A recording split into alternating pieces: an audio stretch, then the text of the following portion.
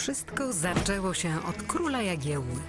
Mała Łodzia stała się miastem, które w XIX wieku rozwijało się najszybciej na świecie. W ciągu zaledwie 60 lat od powstania pierwszej manufaktury powstaje przemysłowa, wielonarodowościowa metropolia. Jednak wiatry historii nie zawsze jej sprzyjały. To, co zniszczył los, odbudowują łodzianie. Nasza Łódź. Miasto wielkich szans. Od 600 lat w sercu Polski i Europy. Jesteśmy Polakami. Jesteśmy niezwykłym społeczeństwem. Zawsze w obliczu wielkiego wyzwania potrafimy się mobilizować. Potrafimy stawić czoła wielkim wyzwaniom. Bo nie potrafimy stać obojętnie. Bo obchodzi nas bezpieczeństwo i przyszłość naszych dzieci. Bo wierzymy, że nadzieja zwycięża apatię, lęk i strach.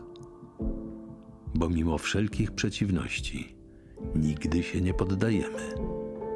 Potrafimy ciężko pracować, wspierać się i działać razem.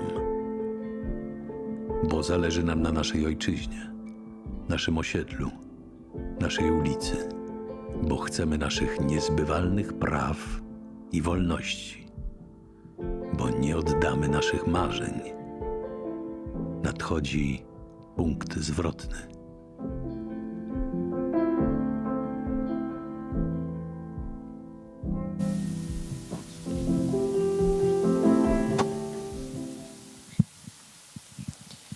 Dear guests, let me start this discussion by introducing myself and our speakers today.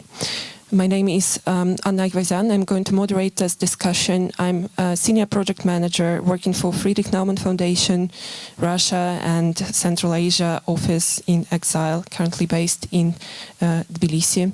And today with me, and I want to excuse myself for making possible mistakes in pronouncing surnames, which is always a struggle, and I know how uncomfortable it might be as a person with a difficult surname myself. So we have, and I'll go from the left side, Erik Uskiewicz from Hungary, human rights expert and researcher, Franek Wieczorka from Belarus, political activist and researcher too, David Korani from Action for Democracy organization, and Piotr Kwapsiewicz, minority rights experts. And first of all, I just want to refer to the story behind this event. It started from a joint project between two FNF offices and Institut Novum organization in Slovenia, and the director of which, Sebastian Pickel, is just sitting in front of me. And we actually published a publication about human rights in Central and Eastern Europe. There we have contributions from authors from all over the region, not only from Central Europe, Hungary, Poland, but also from Armenia, Ukraine, Russia, and Belarus.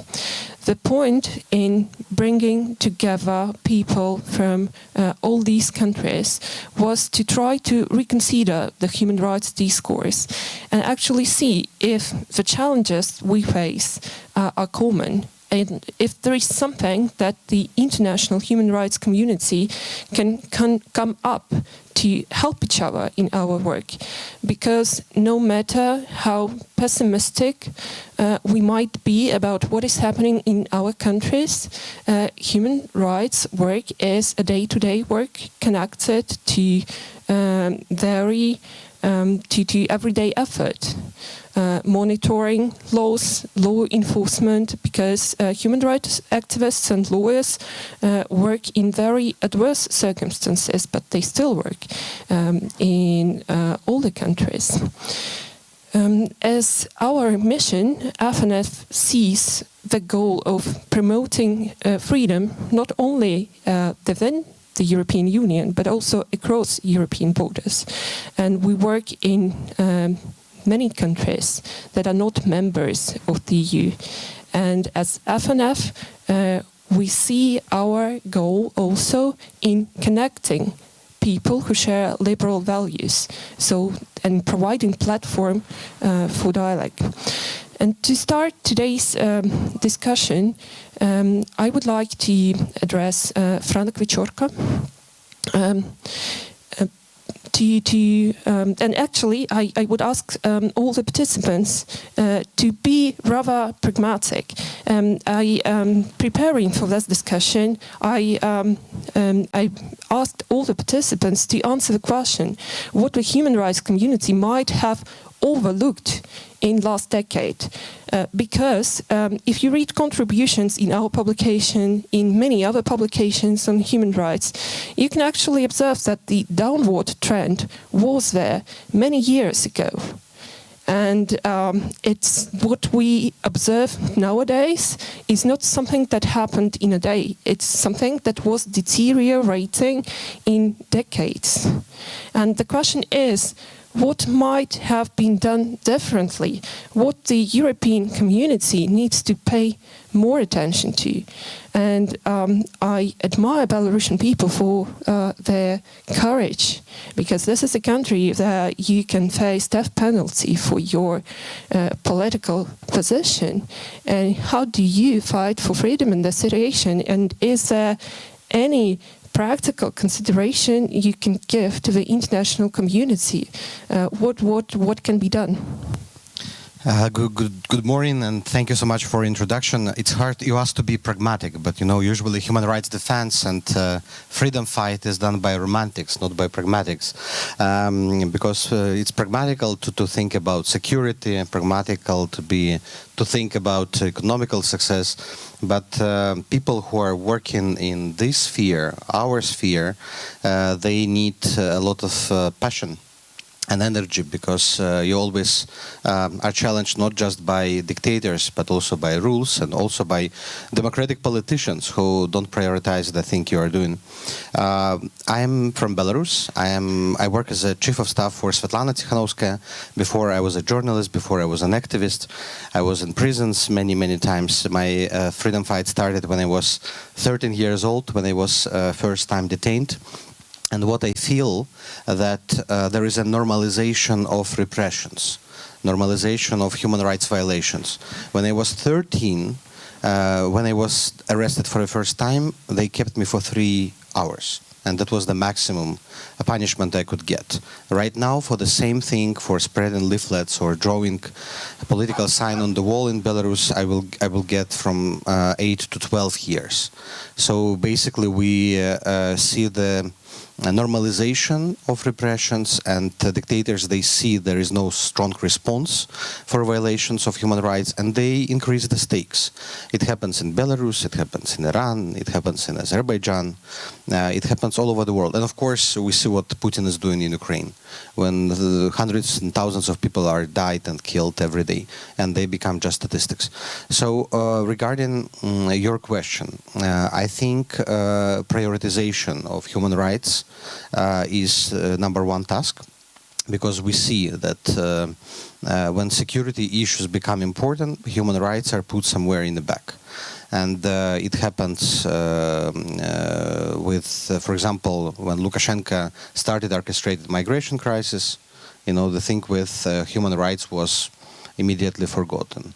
When Putin started the war, and the issue was to protect the borders, also the human rights in Belarus became forgotten. We see how Belarus, with a huge humanitarian catastrophe, is being overshadowed right now. Second, we need collaboration to defend human rights and freedoms with different actors.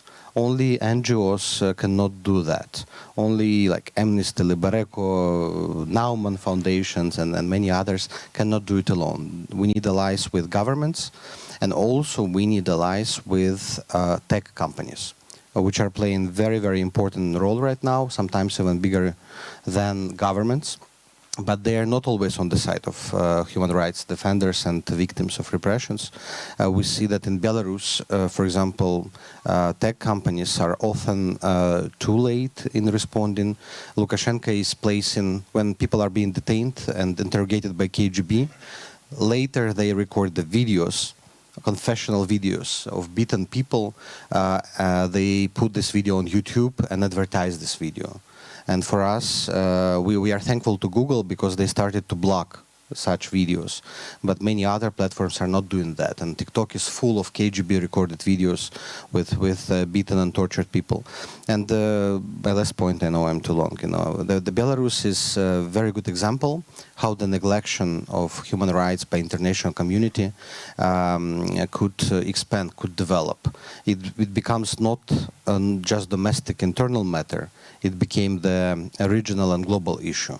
And we see how from 2020 crackdown, the crisis evolved into the war, evolved into something that Europe is paying so much right now. And in order to not create such precedents in other parts of the world, it's very important to address such issues when they appear, when rights are violated immediately. Thank you so much, Franek. I would like to ask a question to you, David. David, your organization, Action for Democracy, states its mission as making local problems heard globally.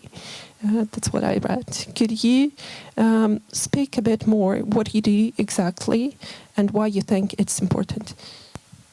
Sure. Thank you, Anna. With pleasure. And thank you to the organizers for having me. It's my first time in Łódź, and it's a wonderful city, and I'm really enjoying it so far, even though, unfortunately, my stay is going to be relatively short. But it's a great pleasure to join this panel, and it's a great honor to listen to your very inspiring and heartbreaking story at the same time.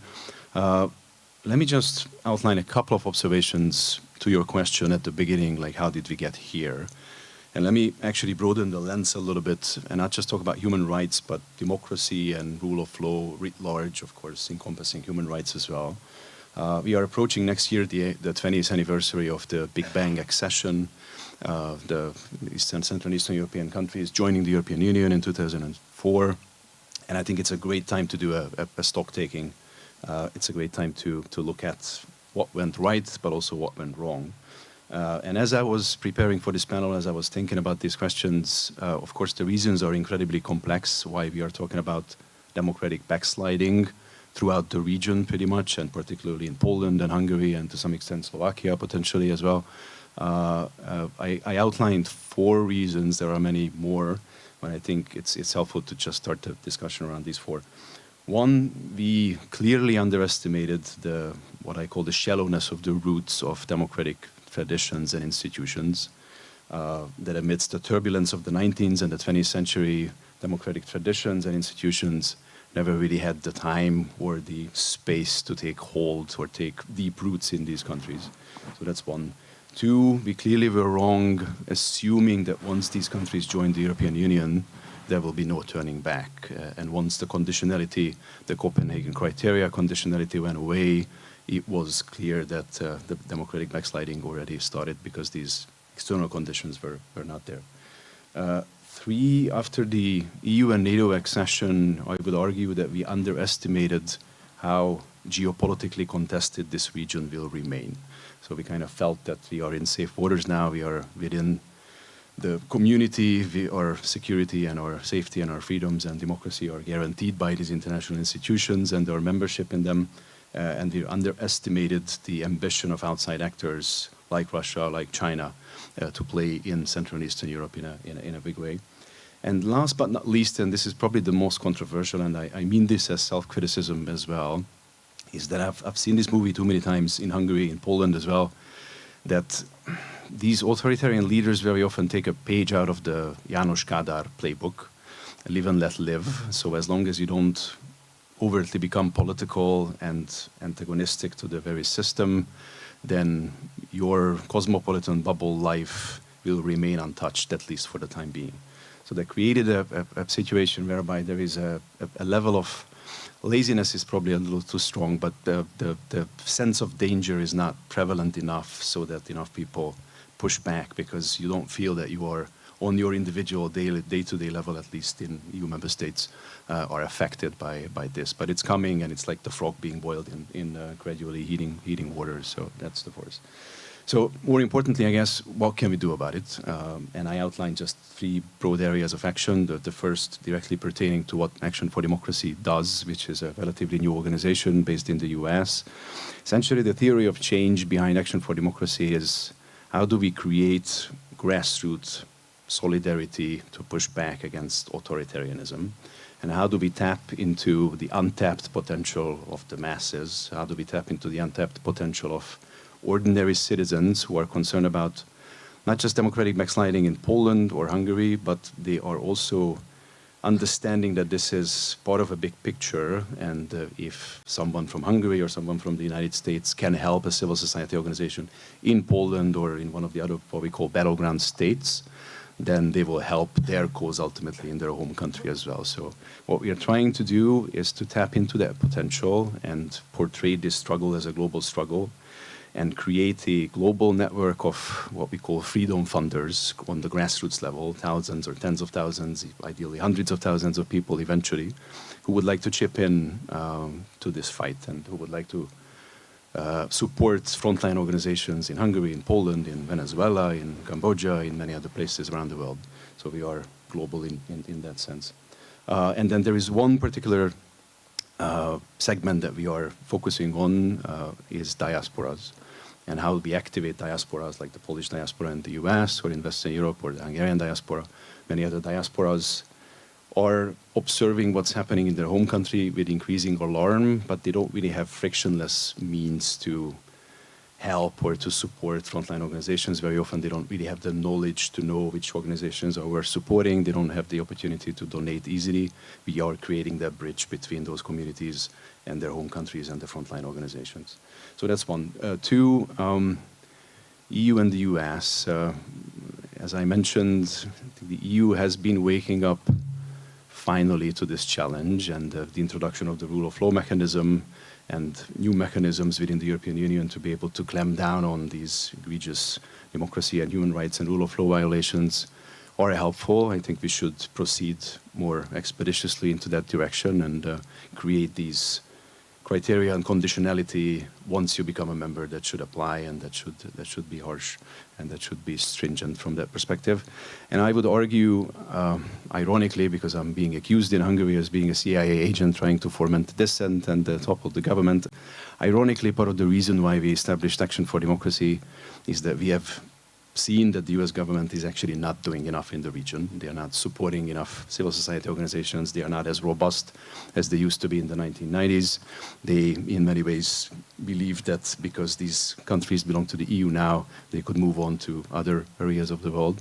I would argue that it would be paramount so that the US is also more robustly returning to the scene and supporting civil society organizations.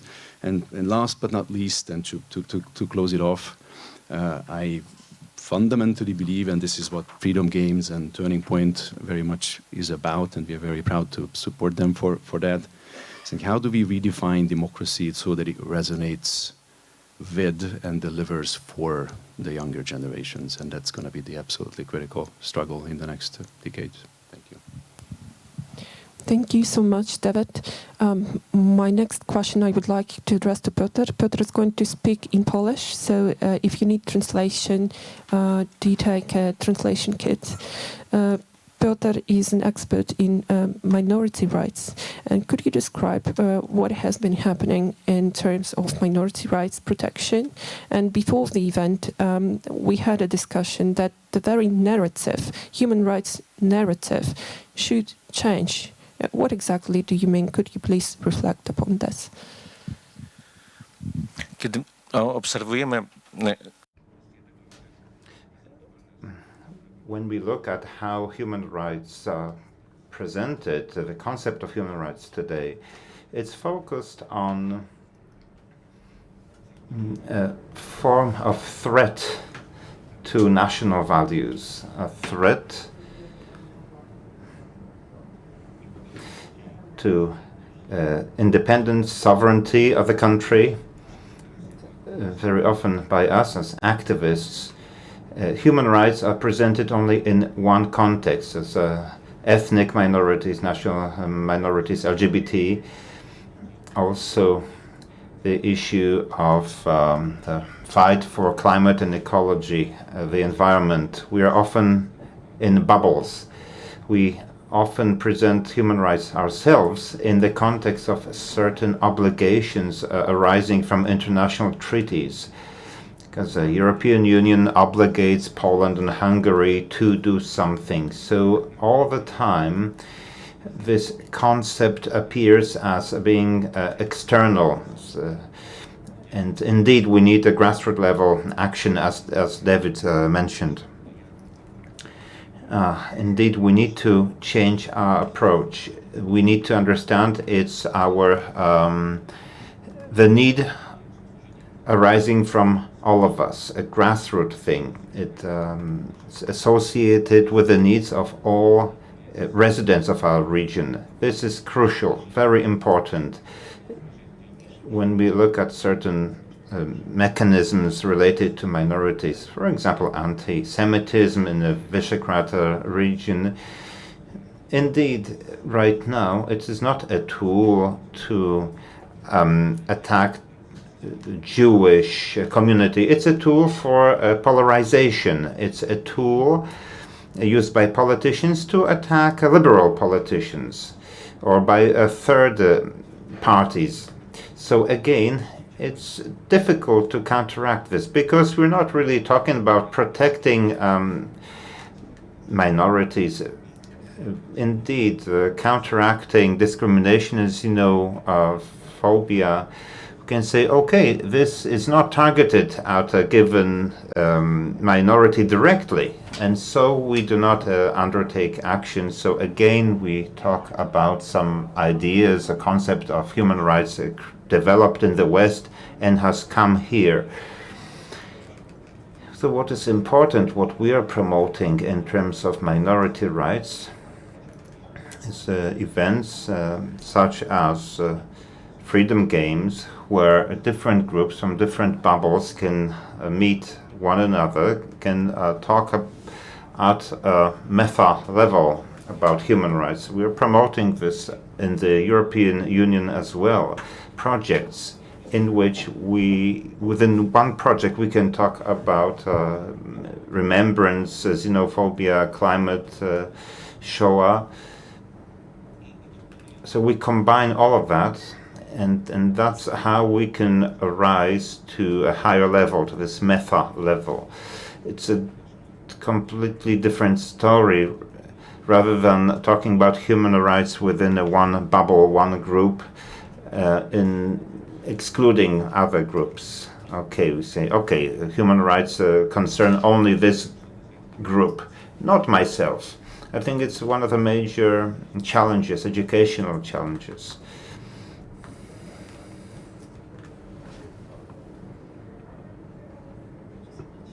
Piotr, I would like to address Eric. Eric, in your contribution to our publication, you specifically touched the problem of disinformation. Could you please describe what you find as the most pressing issue, human rights issue in Hungary, and what you see as the problem that needs to be tackled now?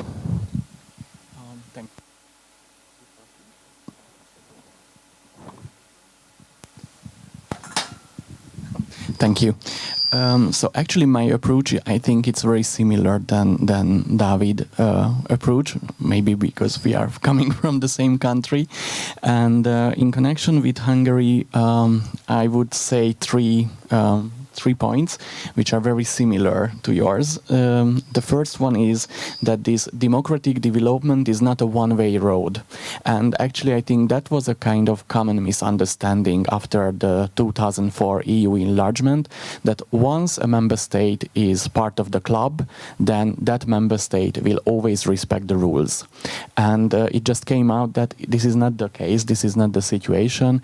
And sometimes we are just talking about Hungary and Poland Poland, but also there are some other member states with warning signs. So there isn't any guarantee that more member states will be not joined to this kind of illiberal countries. So I think this myth, what we have to face with for the first time, that this is not just a one-way road and there's no U-turn in this development or in this process.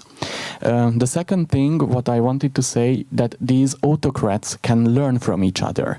So if you remember last year, together with the Hungarian parliamentary elections, there was a referendum, a so-called child protection referendum. This referendum was everything about just not child protection.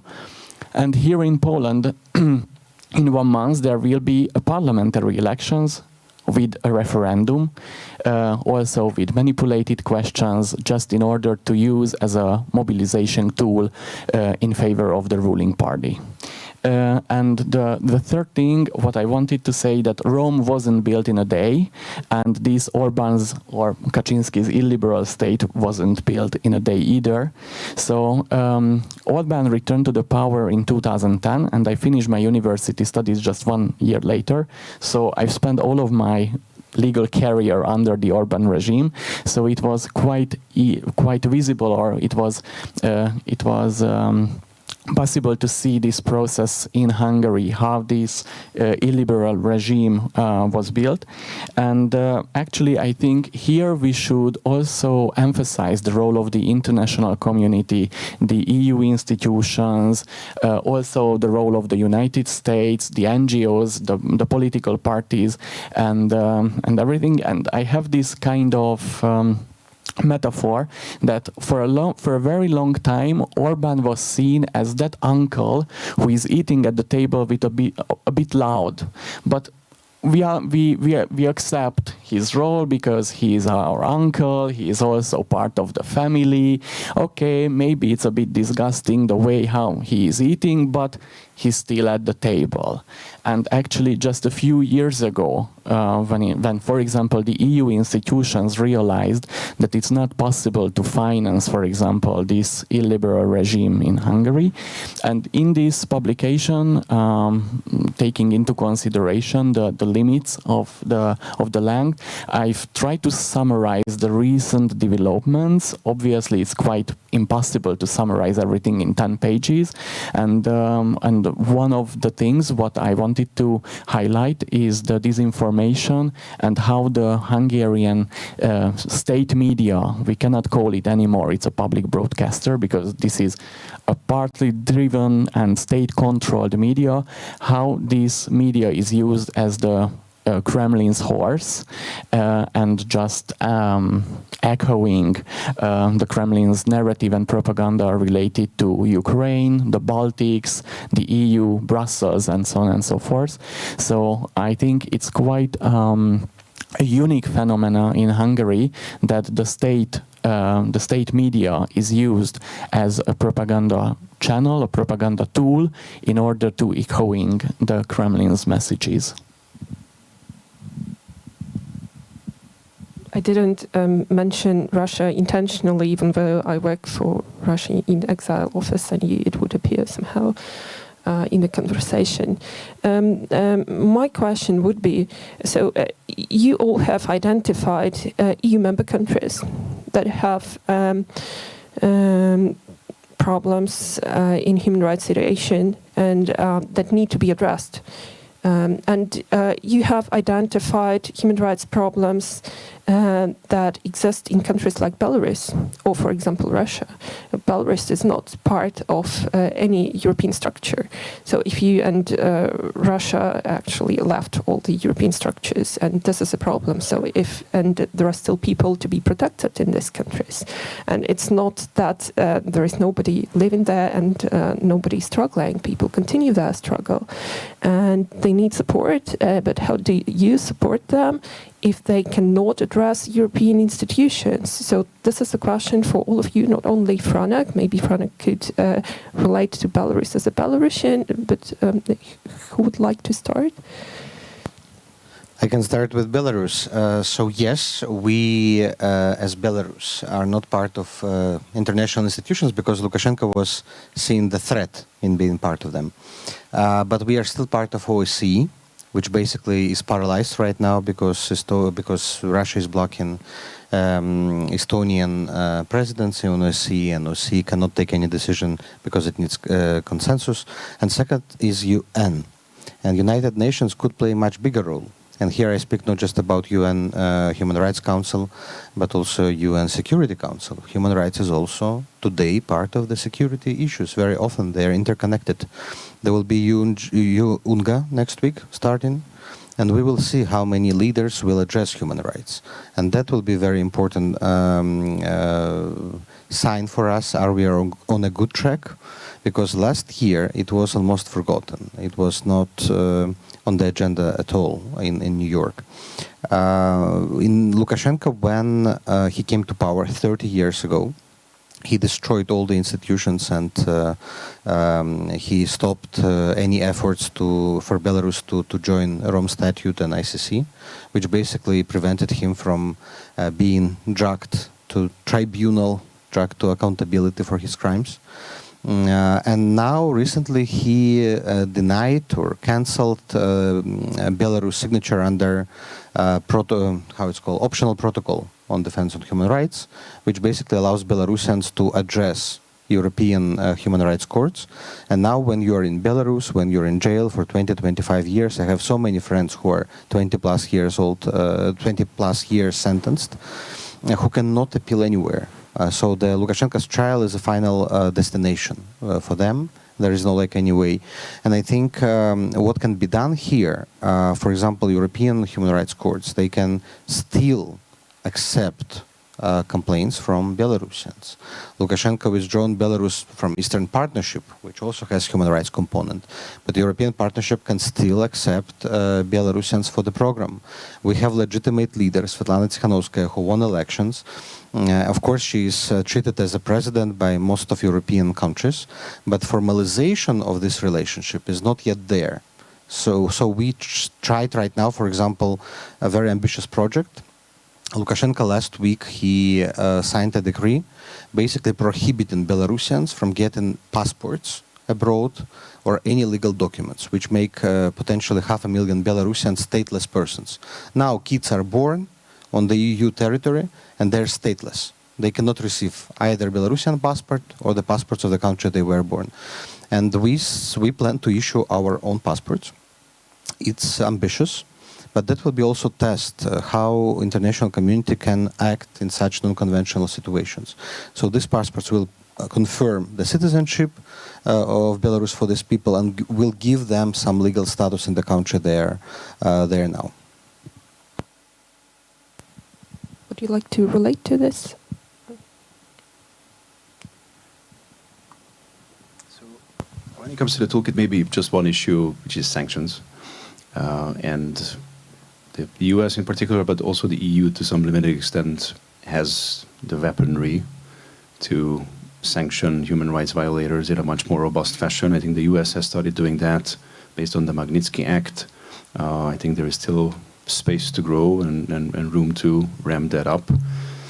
Not expecting a miracle from that, and in the short run it may even make things worse, but in the medium and long term I expect sanctions to affect the behavior of some of these bad actors. So I would very much put that on the table.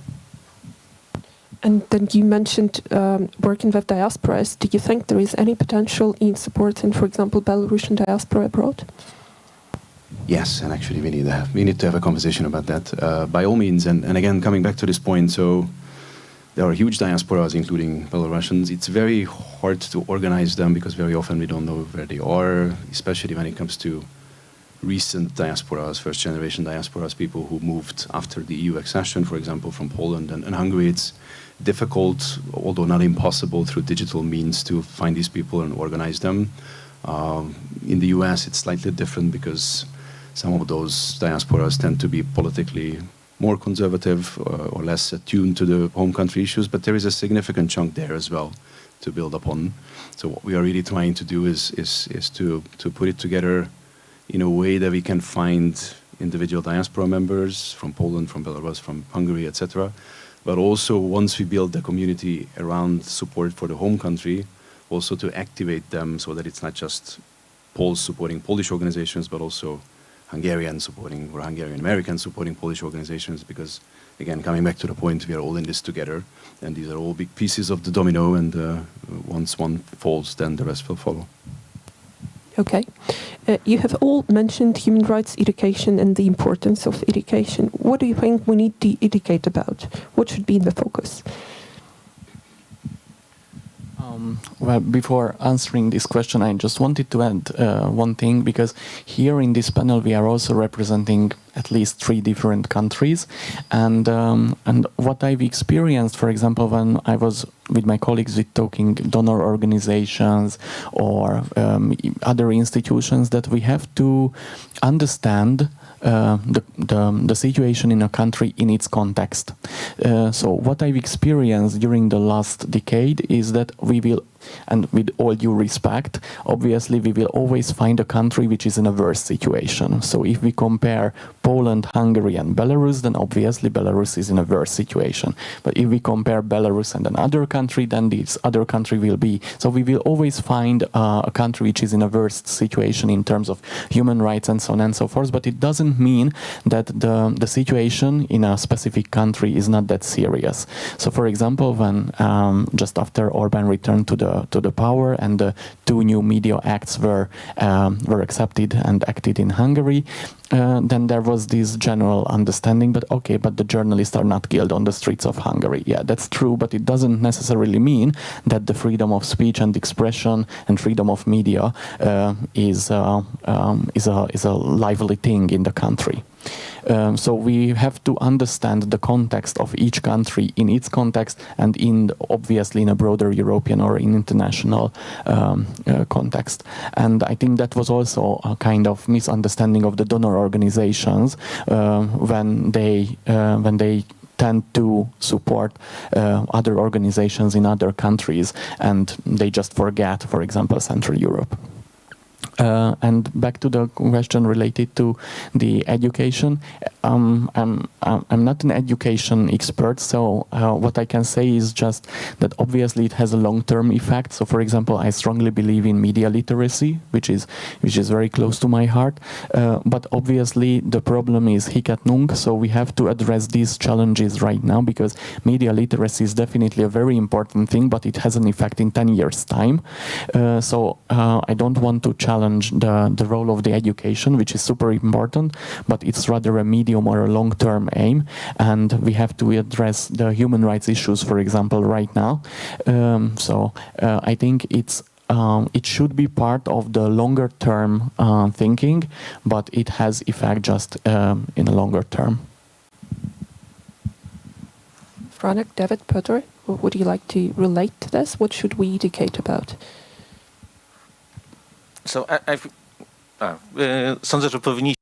I believe we should focus on education because when it comes to the mechanisms, well, on the one hand, I would agree that EU mechanisms are important, that they respond to the situation. But when, my background is science and technology, so if we look at the budget allocations at the UN and the EU, and we look at the human rights budget, we can see that this budget is not as strong and big as it should be. It's the smallest allocation usually, and I do encourage you also at the UN TV you can see UPR from Iran. You can see the discussion during such an event. Discussions taking place during this event. It's a very specific language, and it seems on the face of it that everything is fine. And the same can be said about Poland and Hungary. There are recommendations, countries agree with them, But what happens next? Well, these recommendations are important, but this is a kind of quick response, quick political response with the time horizon of several years, but education and networking. And speaking of the diaspora, I think that Poland is a very good example of the growth of civil society after the fall of the Berlin Wall. When in the early 1990s, many activists, many people who wanted to get engaged in the civil rights movement, and they were invited to France, the UK, the United States. They were trained, they got some practice, they were educated as activists, but networking was very important because they could create and develop international networks. Well, today many of them are directors of NGOs in Poland, or they work in diplomacy, so they can shape certain behavior. They draw from these international contacts and relations that they established at that time. And I think that Poland can cooperate with Belarusian, Ukrainian activists and developing strong networks when change occurs. That gives the potential, the foundations for the rebuilding or reconstructing the foundations for democracy and human rights. But again, education, and Poland is a counter or a negative example when it comes to education, where after the first term of the conservative rule in Poland, liberals took over, or some called them liberals, that was the civic platform, but nothing changed in education. Education continued promoting xenophobic attitudes and this threats to sovereignty, saying that the anti-Semitism is there only because of migrants from Syria, that's the source. And the effect could be seen in 2015 when society left without proper education, also in the field of human rights, made their choice. In Hungary, there was a study on how much people are ready to give up some aspects of independence and freedom for some benefits in return. And 25% of Hungarian society said, yes, we are ready to do that. We are ready to give up some of our freedoms and independence for good governance. But good government is a government that doesn't restrict human rights. And again, education. And in education, I'd like to draw your attention to one very important thing that happened, I think, before the pandemic. That was the UN report on genocide of one of the groups, ethnic groups in Asia, where attention was drawn to the responsibility of Facebook. That report was important because it was the first report where the UN stated that Meta, today's Meta, was engaged and supported this genocide. So I think we should start looking at social media also from this point of view as bubbles which have to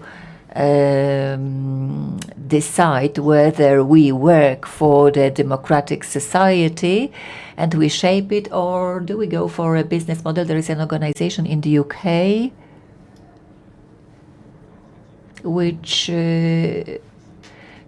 draws attention to the fact that the business model of printed media, especially targeting the working class, that they are based on hate, that they incite to hatred. So we should break away with this vicious circle. There we can see these external forces from Russia, which impact elections in other countries in Europe. And of course, this national perspective is very important, but education to me is the key.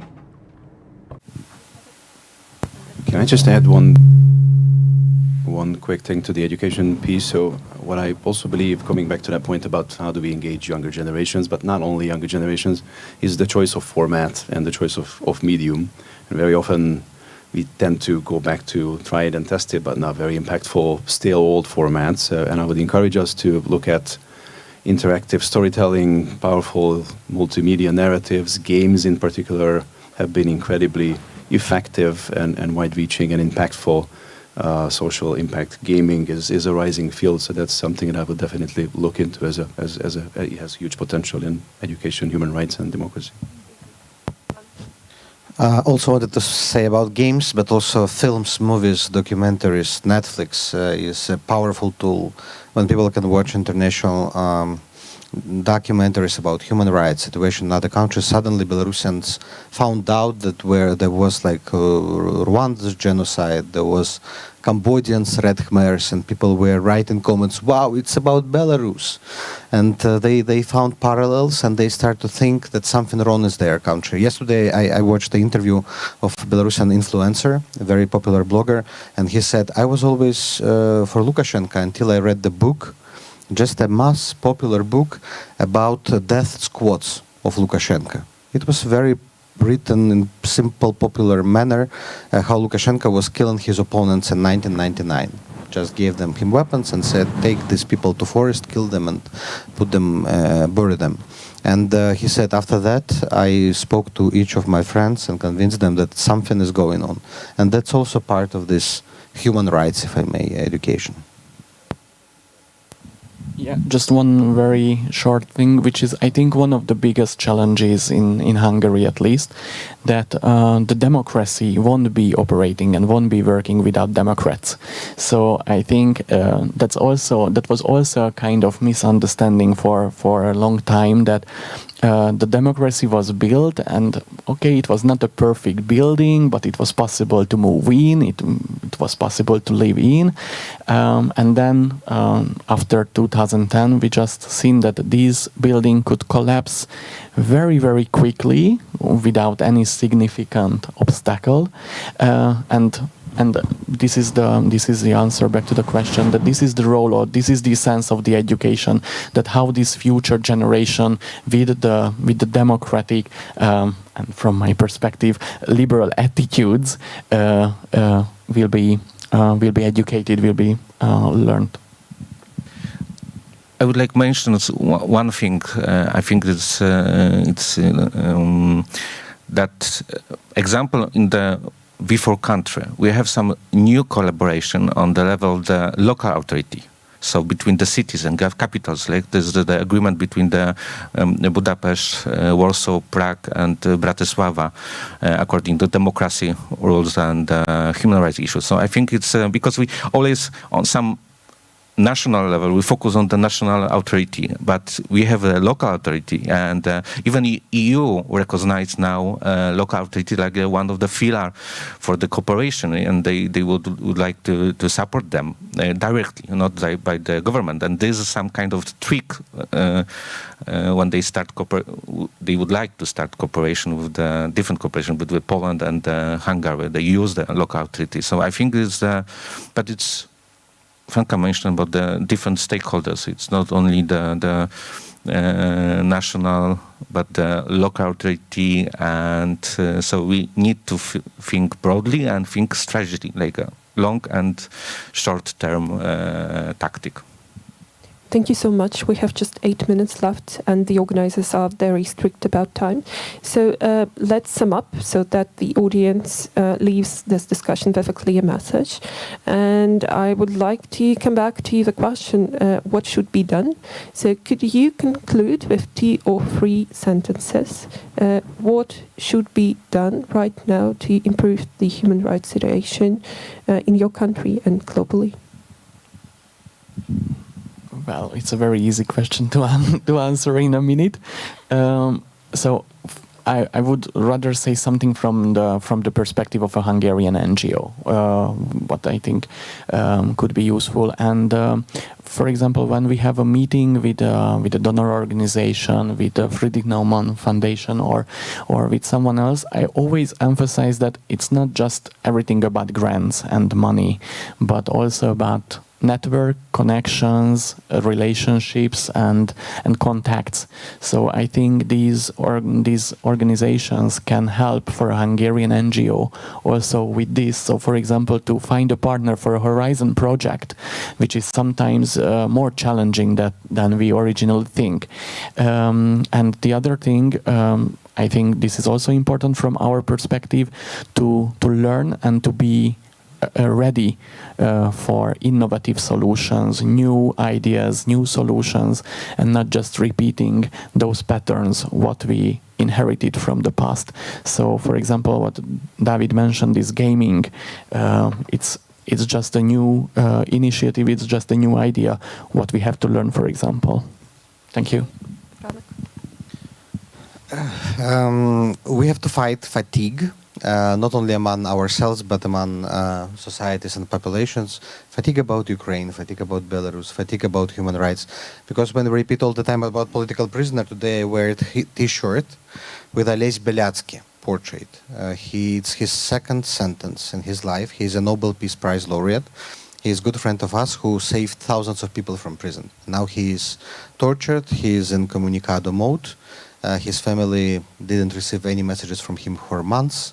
Same as Svetlana Stikhanovskaya, husband, and many, many others. But we don't see these stories anymore because they're repetitive, media are not interested. Ourselves, we already tired of speaking about political prisoners. So I encourage all of us to force ourselves each morning to do something good for democracy, human rights, for political prisoners in Belarus, for Ukrainian heroes fighting for European freedom as well. That's something we should, why we should be disciplined. And I want to finish on a positive note, that all dictators are collapsing. And I look very positively in the future. In 2020, before our revolution has started, I was giving an interview in June, 2 months before the revolution. Nothing will happen. There will not be protests. Repressions are so high. And suddenly millions on the streets of 30 cities in Belarus. Same will happen with Putin, with Lukashenko, with other dictators. But when it happens, it depends on us. And in order this happens soon, we need to preserve structures, institutions, and the energy of the people. And I speak about ourselves. We try to strengthen our institutions right now. Svetlana Tsikhanovskaya built the cabinet, coordination council, this network of NGOs. So when the right moment comes, and this house of cards of Lukashenko will start collapsing, we will have viable institutions that will not allow new dictatorship to come. So this is our goal right now when we can't protest openly, at least to make sure when moment opens, we will not lose it. Let me just echo what Piotr was talking about, which is creating a more direct relationship between the EU and local authorities, but also NGOs and other players. I think particularly in the context of the rule of law mechanism and withholding funding from misbehaving governments, which proved to be or is proving to be quite an effective tool. But that gives the political weapon to these authoritarian leaders, saying that the EU is punishing them and ultimately could lead to a situation whereby EU relations with these national governments will become even more complicated, pushing them maybe towards the exit at some point. So creating that direct linkage and the ability to channel funds to local authorities, it's not just a democracy and human rights, but it's also an efficiency issue. I mean, very often cities are at the front lines of fighting climate change, the digital transition. So when you look at the EU agenda, EU policies, they would be a lot more effective if the EU had more channels and legal avenues to channel funding for these actors locally. So I think the one word towards joint action. I think this is important to work together, like create kind of networking between everyone. Sometimes it's possible, but we need to put on the meta level our challenge, our needs. Yeah, because we focus sometimes only even we spoke about some human rights, we focus only one specific group. So, and this it's some kind of barrier to cooperate with the other groups. Yeah, but we need to start to organize joint action. Thank you so much, Eric, Franak, David, and Piotr. I have 2 minutes to conclude. And yesterday we had a discussion with Ute, our director, and Sebastian about what should be the message of this discussion and how do I moderate a discussion with people from so many different backgrounds, because we come from different countries and it's not that easy to draw parallels between different national backgrounds. And what Sebastian told me, you need to focus on communication, because for liberals, communication is the key, and we need to communicate with each other and we need to learn from each other. And I hope that this happened today. Thank you so much. Thank you to the audience. Yeah, and I can conclude the discussion.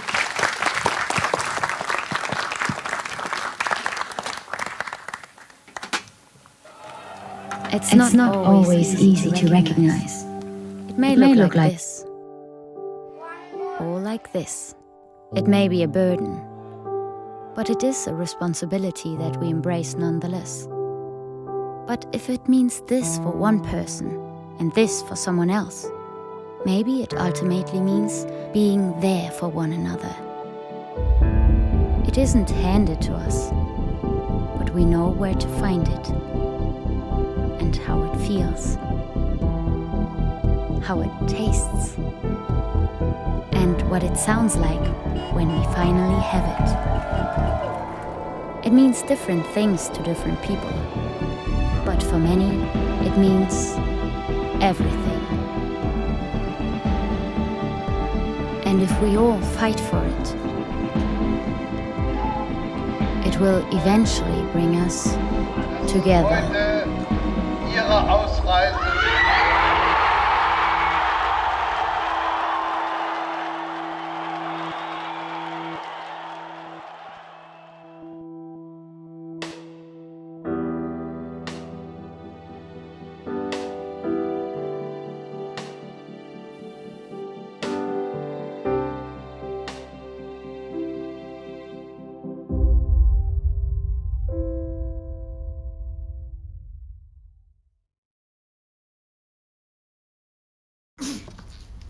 Dzień dobry, to znaczy myśmy się dzisiaj widzieli. Wie pan co, ja zmieniłem zdanie i chciałbym poprawić.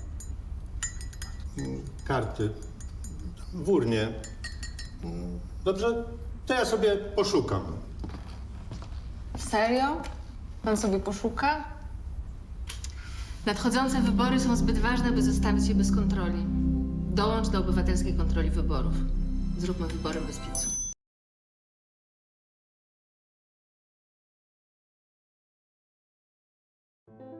Jestem z zawodu lekarzem, zajmowałam się diagnostyką chorób nowotworowych. W Białorusi zajmowałam się mikrobiologią i molekularną biologią. Byłem nauczycielem szkoły podstawowej. Naszym celem jest budowanie umiejętności, które są ważne na polskim rynku pracy. Szybko nabierają takiej pewności siebie, bardzo szybko się uczą. Wszystko możliwe, kiedy starasz się.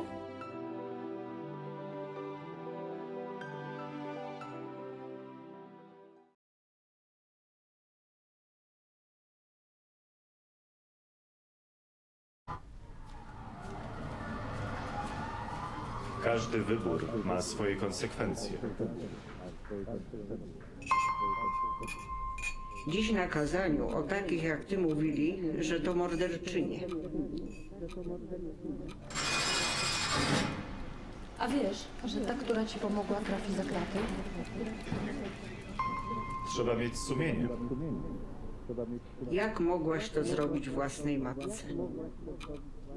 Aborcja to najgorsza zbrodnia. Gdybym ja podjęła taką decyzję, nie byłoby cię tutaj. Organy państwa nie będą przyglądać się temu obojętnie.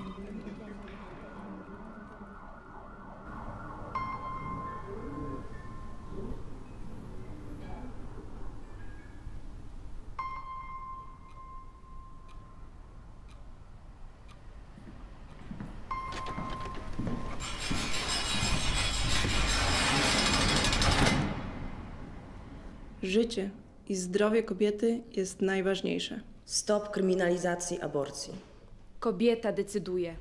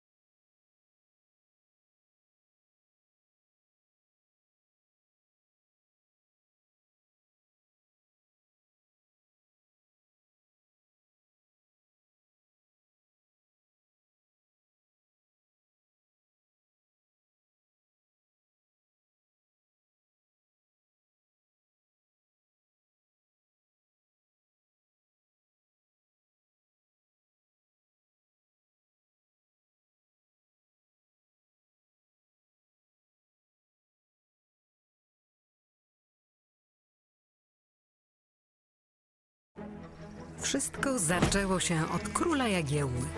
Mała Łodzia stała się miastem, które w XIX wieku rozwijało się najszybciej na świecie. W ciągu zaledwie 60 lat od powstania pierwszej manufaktury powstaje przemysłowa, wielonarodowościowa metropolia. Jednak wiatry historii nie zawsze jej sprzyjały. To, co zniszczył los, odbudowują łodzianie.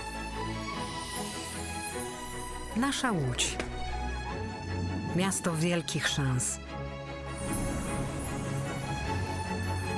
Od 600 lat w sercu Polski i Europy. Jesteśmy Polakami. Jesteśmy niezwykłym społeczeństwem.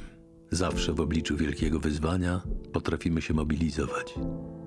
Potrafimy stawić czoła wielkim wyzwaniom. Bo nie potrafimy stać obojętnie. Bo obchodzi nas bezpieczeństwo i przyszłość naszych dzieci. Bo wierzymy, że nadzieja zwycięża apatię, lęk i strach. Bo mimo wszelkich przeciwności nigdy się nie poddajemy. Potrafimy ciężko pracować, wspierać się i działać razem. Bo zależy nam na naszej ojczyźnie, naszym osiedlu, naszej ulicy. Bo chcemy naszych niezbywalnych praw i wolności. Bo nie oddamy naszych marzeń. Nadchodzi punkt zwrotny.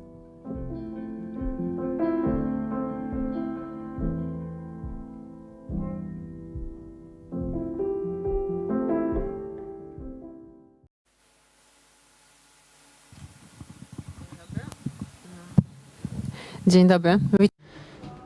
Good morning.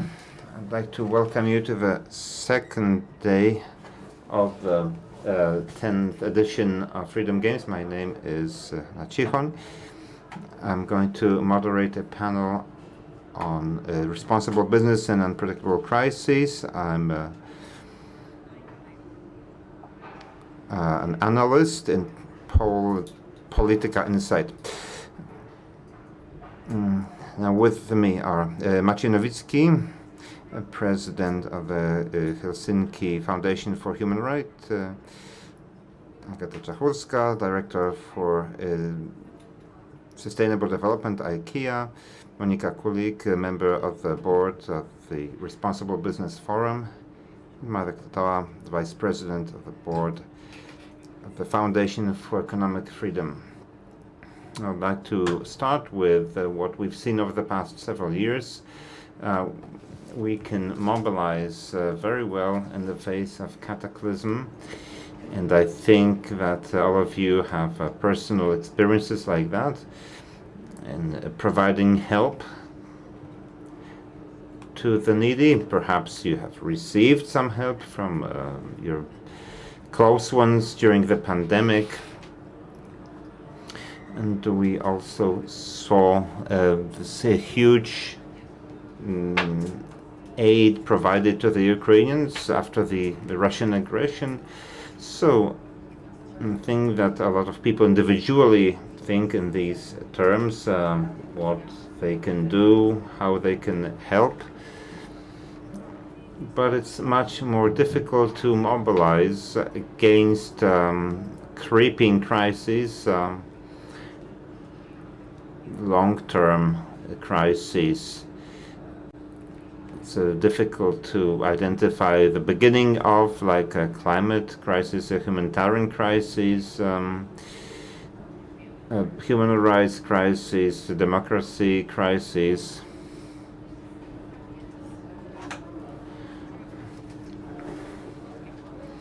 So let's start with Mr. Nowicki. He came last, but last in, first out, as we say in business.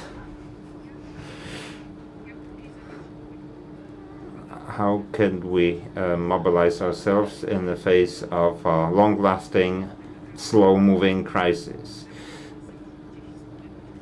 Human rights are almost always in some sort of crisis somewhere in the world.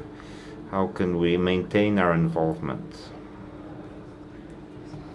Very difficult question. I think the question will be about how business reacts, but the Helsinki Foundation is an example of an organization that has had to face three major crises overlapping in time. The first one is the acute crisis of the rule of law in Poland, which has a major impact on the way we work. Our work is kind of strategic litigation. Also, when you see that court orders, court rulings are not followed, then we lose our, let's say, our weapons. Another crisis is expanding totalitarian and authoritative tendencies in post-Soviet countries where we work. So attack on the civil society in Belarus and the crisis on the Polish-Belarus border. We wanted to apply legal help, but it is only now that humanitarian organizations are taking action, but initially they weren't there, so we co-funded a border group that is kind of replacing the state in the obligation to save human lives in the face of mass human rights violations. So you not only kind of step in for the state, but kind of act contrary to the state, because the state does not care for them. Well, indeed, of course it is the case. The state even went so far as to take people from hospitals and throw them out. In the past, it's not so much the case today. And the third huge crisis is a war in Ukraine and the need to help Ukrainian refugees. Of course, we have had to remodel our strategy. We need to make it very flexible, and we are building what we call, what is usually called a well-being, but we are against the use of this term because it's overused and it's of questionable origin. But what I mean is psychological help. People who find refugees in the forest, people who find bodies in the forest, who document war crimes in Ukraine, they have consistent supervision. I think that civil mobilization has happened in professional sectors. For example, we are being helped by psychologists, by a laboratory, pro publico bono. There is substantial intersectoral help. We need to do that, but it doesn't prevent a burnout and it doesn't prevent a trauma.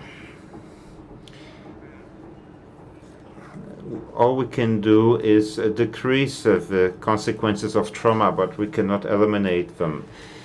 Now, another very, very fluid situation is strategic perspective. We planned 1,000 things, but we've done something completely different due to the crisis. And right now, we don't have a new strategy. New strategy will be developed along new lines after the elections, because the elections will show whether Poland has an opportunity to rebuild the rule of law or will still follow towards authoritarianism. So this strategic planning perspective is shorter. It's a permanent crisis management, and I think that many people were not expecting this. When we got a new management in 2011, we had a great strategy of achieving new goals, which has had to be reformulated. This doesn't mean that I'm proud of what we've managed to do on all of these, say, venues. So this crisis management is something that can be addressed by business. Now you have your own challenges like competition in the country, at the company level, also challenges related to climate and climate policy, and then you have March 2022.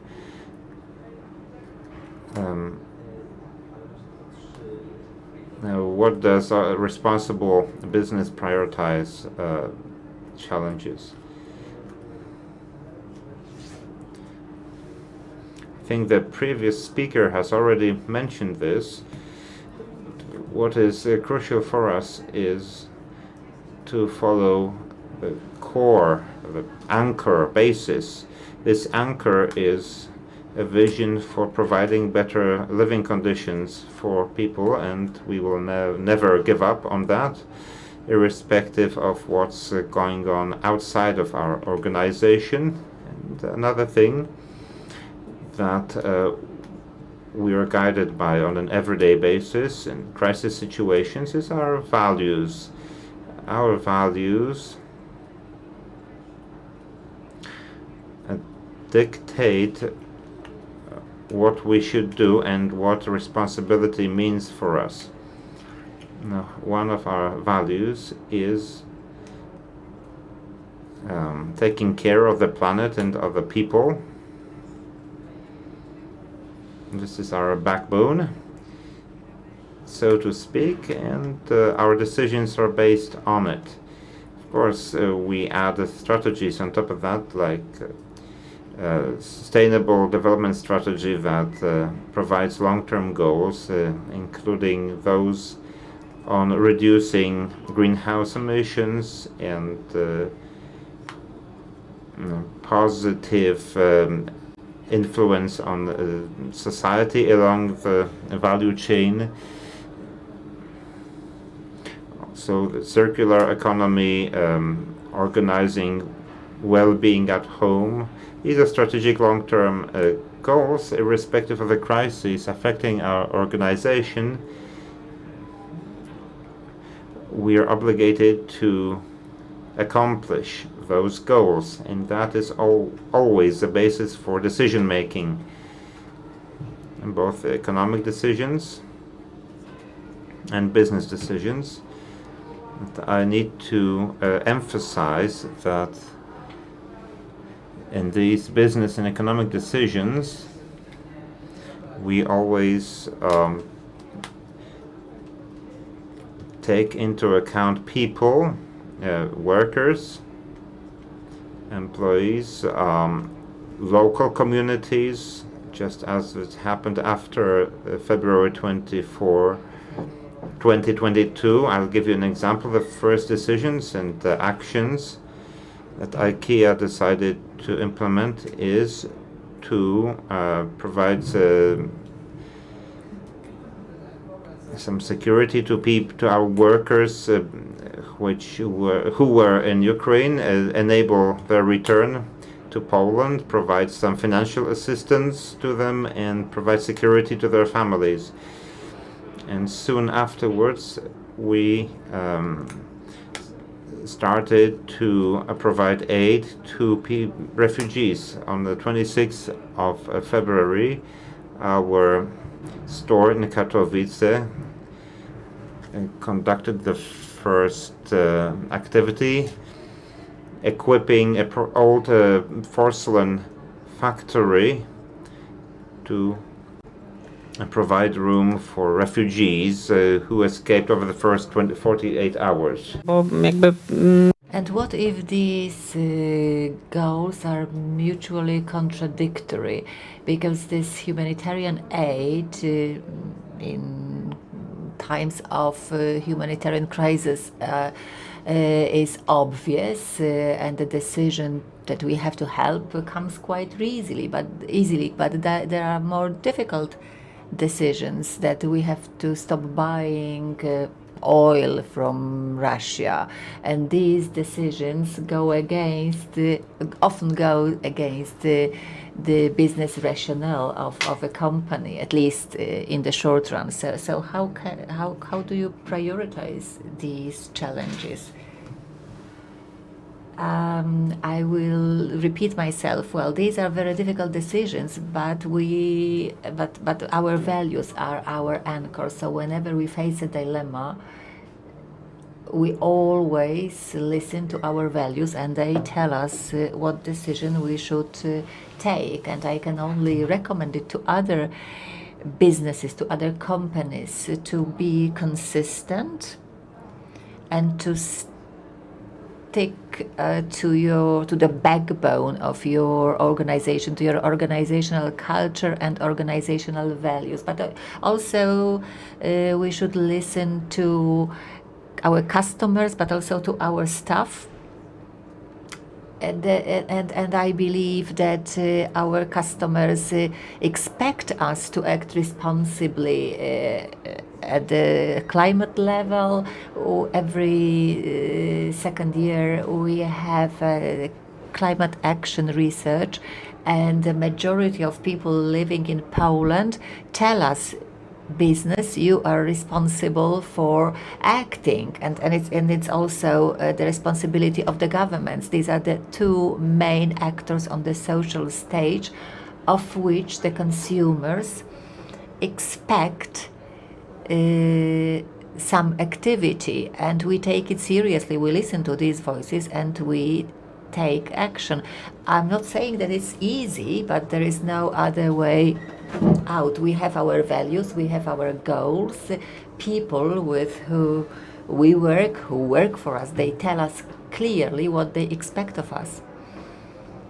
And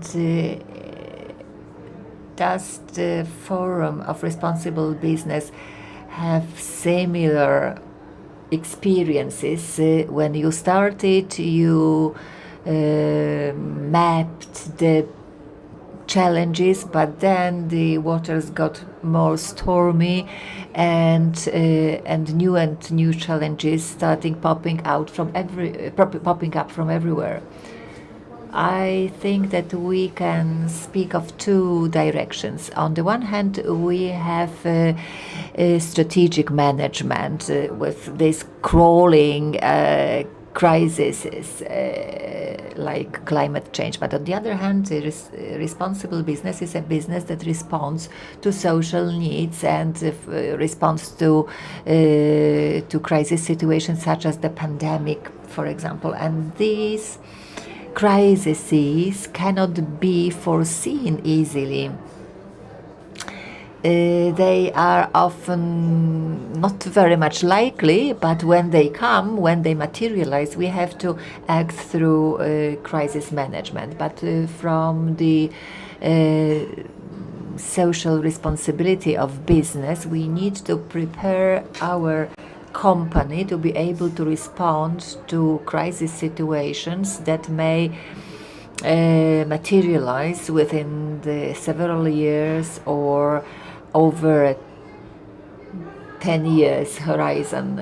We spoke about our staff, but our barometer tells us that people expect that business as a stakeholder, which is whose agency is bigger, gets more engaged in solving social problems than other actors, even political actors. Well, of course, that needs systemic changes, but when we look at it in a wider perspective, we can see some regulations that are to encourage or even to force business to take account of climate change, for example.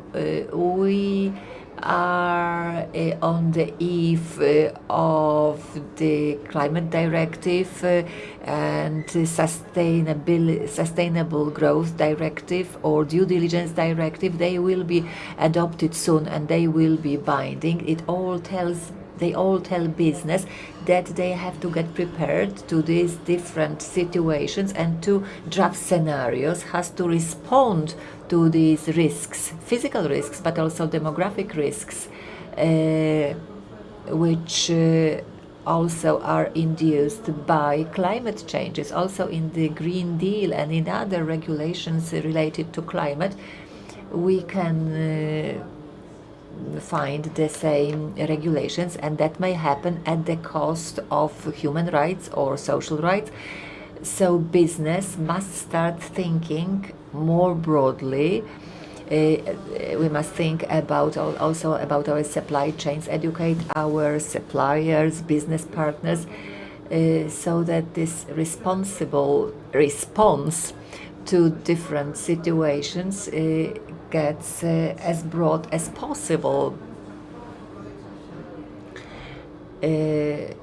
Because we are responsible for positive outcomes, but also we are responsible for moderation of negative outcomes. But speaking, for example, of changes and challenges related to the pandemic and the war in Ukraine, this is crisis management, and listening to NGOs, to their needs.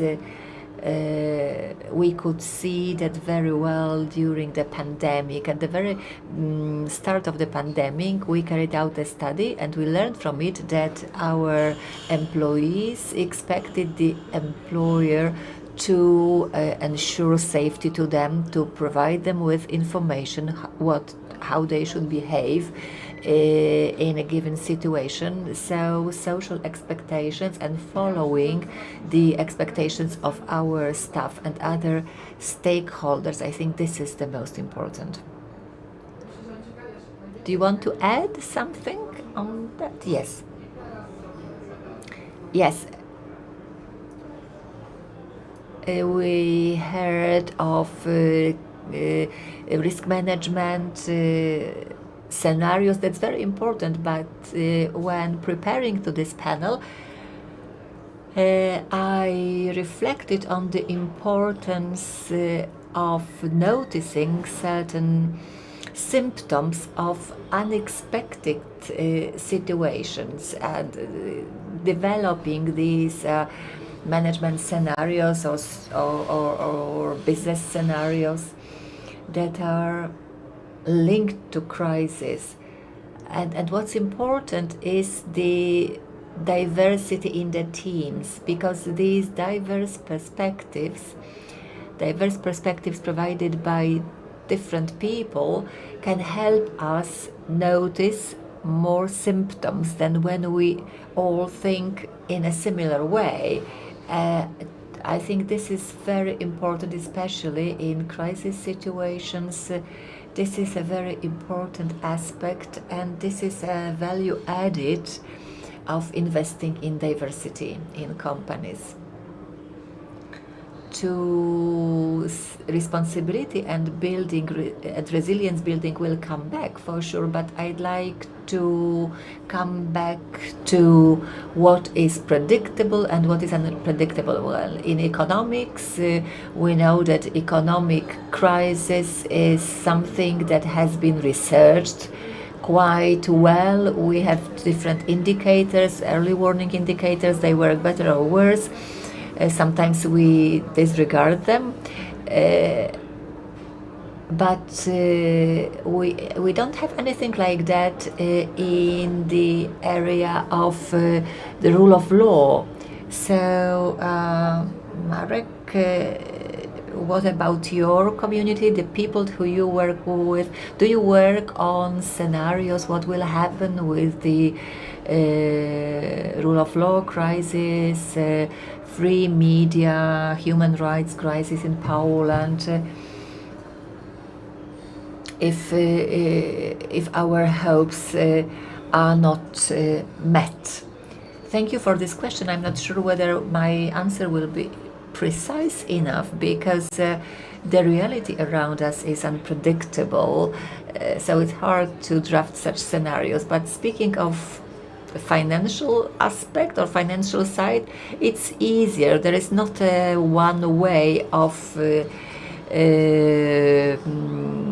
deciding that will be a financial crisis, but there are different indicators that can tell us that something will happen, that lies in bank activities, currency rates. There are many symptoms which can tell us that there is a financial crisis or economic crisis looming on the horizon.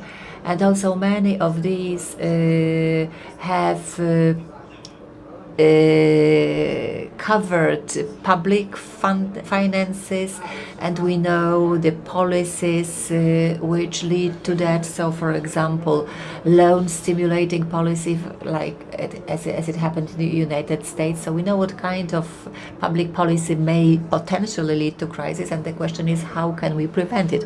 When it comes to the rule of law crisis in Poland, I think that there were some signs, warning signs before 2015. There were some attempts of attacking the judiciary system between 2005-2007. So we had some idea of what politicians may think of subordinating courts to them.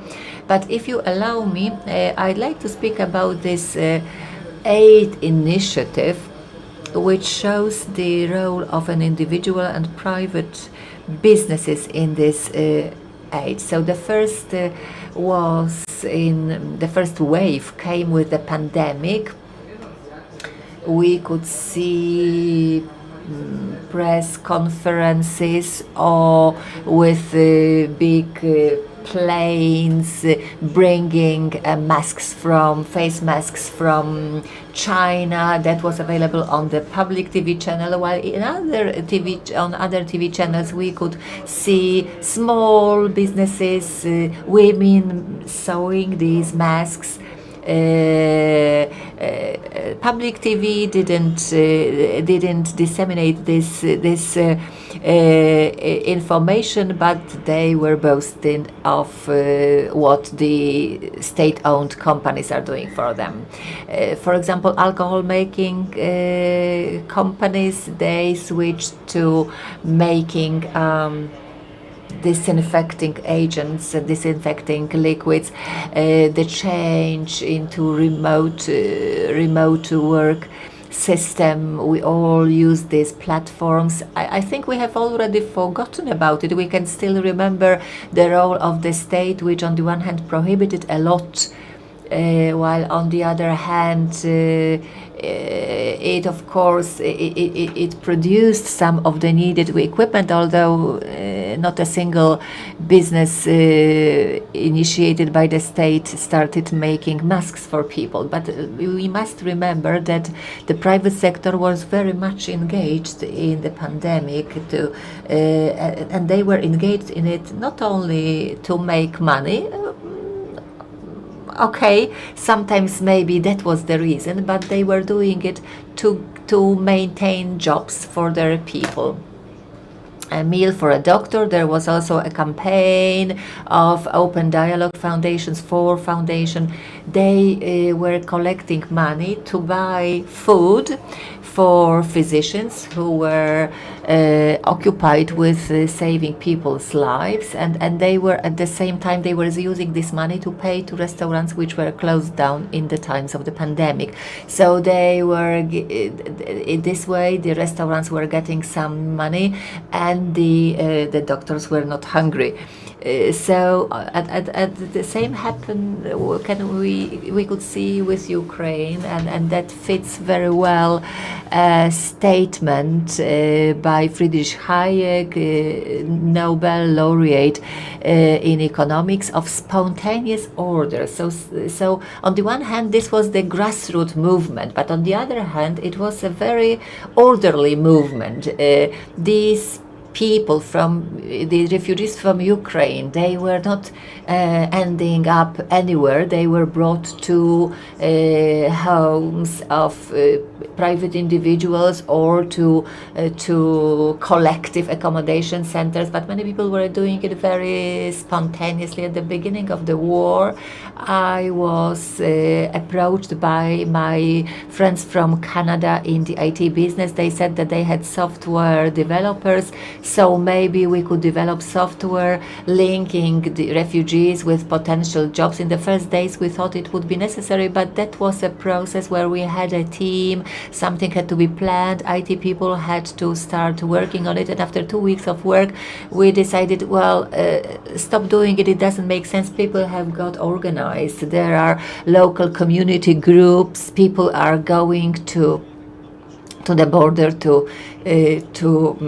take these refugees back to their municipalities, to offer them accommodation and jobs. So that shows that this responsibility issue doesn't have to be linked with top-down regulations, orders, bans, but people are responsible by themselves. Sometimes they are motivated by the profit, but there is nothing wrong with it. I really respect a lot these people who were making these masks. I bought them myself, and I'm very happy that I could contribute to the revenue of the business, or maybe these people couldn't do the jobs that they were normally doing, and I could get these masks. It's very good that you mentioned how the private sector, civil society enters these roles that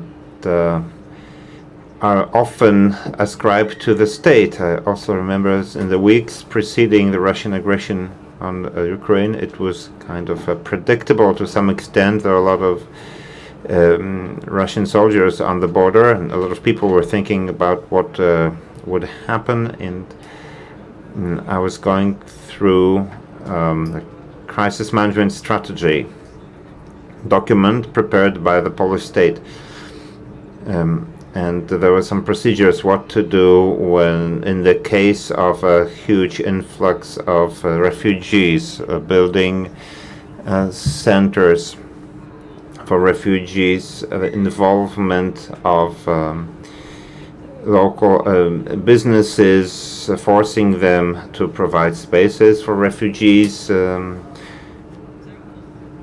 of course, upon remuneration. But when the crisis indeed occurred, very few actions were implemented from that strategic plan. A lot of local initiatives stepped in. Local authorities, businesses, and so forth. It's in a forum of responsible business. We reviewed the responses of companies to the crisis, from services, products, providing their own training centers for the needs of refugees, like in my company, for instance. Humanitarian aid, convoys, and the collections, yes. Business was doing all that without any procedures. Several hours after the war breakout, people went to the border and distributed telephone cards free of charge. So procedures came later, but initially it was just acting upon your heart motive. It's still a crisis, even though social needs have changed. Now it's responding to clients from Ukraine, and the fact that our services, our news are also provided in Ukrainian. We have special offerings, we have communication, we have jobs. We have education. Also, the pandemic is a great example where many companies, also tech companies, have transitioned to digital education, providing education to teachers, providing connections and platforms for children despite the numerous problems. So business responds with all of its resources, both human resources, product resources, financial resources, cooperation with organizations, social organizations, because they are the closest to the problems. They can react most quickly, and they can best respond to local specific needs. If I may chip in, I couldn't agree more. All that you mentioned, Monica, we've done as well. I remember a very important decision in the first days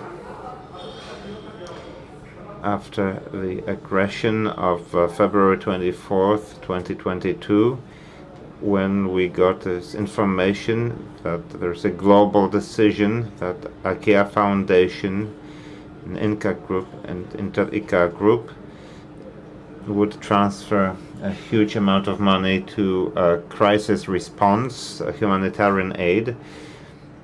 And I'd like to emphasize one thing. This crisis, and this crisis in particular, showed us certain systemic problems that we're facing in Poland in terms of accepting refugees.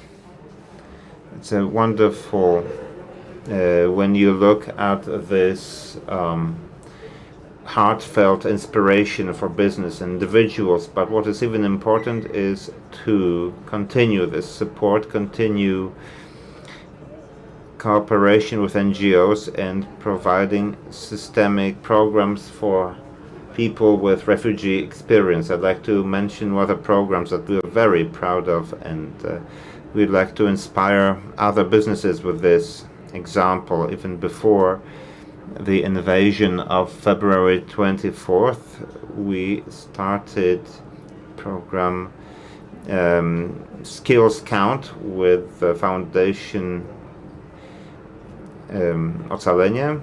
It's a special program for refugees, helping them to enter the work market and remain there. In this program, in addition to an ability to gain experience with IKEA at work, we also provide language training, psychological help. Now, the basis for settling in a country or community is the ability to live in a dignified way, which is ensured by work. And I think this is crucial.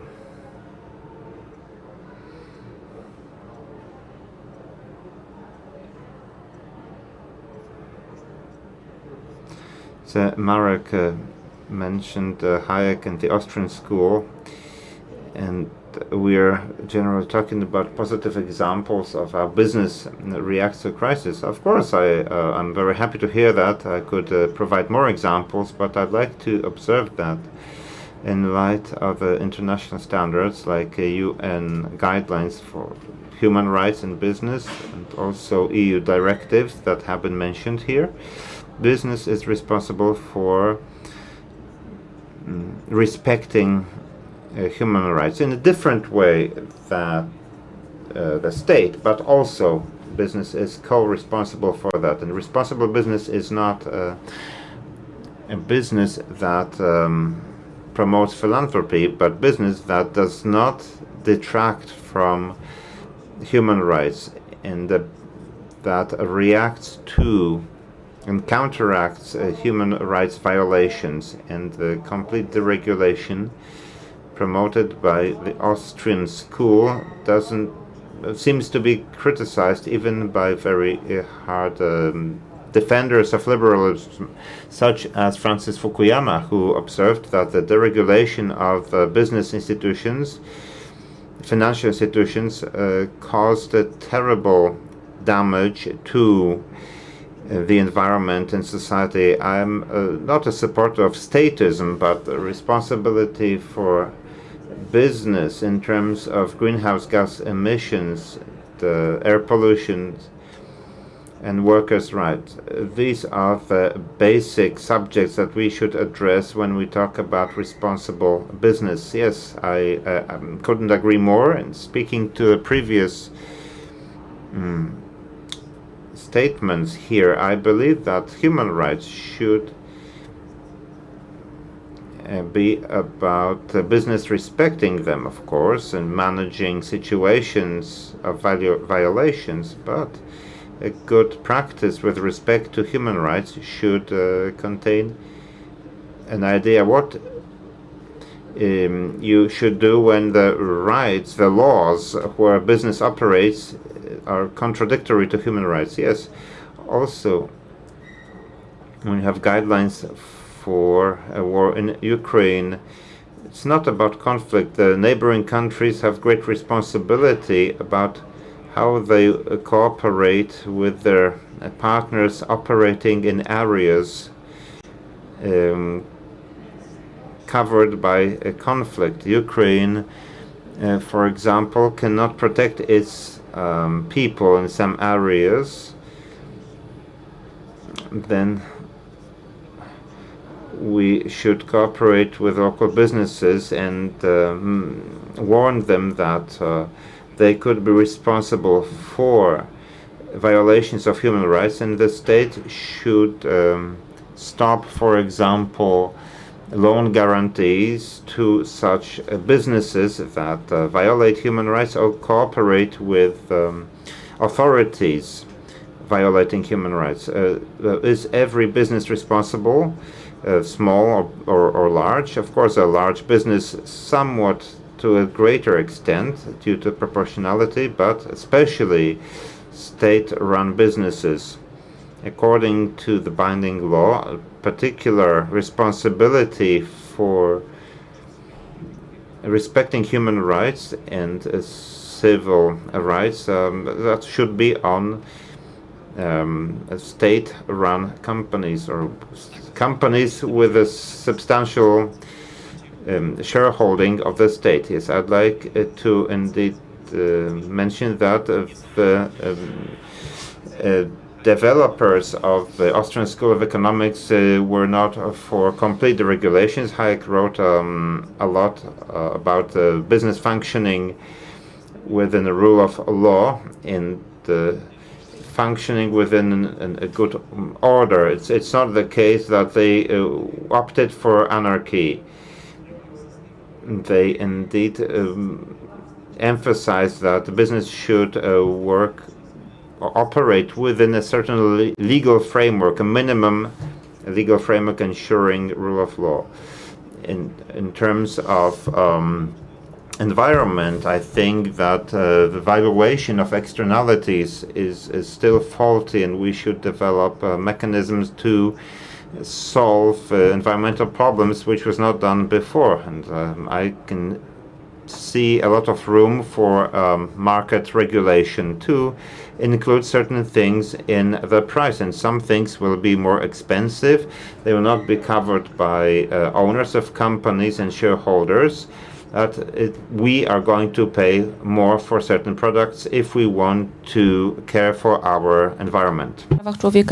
I just want to add that the right to live in a clean environment has been added to the list of human rights. That's how climate conditions have been taken account of. And of course, the accomplishment of goals have to be covered by due diligence procedure, because they can't be achieved at the cost of human rights. Well, 2 words about Łódź. Well, I just wanted to refer to this short video that was presented before we started. I liked it very much, and I think that Łódź is a very good example of a place where many factory owners who built these structures, they also took care of the space. They took care of the sewage, water supply system, public services, providing accommodation to the workers. Even before we had the directives or UN regulations, because some business people at that time believed that it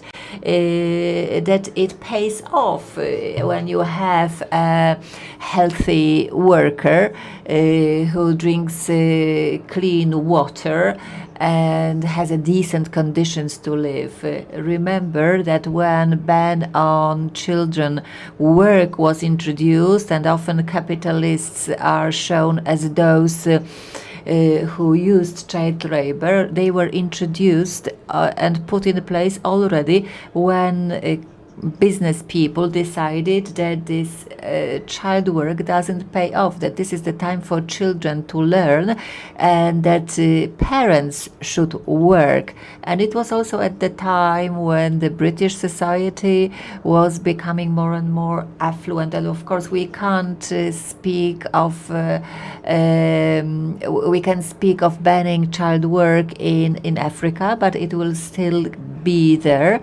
The best way to stop child work in Africa is to offer these countries better growth possibilities, more secure environment, but which they don't have because there are lots of conflicts in the region.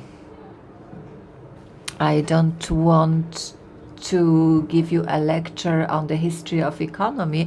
I will give the floor to the audience because I can see some of you raising hands, but well, so let's come back to the key issue, that is the responsibility. You've told us a lot about the responsibility vis-a-vis your staff, vis-a-vis external stakeholders, but when we look at the commercial code for companies, companies are responsible vis-a-vis their shareholders, well, first of all, and I can agree when it comes to the idea with Mr. Nowicki, but not to the reality, because the state-owned companies, they often accomplish goals and satisfy interests of some stakeholders, not necessarily, but definitely not minority stakeholders, because it's finally the consumer who will pay more for products, and so he or she will be able to buy less of products filled with values which are important or not to the consumers. So how about the responsibility vis-a-vis consumers? When it comes to stakeholders, there are stakeholders who invest in socially responsible businesses. But nevertheless, among traditional shareholders, we can hear questions about carbon footprint, social issues, workers' issues, and ESG, that's the language of investor instead of CSR. They want concrete numbers, indicators.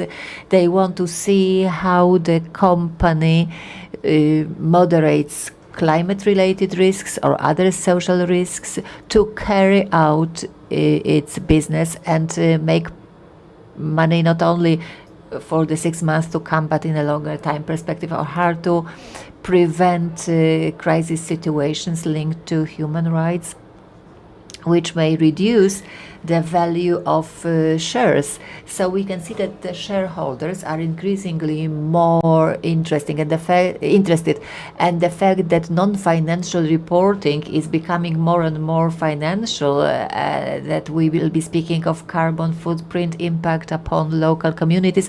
To me, this is a good sign of change, that because it has become the part of the mainstream. But speaking of customers, of course, customers expect brands to be socially engaged.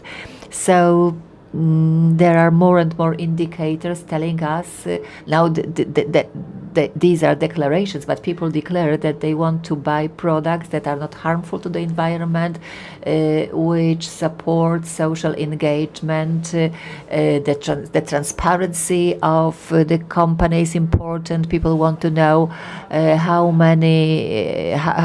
what proportion of the funds go for the different charity. People don't want greenwashing. They don't want companies pretending that they have become green. So we have a lot to do on the side of business to be transparent about when speaking about our products and services, but we can also see changes in consumers' opinions, and they clearly make these expectations. I fully agree with that. I think that great hopes are linked with going from CSR to ESG.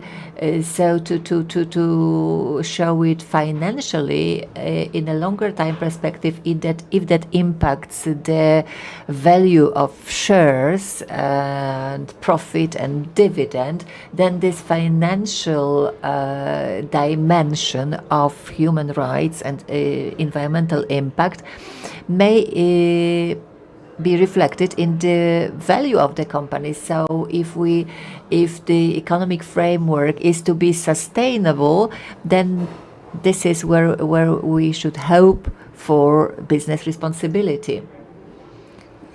3 bullet points with reference to what we have just heard. Yes, this business responsibility is expected by consumers. I've already mentioned the studies which clearly show that. So that's in the interest of business to be responsible and to communicate in a transparent way, to be credible in what we do and what we declare.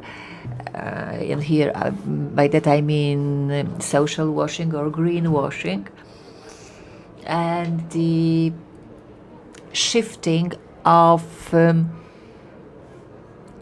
investment in ESG to consumers. It doesn't have to be that way, because firstly, investment in climate agenda or in circular economy business models, they are profitable in the long term.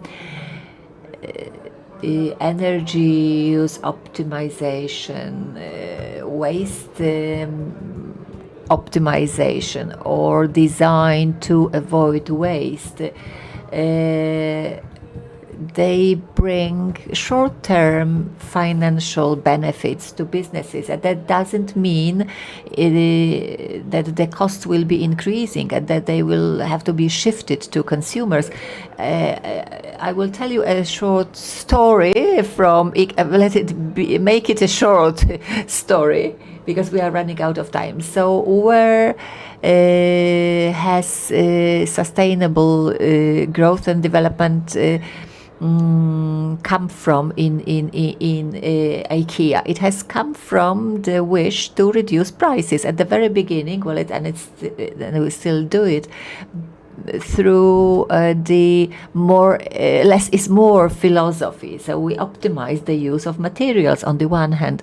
On the other hand, well, flat parcel, which again helped us reduce the cost of delivery, and it had a positive environmental impact. Yes. Could you help me with the mic? So we'll start with the lady over there, and I'd like you please to be rather consistent. Thank you very much. Thank you very much, Zuza Karcz of School Foundation. I very much wanted to ask the question. I'd like to address Agata and Maciej, because I can hear that you told us that these short-term actions like giving phone cards was management kind of activity. I don't agree with that because somebody had to, in your company, had to agree that you allocate some amounts to buy these phone cards and to give them to these people. So how these small processes, they build up knowledge in the organization.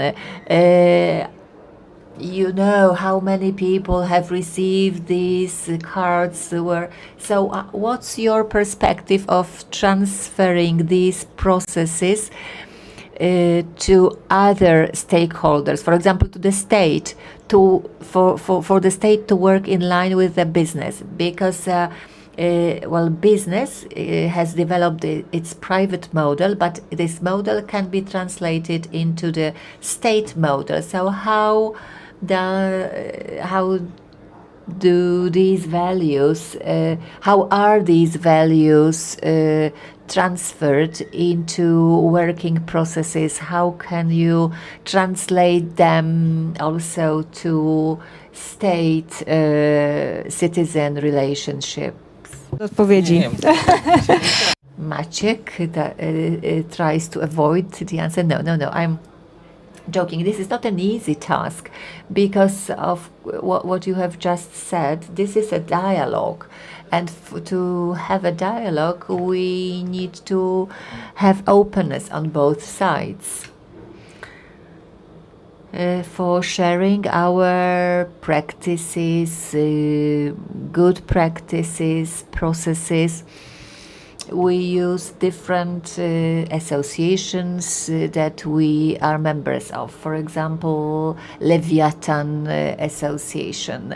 There are platforms which help us share our practices, and that's as much as I can say. Yes, yeah. You need to tango, and our experiences with big international NGOs, but also businesses. We were responsible for the protection area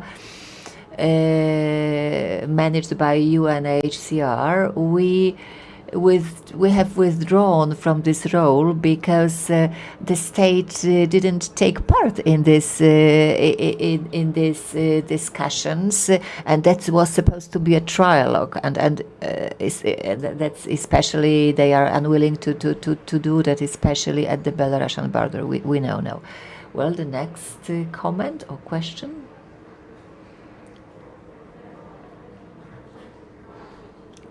Thank you. I've listened to that with great interest, and what I heard from your statements, I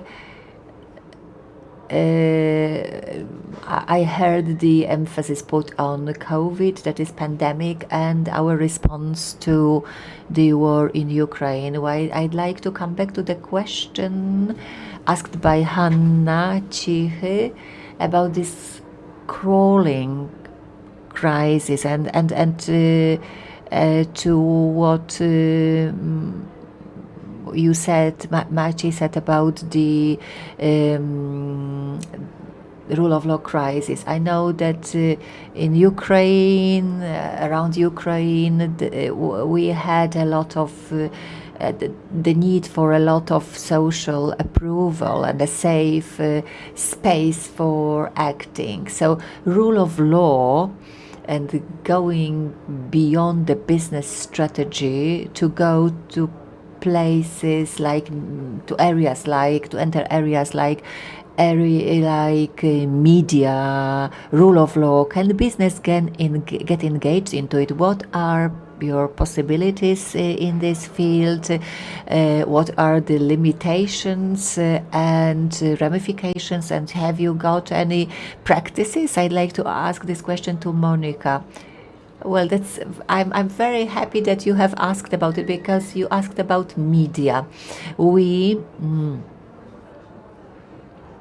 Well, practically, when we speak, we are launching a campaign. We change the narrative.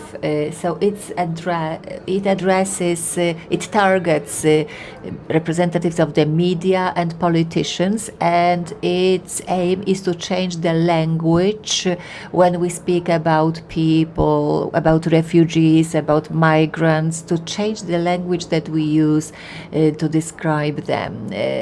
We carried out studies a month or 2 months ago to research the language in the public discourse, and we can see that the terms that are used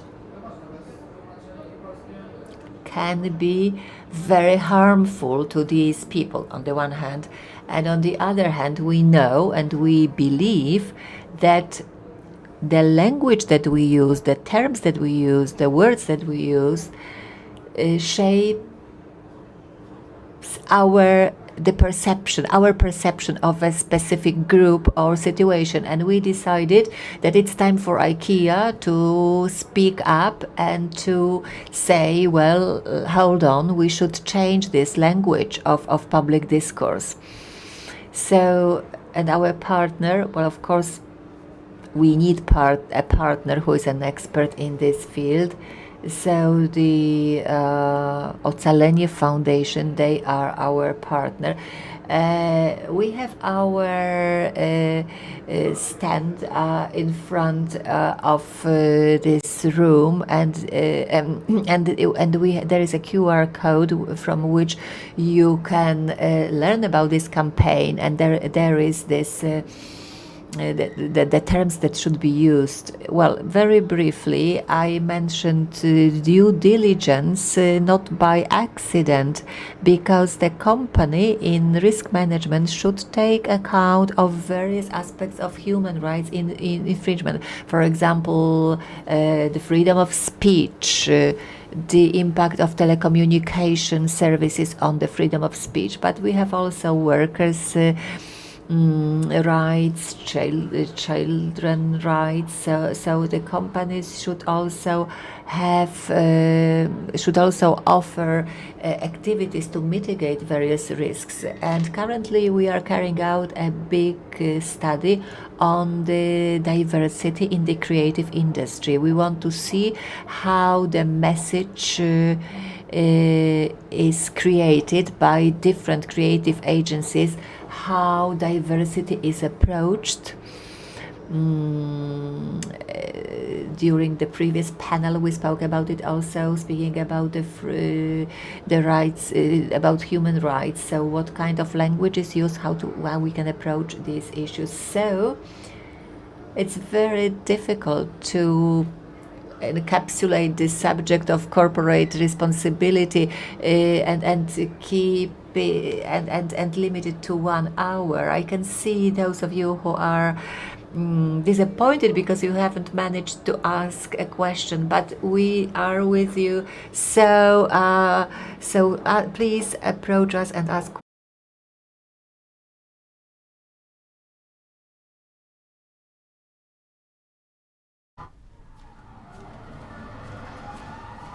Każdy wybór ma swoje konsekwencje.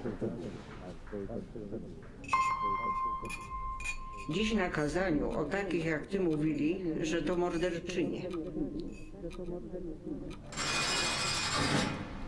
A wiesz, że ta, która ci pomogła, trafi za kraty?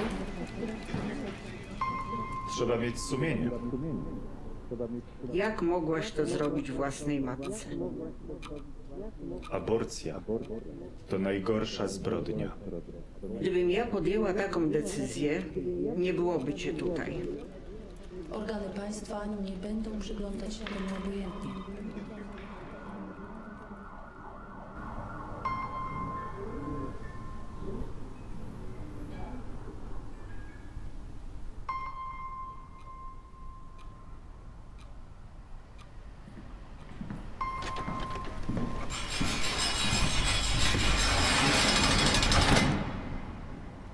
Życie i zdrowie kobiety jest najważniejsze. Stop kryminalizacji aborcji. Kobieta decyduje.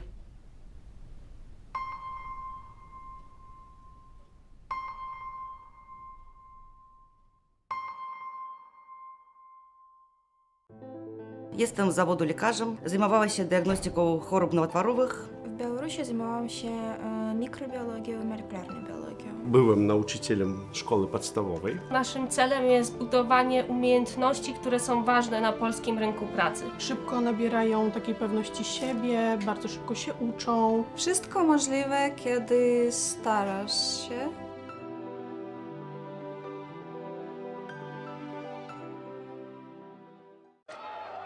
It's not always easy to recognize. It may look like this, or like this. It may be a burden, but it is a responsibility that we embrace nonetheless. But if it means this for one person and this for someone else, maybe it ultimately means being there for one another. It isn't handed to us, but we know where to find it and how it feels, how it tastes, and what it sounds like when we finally have it. It means different things to different people, but for many, it means everything. And if we all fight for it, it will eventually bring us together. Ihre Ausreise.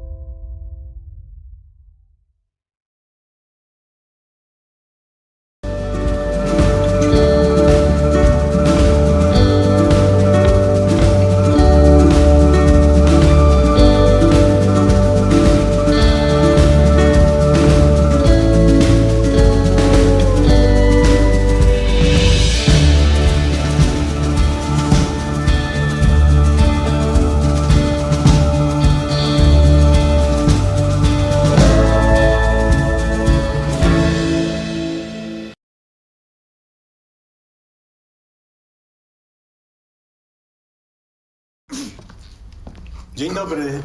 To znaczy, myśmy się dzisiaj widzieli. Wie pan co? Ja zmieniłem zdanie i chciałbym poprawić. Karty. W urnie. Dobrze? To ja sobie poszukam. Serio? Pan sobie poszuka? Nadchodzące wybory są zbyt ważne, by zostawić je bez kontroli. Dołącz do obywatelskiej kontroli wyborów. Zróbmy wybory bez piecu.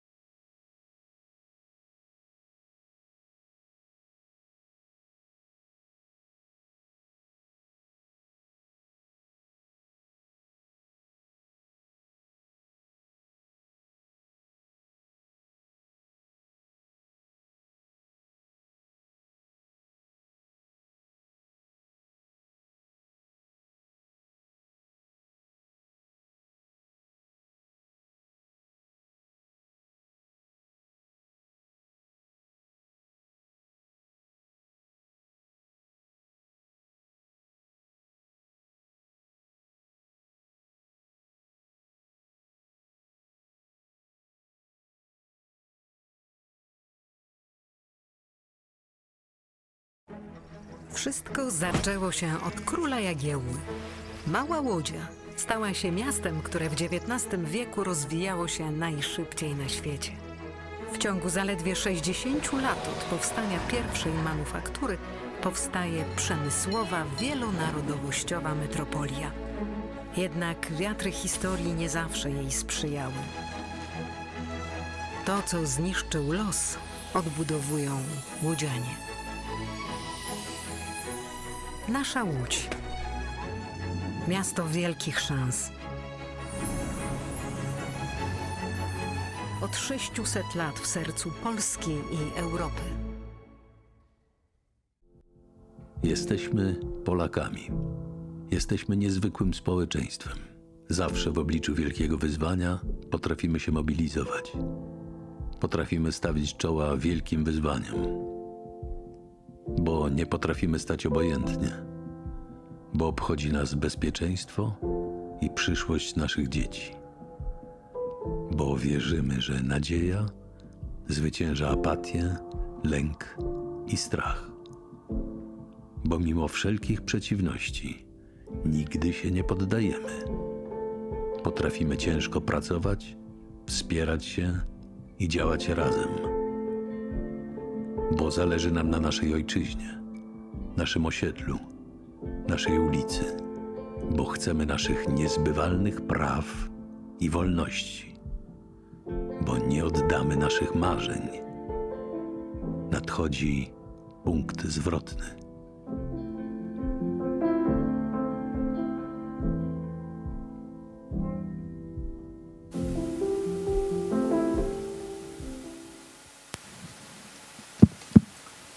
Good afternoon, everyone. My name is Alicja Bachulska, and I'm a policy fellow at the European Council on Foreign Relations. And I'm delighted to welcome you and our great speakers in our panel on EU-China relations. We're going to discuss a pressing issue, but an issue which remains on the margins of the Polish debate. And that's the question of China's rise and the urgency of certain challenges posed by growing and increasingly more assertive China. And to discuss this topic, we have here with us three great speakers. Finbar Birmingham, he's the Europe correspondent of the South China Morning Post, one of Hong Kong's oldest and most renowned newspapers.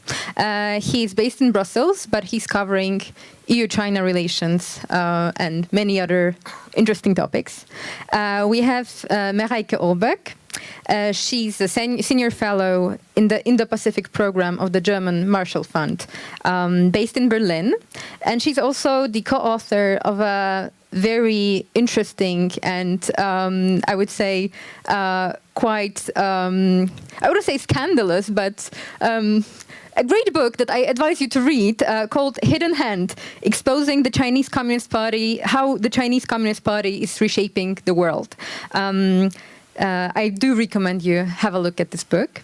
And last but not least, we have Justyna Studlik. She's the Deputy Head of Research and Head of Asia Pacific Program and the China Analyst at the Polish Institute of International Affairs. She's based in Warsaw and she's one of the most insightful experts on EU-China relations, but also China and Central Eastern European countries' relations. So please welcome our speakers.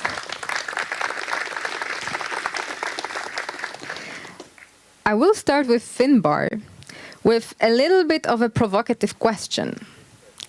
Is there such a thing as a European China policy? We oftentimes talk about, European approach towards China, European strategy towards China. But in the end, I think that people who don't really follow this discussion very closely might be a little bit confused.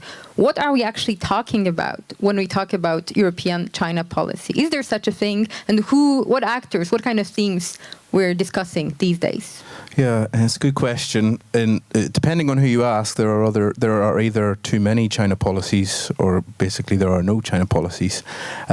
Sometimes it feels like every department in every government in Europe has its own China policy, and sometimes it feels like there's not really a coherent policy at all. And the truth is probably somewhere in the middle. There's a lot of slogans, and living and working and reporting in Brussels. It seems to be a city of sort of, platforming and slogans and so on. And I think where we are now is that there's a sort of broad set of parameters that are incredibly vague, that are sort of set in Brussels, that the EU 27 are supposed to adhere to. And the problem with that, the fact that they are so broad and so vague, means that each of the member state governments can essentially superimpose and write whatever policy they want, and it will fit within those contours. We're still working with the 2019 designation of China as a competitor, a partner, and a rival at the same time. And I guess that the working theory is that as long as it sort of falls somewhere within those three categories, you can kind of do what you want. I think, in recognition of what sort of is a changing global geopolitical environment and a changing China, there have been pretty strong efforts from the Commission in Brussels to change that over the last 6 months, to at least put some meat on the bones and provide some sort of narrow those parameters with which the member states are working, and that's in a very nascent stage, but I guess not many of the member states are terribly enthusiastic about doing it. I mean, the reason why we're still working with the 2019 designation of partner, rival, competitor is that if they crack that open for debate, nobody will be able to agree on a new way of describing it. So you've seen sort of von der Leyen, the Commission President, and her chef de cabinet take a very hands-on role in this sort of effort to flesh it out a little bit. This is the sort of another vague term that's become a massive buzzword in Brussels. This is the de-risking agenda, which we're dealing with now, and that seems to be the direction of travel in terms of what the EU's China policy will be for the sort of the coming period. And von der Leyen laid that out in March in Brussels in her speech. It was a really sort of moment. It felt like, at least for those of us occupying this incredibly niche bubble of China policy in Brussels, it felt like a bit of a landmark moment, because it's so rare to have a political leader get up and sort of lay out their plan and their view of China, because people ordinarily have been afraid to put that in public. It's been a very sort of very touchy subject, a topic from which many politicians are sort of afraid to get too involved in. But to her credit, she got up and she sort of laid out the contours of where she thinks this should be going. This is about reducing our dependencies. This is about diversifying our trading partners, not being exposed. I mean, the pandemic, the Russian invasion of Ukraine, China's coercion of Lithuania, what we've seen in terms of China's economic practices with this week. It's been in the news about the sort of, the subsidizing of electric vehicles, the dumping of solar panels, once again, is back on the agenda. These things are giving this debate some impetus. One EU official who spent maybe too much time in China told me recently that the member states are reluctant on all of this stuff, but China can be Europe's, or von der Leyen at least, von der Leyen's ally in this, because they have a way of opening your eyes with very sharp chopsticks. That was her words. So I think that a lot of European governments would be quite happy to keep these very vague contours of a China policy, but I think what we're beginning to see is that it's narrowing over time, thanks to perhaps the behavior of China, thanks to the changing geopolitical circumstances, the tacit support that China has given Russia's invasion of Ukraine. That's one area in which we definitely see a change in approach from Europe towards China. That sort of transcends everything else and percolates through the entire debate. The problem is, I suppose, de-risking is almost as vague as that triptych of partner, rival, competitor. You know, de-risking in Germany is very different to de-risking in Lithuania. It seems that in Berlin, Marek probably will know more about this than I do, but it seems as though de-risking, at least in the Chancellery anyway, keep doing what you're doing with China, but do more with other countries and other partners, whereas in Lithuania maybe it means decoupling. And in Hungary, I was in Stockholm at the Indo-Pacific Forum earlier in the year, and de-risking, the Hungarian foreign minister signed up for de-risking and then got on a flight to Beijing and signed a bunch of deals with Huawei. So it means something different to every government, and I guess we're going to work through that over the coming year, or well, let's see what happens with European elections next year. But you know, that's, I guess, where we are with EU-China policy. Thanks, Finbar. Marijke, Finbar mentioned Germany, and I think, you know, especially sitting here in Poland, Polish-German relations are not the easiest ones, but I think that we tend to overlook the role Germany has in shaping the European debate on China. And my question is, how do you assess the role of Germany these days in shaping this relationship? Do you think that, are you actually more on this kind of chancellery part of debate where you think that Germany will follow will not maybe return to business as usual, to what we've known from Merkel's years in power, but are we actually going to see a true strategic rethink with you know, the new German strategy, or is it just more about kind of stating that change is needed but not really doing much to achieve it? Thank you very much for this question. Can you hear me? Okay, great. So yes, as a German in Poland, explaining German-China policy towards a Polish audience, I think is a little bit of a challenge for me, because I mean, some of you will be familiar with the German position on, you know, what the problems at the EU are with China policy. The German position is always, well, we're actually quite ahead, but then there's China coming to divide the EU by establishing mechanisms such as 16, then 17, now 14+1, so just pairing up with various Central and Eastern European countries on a one-on-one basis. But as I've been saying for a long time, and since before it was cool, I mean, Germany and France have a substantially bigger impact on the whole on European China policy. And oftentimes, Germany and France have been, of course, holding European China policy back, whether that is by holding countries back that are ahead of Germany and France, or, and this is the other important point, by basically giving an excuse to other countries that don't want to act, or that can then say, oh, Germany is not doing anything substantial on China, why should we risk doing anything substantial on China? I think this is a fairly big sentiment in parts of Southern Europe, but also in other parts of Europe, right? So we come from this point of view. Now, what we currently have is, of course, a debate in Germany on China that has been changing. And it's not a change that has happened overnight. There's been build up to that. I think the first time that people were in Germany were like, oh, maybe we can't do business as usual with China was in 2016, when a Chinese company bought an advanced German robotics company, and then there was a little concern about that. Under the Trump administration, there was the sense that, oh, we're going to be made to choose between China and the US. I don't like this framing of being forced to choose, because I don't think Germany is in the middle. I think we're very clearly on one side.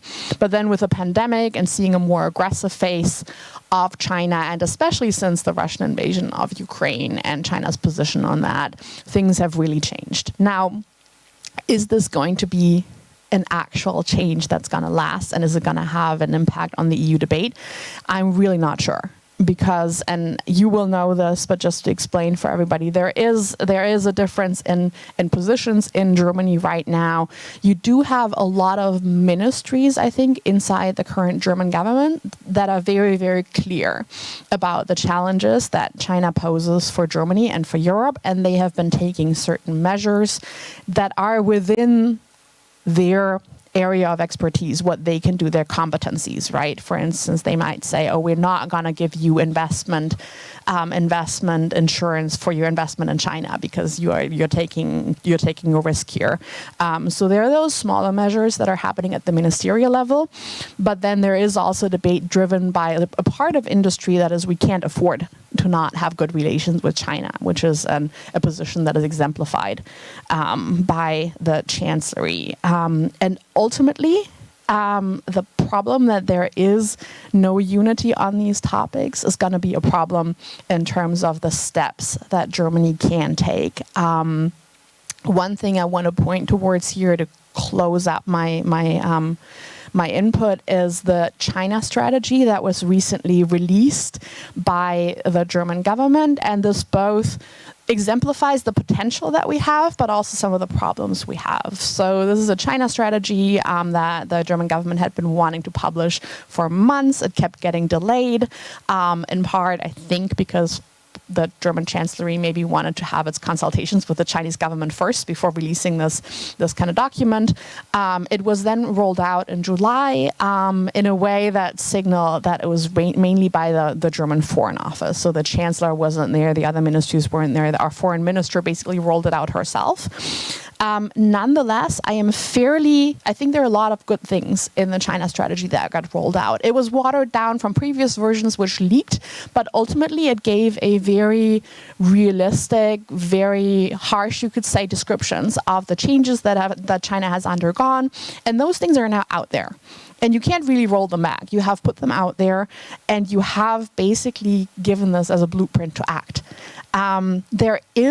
It's going to be difficult to come up with the right measures as long as there is no unity. However, and this is where I come back to Europe, I do think there's a good thing in the China strategy, even if Germany doesn't get its act together perfectly on this. It gives other countries something to act. Other countries can now look at this China strategy and say, okay, we can no longer say that Germany is doing nothing. They've put out in this document with very, very clear language.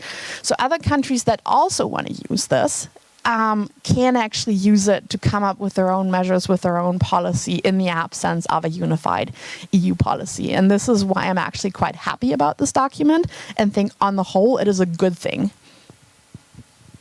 Thanks, Mareike. This is a very nuanced assessment, and I do agree that it's not a perfect strategy, but definitely it's a guiding post for other countries to potentially emulate, or at least start a debate.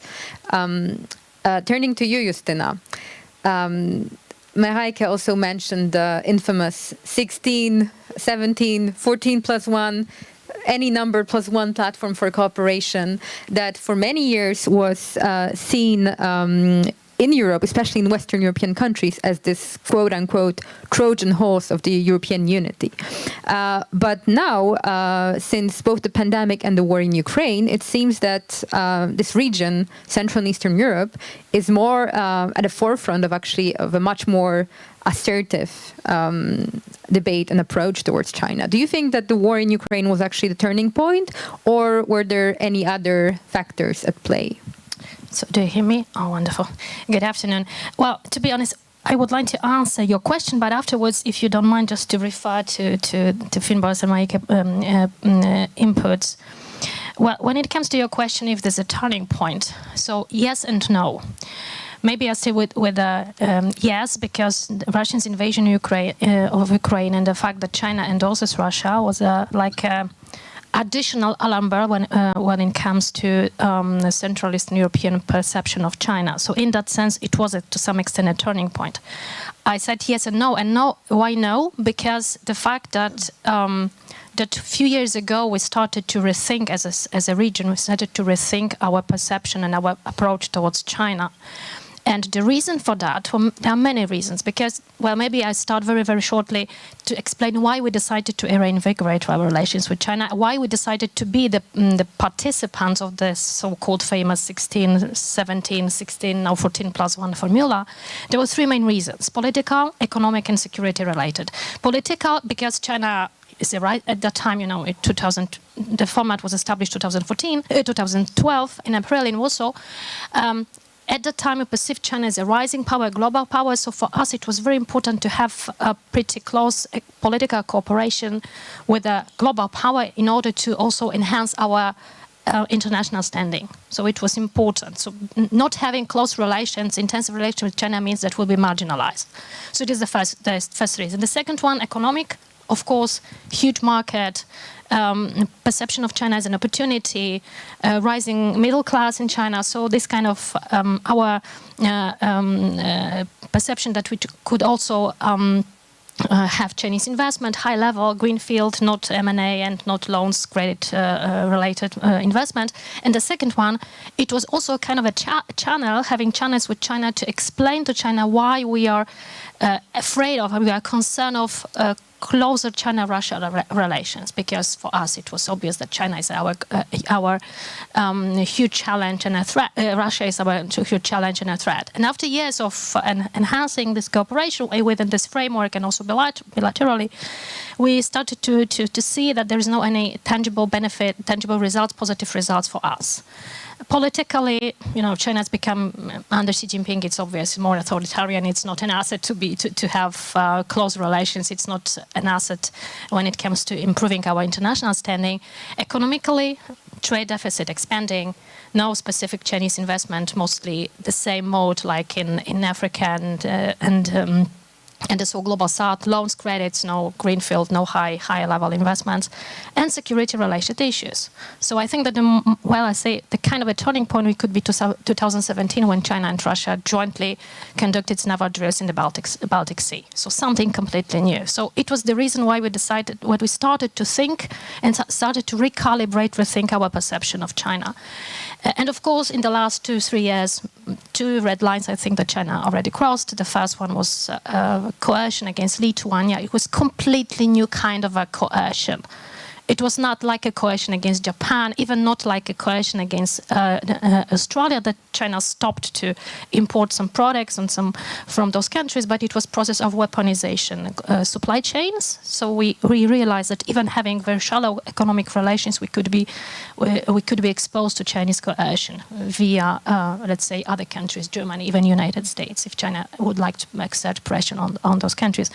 And of course, the last point is Russia's invasion of Ukraine and the fact that China supports Russia in a very open way. I would like to say it openly, politically / diplomatically, but also economically and even in security domain, providing Russia with some dual-use devices. And if I may just follow up to the first question, if the EU has, to some extent, a cohesive policy towards China, I think that there's some differences between me and Finbar is that Finbar see the glass full empty. I see the glass half empty. I see the glass half full. Because to be honest, when you look at the change of US approach towards China in the last few years, it is a tremendous change in a very short period, in several years. And of course, it's difficult to have a cohesive policy towards China, having 27 member states with different perception of China. But I think it's a huge progress. Even this threefold approach as partner, competitor, and rival, there is also a change that this pillar, which is called rival, is bigger and higher than this let's say pillar of perceiving China as a partner and competitor. And as a follow-up to what Marika said about German-China strategy, I would say that it is very good strategy when it comes to the definition and a diagnosis what China is and what China is doing. It is very comprehensive, detailed list of China's actions which are detrimental for us. And to be honest, I have some of thinking that if I meet someone who knows nothing about China, what China is doing bad, so I should give to him or her the strategy, China's German strategy, to read it. And to be honest, it is very strong political signal, and even the narrative, because Germany matters, and this language and narrative matters. Of course, there's a question about implementation, I know, but at this narrative level, it is a very strong signal, especially that it is from Germany. So I stop here. Go read it. Thanks, Justina. Going back to Finbar, let's switch the perspective. You were based in Hong Kong for quite a while, and you do have quite a lot of insights also when it comes to the Chinese part of this story. So do you think that Europe is actually taken seriously in Beijing? And how does actually China react to all these narrative and policy changes taking place in Europe these days? Yeah, it depends what you classify as Europe, I guess. I've got a couple of anecdotes on this front that I heard from over the last couple of years that help explain it. I had a chance to speak to Nicolas Chapuis, who was the European Union's ambassador to China. Now, this guy's a sinologist. He plans to spend his retirement translating Chinese poetry. He went to Beijing as a very sort of like positive impression of the Chinese government. First time he had a meeting with the foreign ministry with the lesser spotted Qin Gang, who has since dropped off the radar totally. He was told, "Ambassador, why are you here? You have no purpose here. If we need something, we will pick up the phone to Berlin or to Paris." And that was for him a really harsh lesson. You know, he dedicated his life to learning about China, and he was told he's irrelevant. And I guess that illustrates, you know, quite well how China sees Europe. You know, it doesn't have any great time for the European Union. It picks up the phone to France and Germany, and this is quite a successful tactic, I guess, because it allows, you know, China to, in the terminology of others, divide and conquer. Second anecdote I'll share was when I had a chance to interview the Chinese ambassador in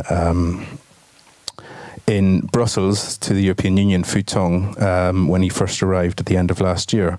And about half an hour into the interview, I said to him, "Ambassador, I haven't asked you a single question about the United States, but every answer you give me goes back to America." And what I sort of deduced from that is that everywhere there is a problem in the European relationship with China, the Chinese see the black hand of the United States. So I guess there's layers to this. There's a sense that the European Union as a sort of body is not taken that seriously because Chinese leadership knows that they can pick up the phone to Berlin and Paris and perhaps make progress on separate areas. And also, there's an unwillingness to accept perhaps that parts of Europe have come to their own conclusions on China. And there is this sense that, you see this in the Chinese state media all the time. You see it in statements from the foreign ministry and the officials, the spokespeople, that Europe is a puppet of America. So I think that is maybe changing ever so slightly since the war began last year. I think that this is an issue in which the Europeans have been very resolute. They don't allow, it's the top of every agenda. The message is always very clear about do not sort of send military support to Russia. It's the relationship has certainly soured since then. So I wonder since then whether the Chinese are starting to think, okay, we're losing Europe, so to speak. So this is certainly a concern given the sort of the geopolitical dark clouds. But yeah, I guess whether or not they take Europe seriously or not, I suppose it's difficult for them to get beyond the sense that America is behind all of these actions, and that so I guess possibly not. Thank you, Finbar. Marika, one of your areas of expertise is actually Chinese information manipulation and disinformation, depending on the definition.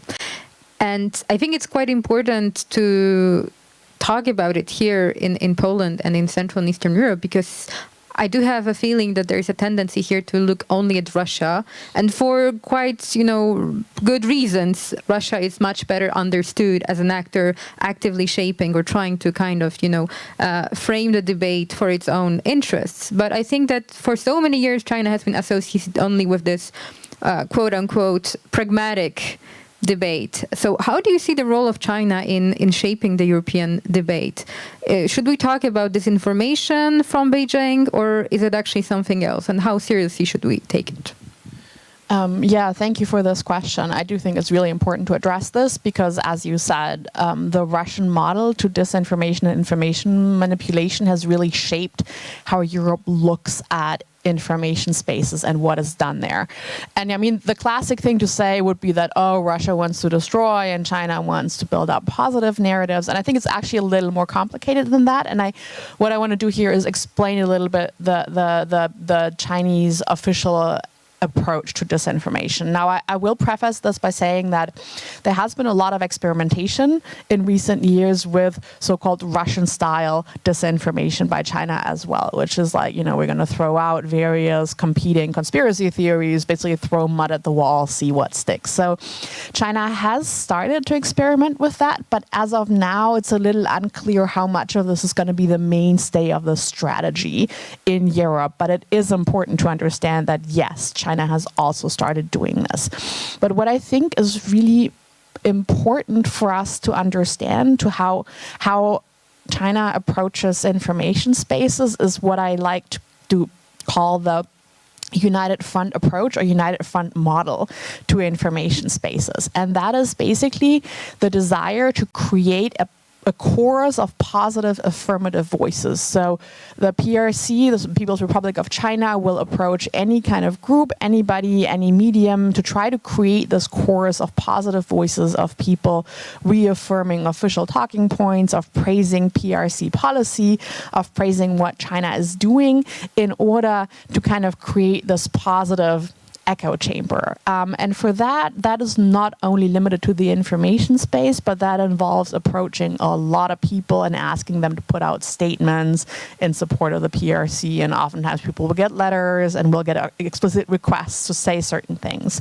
So this is one mainstay of information manipulation from the PRC. And I think the other one that may even be more important for us to understand is the negative side of this, trying to prevent certain topics from being raised, from being discussed, or from being discussed in any way that does not fall in line with the official narratives pushed out by the People's Republic of China. This is kind of the coercive side of things. So this can include anything from putting pressure on journalists, from restricting visas to researchers, to journalists, to anybody else, to harassing people who are considered critics of the PRC.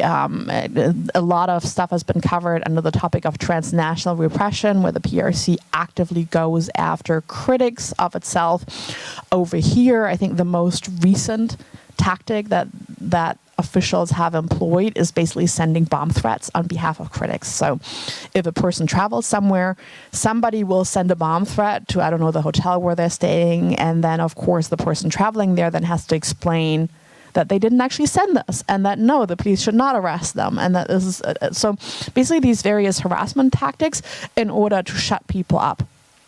And the idea is not that things are going to change overnight and that we're all going to start praising the PRC and the CCP and its policies.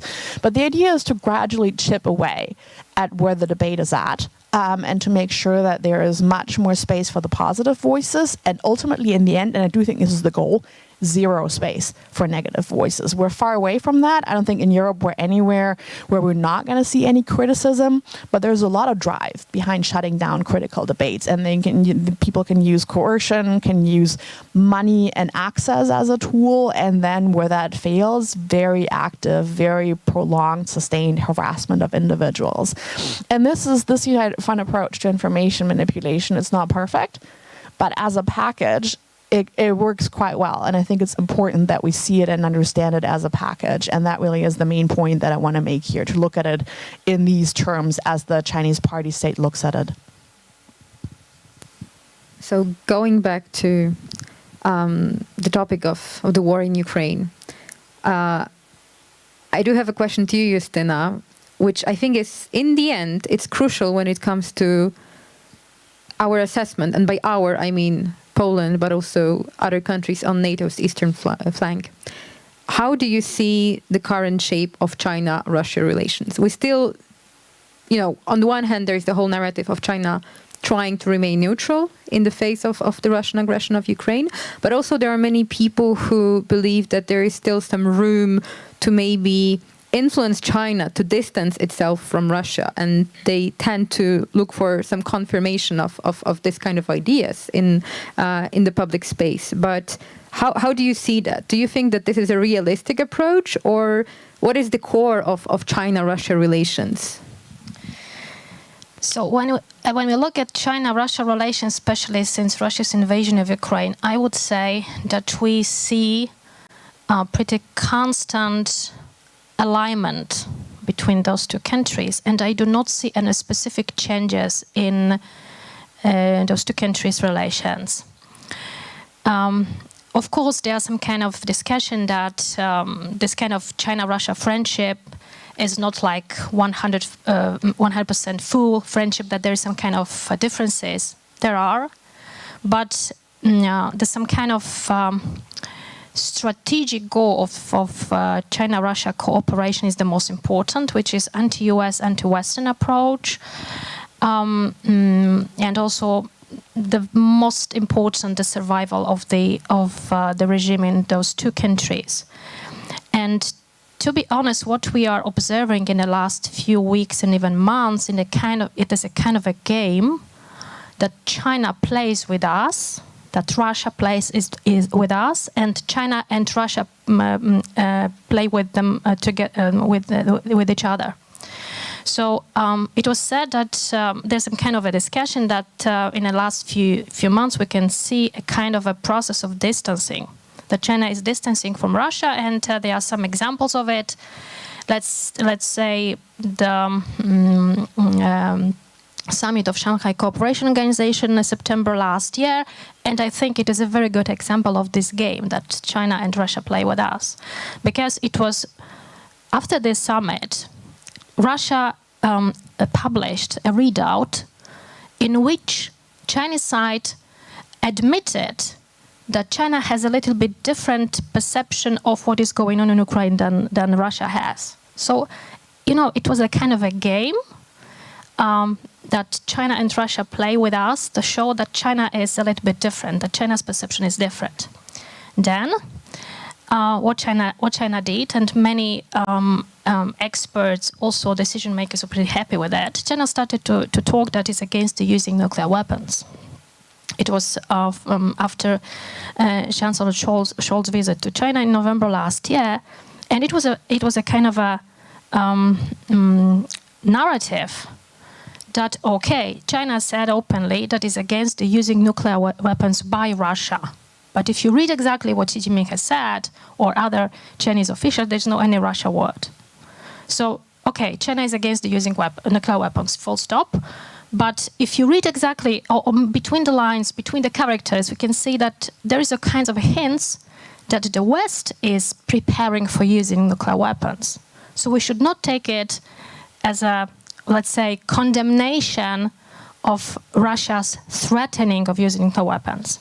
And in the last months that China published the so-called, the so-called peace plan, or 12 points that Xi Jinping talked to Zelensky, and that China appointed this special envoy for Central Asia, which is responsible for Ukraine, Li Hui, who came to Europe, to Ukraine, to Poland, to France, to Germany, and to Brussels. I think it's a kind of a game that China is playing. It's like a PR campaign to show us that China is to some extent distancing from Russia, and China is would like to be a peace broker. How? Come on, how? How could be a peace broker mediator? The China is doing something which is different from Russia. And to be honest, I have an impression that in the western part of Europe, China is pretty successful. I was told by one Chinese expert two or 3 weeks ago that he feels that the Western Europe is less critical on China comparing to the first weeks and months after the invasion. So we see this kind of a PR action, PR campaign that China would like to show that is distancing from Russia, but I do not see any specific when it comes to the substance, to the content of the policy in a specific the distancing process between Russia and China. So I call it, from my own thinking, that it's a kind of a maskirovka. So to mask some kind of real intentions, the real cooperation with Russia. And you can also see the last sentence, that you can see how dynamic and intensive is political dialogue between China and Russia. And compare it, for example, when it comes to political dialogue with China and Ukraine. Okay, Xi Jinping talked to Zelensky finally once during this 1.5 years. Li Hui went to Ukraine. Wow. But when you look at them, dozens of meetings between Chinese and Russian officials. And all the time talking about will to enhance economic cooperation, political cooperation, and so on and so forth. So I think I do not see. It's only kind of a PR campaign and a maskirovka game. We have a few minutes left before the Q&A session, so I'll throw a surprise question at you. A very simple one, but also a very difficult one at the same time. Are you more on the positive side or on the negative side when it comes to the future of, the strategic rethink? I think that in our discussion, we've already kind of, there is a conclusion that there are deep changes happening in Europe. But I think that the end game, there is no horizon when it comes to the end game of this debate. There is growing consciousness, but I think that still we have so many other problems on the table that China is seen as still somehow detached and not central to our problems. While in fact, for me, I do see that, most of the, maybe not most, but the majority, quite a few problems that we have, do have this China component in them, both economically, politically, security-wise. So do you think that we will be able to overcome this kind of strategic dilemma? Or, basically, are you on the positive side or on the negative side of it? Like, each of you, if you could, 1 minute. I'm positive about what they're trying to do. I think that the economic security strategy, and I agree that the German-China strategy is very real. I worry about the bandwidth in Europe for dealing with China. I have to report on all of these summits in Brussels and beyond, Foreign Affairs Council, European Council. Honestly, China is always the first thing to be sacrificed from the agenda because it's a difficult topic to get any agreement on. Nobody really wants to have the discussion because they know that they're at loggerheads with each other, and it seems to just be the first one to go every time. So I wonder, how do you actually change things if people aren't willing to sit down and seriously talk about it? Look what happened at the G20 last week in India. Charles Michel and the president of the European Council and the Commission president, Ursula von der Leyen, had separate meetings with Li Qiang, the Chinese premier. They're not willing to meet him together. Not just him, but any other global leader that they met, apart from Modi. I think that sort of feeds into this sense that Europe is unable to speak to China in one voice. So on one hand, you have the difficulty in actually getting a proper, good, honest-to-goodness discussion among European leaders about China. How are you supposed to move things forward if it keeps falling off the agenda? And secondly, this idea that that the German Chancellor and the Foreign Minister are on different pages, that the European Commission and the European Council won't sit in on the same meeting with Chinese officials. That to me is the Chinese are looking at that and thinking this is weak. Europe is unable to sort of move things forward. So positive about the agenda, negative about the ability to fulfill the agenda. 60 seconds counting down, I guess. I am a short to midterm pessimist and a long-term optimist. I call that my revolutionary optimism. It's like the dreamy stare into the distant future. I like to be optimistic about that. But so here's what I'll say. I think we need to recognize that by European standards, we've been moving at a very, very fast pace. We have gotten a lot of things done that usually you would not think possible without an immediate crisis. So I am quite astonished by the speed with which we have achieved things. I will say that it doesn't really matter how fast you run. If you're running late, you miss your flight, you missed your flight. So my question is it going to be fast enough for what is yet to come? Now, why am I side? I do think that in the end, we are probably going to get our act together, but I'm not sure if we will get it together before we will be forced by some action that China takes to get it together. I do think, and you can, whether you want to call that pessimistic or optimistic, sooner or later with the trajectory that China is currently on, we're going to be confronted with this and it's going to hit us probably in the face. We're going to be better prepared than we are now. I don't know that we're going to be fully prepared, but that whatever is going to hit us is going to force us to make those last adjustments. And I do think that in the end, we're going to get our act together. It's just going to be difficult and it's going to require more things to happen. A very difficult question, Alicia. But I think that we're on a positive side. And of course, I know that there's so many obstacles, so many problems. But the fact that, as Maike said, about that where we are now, just a few years in the EU, it is a really very new development. The very important issue is that there's a rising awareness of China, and also thanks to Putin, to be honest.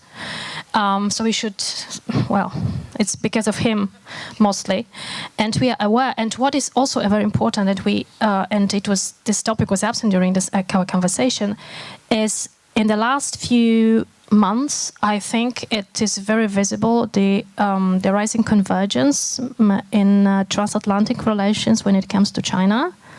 And of course, I think that till the elections in the US, well, we are pretty safe. So the question is what may happen in the US. But it is also very important. We can talk about strategic autonomy and so on and so forth, but it is very important that we must cooperate with the US when it comes to coping with China. And for now, I'm positive, pretty optimistic. So the question is what happens in 2024 in the United States. Thank you so much. Are there any questions to our speakers? There are. Please, one. Do we have a mic?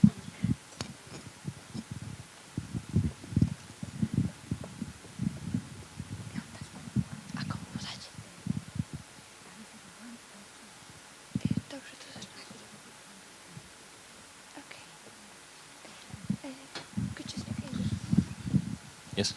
Well, I am a little bit astonished with the referring to the Chinese policy as maskировка, because in my humble opinion, China is playing its natural role, so to speak, because it's economically far more powerful than it's militarily. Because the Chinese military is, well, rotten and corrupt, and it's not functioning well.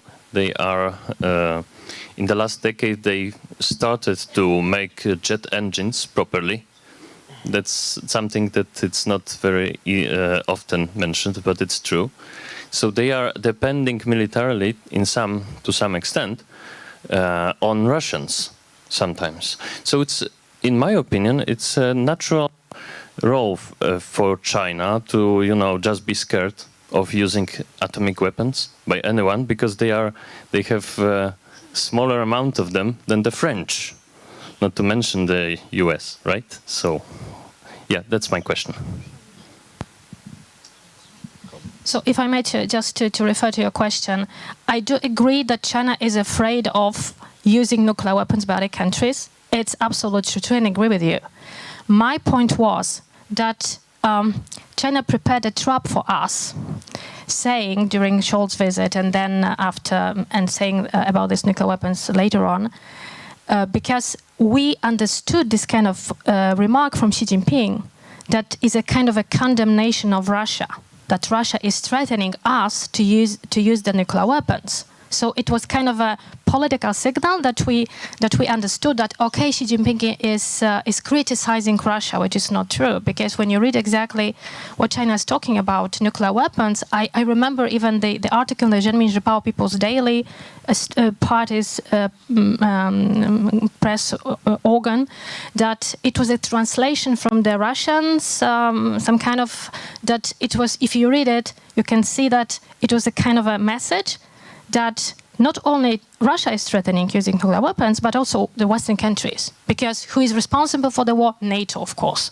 So, you know, this is what I wanted to say, that it was not direct, open criticism from China of when it comes to Russia's nuclear threats. When it comes to the China's military, I'm not an expert on China's military and what's the condition of the PLA, but China could deliver some military equipment to Russia that could be useful on the battlefield. You know, some kind of, I'm not an expert, but even this dual-use devices could be very, let's say, could help Russia, especially in this condition on the battlefield. So this is also, I'm not an expert. I could not say how PLA is strong, if it could really help, or to what extent the, PLA depends on Russia. But for sure, China could be very useful delivering something military related to Russia. Yeah, just briefly to support this, I think the statement, also because it was done after Scholz, they knew exactly what the German side wanted to hear, and how how nervous Germany is about anything nuclear weapons, etc. So I do think they played the German side like a fiddle on that one. And I would add on the PLA, yes, I agree that where the PLA is coming from is not good, and that yes, in terms of nuclear arsenal, they are way behind the US, Russia, and a ton of other countries. But there has been a lot happening in the PLA in terms of PLA modernization. And I mean, they are building up their nuclear stockpile as well. So I would caution not to completely underestimate what the PLA is capable of doing, because a lot of things have changed. We won't know until we see them in an actual fight, but things are not like they were 20, 30 years ago. So just to add that as well.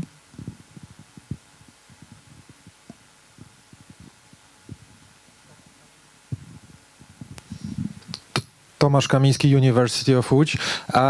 I have a question about non-state actors, which are very much engaged in various contacts with China.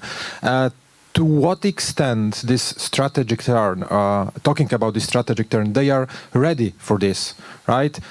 Big companies like Volkswagen or Mercedes, China is the most important market for them. For technological companies, China is a very important partner. For our cities, China is, the source of tourists. For universities, a source of students, and so on. To what extent governments thinking about strategic turn are under control and can impose this strategic turn on non-state actors? I think that's maybe a good question for me. I think the key part that governments can play here is to signal to some of the bigger actors that we can't force you to do anything. We don't have certain policies. We can't force you, but the risks that you are taking, you are going to be on your own. And whether or not governments succeed in communicating this and actually communicating it credibly will determine a lot of how this is dealt with. I feel like in terms of tourism and universities, the pandemic has already done a lot to disabuse people over here that they can rely on Chinese money forever. So I think that has already led to some adjustments in the strategy. I think for instance, for the big German companies, that's not going to be the case. They have tied their future to China, and if they need to leave there, they're going to lose a huge chunk of their revenue. So really it is about, de-risking for them is essentially about, to use that term and to demonstrate why it means different things, is coming up with separate supply chains for themselves, which is actually also why right now probably you see additional investment of German companies in China. They're separating their supply chains. They're building their own Chinese supply chains, so should something happen, they can separate off their Chinese business, right? This is what de-risking means to the big German companies. But what de-risking must mean, for instance, to the German government, and by extension to the European government, is making sure that the risk that these companies are taking does not become a collective risk. You know, you have your private profits, then make the risk private as well. And that is going to require some very strong signaling and some policy changes that I don't yet see how we're going to pull it off, but we do see some rhetoric going in the right direction and some governments signaling that yes, you can do this, but you're going to have a problem when this comes to a conflict. So we just need to make sure that we do even better on this point.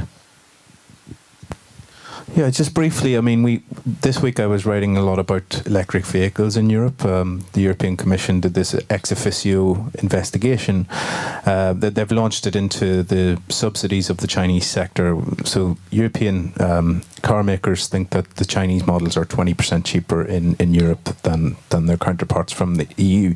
And immediately the German car industry came out with a critical statement on this. And, you know, I spoke to some of the European Union officials on background, and there's a sense that they need to save this German car industry from itself because they're living from like quarterly earnings call to quarterly earnings call. There's not like the CEO may not be there in 2 years, and you know, what do they care about the state of the industry or the state of European supply chains? So I do think that that's a hurdle that's going to have to be overcome. The statement from the broader European car industry was much more supportive than the German one. So yeah, I mean that's a battle that's going to be fought again and again, I guess. I'm afraid we've run out of time, but I guess we could be continuing for a long time, but unfortunately we do have time constraints. So thank you very much. Yeah.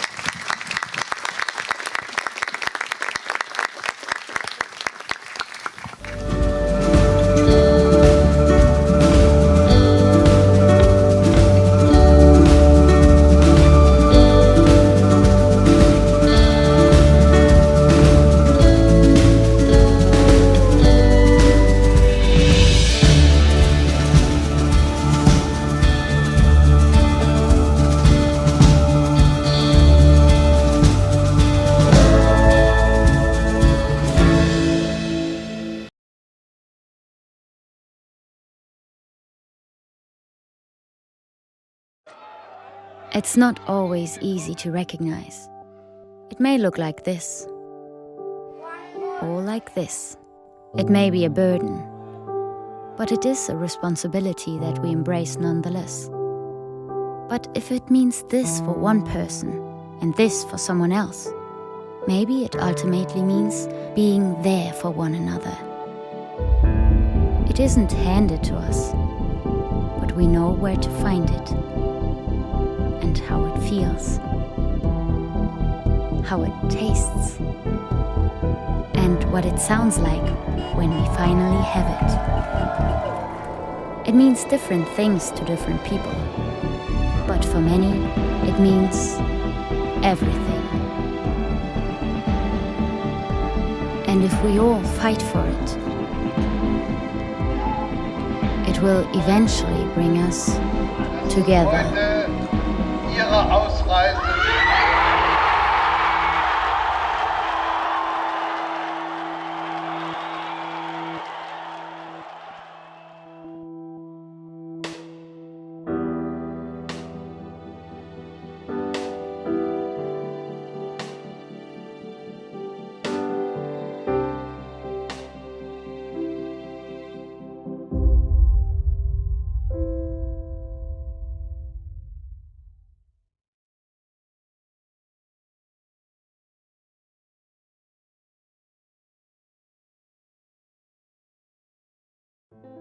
Jestem z zawodu lekarzem. Zajmowała się diagnostyką chorób nowotworowych. W Białorusi zajmowałam się mikrobiologią i molekularną biologią. Byłem nauczycielem szkoły podstawowej. Naszym celem jest budowanie umiejętności, które są ważne na polskim rynku pracy. Szybko nabierają takiej pewności siebie, bardzo szybko się uczą. Wszystko możliwe, kiedy starasz się.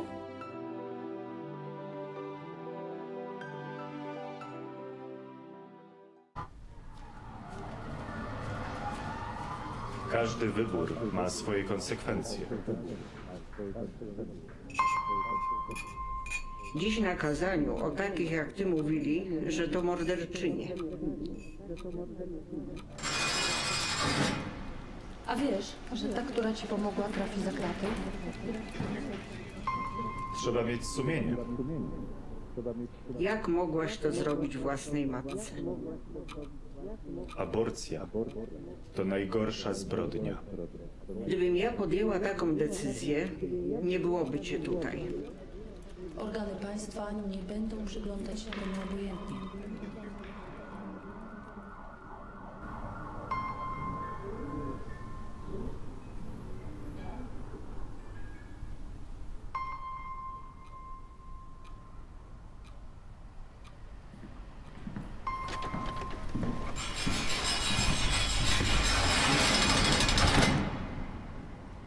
Życie i zdrowie kobiety jest najważniejsze. Stop kryminalizacji aborcji. Kobieta decyduje.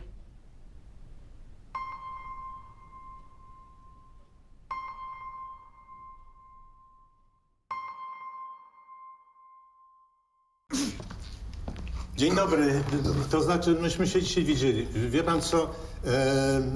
Ja zmieniłem zdanie i chciałbym poprawić. Karty. W urnie. Dobrze? To ja sobie poszukam. Serio? Pan sobie poszuka? Nadchodzące wybory są zbyt ważne, by zostawić je bez kontroli. Dołącz do obywatelskiej kontroli wyborów. Zróbmy wybory bez piecu.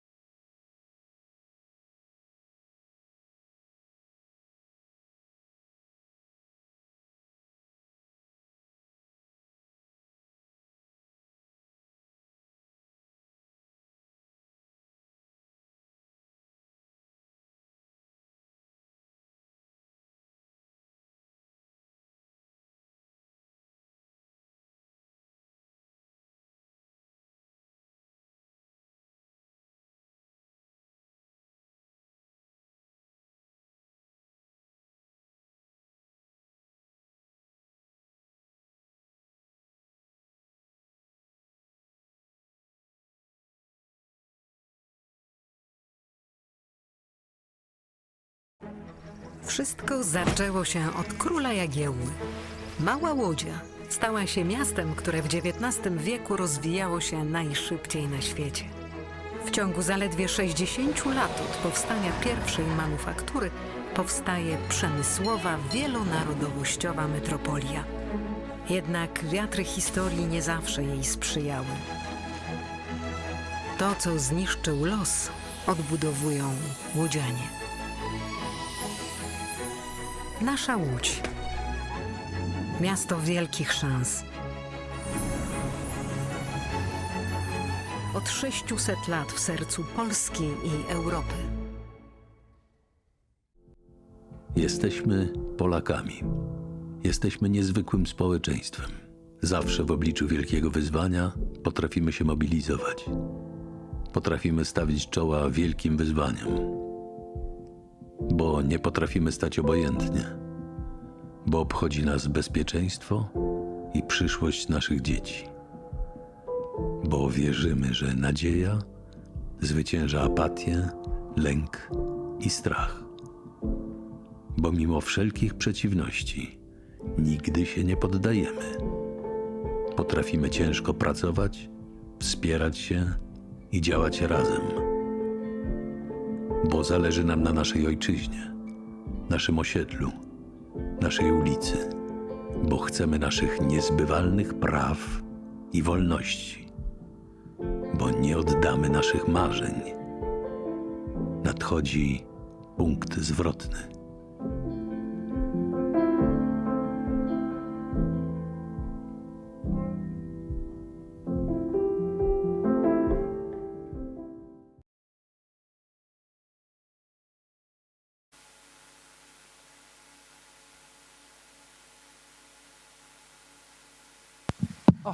Dzień dobry Państwu. Hello. I will switch into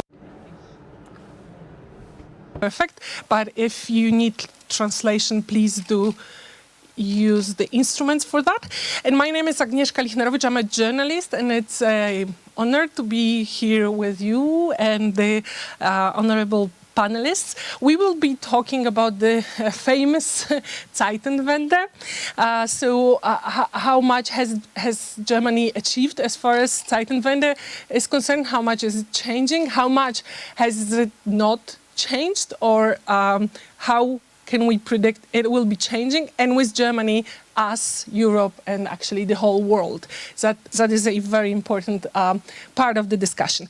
And we will be discussing for the, let's say, first part of it.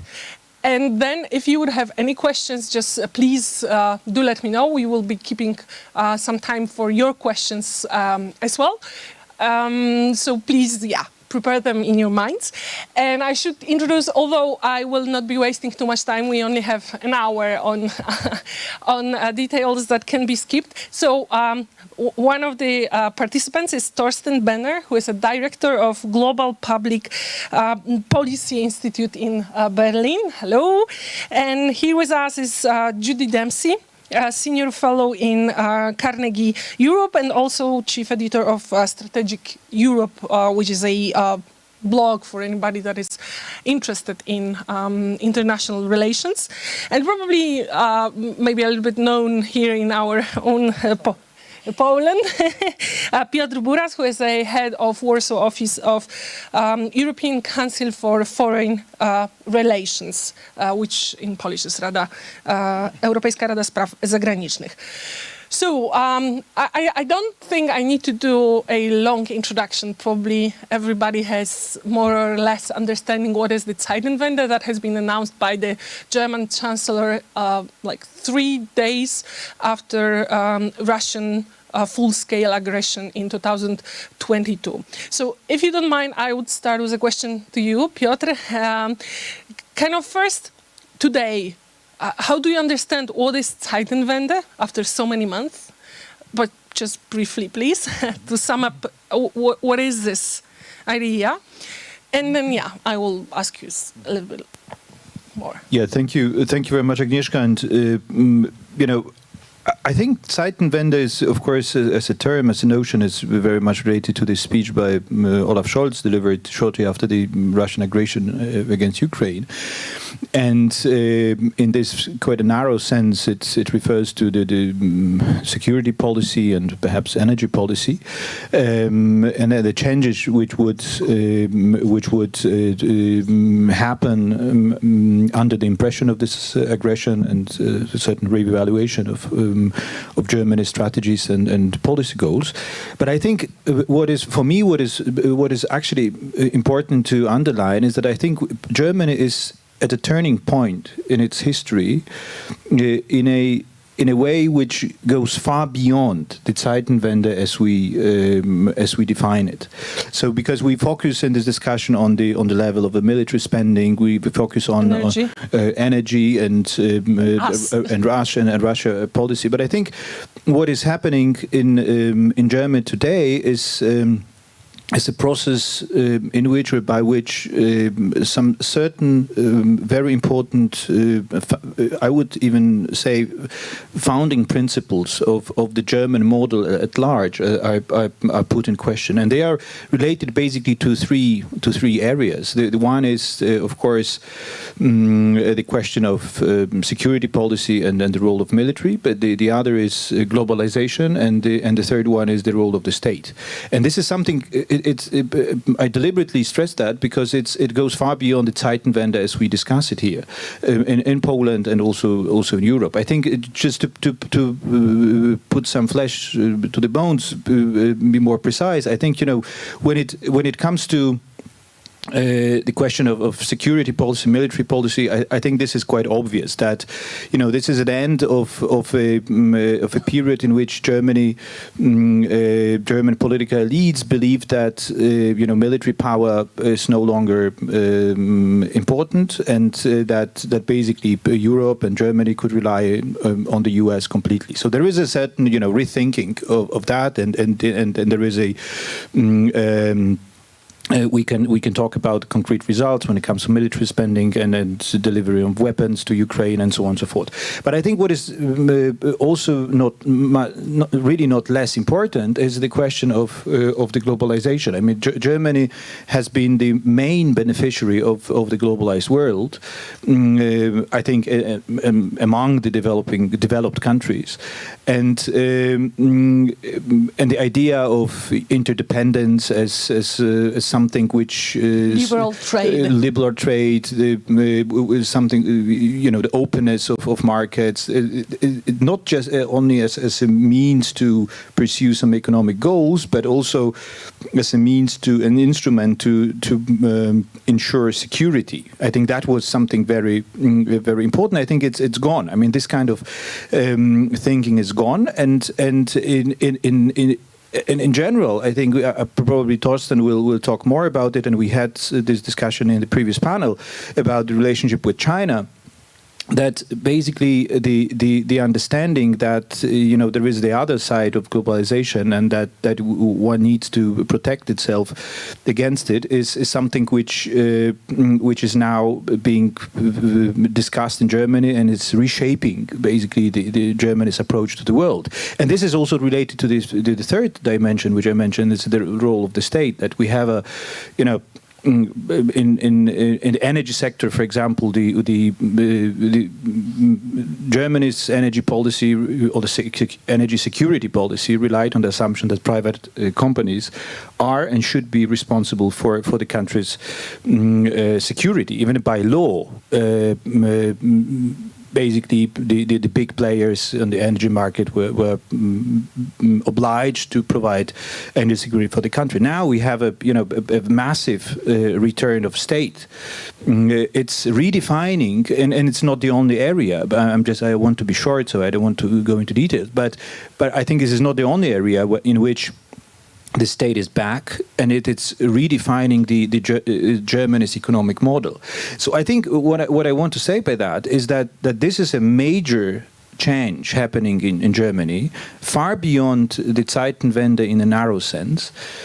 And this explains also, I would say, quite a slow pace of the process, which we may be not very happy with, but it's the magnitude of the challenge is massive in economic, political, social terms, and it also explains also to some extent the social backlash, which is not against this, very particular changes in the level of military spending or even redefinition of the policy towards Russia, but it's related with the rise of the AfD and so on with this much more profound change which is happening in Germany, which I believe is probably the most important Zeitenwende, most important sea change in Germany's politics after the Second World War. So, Judy, maybe I could ask you to focus a little bit on. It's not in the framework that Piotr has just drawn. If you want to add something, just please do. But how much Zeitenwende is actually influencing European Union? So, based on Zeitenwende, what can we say? How much European Union is changing? How will it be changing, if it's possible to say? So I'm trying to understand the external consequences of that, and of course, what does it mean for Ukraine that is protecting, trying to survive Russian aggression, or any other of the external factors you would like to focus on? Oh gosh. Agnieszka, I know, just choose whichever. Yeah. Oh, that's very dangerous. I know. Thank you very much for inviting me. I'm ashamed to say that I've been coming to Poland since 1980. This is my first time in Łódź, and it will not be my last time. And thank you for inviting me, everybody. Have you had any time to walk around? I clocked up 11 kilometers walking way over to the Jewish cemetery and all over that area, and then back over to the other cemetery and down, and I got lost, of course, but I did buy a tram ticket. I like the infrastructure a lot. So it's a great city, and I've got to tell you this, it's going to be horrible. There are no tourists, which is lovely. I mean, it's not like these southern cities are packed and you never get the locals. It's really nice. Anyway, that's a compliment. So I have to not play devil's advocate. I'm actually very pessimistic about the Zeitenwende. It went off to a great start. It was bombastic. It was extraordinary. But Scholz didn't see it through. He's quite a weak chancellor. He runs a very difficult coalition of Greens who are very anti-Russian, very pro-Ukraine, very pro-enlargement. He has to deal with the pro-liberal FDP, who does want less state. But the Greens actually are very pro-state, and the state interfering in all our lives now. And there's the SPD, and the Social Democrats, you must remember, are completely divided. They're very ambiguous towards Russia. They're very ambiguous towards Ukraine. There's the old Ostpolitik wing still in the Social Democrats, which believe that you can change through trade and this nostalgia. And this is what I really want to bring across, and I mentioned to Agnieszka in an email. Change, and you're all young Poles, and some of you are old, but transformation takes an awful long time, and transitions take an awful long time. And the Zeitenwende cannot be summed up in a year and a half or 2 years. It demands a completely new mindset, and it must be underpinned with communication. And actually, this coalition government in Berlin is pretty miserable when it comes to communication, which is a pity, because this is a wonderful chance. This is the first point. Secondly, on the points of the Zeitenwende, if you believe in the Zeitenwende, you believe that Germany from an intellectual standpoint has made the break with Russia, and no longer looks at Ukraine and Eastern Europe through the prism of Russia. This was the motivating factor on how the German elites, the CDU, the SPD, CSU, Christian Social Union saw Eastern Europe always through the prism of Russia. And there's still this lingering thing. It's about the weapons deliveries and this whole controversy over this. What will Russia think? Well, last time I looked, Russia invaded Ukraine. It's actually what the Ukrainians want and how this is going to affect the European security. This is the first point. This is going to take an awful long time to really entrench and change. I'm not so sure it has changed sufficiently enough. Second point is, Agnieszka did ask me, Germany, Zeitenwende, EU. Despite Ursula von der Leyen's sterling efforts to keep the EU together, and she's very much sees what's at stake in Ukraine, the member states still hold the cards. On the bilateral issues, on the grain issue, we have enough controversy with Poland and Hungary over the grain issue. We have Germany over the energy issue, over the nuclear issue. The Zeitenwende hasn't shifted sufficiently to weaken the role of the state and actually cede a bit more, how would you call it, not authority to the Commission.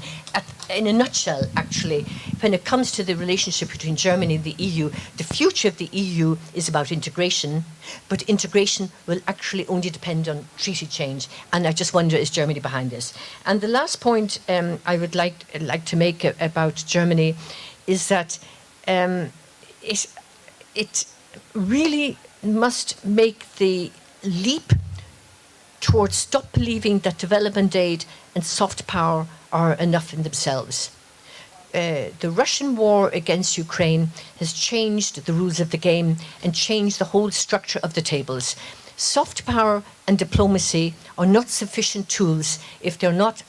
I'm not a Cold War warrior or believing in militarism, but it's got to be accompanied with the idea of hard power, and this must be integrated in some way in the EU. And we'll see what Poland is doing, we'll see what other countries are doing as well.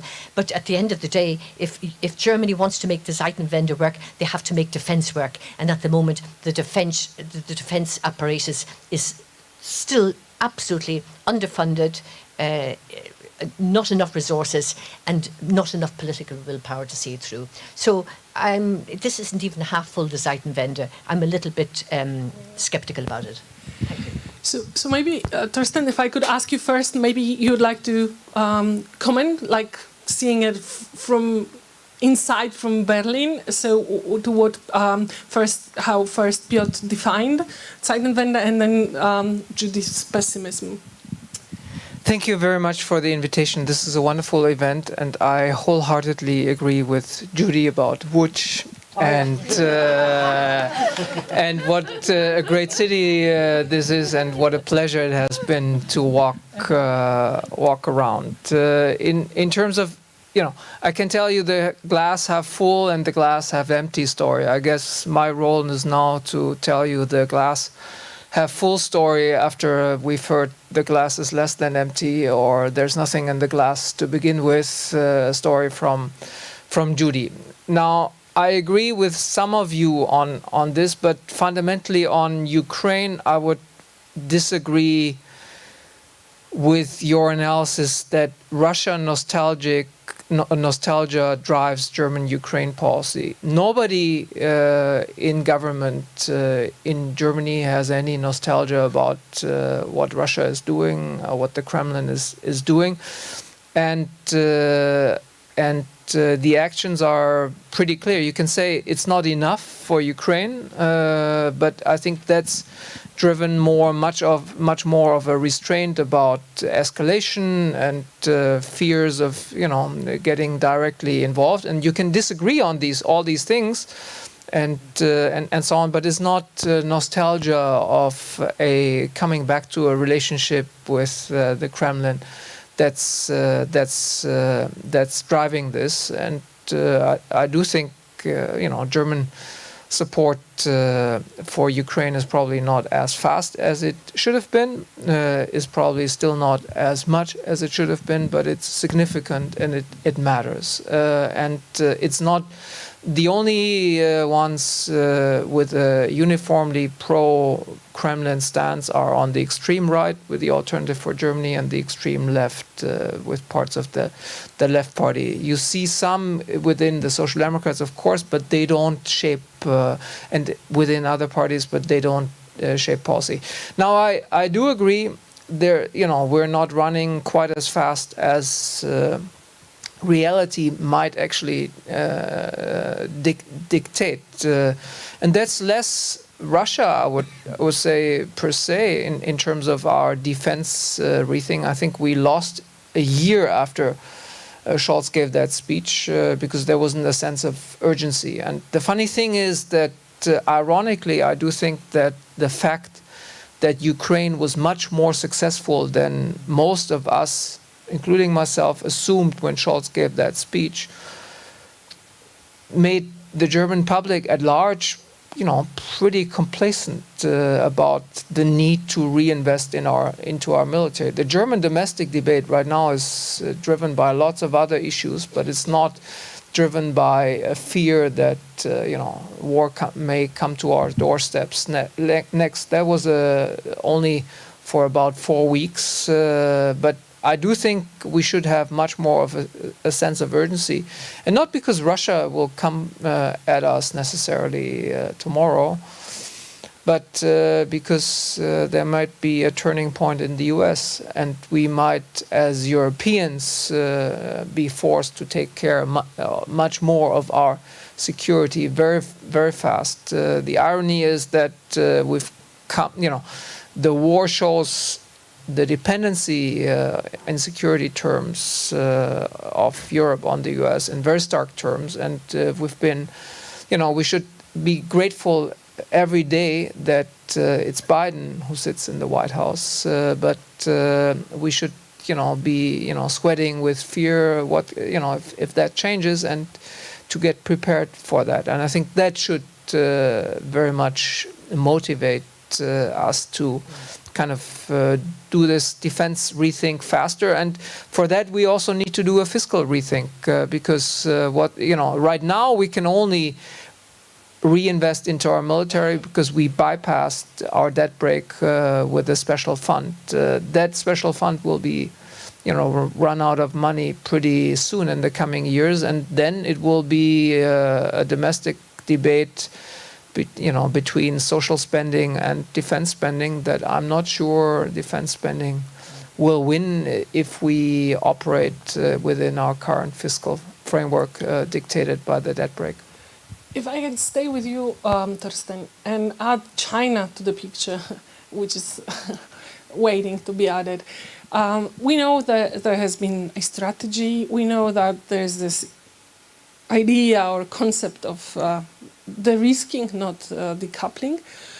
And so how would you sum it up? How because there are different opinions on that document, and generally the strategy, the will of German elites to decouple finally from China. We know that Ursula von der Leyen has just announced that they will investigate whether China has subsidized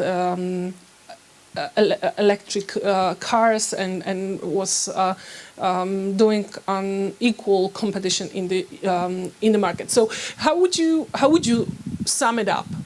Is it a radical change coming as far as German and China interdependency or dependency is concerned, or not really? There is no capacity in Germany to decouple both from Russia and China at the same time.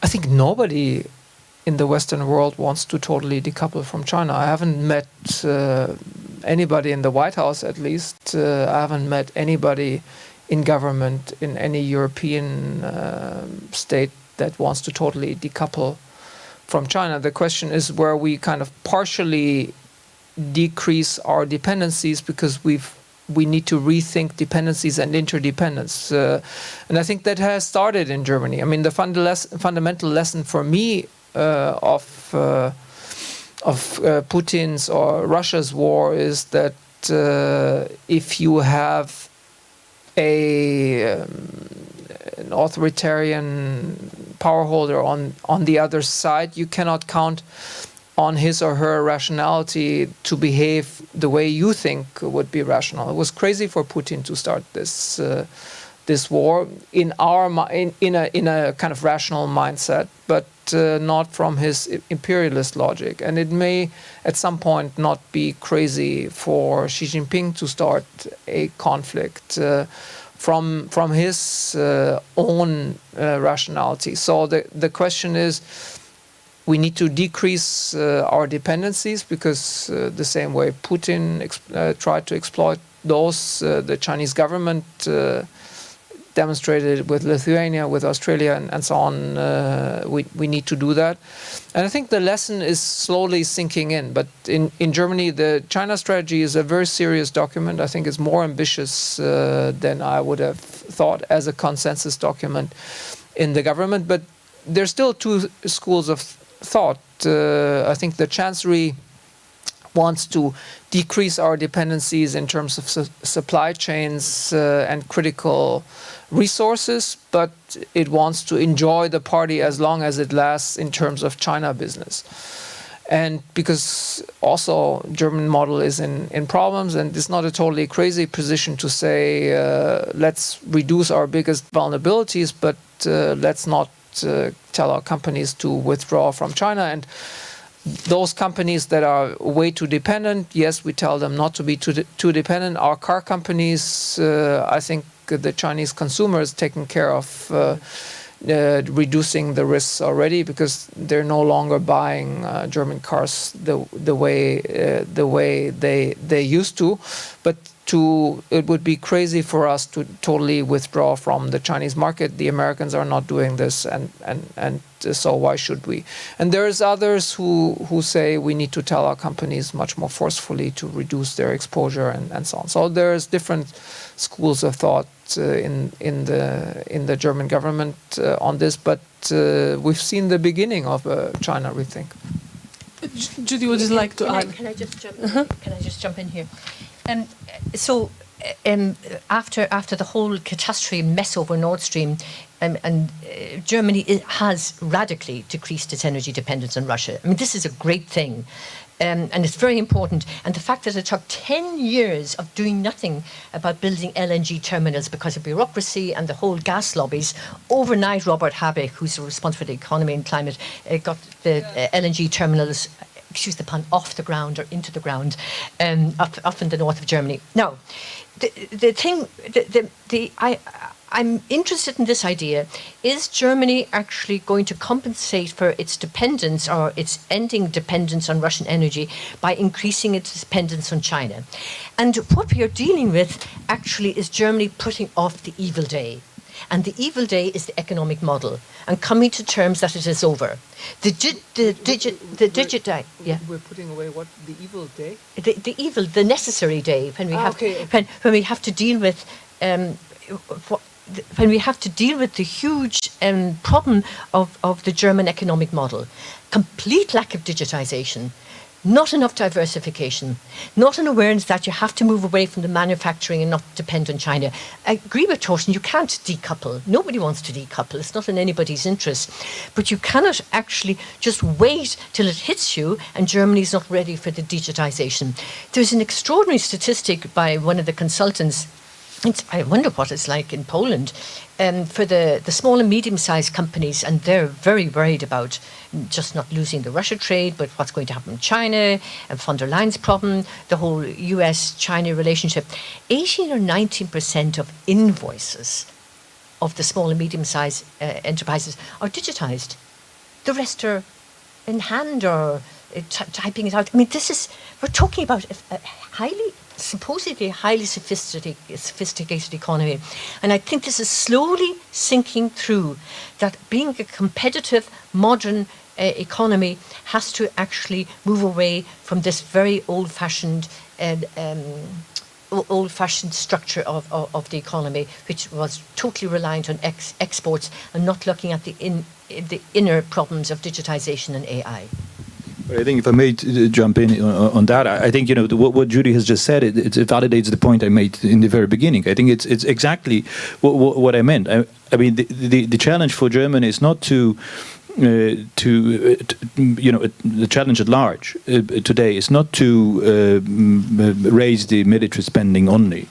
the challenge is the question how to navigate this really big the sea change when it comes to the economic model, when it comes to Germany's relation with the wider world, with the globalized world, and China is part of it. So I think this is the magnitude of the problem. But if perhaps just a few words in reaction what has been said on Zeitenwende itself, because I think it's probably important for us here in this panel to define what are actually the accomplishments and what are the deficits of this problem. And I think there are three main changes which happened. You mentioned one related to energy policy, and I think this is irreversible. I mean, the investments in LNG, it's not a departure from gas as a transition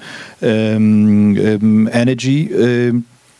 But it's a major, refocusing from the pipeline gas from Russia to LNG, and it has created a lobby in Germany, which is now interestingly against any kind of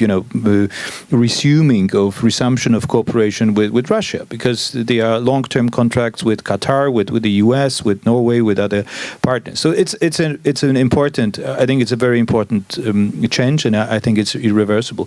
The other one is about Russia, and I think it's there is no new Russia policy. And I don't see it, being defined. But the old Russia policy is gone. I think the old Russia policy, the belief that Russia is a special partner, that it's an important partner, it's largely gone, and it's also related not just to foreign and security policy, but also to economic relations. Russia has never been an important economic partner beyond the energy partnership, but there was a belief that for many reasons, we need to invest in this relationship also economically. But then I think what is really important is what happened to the German companies in Russia. Many of them. Lots of them withdrew from Russia, especially those big companies. Many of them, big companies, were expropriated in Russia, and this is something that was a major shock to the German business. Basically, to see the Russian state basically seizing the property. But that was, I think, that was the illusion in which the German business lived for years, or maybe not. It wasn't an illusion, because that was reality. It was flourishing. I mean, as long as it went. So I think this is, and the third dimension where I think the deficits are the largest are indeed the security and military policy. I think it is very. There is no. I think I agree with Torsten that there is no this sense of urgency actually. And there is this investment 100 billion euro for 4 years, but the question is what happens after 4 years once this money has been spent, and then is the question: is it a sustainable change, or will the German society, the German economy, German state, the political elites will be able to define a long-term strategy for reforming Bundeswehr, investing long-term as much money as it is needed? And I think this is still a very open question. And of course, given the role of Germany in the European security landscape, it's a very important question for the rest of Europe. Thank you, Thorsten. I've seen you wanted to reply, but let's get to Q&A. No, but just one last question then to you, if you don't mind, about Ostpolitik, or not post-Ostpolitik, is that about Poland, it will be, and Baltic states, if you don't mind. But there is this opinion here, how do you look at it, how do you perceive it, that actually German foreign policy towards Poland and Baltic states has not changed that much, though it should have changed, because, and then there's this thing that has been repeated so many times, that the countries turned out to be right about Russia. but there is this feeling, at least in Poland, that there is still this paternalism or whatever. How do you see it from Berlin?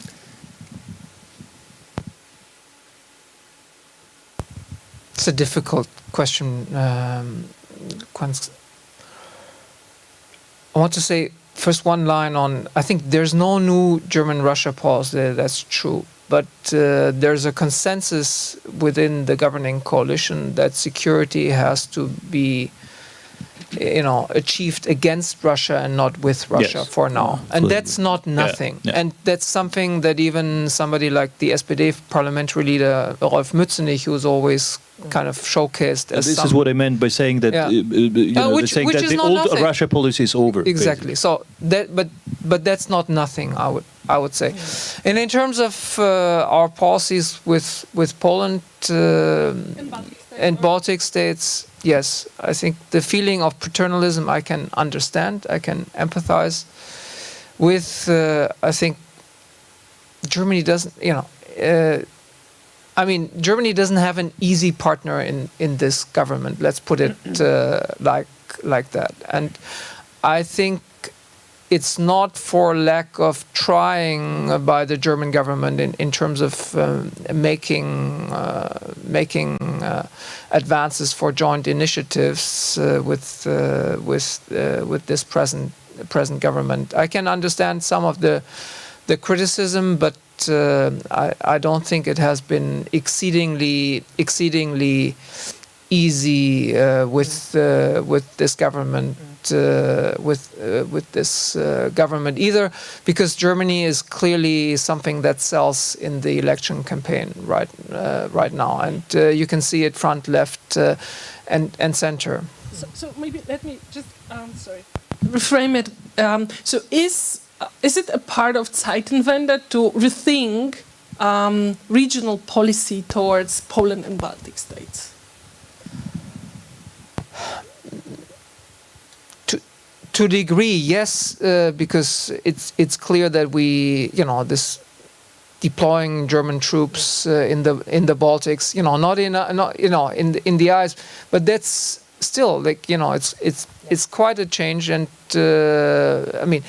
maybe Germany elites haven't been as sufficiently contrite and telling Baltic and Polish elites that they were right on Russia all along. I think we could have made more of a show on this, but I think we haven't nearly exploited the potential of the relationship, especially with Poland, because Poland punches way below its weight in the European Union globally, because it doesn't do as good a job as possible in terms of building alliances, not just with Germany, but across the European Union.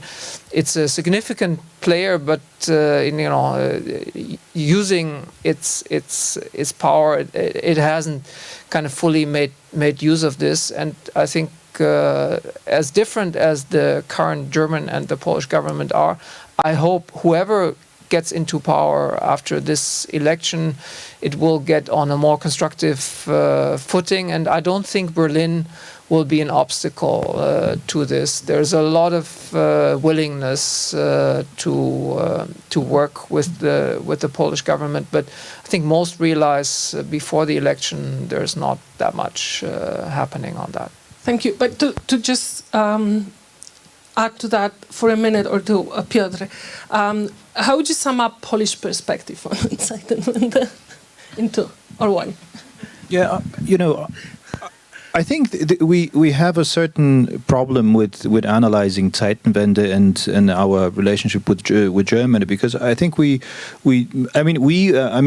wider public opinion and also to some extent expert community on the media, that I think we define the measure for success or failure of Zeitenwende by asking the question to what extent Germany fulfills our own expectations.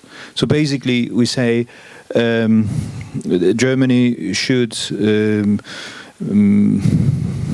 scrap the NATO-Russia Founding Act. If it doesn't so, Zeitenwende is not taking place. We should. Germany should decouple from China. Germany should apologize for the Ostpolitik. It should show more. There should be an investigation in Germany why the Russia policy has been run as it has been. I think, you know, it is all, and this is the measure of is the change happening or not. It's a very extremely black and white picture. I have the feeling, and you know, emotionally, I think it is legitimate. Politically, it is very problematic because, you know, you cannot grasp the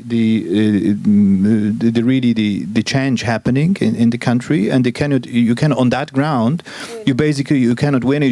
You cannot define your policy towards a key partner in the European Union, because, you know, it's just putting. Of course, we would be great if all that happened, but probably it won't happen. And anything of that, and despite that, I think there are some opportunities in the relationship with Germany which should be embraced. Thank you. We could go on, but we have last quarter. If there are any questions, there are many. So I see 1, 2, 3. So let's take the 3 that we have, and then we'll go with the second round. Okay, sorry. Maybe you can say to whom it will make it more effective. Yeah, and your names, of course. Hi. Well, I'll try. I don't know who to address this. My name is Wojciech Makowski. You already noticed that the current German government is not very popular with the German society, to put it mildly, and we might be heading towards a government change after the next election. So I wonder what will happen with Zeitenwende after that. I'm asking also because, well, the CDU is not very visible how they perceive Zeitenwende from, like, watching this from Poland. Will there be continuation without any changes? Will there be any adjustments? What are your predictions? Judy, okay, we'll take it.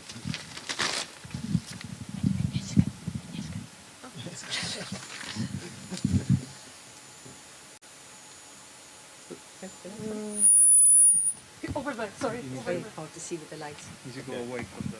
Because there's a mic. Ah, okay.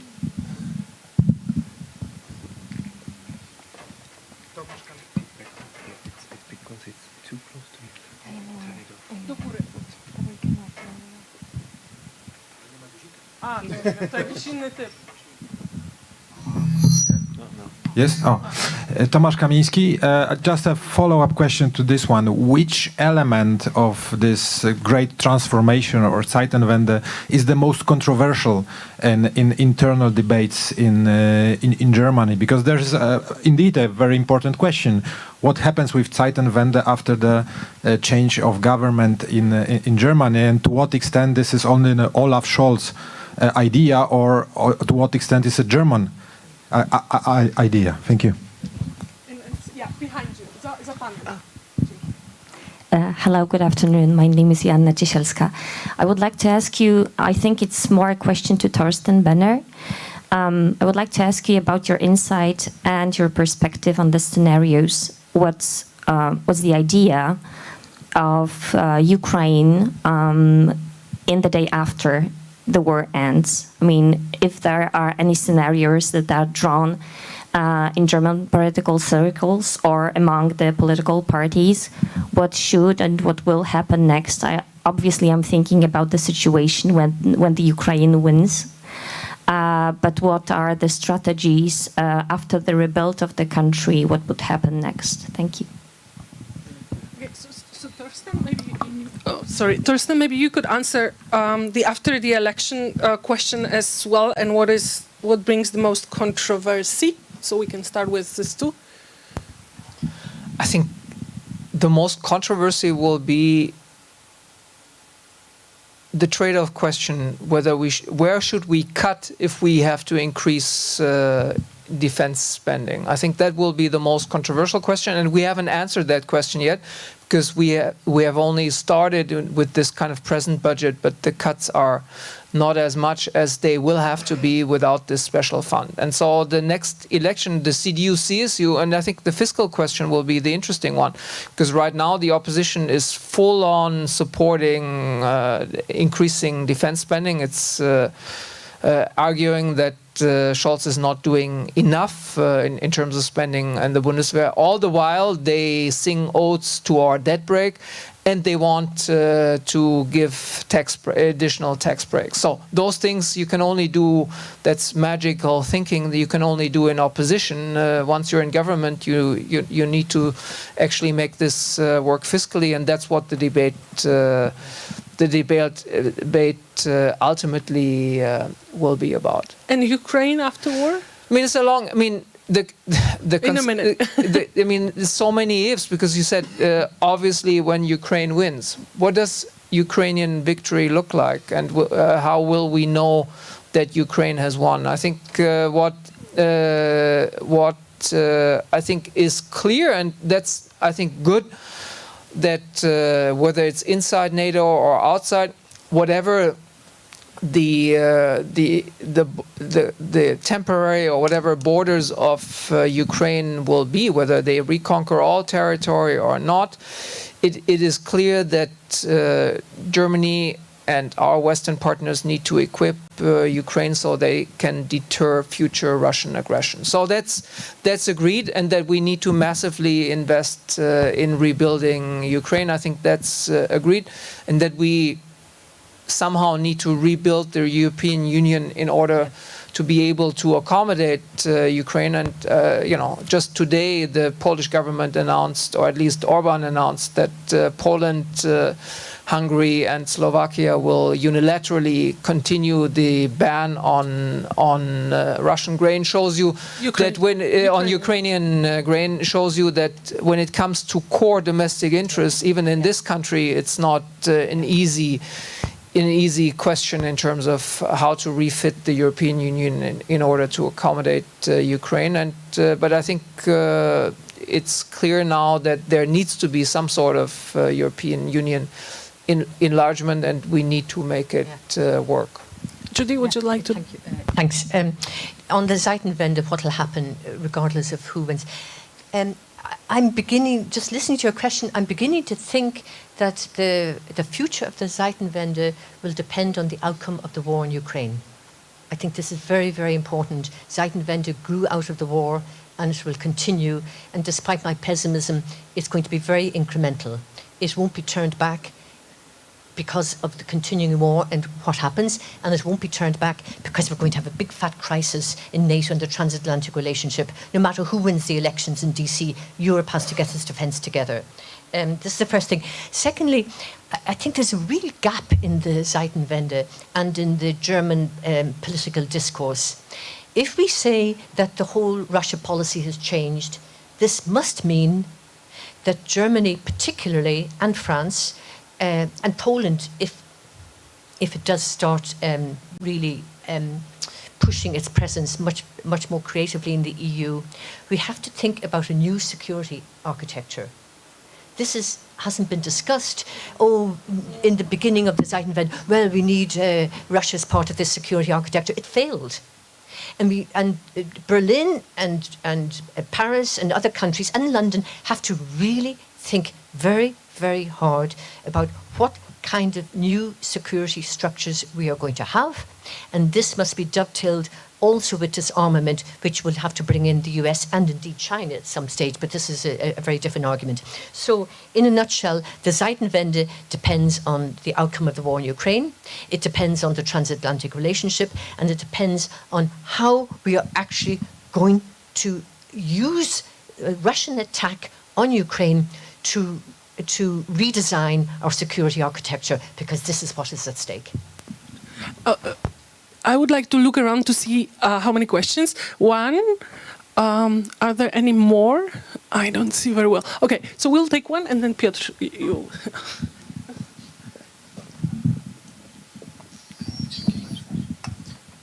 Sebastian Płóciennik, Center for Eastern Studies in Warsaw. Zeitenwende sounds like a revolution, so it's there are many expectations connected with this term. But after this year, my impression is that the real description of the change was included into the strategy towards China, and it's the name of this real Zeitenwende is de-risking or de-risking in German, German language used in politics. Even the fund for the Bundeswehr, it is nothing new. It is just a mean to fulfill what Germany was obliged to spend 2% of GDP for defense. But the big question is what happens after 4 years when the money will be over. So my question is there a chance for a kind of reloaded Zeitenwende, a new edition of Zeitenwende, where we can expect something new from Germany, not just the risking of existing problems, but without real change in institutions? What could it be? Could it be an idea for example, a European army? Or could it be a push for a club of global democracies, right? Ideas like that. Thank you. Okay, because this is really, I think, maybe the last chance to ask the question. So please do take the chance and use the moment. And if not, then I will, Piotr, come back to you, but I think Torsten should be the first one to answer the question. No, I'll keep it brief. Great question and great panel. I really enjoyed it. I think it's important to note that Zeitenwende as a term by Olaf Scholz was meant as a description of what had changed, the circumstances that had changed in reality, that Russia started this war that most Germans had not expected. And that's and that more so than a policy agenda, because Zeitenwende is what every think tanker and you and me make of it, and we put everything in there that we would like Germany to do, which is a smart thing. But Zeitenwende, in terms of what Olaf Scholz was in the narrow sense of, things had changed and we need to kind of rethink military spending on this. And I think my realistic answer would be, for anything major to happen, something additional would need to happen in reality to another turning point, such as a new U.S. president, pulling away from NATO, or China the U.S. getting involved in military conflict. That would trigger a big action in the Germany. For the rest, I think the big initiatives there already. I mean, how to de-risk from China and how to make the European Union fit for enlargement. I think that's not nothing. We need to kind of develop answers to those big questions first before, I think, starting huge new initiatives, because we know what, in theory, we have to do. We just need to mobilize the political will. And I think in Germany, we haven't talked so much about it, but I think German politics will become a lot more turbulent in this coming decade, and the calm waters I think that we've had over the past 20-25 years in German politics, they may soon be over. I largely agree with Torsten, and I think my bottom line of analysis of Germany is that Germany has never been so preoccupied with itself in the last few decades as it is now. And I think it will, for the reasons Torsten has mentioned, I think it will last. And I wouldn't expect from Germany any, major groundbreaking initiatives, plans, projects, visions. It will be rather muddling through and an attempt to basically implement these strategies or these policies which have been developed over the last year and a half. And I think, contrary to what is, I think, very often the view in Poland, I think Germany's power in the European Union is decreasing. I mean, Germany is no longer, or perhaps it has never been such a hegemon we wanted to see it as. But I think it is. There are various indicators of that, but I think Germany is much more self-focused now and no longer as powerful as it used to be. But maybe just if I may on this on the prospects for Zeitenwende, I think we try to we defined here some structural changes which have happened over the last years, and I think they will stay with us, and this is for me the guarantee or a promise that Zeitenwende will last, because I really don't think that the change of the government in Germany could bring about a change in the approach to Russia, which is now defined as assumption that you cannot build any security architecture with Russia. It is built upon the assumption that Russia is not important, that is much less important than it used to be. That it's economically, it's not a prospective partner. It is in energy. Energy partnership is gone, so it doesn't make sense to think even about it.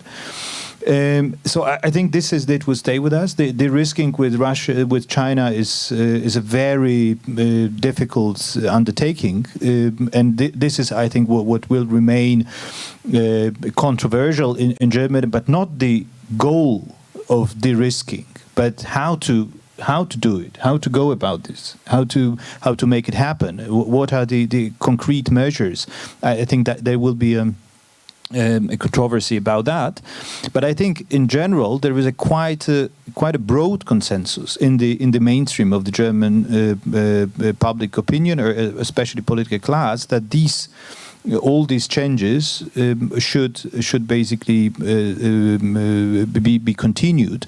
And of course, this mainstream is shrinking now on both margins. But still, I think the next government, even if the CDU is in power, will not change the parameters of this change. Time is up, but would you like to define a world? I'll be extremely brief. Actually, this is no time for Germany to be muddling through.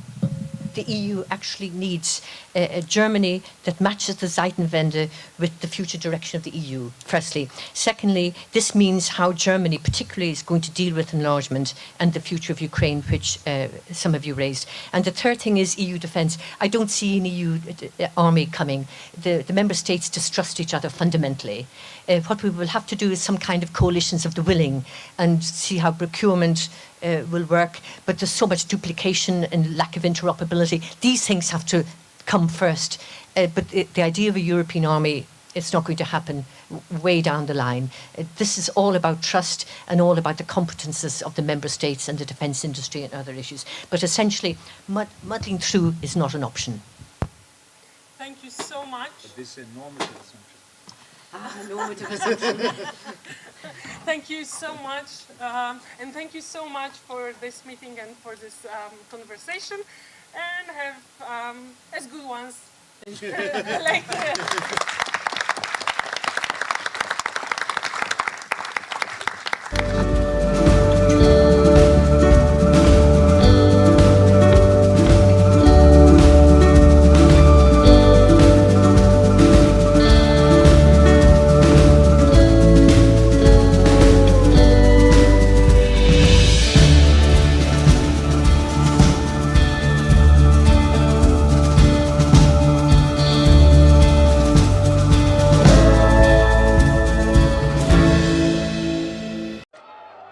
It's not always easy to recognize. It may look like this, or like this. It may be a burden, but it is a responsibility that we embrace nonetheless. But if it means this for one person and this for someone else, maybe it ultimately means being there for one another. It isn't handed to us, but we know where to find it and how it feels, how it tastes, and what it sounds like when we finally have it. It means different things to different people, but for many, it means everything. And if we all fight for it, it will eventually bring us together. Ihre Ausreise.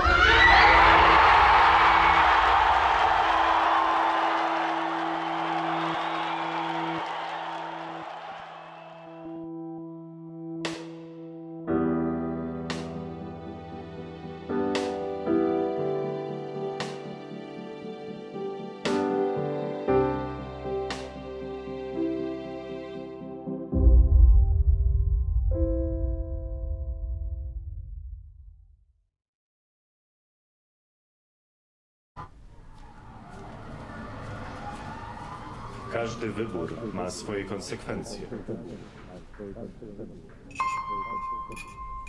Dziś na kazaniu o takich jak ty mówili, że to morderczynie.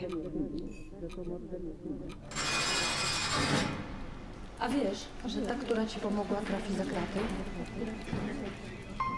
Trzeba mieć sumienie. Jak mogłaś to zrobić własnej matce? Aborcja to najgorsza zbrodnia. Gdybym ja podjęła taką decyzję, nie byłoby cię tutaj. Organy państwa nie będą przyglądać się temu obojętnie.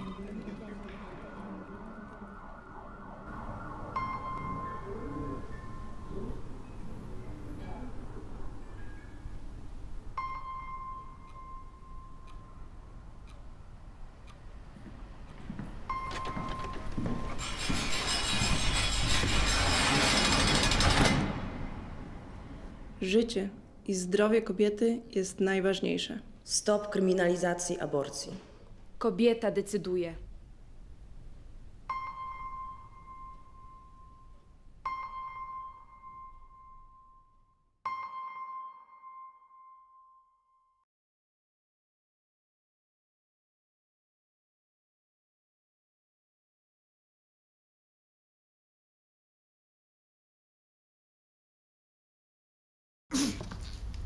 Dzień dobry. To znaczy, myśmy się dzisiaj widzieli. Wie pan co? Ja zmieniłem zdanie i chciałbym poprawić. Karty. W urnie. Dobrze? To ja sobie poszukam. Serio? Pan sobie poszuka? Nadchodzące wybory są zbyt ważne, by zostawić je bez kontroli. Dołącz do obywatelskiej kontroli wyborów. Zróbmy wybory bez piecu.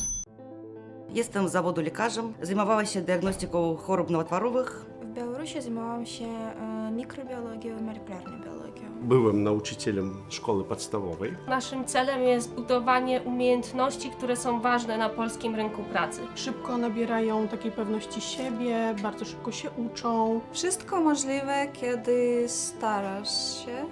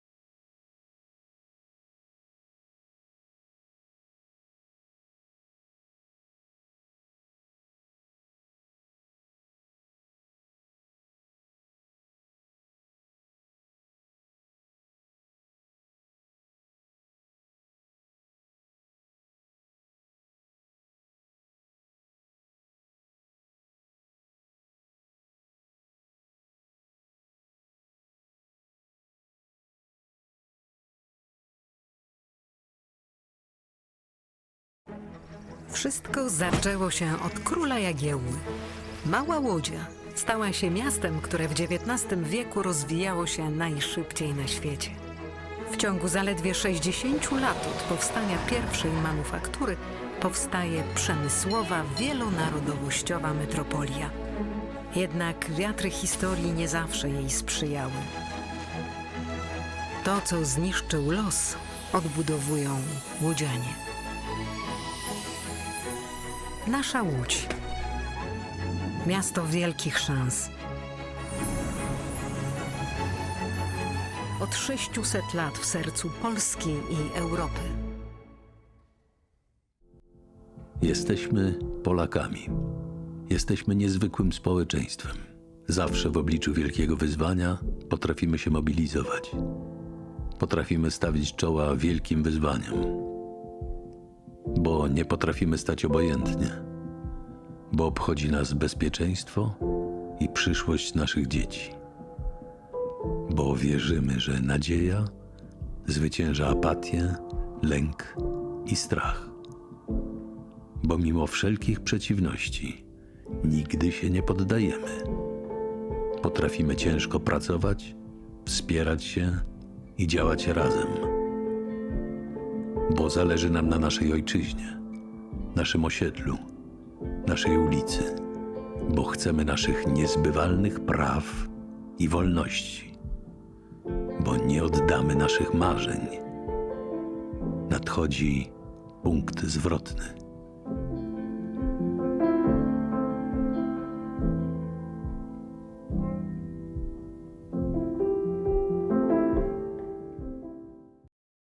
Dzień dobry, ja się nazywam Sebastian Ogórek, reprezentuję Gazetę Wyborczą i Wyborczą BIS i będę miał przyjemność dzisiaj poprowadzić. Good afternoon, ladies and gentlemen. My name is Sebastian Ogórek, economic journalist with Gazeta Wyborcza.biz. My panelists are Katarzyna Dębowkowska, head of the Economic Foresight team at the Polish Economic Institute. Aleksandra Wiśniewska, działaczka humanitarian activist. Jarosław Romanczuk, representing Yukon Legal Group. Ignacy Morawski, main economist of Puls Biznesu. And Piotr Czarniak, public affairs expert with Allegro. Let me start with an anecdote. The beginning of the Russian invasion, we faced 5 to 6 million Ukrainian people, refugees in Poland. And if you entered a drugstore Rossmann, one category of products was missing: sanitary pads. They just were completely sold off. And you can see the purchasing power of the Ukrainians who came to Poland, as well as Polish people who were helping them buying those products.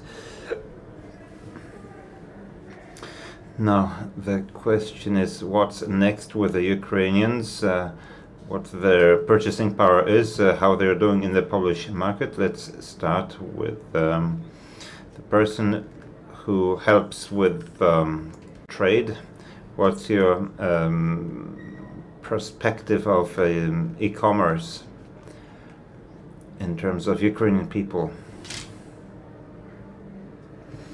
About 1.5 months after the beginning of the war, we introduced the Ukrainian version of Allegro because we realized that the huge number of people coming to Poland will need access to products. Many of them will just need products at low prices. We realized that their purchasing power was limited, and many of them didn't really know where exactly in Poland they would end up. So logistic issues were of the essence. So as a platform, we wanted to help them, just as in many other social issues. Also started aid mechanisms such as collections for refugees. Now, what can you say today from the point of view of Allegro? It's difficult to capture. Even though we have a Ukrainian page, we know that it's not so easy to identify consumers, because our Ukrainian site has about 800,000 views per week, but they also communicate in Polish. They also communicate in English. So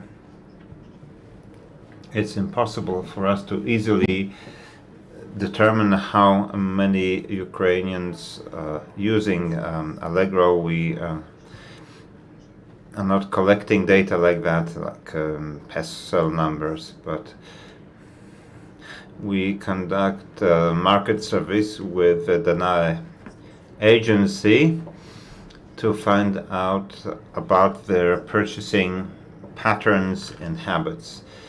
The last one from 2022, we realized that in e-commerce, Polish and Ukrainian people do not differ too much. But the Ukrainians living in Poland spend much less than back in Ukraine, so there is certainly a certain barrier to financial possibilities, but on the other hand, there's a substantial growth potential for Ukrainians. So we can see new trends, for example, Ukrainian platforms that can potentially offer products that they know better. For example, we can see some of them on our platform. On the other hand, language is helpful, but many people say that only 20% of refugees understand the language very well. So we need to work on language inclusiveness.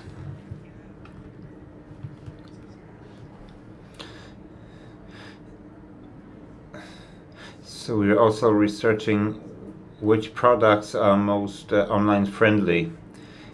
In Ukraine, it was a fashion, child culture. In Poland, it's fashion, footwear, health, and cosmetics. The question is whether it's the issue of a higher supply. I know that fashion is very, very difficult. It's growing. Now, I turned on the Ukrainian version of Allegro today, and I saw the differences. In the Polish version,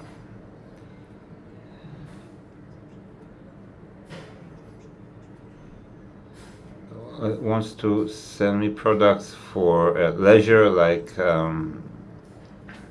fishing rods, things like that. The Ukrainian website, it's things for children, like clothes and so on and so forth. So I can see that you're working for the Ukrainians, and indeed, of course, we have some solutions that select preferred products. So we assume that certain population groups could be interested in different types of products. So these websites are generated, so that's why the difference is. Now I'd like to ask Alexandra, in your experience of aid, have you seen any complaints about people trying to, for example, cheat Ukrainian clients, things like that? We have so many problems and challenges faced by the Ukrainian community. That the issue of consumer some fraud is not a major problem that is addressed to aid organizations or governmental problems. It's a problem number 17, let's say, not 1 or 2 or 3. The major problems are language, it's accommodation, education. The consumer is not only a consumer that buys on Allegro, but it's also kind of a person who sends children to school, goes to a health clinic, so on and so forth. From the point of view of children in Poland, only 1/4 of Ukrainian children who should be educated is participating. It's more than 180,000 children. It's a large number, but still 3/4 of Ukrainian children do not attend school. Most of them are using the Ukrainian educational system. At the beginning of the war, I participated in the evacuation of orphanages from Ukraine to Poland. There's a big difference. What do I mean in terms of a remote system? In Ukraine, it's about children getting homework and sending it back. No, so a lot of children did not attend school during the pandemic.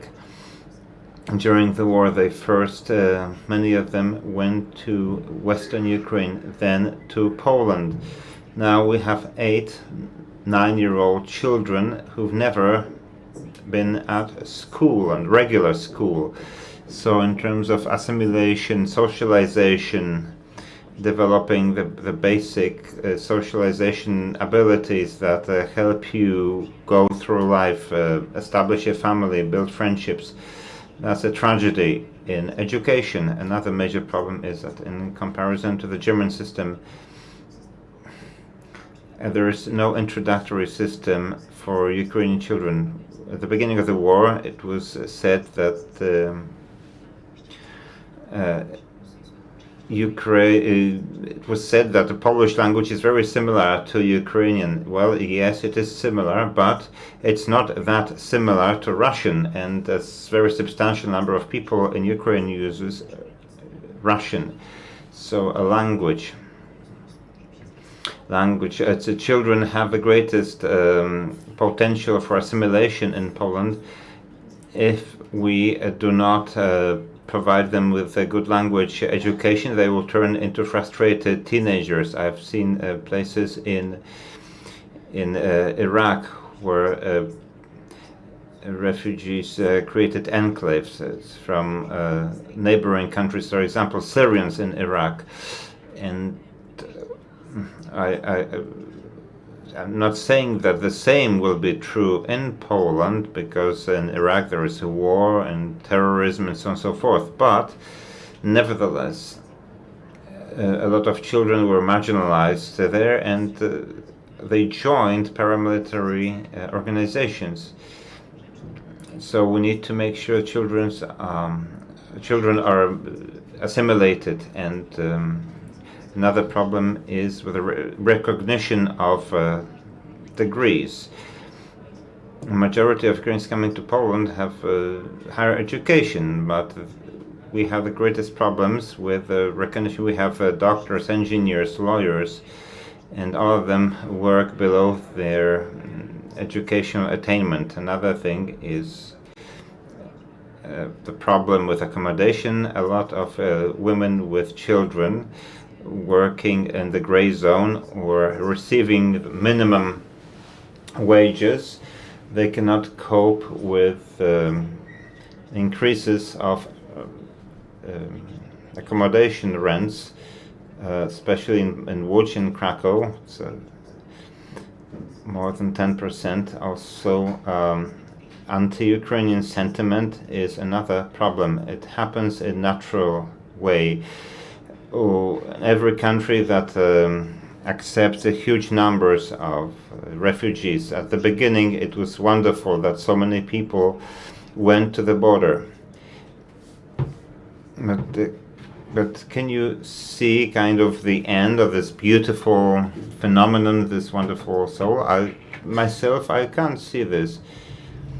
We don't really have anti-Ukrainian political forces. I do not think it has such ideas are widely accepted among the Polish public. I think that we do not hate Ukrainians.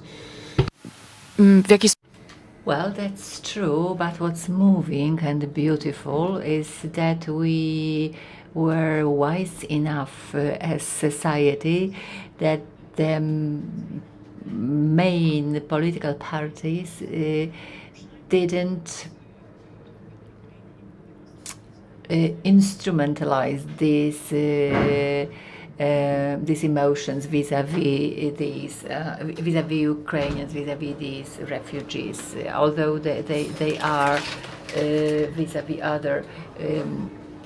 Yes, that's very important. Speaking of the language and the problems, I don't think that it's easy to get assimilated, but because the latest report ordered by the Prime Minister Chancellery shows that Ukrainians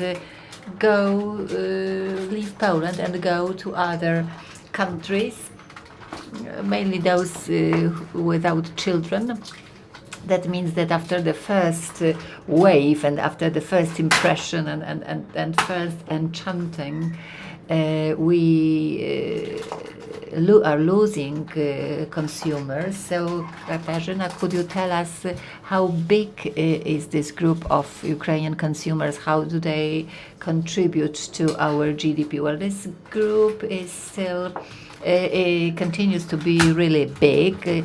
350,000 have left to Germany, but most of them didn't work in Poland. So speaking of their profile, we cannot say that Ukrainian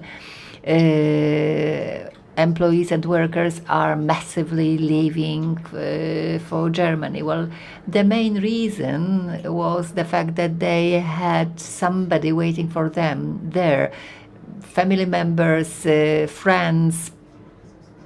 So, and of course, also social offer was probably better for them, at least for the time when they learn the language. Well, in Poland it's different, because in Poland Ukrainians started working, they established their businesses, they are very active. It's estimated that war refugees at the production age, they have found a job. Well, of course, what you have said, well, these are people working below their education because of the problem of the recognition of diploma. But they mainly work in the manufacturing industry, and they have filled in the gap. But they also work in services. But we also need to remember that this specific situation was very different, because their gender profile of refugees didn't meet fully the needs of our Polish labor market. Also, many Ukrainians who worked in Poland before the war, they left for Ukraine. Well, for sure, we need Ukrainians in our economy. They manufacture, they consume, they pay taxes, they establish businesses. The number of sole proprietorships and the number of startups in the sole proprietorships has skyrocketed. Before the war, 200 sole proprietorships were started before the war. When the war started, 800 a month, and now it's over 2,000. So it has really, this entrepreneurship spirit has skyrocketed really, and Of course, maybe not all of these companies are started by by war refugees. Well, 41% of these new business entrepreneurs 41% are women.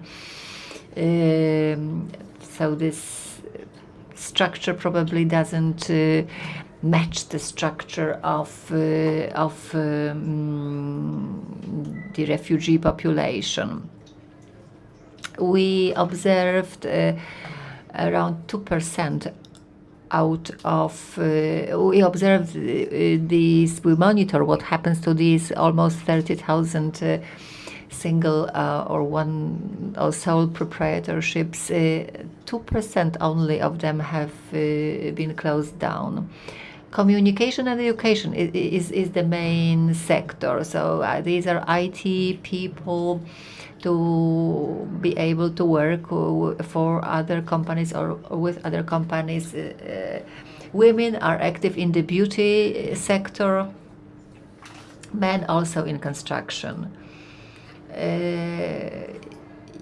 Yes, also software developers. I think this is the specific market in Poland. Well, I'd like to ask Ignacy Morawski, why should we take care of Ukrainians? Why are they so important to our economy? I will just give you one number. Ukrainian working in Poland is on average 6 years younger than a Pole. Well, from economic point of view, we can look at migration from the demand or supply side. Well, demand, how much people want to buy, what they need, but also on the supply side, that is how much we are able to produce, how much capital, people and technology we have. So usually migration improves our economic potential. We can produce more. The title of this panel is more demand-oriented. I think that the role of people coming here as consumers is not critical for the economy. We could sell these products to them in Ukraine. Even if they stayed in Ukraine, well, you can buy from Allegro, I think, with no problem, also from the Polish website of Allegro. Is it possible? Yes, but the channel is not officially recognized by Allegro. But it will be possible anyway soon. But from the supply side, it's a major change to the Polish economy because it means that we have a greater manufacturing potential because we have more labor.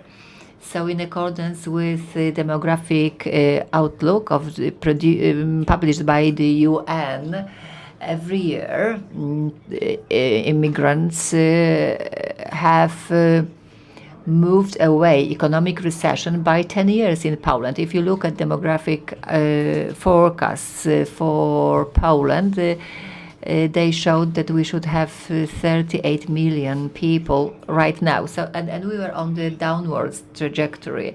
Right now we can see that we will be having 38 million people in 2035. So this population curve has moved by 10 years, and that has given us greater manufacturing potential. But that's nothing that happened last year. Increased migration to Poland has been taking place for 10 years, and this is the turning point. So that's that title. This is the turning point in Polish history because for 200 years we were emigrants mainly. People were leaving Poland. They were forced to leave Poland, like our poets Mickiewicz, Norwid, Miłosz, great personalities of Polish culture. Well, migration is very deeply rooted in our culture. Well, even today we have football players who are Poles but born abroad, and that has radically changed. we have become a country receiving migration waves, and it happens so quickly that we cannot respond well to that. You have just told us how much we are unable to accommodate potential school children. The European Commission carried out a study on the friendliness of different solutions in different countries that would be migrant friendly. This is a study carried out by a Spanish think tank. It's a very interesting study. How institutional solutions in different countries support the integration of migrants, and we are somewhere at the bottom of this ranking. That it doesn't mean that these migrants don't integrate, but it's about legal and institutional solutions. We are prepared to use labor. If they come, they work, and they agree to be paid little, we are very happy. But to receive them and make them part of our society, it's much more difficult. But I think that this is because this change has taken place almost overnight, too quickly. We are not ready to it. Neither are we ready to discuss it. Politicians are afraid of discussing it openly. To them, migration is just a tool or instrument. Well, these are migrants. These are bad and these are good. These are good because they pay for little money. We don't have any migration strategy, and this is a huge problem.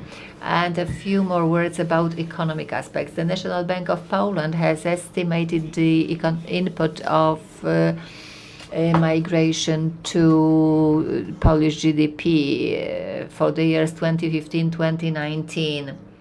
0.5 percentage point, that's their contribution. But this is a lot, even it doesn't sound like. But our growth rate is 3.5%. So the critical for us is the difference in our growth rate and the growth rate of the Western economies. So the difference between the two is 2%, and from that 1/4 was contributed by the migrants. So this is a huge contribution, but we are also facing two big dilemmas. Well, there are always dilemmas in politics.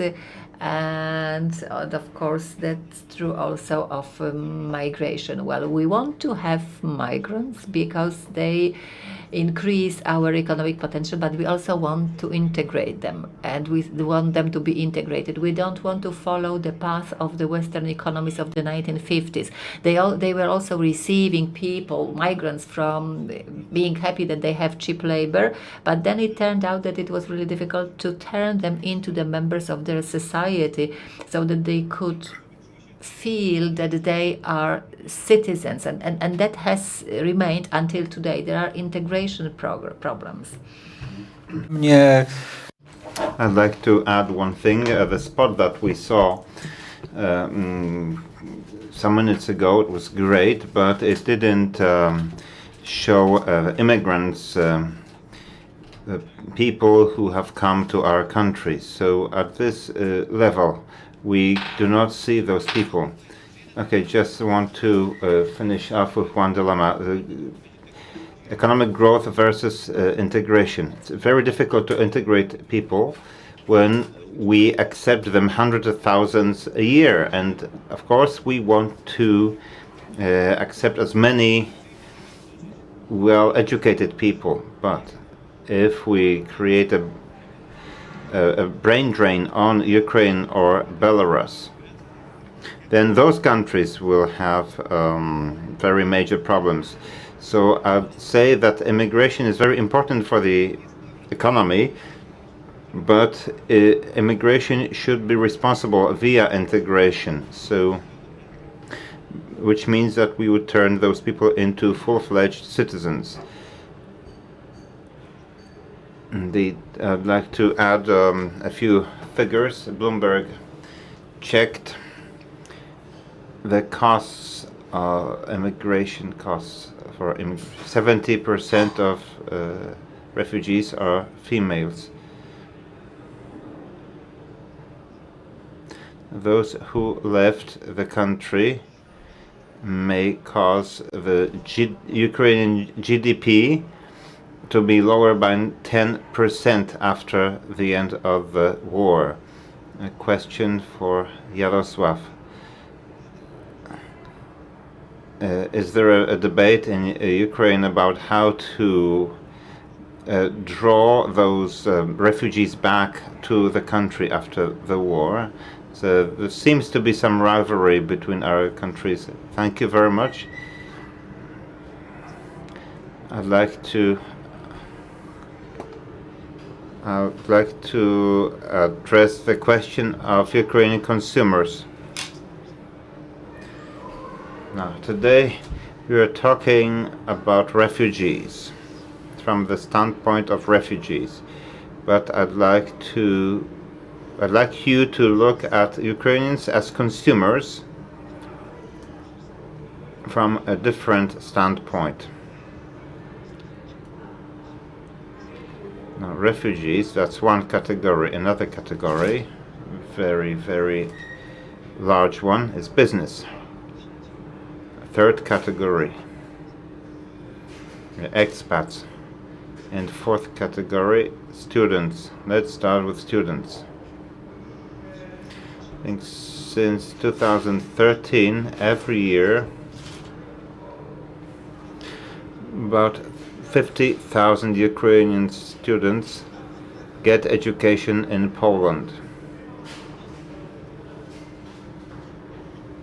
Most of them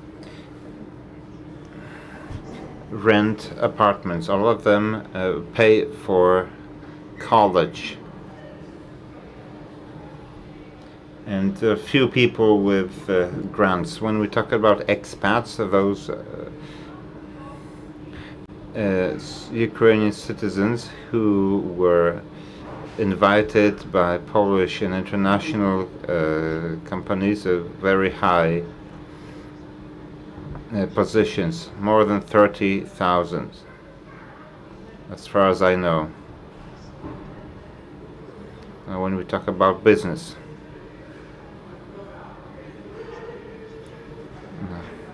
we as a company, we've been in Warsaw since 2006, in Kiev. Right now, what we know from the Polish Economic Institute, in 2022 there were 14,000 one-person businesses and 16,000 limited companies by Ukrainians. Half year of 2023, more than 14,000 businesses. That's one important thing. Before the war, now the Ukrainians were not able to establish their own businesses or one-person businesses. Okay, but this act of law is temporary, has a time limit. Okay, what after the war, when it's ceased to bind? What will happen to their businesses then? Let's talk about refugees. I took statistics from the Ukrainian border guard. Right now, in the European Union, there are 4.5 million Ukrainians who fled after the Russian aggression. 87%. That's women with children. 65% of those women, they are in productive age, 18 to 59 years old. 95% who fled, they owned, or they still have an apartment in Ukraine, 70% of higher education. So, when we talk about consumers, we need to think not only through the perspective or from the standpoint of refugees, because the structure is quite complicated, complex. I'd like to address your question about what should be done about returning Ukrainians back to the country, what the Ukrainian state should do, how we can rebuild our country, and how we can involve human capital. So there are again 3 major points or tasks. First of all, the Ukrainian government, state, should develop a strategy how to motivate those people who fled abroad to come back.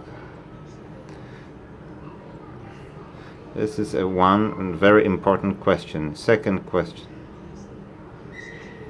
how to socialize the troops coming back from the front lines, because the soldiers fighting, most of them are former workers, so we do not have this experience. There is some experience like that in the United States, because they are going to come back with a feeling, with a sense of justice. It's post-traumatic psychological issues. And the third problem, from my point of view, that the third challenge for the Ukrainian government is to how to develop migration strategies, how to attract workers from other countries.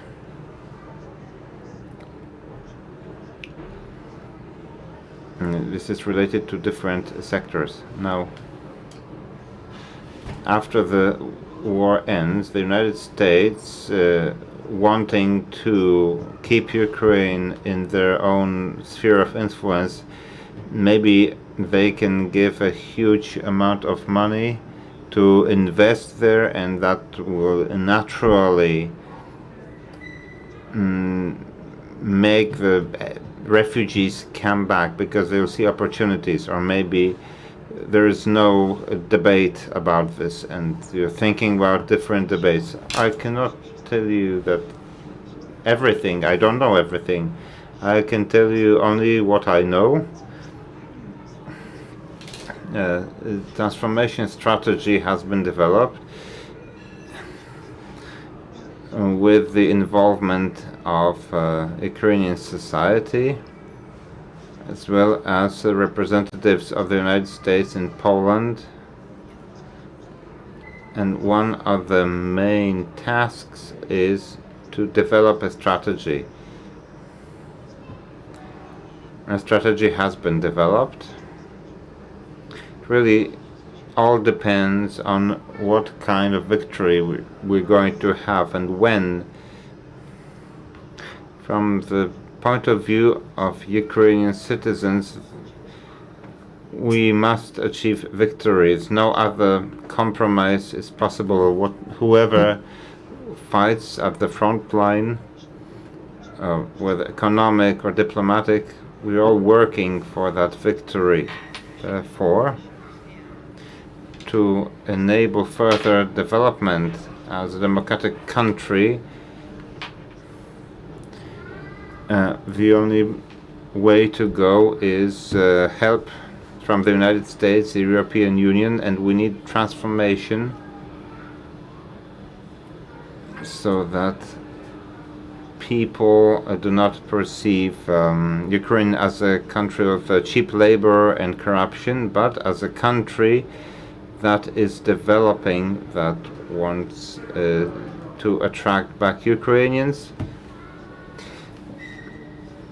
I often look at public opinion polls, how many people want to come back to Ukraine, and I'll tell you my feeling. And after conversations with our workers and friends, the decision, well, the Poles are worthless right now because it all depends on the outcome of the war. Second, each person will make an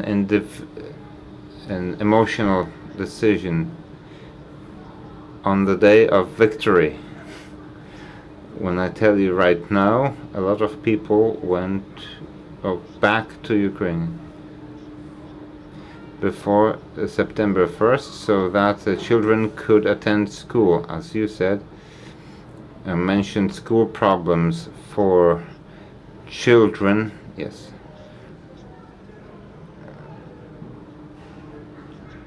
But the very concrete thing that we did in our capacity at the end of March, people from a school in Kharkiv came to us, about 300 school with 300 students, and by September 1st we were able to find a space near Warsaw, and they started to work in Ukraine. We had 120 students as of September 1st.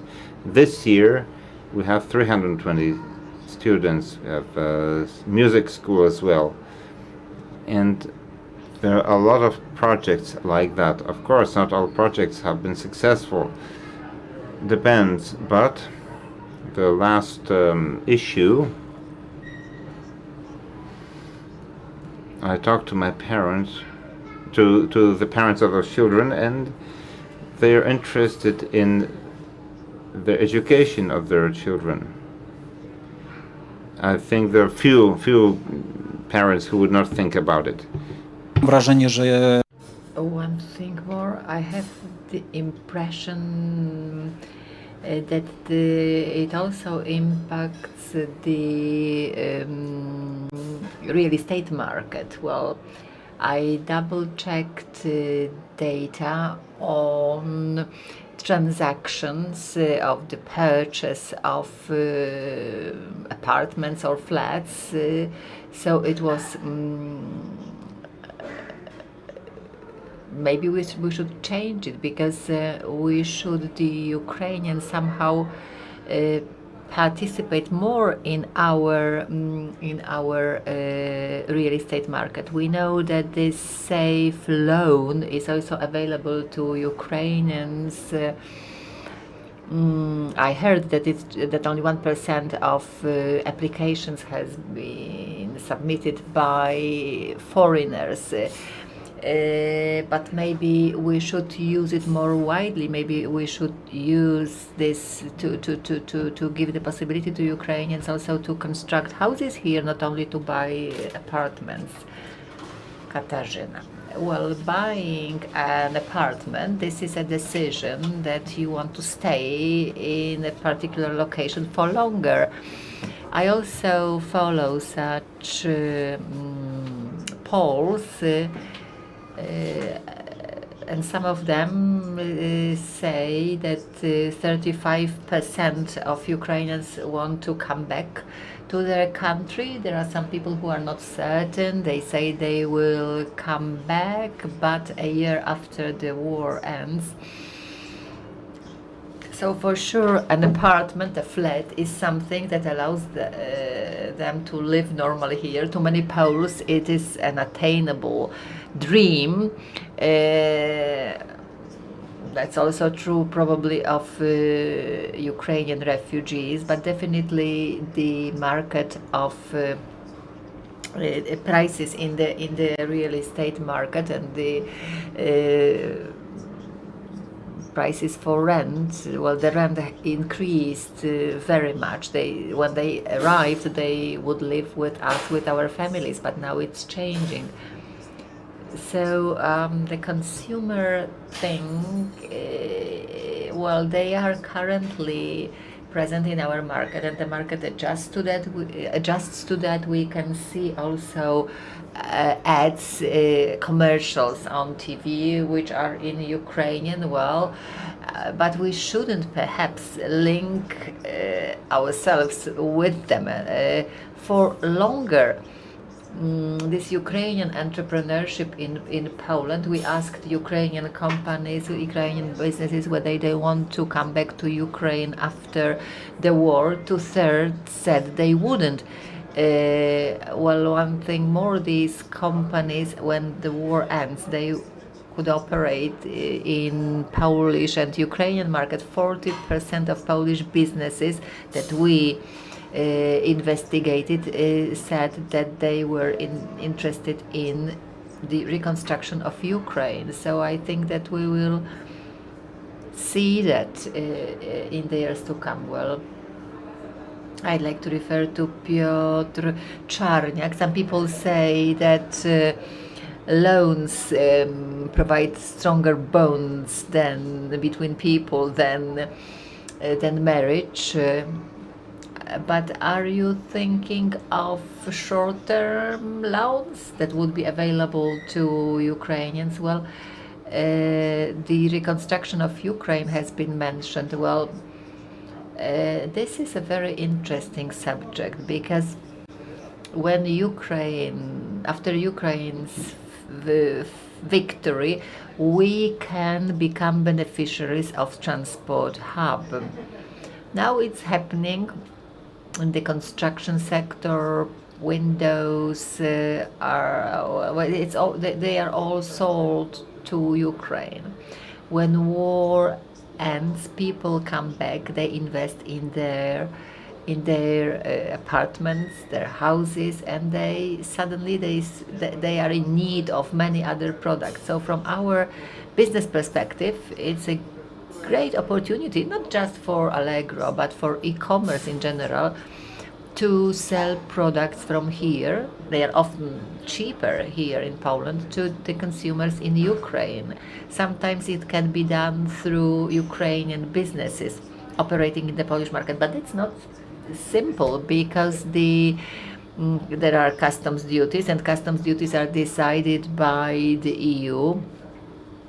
But e-commerce exports take place. But when it's really massive,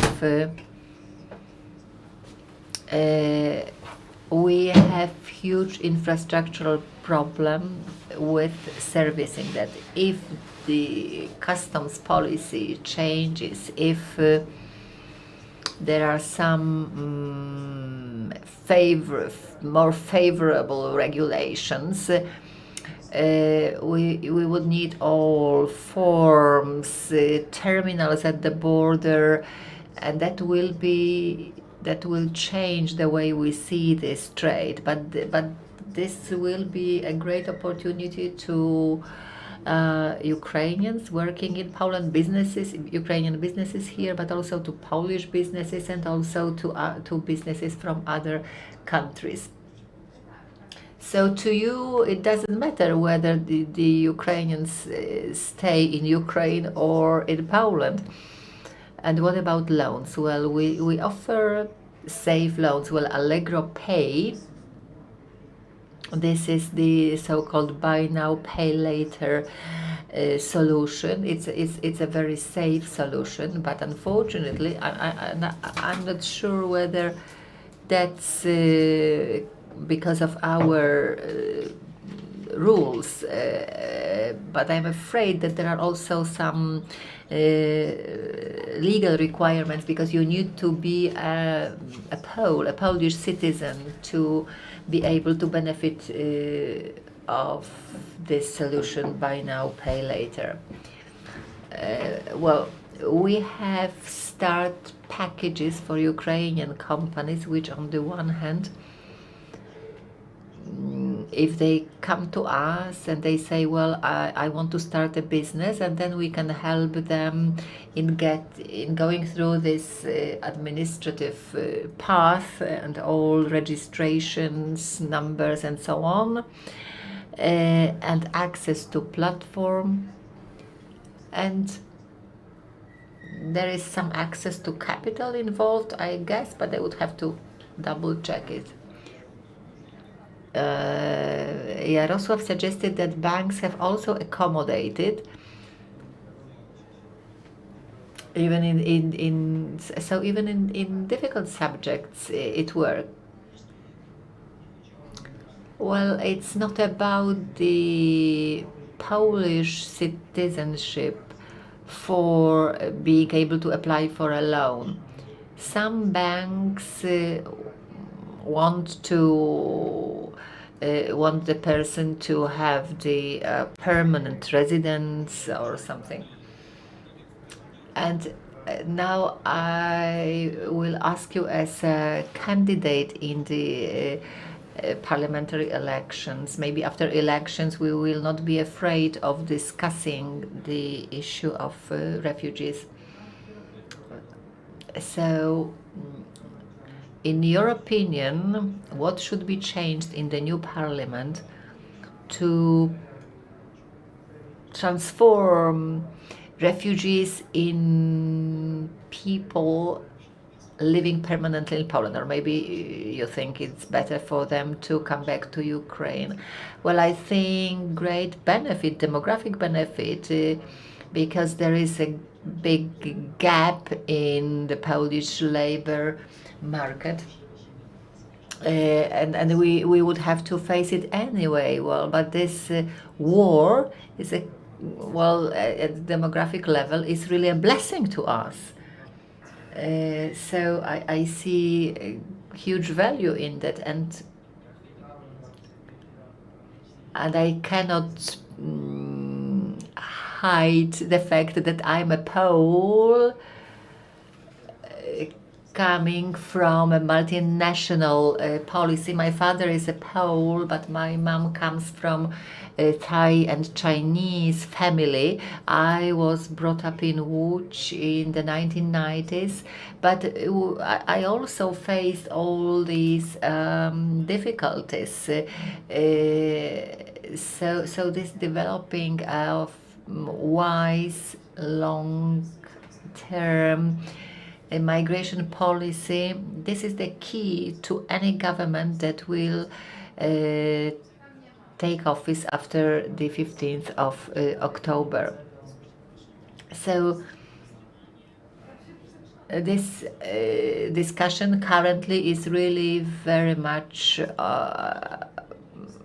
populistic, and this is a populist policy. We can look at different models. There is a Canadian model which I believe properly grasps or properly balances asylum, reunification of families. So there are models which cope with the problem very well. And right now we are in the moment in history, because of the war, when we have the opportunity not only to offer wise security and the proper reception to our Ukrainian neighbors,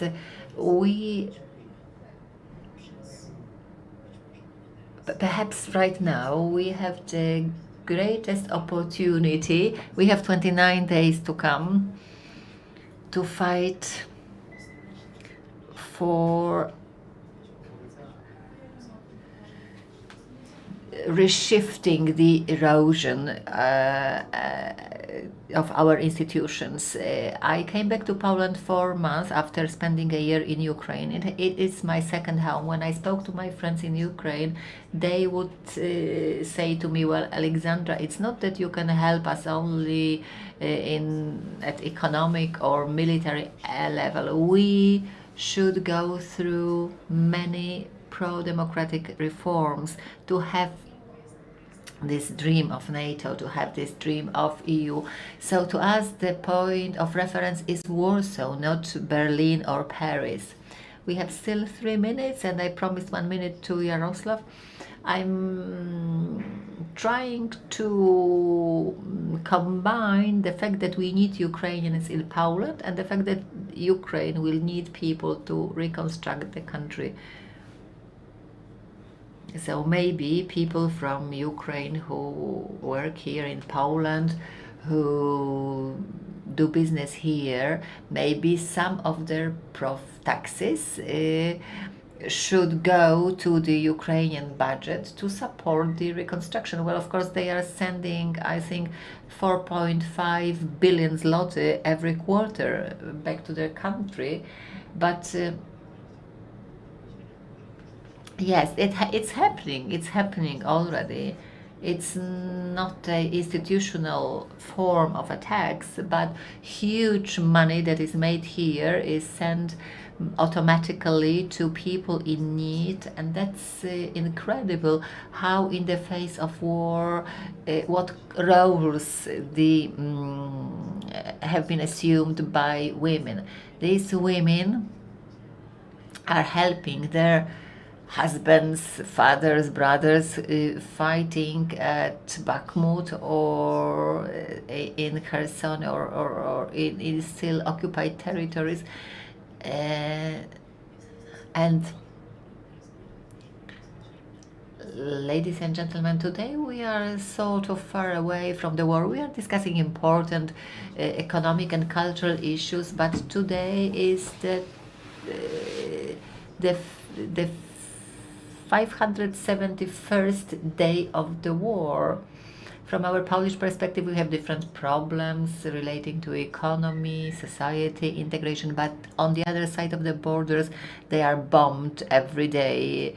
There are bombs falling on schools, hospitals. The risk of ballistic attacks from the Black Sea, from Belarus, from Russia, this is the risk that they face every day. You fight with your arms, but also with your blood.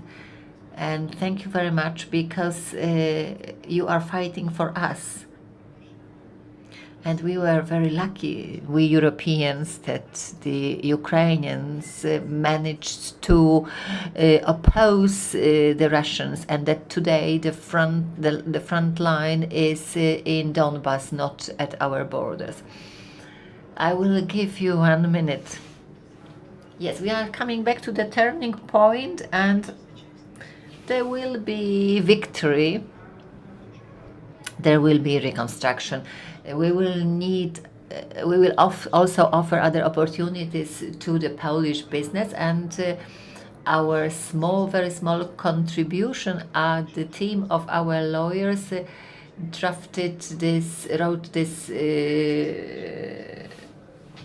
book, this publication in Polish. This is also supported by this was written with the support of the Polish Chamber of International Trade, Investment and Trade. So we want to send the first 1,000. The first release is 1,000 copies. So we hope to sell it on Allegro. This is about doing business. This is about legal aspects of doing business in Ukraine. I wish you the end of war to come as soon as possible. Thank you very much.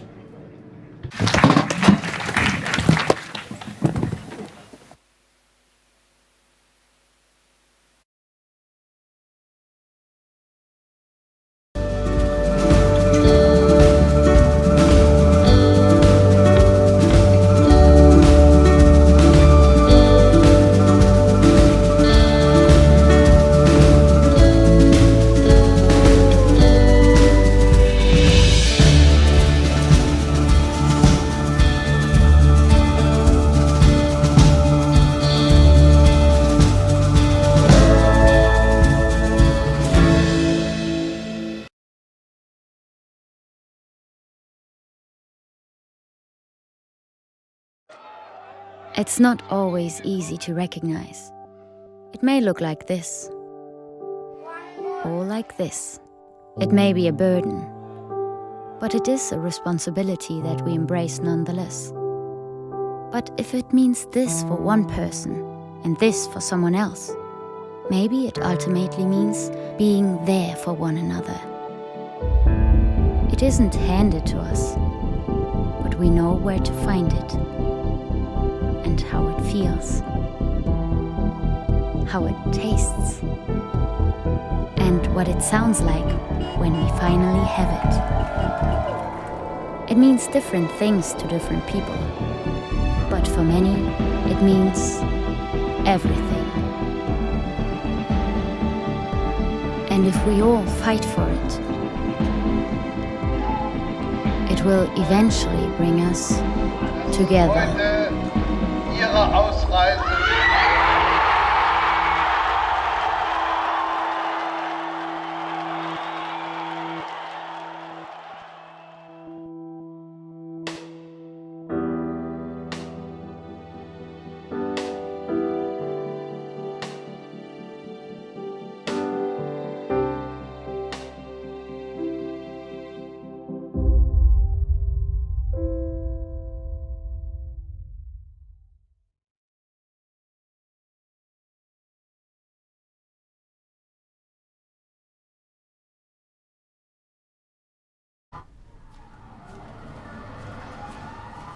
Każdy wybór ma swoje konsekwencje.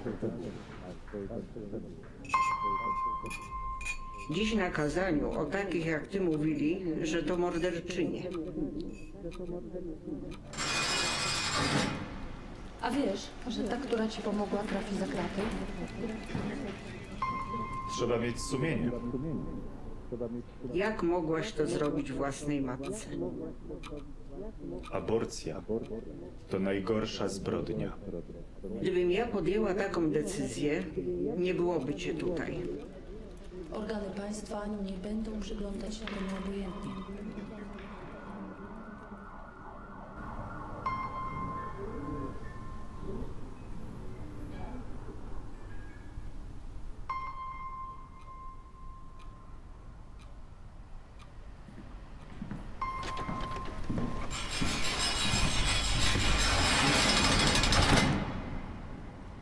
Życie i zdrowie kobiety jest najważniejsze. Stop kryminalizacji aborcji.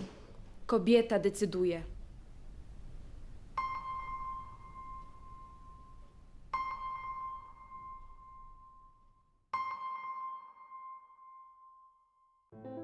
Jestem z zawodu lekarzem. Zajmowała się diagnostyką chorób nowotworowych. W Białorusi zajmowałam się mikrobiologią i molekularną biologią. Byłem nauczycielem szkoły podstawowej. Naszym celem jest budowanie umiejętności, które są ważne na polskim rynku pracy. Szybko nabierają takiej pewności siebie, bardzo szybko się uczą. Wszystko możliwe, kiedy starasz się.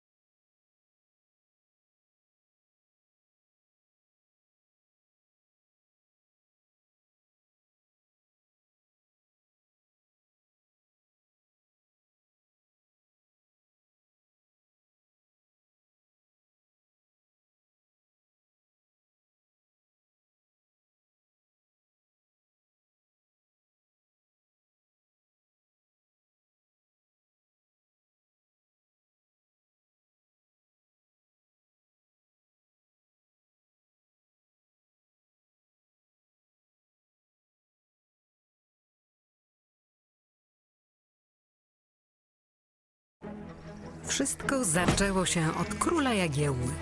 Mała Łodzia stała się miastem, które w XIX wieku rozwijało się najszybciej na świecie. W ciągu zaledwie 60 lat od powstania pierwszej manufaktury powstaje przemysłowa, wielonarodowościowa metropolia. Jednak wiatry historii nie zawsze jej sprzyjały. To, co zniszczył los, odbudowują łodzianie. Nasza Łódź. Miasto wielkich szans. Od 600 lat w sercu Polski i Europy. Jesteśmy Polakami. Jesteśmy niezwykłym społeczeństwem. Zawsze w obliczu wielkiego wyzwania potrafimy się mobilizować. Potrafimy stawić czoła wielkim wyzwaniom. Bo nie potrafimy stać obojętnie. Bo obchodzi nas bezpieczeństwo i przyszłość naszych dzieci. Bo wierzymy, że nadzieja zwycięża apatię, lęk i strach. Bo mimo wszelkich przeciwności nigdy się nie poddajemy. Potrafimy ciężko pracować, wspierać się i działać razem. Bo zależy nam na naszej ojczyźnie, naszym osiedlu, naszej ulicy. Bo chcemy naszych niezbywalnych praw i wolności. Bo nie oddamy naszych marzeń. Nadchodzi punkt zwrotny.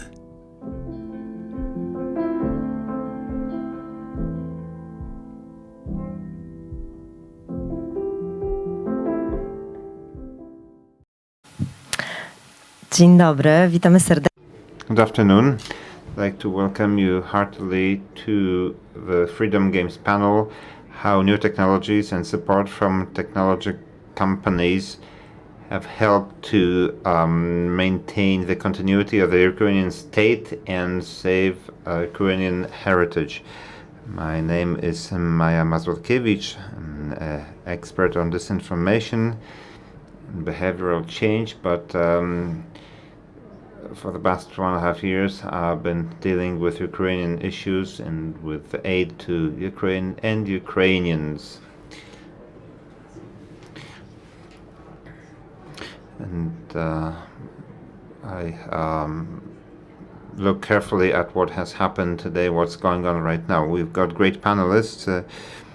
Justyna Kopińska, journalist and sociologist. Witold Szabłowski, journalist and reporter, laureate of the EU Parliament award. Both of them have received a number of awards. Dariusz Maczek, principal sales Amazon Web Services, and Włodzimierz Balczak, vice president for OpenStreetMap Poland, mapping streets. So we're going to learn more about technologies and Ukraine. I think a lot has been going on there, but let's go back to February 24th, 2022, where we were on that day, even though there was already talk about impending war in Ukraine. Many people warning about it. Nobody wanted to believe it, myself. And I woke up and I started to think and what I could do, started to act. I think that it was traumatic for everyone because we devoted our lives and hearts for those several months to aid. On the one hand, from our empathy and love, but also we had some fear motivation. We were concerned that we would be next. Justyna, you went to Ukraine to report, to be there on the ground. Could you tell us about your first moments and your great courage to be there?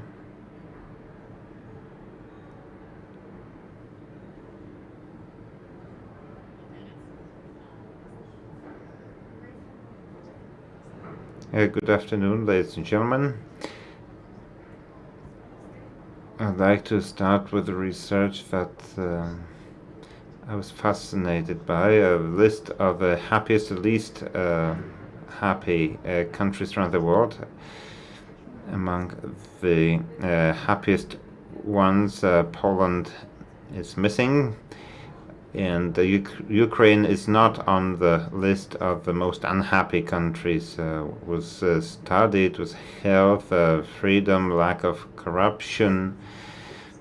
In Poland we have a great problem with social trust.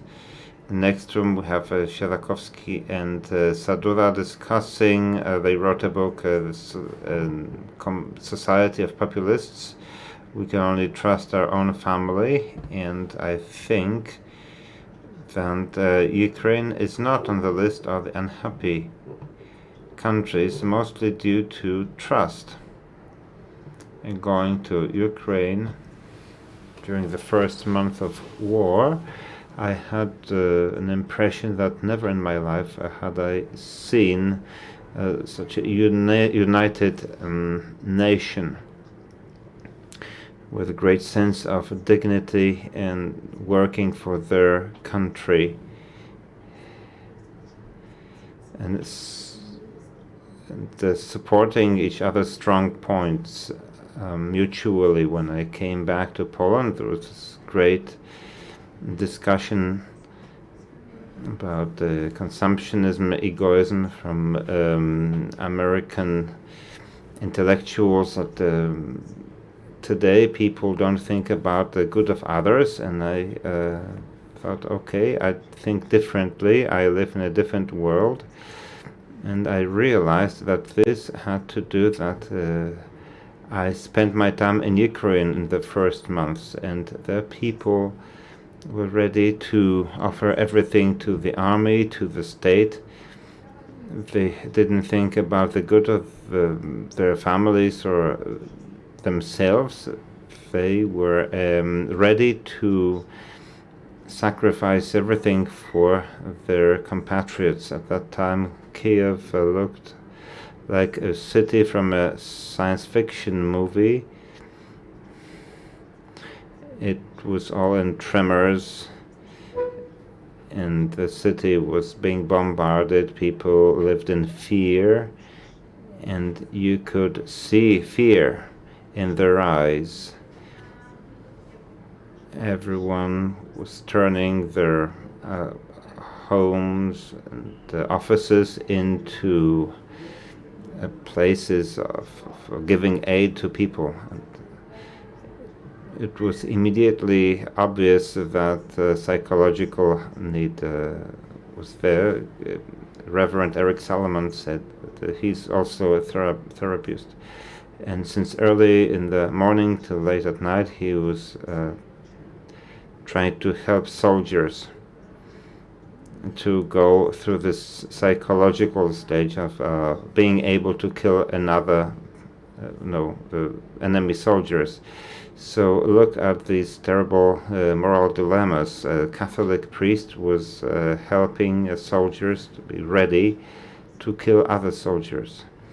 And he was encouraging to conduct supervisions so that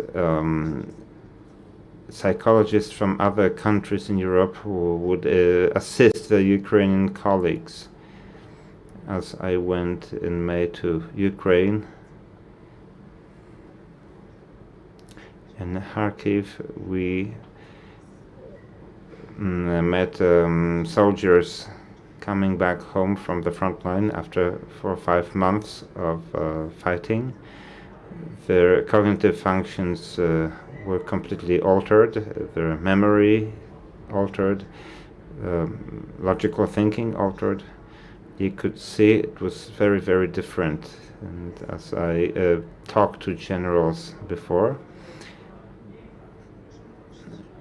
they had this ability to accept a huge amount of stress. They have psychological knowledge, how to accumulate, how to manage this. what to do in situations of danger. There, at the front line, you can meet journalists, shoemakers, and people of different trades that do not know how to do this. And I think that Europe has a lot to do in this area to support Ukraine. Thank you very much for broaching this very important subject. Psychological hope is very important. Now, who of you has any contact with Ukrainians? Who was helping at the beginning of the war? And who has a thought about psychological help? Okay, great. So did we have quite a few people here? It's true, there's a lot of people with great trauma, some of them coming to us, many of them just fighting on the front line. And over the first months I had a lot of friends in Ukraine. We were trying to provide psychological help. They refused. I think that another problem is a stigma attached to psychological help. Now, going back to what was there, Ukraine psychological help. As we talked before, Dadek, on the phone, you said everything started with people at Amazon who did a lot. They started to work. It was thanks to Polish people working for Amazon. Yes, indeed, Amazon Web Services. And I'm really deeply moved when people approach me and they because there is one person from Mr. Buzek. He says, yes, okay, that's politics and we are technology, but whenever you buy anything on Amazon or you use online banking or Aviva, if you check results of the exam at the end of primary school or secondary school, that's all our part. On the 24th of February, when the first bombs fell, our employees started to help, of course, upon the approval of the company. Ukrainian ambassador approached us to help them protect registers and data. Well, of course, you don't think of it on everyday basis, but state cannot operate if it doesn't collect taxes or has the register of lands and so on. So that's where the state stops operating. So we started data migration that was done very slowly, but it was a very difficult task, and we were awarded by Minister Fedorov, and he said that our company AWS saved Ukraine. They can still collect taxes. School children can learn. Currently 45 institutions and ministries and 24 universities and over 100 smaller actors are operating because of our company. Coming back to psychologists, we were also approached by many foundations. There were many psychologists or psychotherapists who wanted to help, but we couldn't. It was very difficult to put it all together, but we managed to carry out a project where people could get connected through technology. This is how I met Wodek, who represents NGOs. an NGO. I would like to ask our audience whether you know what OpenStreetMap is. So OpenStreetMap is a kind of Wikipedia. We process information and data submitted by communities. This is quite a big project that covers all the world. We have representatives in all countries. I represent Poland. That's unknown to most people, but I think that all of us have used our data, because whoever uses Facebook and you can see a map or you navigate, this is our project. Well, all this data come from volunteers. So a day after the war started, people were calling me and asking, how can we help, what can we do? We work on maps. These are IT people, specialists in databases. So we started calling and asking how we can help, and it turned out that there was a problem with data. So GPSs had to be updated. We had to help people coming to Poland, not knowing any other language. They should be provided with a map, preferably in Ukrainian. So we called AWS. They said okay. And it happened so quickly. We were really shocked, because each corporation, each company has its own procedures, but we managed to do it very quickly.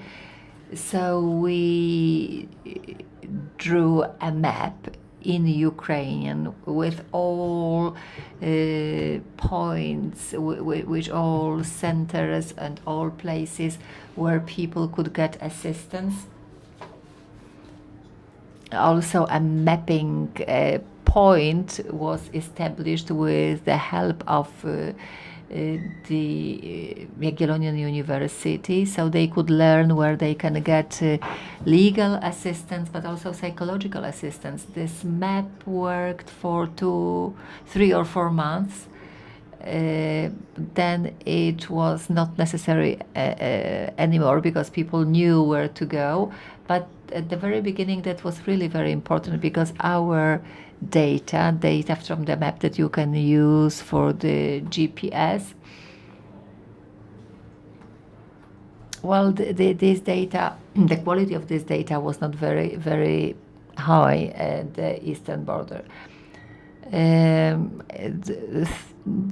Over this first week, it was for the first time in my life when I was speaking to 3 telephones at the same time, and we were organizing help to people in Ukraine from RSM community. They didn't want their maps to be destroyed. We are still helping Ukrainians for the map to stay as it is, because they decided they don't want any changes. The buildings that were bombed, the museums which are no longer there, they are still there on the map. They don't want to help the Russians to show them what they have destroyed. So Ukraine is probably the only country in the world now where there are no amendments to the map, for that very reason. So for the first 2 weeks, people were calling each other. They couldn't sleep. I was trying to go to sleep for 2 hours, but I couldn't. Well, we were not on the front line. We were not driving there. We were not bringing people in, but we were helping with the provision of information, the provision of data, so that people could learn where they can get a prepaid card where they can get some assistance, where they can get legal assistance. Thank you very much. We can see how complex challenge it is, and how and what challenges the Ukrainians face to save their statehood. We have one platform. This is the psychological platform from which it all starts, and then these people with trauma and with problems, they have to run the country, and we don't even know about it. Well, OpenStreetMaps, I heard about it for the first time when we talked on the phone, even though it's developed in a way very similar to Wikipedia. And so, Vitek, and I'm now proud thinking of you, because when we speak of community and when we speak of the emotions that are there between our nations, our two nations, and emotions which were there at the moment of the when war began, and this war still is there, and our country has changed a lot because of that. But I read one of your interviews, and the woman that you were interviewing was telling a story about Poles and Ukrainians who would dance together, sing songs together, and who knew their myths and stories. What's your perspective on that? Because you've been examining this subject for quite a long time. You go to Ukraine, you speak to people living in the borderlands. It's incredible experience to listen to what you are saying, because they make a beautiful mosaic of these first days. Everybody experienced that in a different way. I was in the front line. I decided that I have too many friends in Ukraine. I've been going there for too long. This is the country that's the closest to my heart after Poland. So I decided not to pretend that I am a journalist, so I just went to the border. The war began on Thursday, and on Friday I was there at the border. And there were mothers with children and elderly people. I can't remember what weather it was, whether it was very cold, or we were all in a way paralyzed. We were terrified with what Putin did, but at the same time it was an incredible moment, because we were looking around, seeing how many of us there are, and new people were coming, and we were waiting for 2 or 3 hours to be of any use. So at the border points there were thousands of cars waiting for these people, and that was the face of Poland, which I missed very much, because everybody had their share in this assistance, and this was an incredible human energy. We are to discuss new technologies, but I will just tell you that it would be really very difficult for us to coordinate it without these technologies. Well, I was a driver, so we could do it with the help of technology. I admired Ukrainians very much, because they had their groups on Telegram, and those who were crossing the border there had their route coordinated by people who were totally unknown to them. Well, there were some people who had friends or families, but there were Ukrainians in Kraków, in Przemyśl, in Rzeszów, and we were bringing these people there, and then this Ukrainian community in Poland, they were taking care of them. And you This quotation comes from Alexandra Wasiejko Szura, a woman whose family was saving Poles in Wolin in Ukraine, and she was praying for peace between Poland and Ukraine. She was terrified with what happened between the two nations, so she prayed for the change in relations between our nations. And I brought her to Poland in June, and she's a very modest lady, and she said, maybe my prayers have come true. So it's an unusual time, very difficult time. Of course, we would like this reconciliation to take place for other reasons and under different circumstances, but I think that this will benefit both nations for years to come. Pokazuje, że Thank you very much, Witek. Yes, what you said, I think my prayers have come true. Indeed, each individual has contributed their thing, and without individual people it wouldn't have been possible. So Justyna, you mentioned politicians in Ukraine. You talked to Yulia Tymoshenko, you talked to politicians who were 60, 70 years old. They were able to leave Ukraine, but they didn't. They stayed on, and had they left, what would Ukraine would have been like? And indeed, thanks to that, the war didn't end in 3 days. Kiev was not taken. Yes, Klitschko brothers could have left for any place around the world they wished, and Volodymyr Zelensky got an offer from the United States, which he turned out in beautiful words. When I went to Kenya, close to Turkana Lake, and every girl said they wanted to be Michelle Obama, and in Ukraine every boy would like to be either Zelensky or Klitschko. And when I talked to Vitaly, he talked about his love to his motherland in beautiful words, how a man perceives his motherland, his compatriots, and for him it's exactly the same responsibility as for his children. Not everyone knows that he's a boxer and politician. He holds a PhD degree, and he has many historical books in his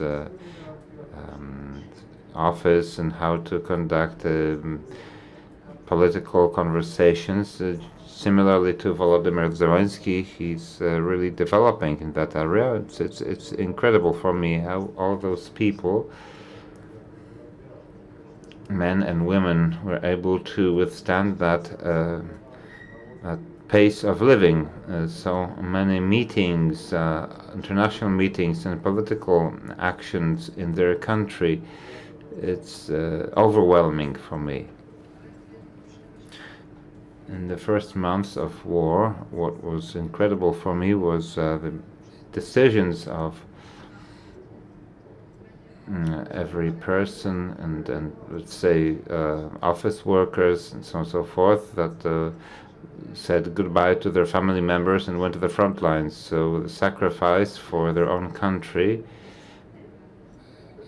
was an honorable thing to do. It's the best word that comes to my mind. There's another issue that I'd like to mention is the ambivalence.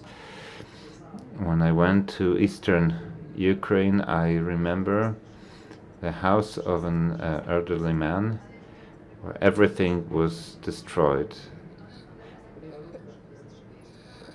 They also shot through his TV set. They destroyed all of his paintings.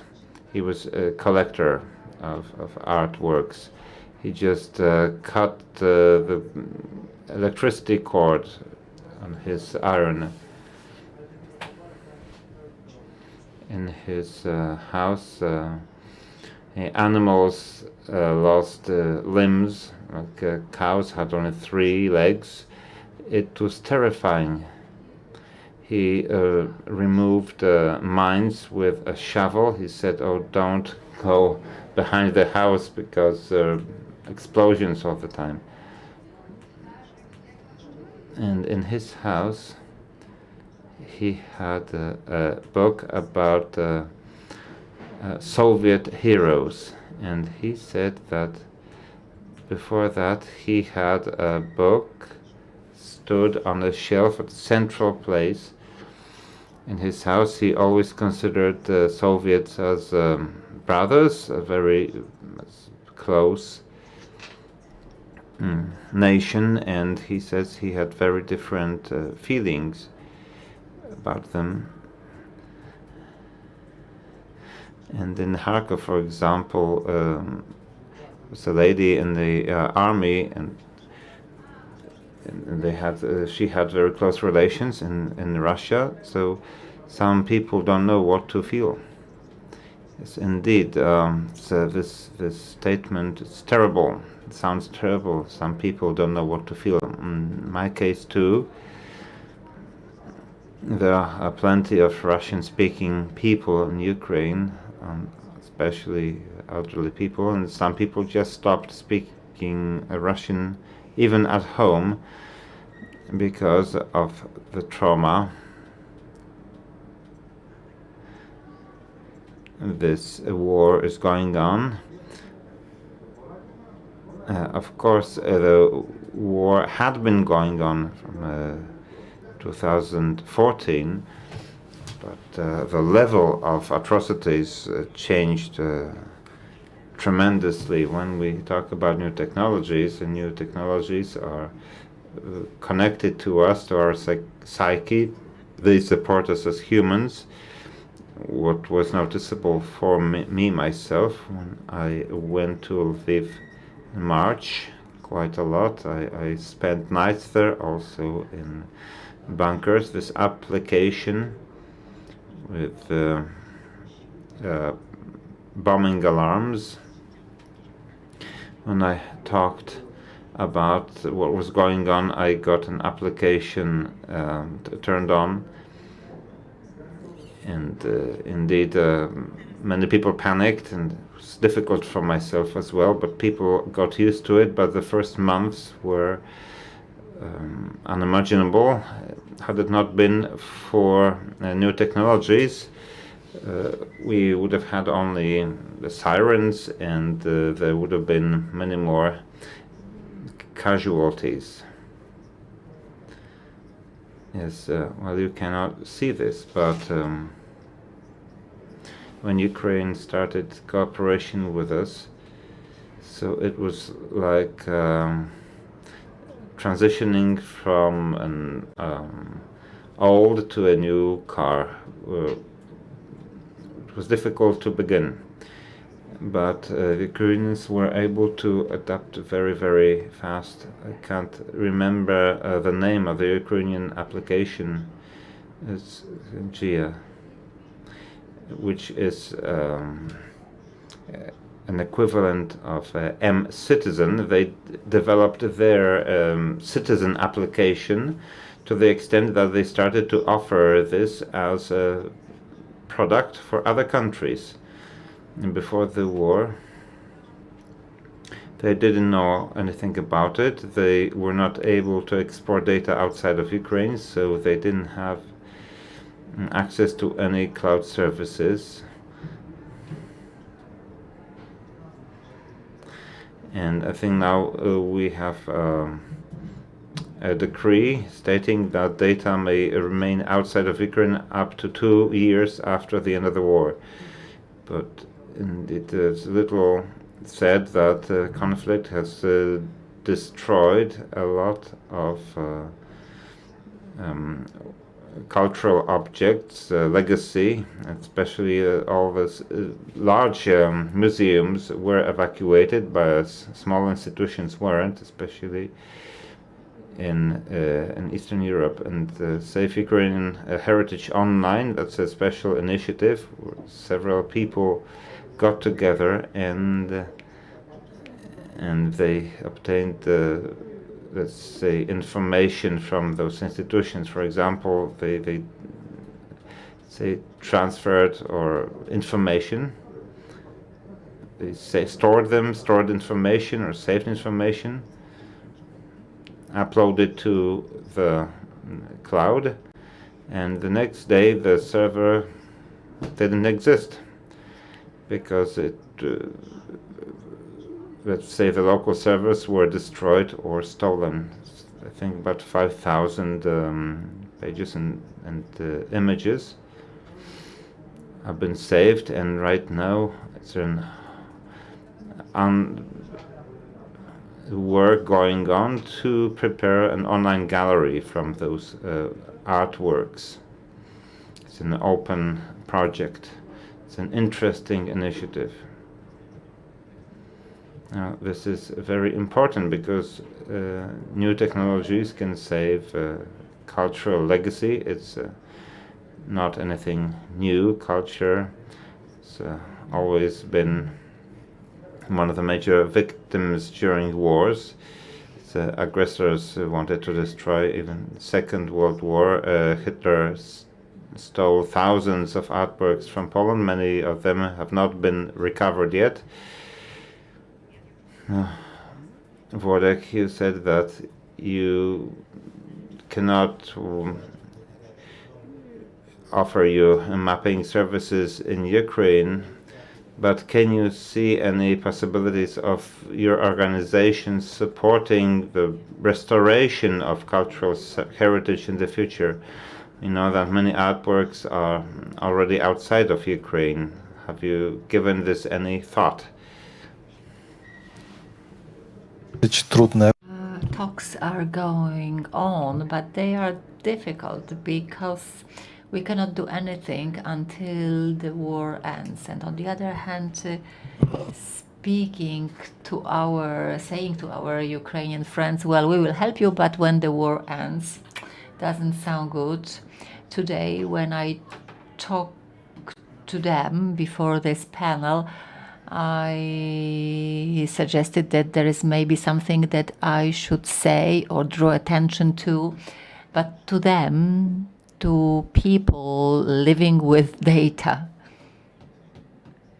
because most people engaged in OpenStreetMap are people working with databases.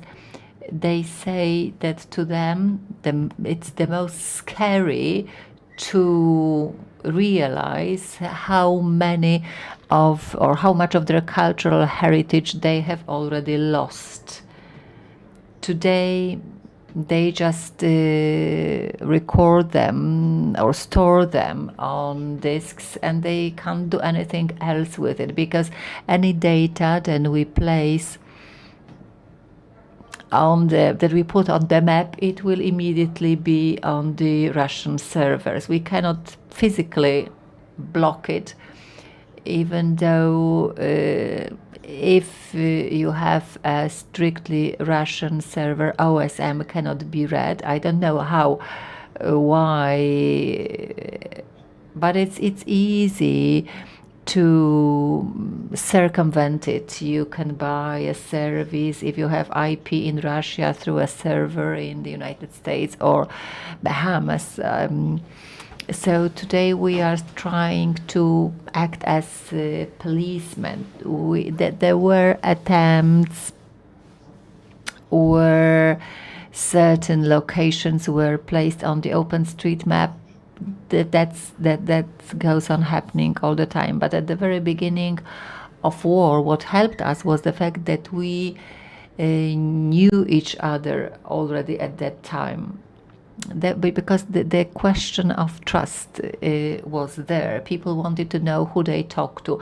We in the OSM, we know each other. Everyone who knows the system may go on my account and see its back track history until 2017. So this trust was built very quickly, and we coordinated a lot from the very beginning. I was talking to Andrei, who I had never met before, but we could trace our histories, so that was very helpful.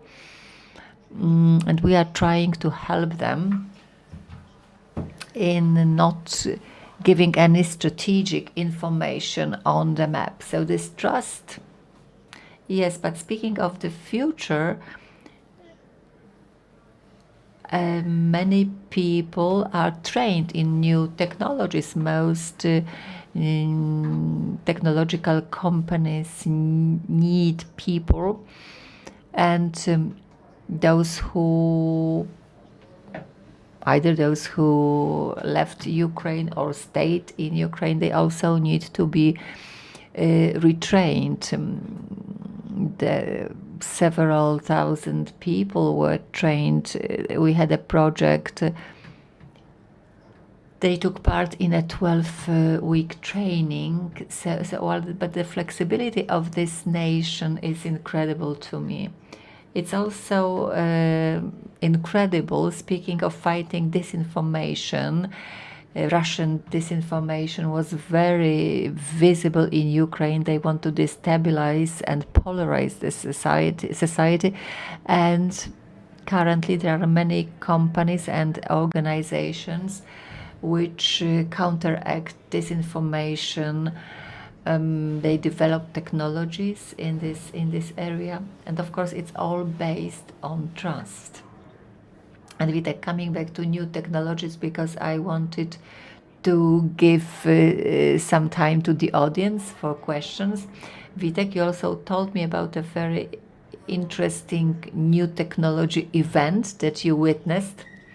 Well, I want this war, this bloody war, to end, and I'm really fascinated to see what the reconstruction of Ukraine will look like. Well, everybody is showing now a new munition, new armaments that they have. The West is showing their arms, but then the time will come for technology competition. In Lviv, I saw a school that was built with the help of 3D printer. I saw it on Ukrainian media. I went to the building site, a Norwegian company which can do it. They brought together, they collected money from among their staff and from donors who wanted to help Ukraine. This school is very much needed because normal school and a normal school in Lviv suddenly has got twice as many children as they used to have. So, and normally under normal conditions they would build this school for 2 years, and there was a Potem to schło przez miesiąc, a potem to wytynkowało. A bulldozer came and they put all the installations, and it took them 3 months. And they want to build other schools in the same way. And when reconstruction time comes, they will be building these schools in thousands. So I'm really looking forward to this moment when Ukraine starts its reconstruction. So I'm sure that this will be the first place in the 21st century to be reconstructed after such terrible damage, but also using the 21st century technology. When this horrible war ends, yes, that's lovely. That's also very good that they start with schools, because they take great care of their children at the very beginning of the war. the Russians transported thousands, hundreds of thousands of children, especially from eastern Ukraine. So they want to reconstruct Ukraine in terms of structures, cities. But they also want to reconstruct their nation. And now I'd like to give the floor to the audience. I'm sure you have many interesting questions. There is a mic that you will get to ask a question.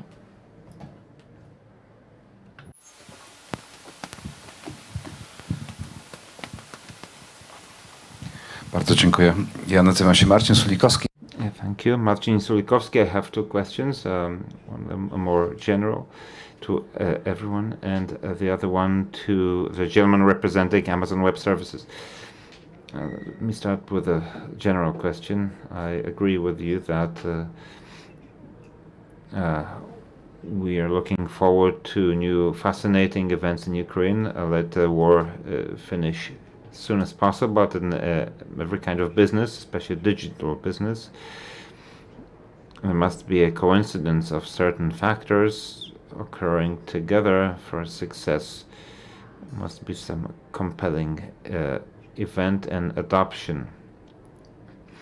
In the case of Ukraine, a compelling event was war, and what you're mentioning, adoption of digital solutions, which are often the only possibility for Ukrainian society to maintain a continuity of communication relations with state institutions. Would you agree with my thesis that in the coming decade, Ukraine is going to be a European pioneer in terms of digital innovation, in terms of state citizen communications? And second question focused on cloud technologies. Now, you mentioned that Zelensky's decree really waived a prohibition of the use of cloud technologies rather than wide agreement or permission to use them. So do you think that in the future Ukraine will pioneer or will widely adopt cloud technologies?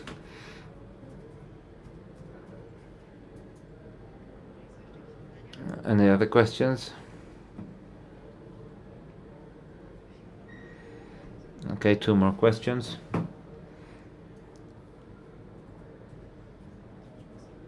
Tomasz Majski, I have one question. Fortunately, I haven't been present from the very beginning, but there is an application that I saw in Kharkiv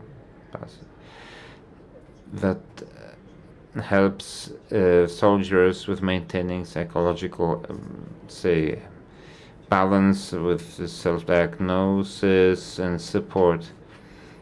I'd like to ask you whether any people from Poland participated in the development of that application to the best of your knowledge, or do you think this could be transferred to Poland, where we have problems with the availability of psychiatrists? Now, my question is for the gentleman from Amazon Web Services. I'm just wondering whether such an extreme event like a war in Ukraine is a source of technological inspirations. Is it something that you can use to develop your structure in the future?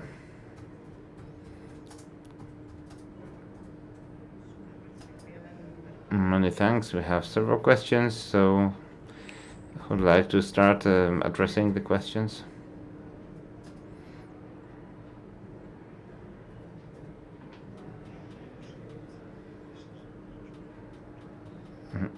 Okay, I think the questions were addressed to Dariusz primarily, so maybe he should start. So, let's start with Zelensky's decree. Now, there are two certain things in life, death and taxes. we cannot be sure what will happen after the war. Today, it's difficult to imagine that we'll go back to status quo. Of course, some things will be migrated back to local server rooms. Some solutions will stay with us, some will be transferred to other cloud providers, but I cannot imagine backpedaling totally. But the situation is very similar in Eastern Europe and Europe in general. We can see greater interest in cloud services than before March 2022 as a safer solution. Yes, yes, but generally it's a solution that can withstand major DDoS attacks, that can ensure the continuity of operation of private and public institutions in the case of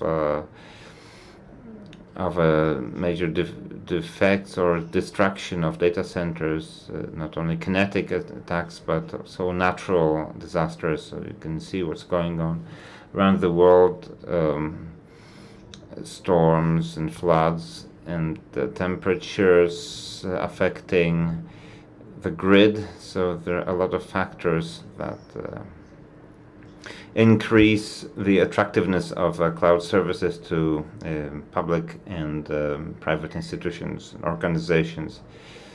And there's another question about application.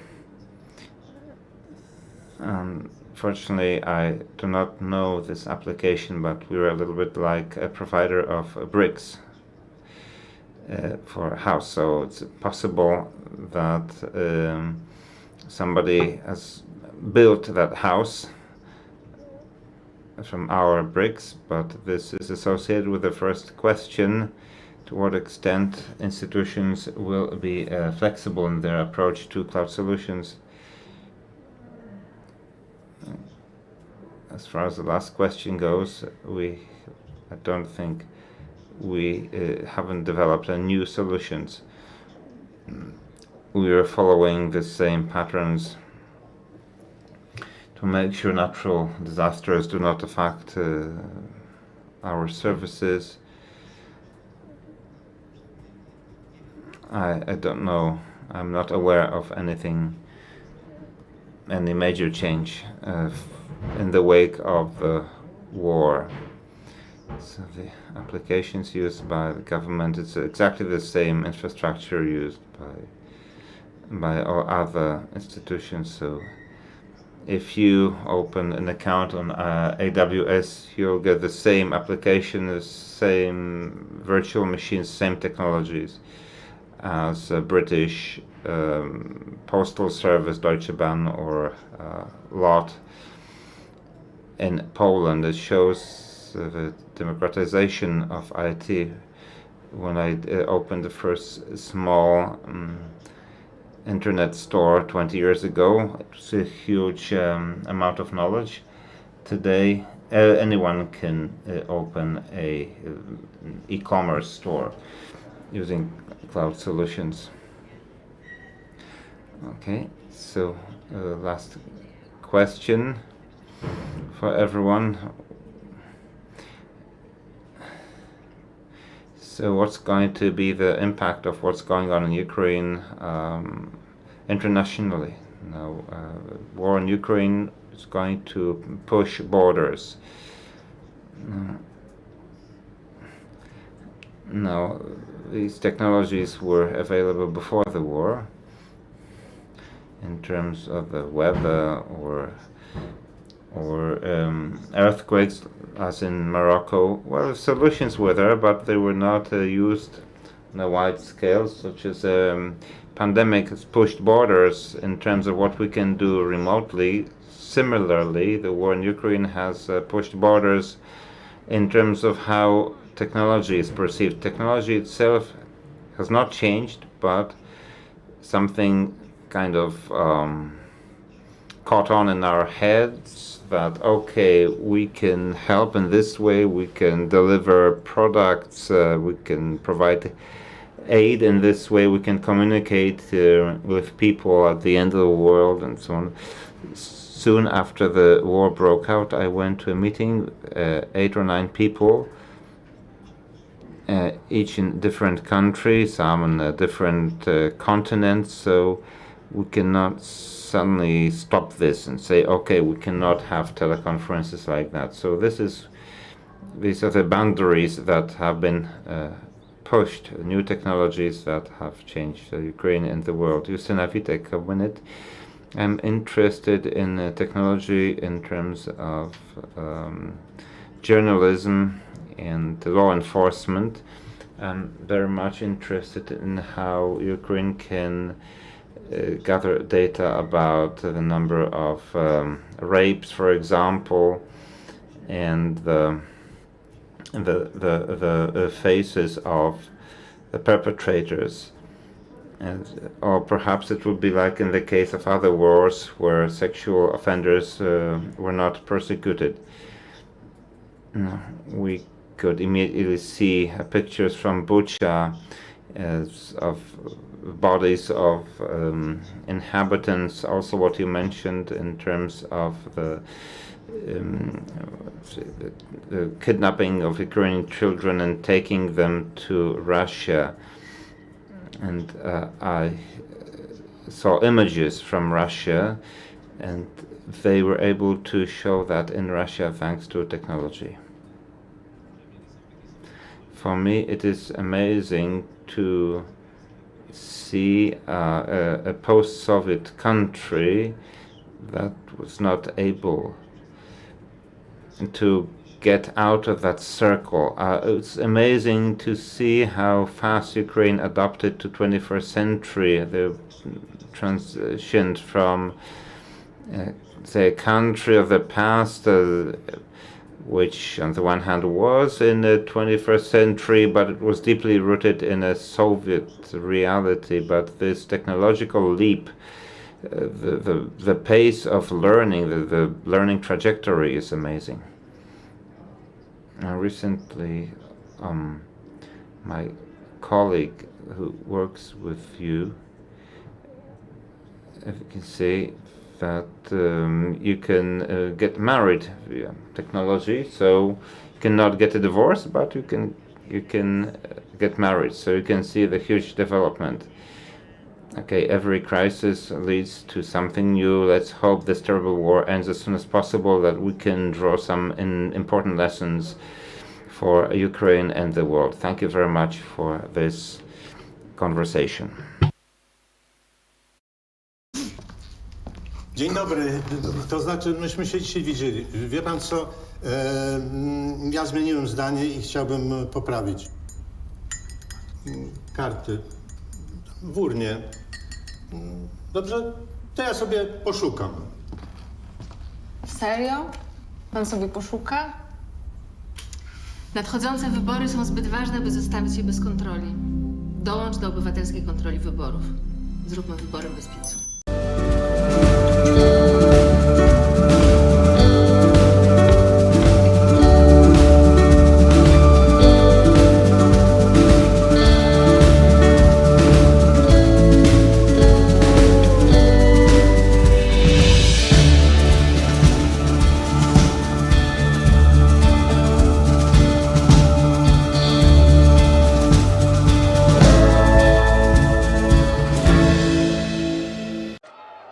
It's not always easy to recognize.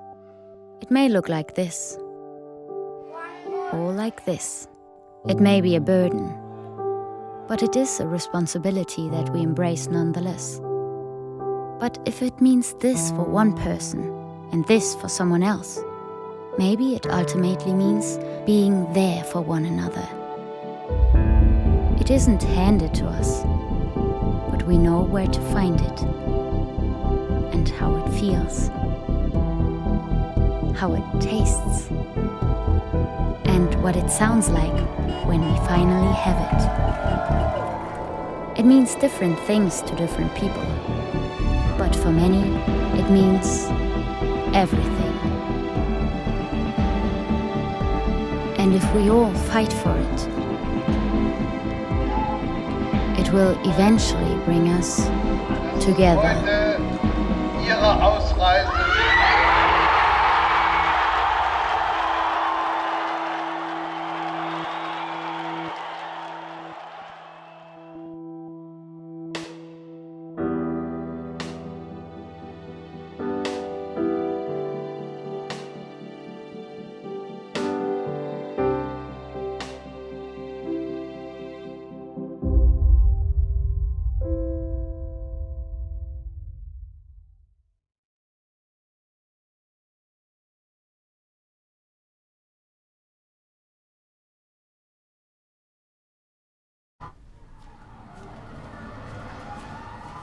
Każdy wybór ma swoje konsekwencje.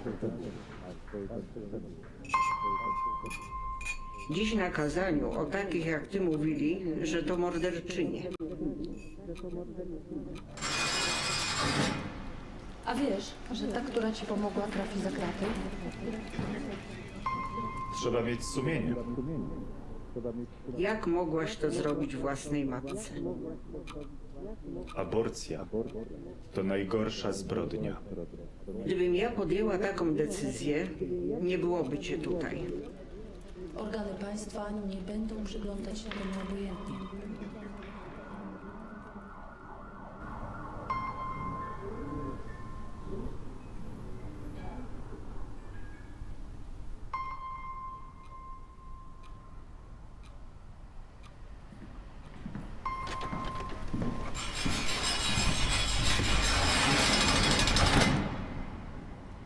Życie i zdrowie kobiety jest najważniejsze. Stop kryminalizacji aborcji. Kobieta decyduje.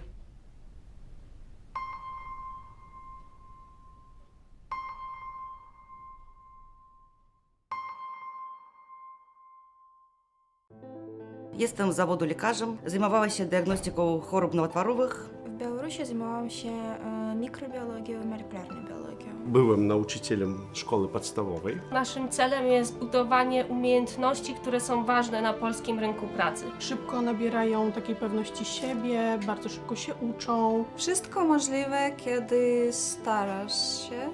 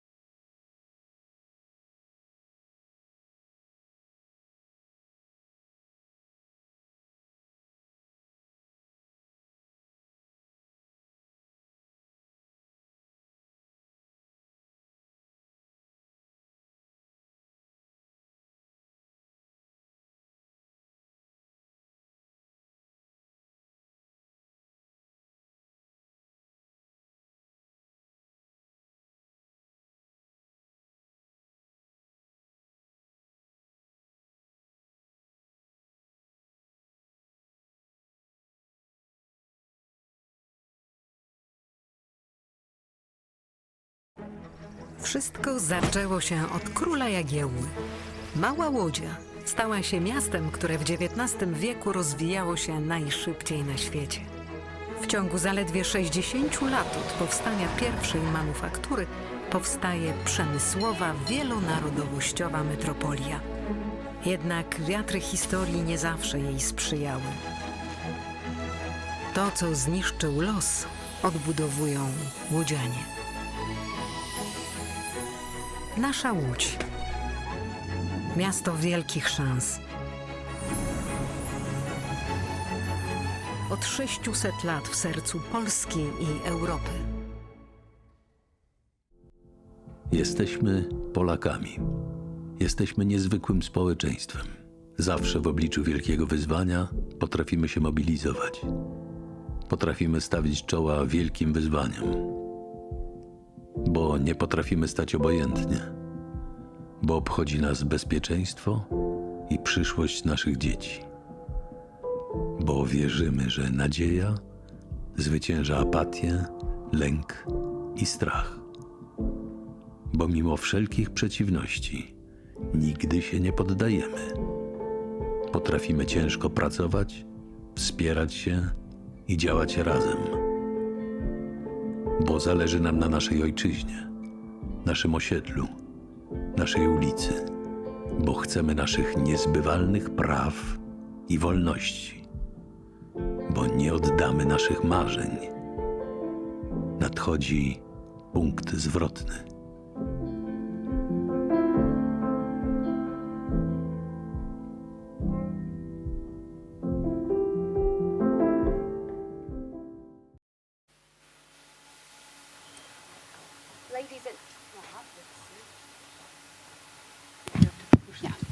Ladies and gentlemen, welcome to our today's panel on geopolitics. My name is Katarzyna Pisarska, and I am the chair of the Council of the Kazimierz Pulaski Foundation and the chair of the Warsaw Security Forum. And I wanted to welcome first and foremost our panel, our wonderful speakers coming from a variety of different European countries. I'll start with Geraldine Niechus, who's here representing NATO. Welcome, Geraldine. It's great to have you. But also Georg Sorensen, who is an expert on security, joining us as well here in Łódź. And finally, our Hungarian friend, Istvan Szent Ivani, coming also in the area of security we're going to talk today. Welcome, Ivan. Great to have you here. Of course, we are missing one more panelist, Jacek Bartosiak. Jacek is on his way here. There was a big traffic accident, and unfortunately, he will arrive at the end of the panel. So, but knowing that many of you have come here specifically to listen to you, what I have agreed with the organizers is that we're going to move with the panel that is 45 minutes to kind of discuss all the more important issues of today's European security architecture. And Jacek will join us for a one-on-one conversation at 6:45. We'll have a quick 15-minute discussion that we're also going to bring all the topics we're going to discuss here with you in this 45 minutes. So we're trying to do the best of this situation, and I'm sure that it's going to be a fascinating discussion as we start. And of course, an important element is also your contribution to our today's discussion. So my big request is don't shy away from asking questions to our panelists. We'll do a kind of 15-20 minute starting discussion between us, and then I'm going to open the floor to all of you here. So we're going to start actually with you, Geraldine, and if we could ask you to kind of set the stage for us. We are at the moment in a truly historical time where European security architecture has been shaken to the core by the Russian invasion of Ukraine last year. And I think everything we've believed, everything we held as true, today is in a way questioned by autocrats. So if you could set the stage for us also from the perspective of NATO as a whole and Europe as an alliance. Thank you so much. Now it works, yeah. Thank you so much, Katarzyna. Really great to be back in Poland. Thanks for having me. Poland for me is always the country of, to name just a few, I mean, Nicolaus Copernicus, Marie Curie, Frédéric Chopin. Since we are in Lodz, I probably should also add Roman Polanski. So big cultural and scientific achievements, but also for me, it's really also the country who shook off communist dictatorship and had a peaceful transition to a democracy. So in that sense, I think there's also this historic achievement of Poland to have contributed to making Europe whole, free, and at peace. Now, just now zooming forward to today, clearly we are in a Europe which is not at peace. So, and indeed, I think the Russians, President Putin's all-out war of aggression against Ukraine has shattered peace and security in Europe. But at the same time, I think we should, and we certainly will talk more about that, we should not forget the other challenges to our security. You refer to, I mean, we have the rising competition between democracy and authoritarian states. We have the I quote, the partnership without limits between China and Russia, who are challenging the international rules-based order, who try to sow instability and pose and bad governments or challenge good governance in Africa, but also closer to us in the Western Balkans. So there are many challenges there: terrorism, climate change, increasing cyber attacks, to mention just a few.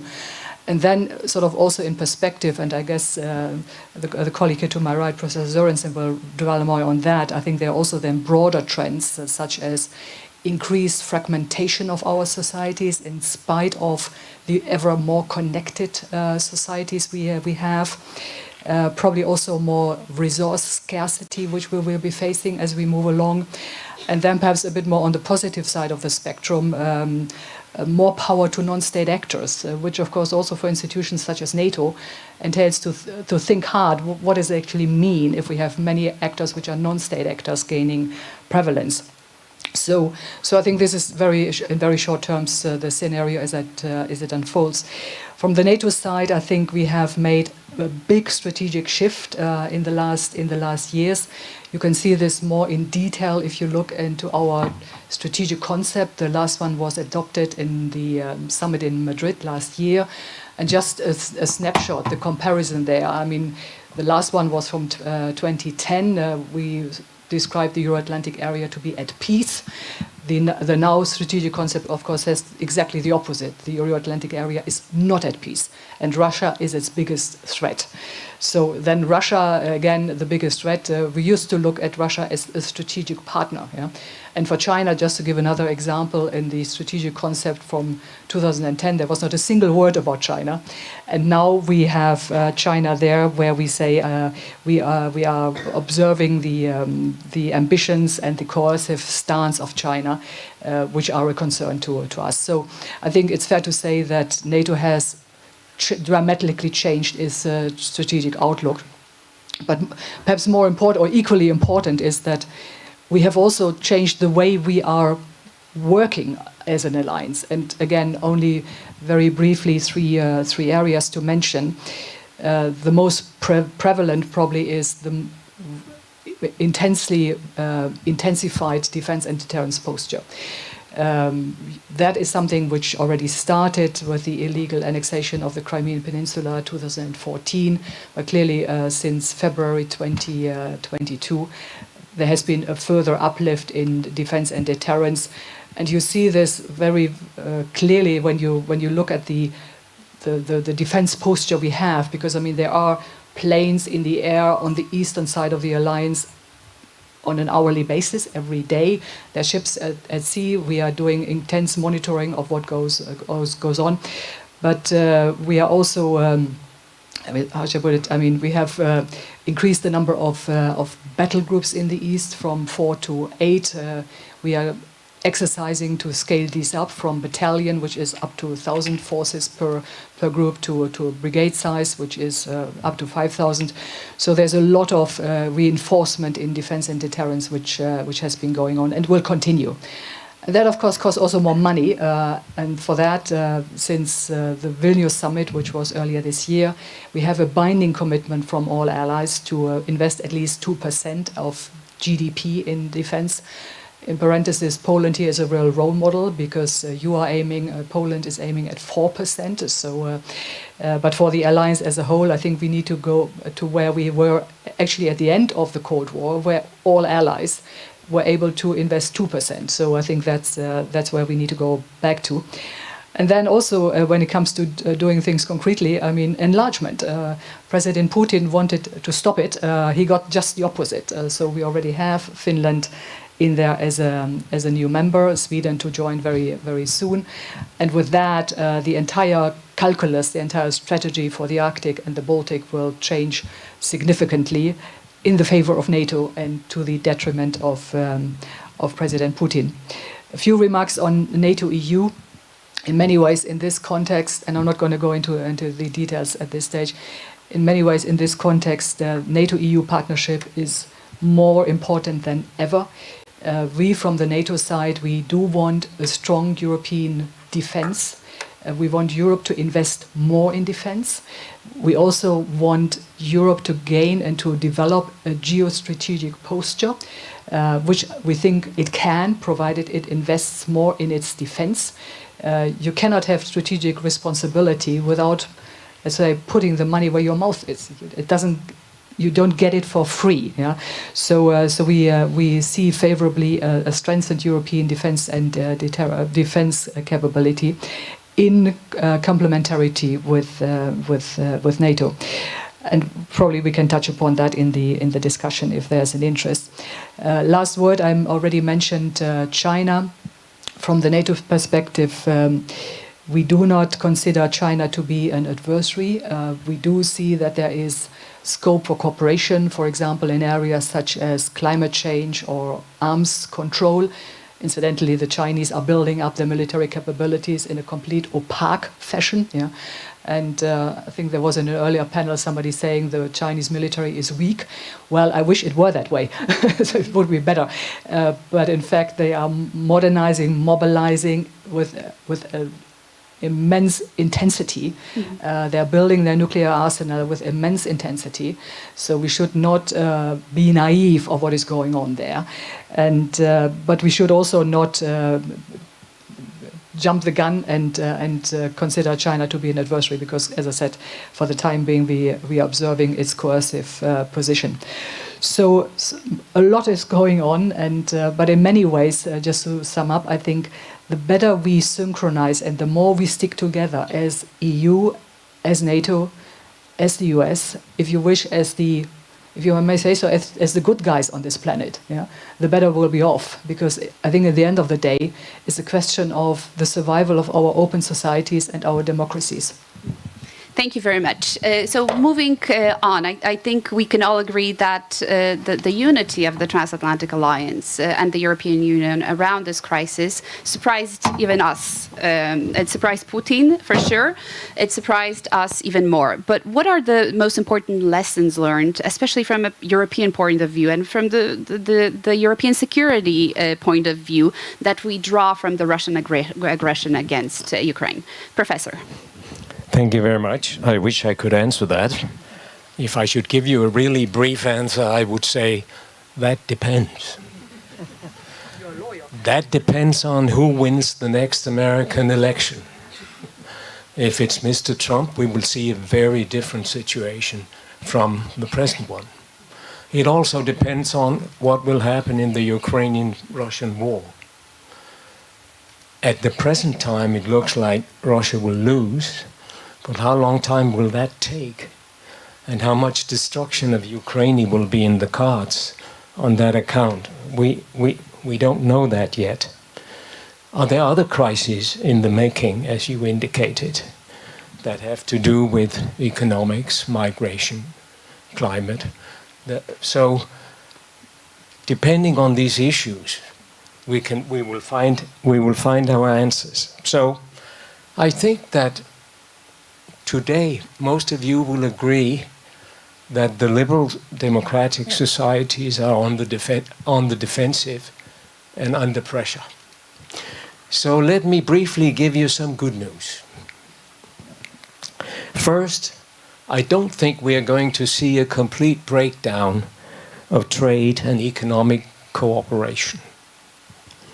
Globalization will not come to a complete stop.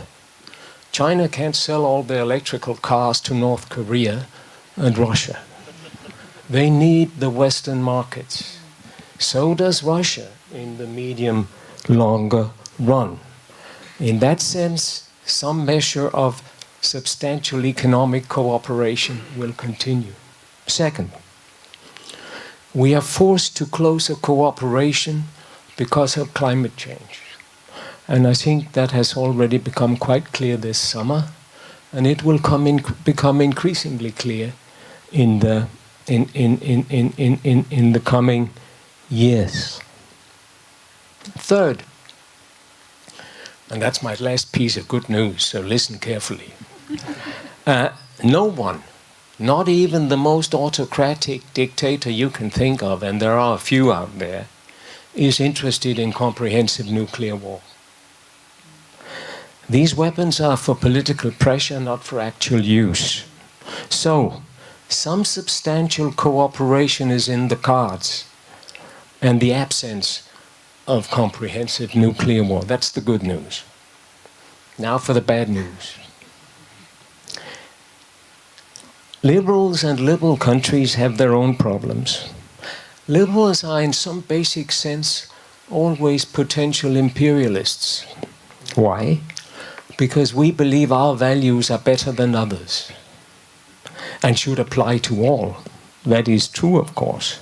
But it also indicates that we know better than everyone else, and that we can impose on them, as we did in Iraq, in Afghanistan, in Libya, and elsewhere.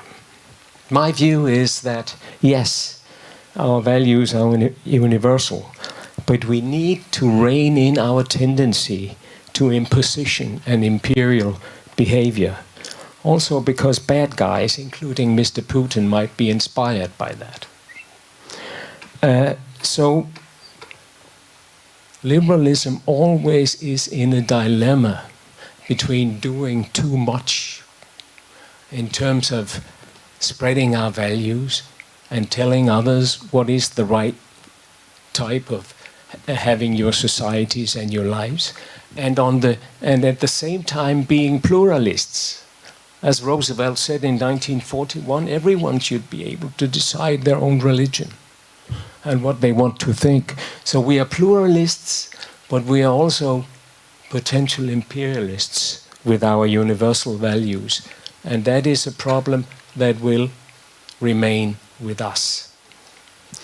Second, liberal economic globalization has done a pile of good, but also a pile of bad. We see rampant inequality with billions of poor and very few rich. We see accumulated climate problems, both in the West and elsewhere, against which we have done far too little. Third, and I'll finish soon, liberal democracy is not doing too well in many countries. There's populism turning inwards, refusing to confront pressing common problems. The EU has done fairly well during the Corona crisis and the Ukraine-Russia crisis, but there's still a lot to do, and the future is complicated. And finally, I want to emphasize that we must understand, and this concerns especially China and also Russia, of course, that economic modernization does not necessarily bring about democracy. It's an old liberal idea that all good things go together. but maybe they don't, or I don't think they do at all in many cases. And we have to revise our thinking there, as Frank Fukuyama has done in recent years. And now to your questions. But you really have 30 seconds to answer to that, because we need to have a discussion as well as questions from the audience. Well, I'll answer your questions later. We heard, I think, a few wise words here, that the challenges that European security faces are truly multidimensional. So it's not only about the military threat, it's truly not only about even economic threats, but it is also the fragmentation of society. What are for you the lessons learned for Europe and European security as a consequence of the war of aggression of Russia against Ukraine? Thank you, Madam Chair, ladies and gentlemen. Not easy to say anything after two excellent presentations, but I try to do so and try to be brief. I would like to make 3 remarks. My first remark, the folks will never be vegetarian. The authoritarian, undemocratic Russia will not be a peaceful, reliable partner anymore. Of course, a democratic Russia, a prosperous Russia could be a good partner, but I do not see it to come, at least not in the near future, on the horizon. Therefore, we have got some wake-up calls, and they did not take seriously. In 2007, that was a Putin speech at the Munich Security Conference. 2008, war in Georgia. 2014, war in Ukraine, annexation of Crimea and Donetsk, Luhansk. 2015 in Syria. And we did not believe in that what would have come. And really, we behaved like the sleepwalkers and lived in a dream world. Now, we should wake up. That's the first, and I see that in that sense the war was a good warning signal, and we understood. My second point is, which is important, we have to complete and add the vocabulary of the European Union. The European Union tends to, or so far, to consider every country as a friend, as a partner, and they did not know that the world is much more colorful. There are not only friends and partners. There are hostile countries, there are enemies, there are rivals, there are challengers. We should take aware of that, and we should conduct according to that. That's very important. It has been a bizarre alliance of the naive idealists and unprincipled opportunists in Europe.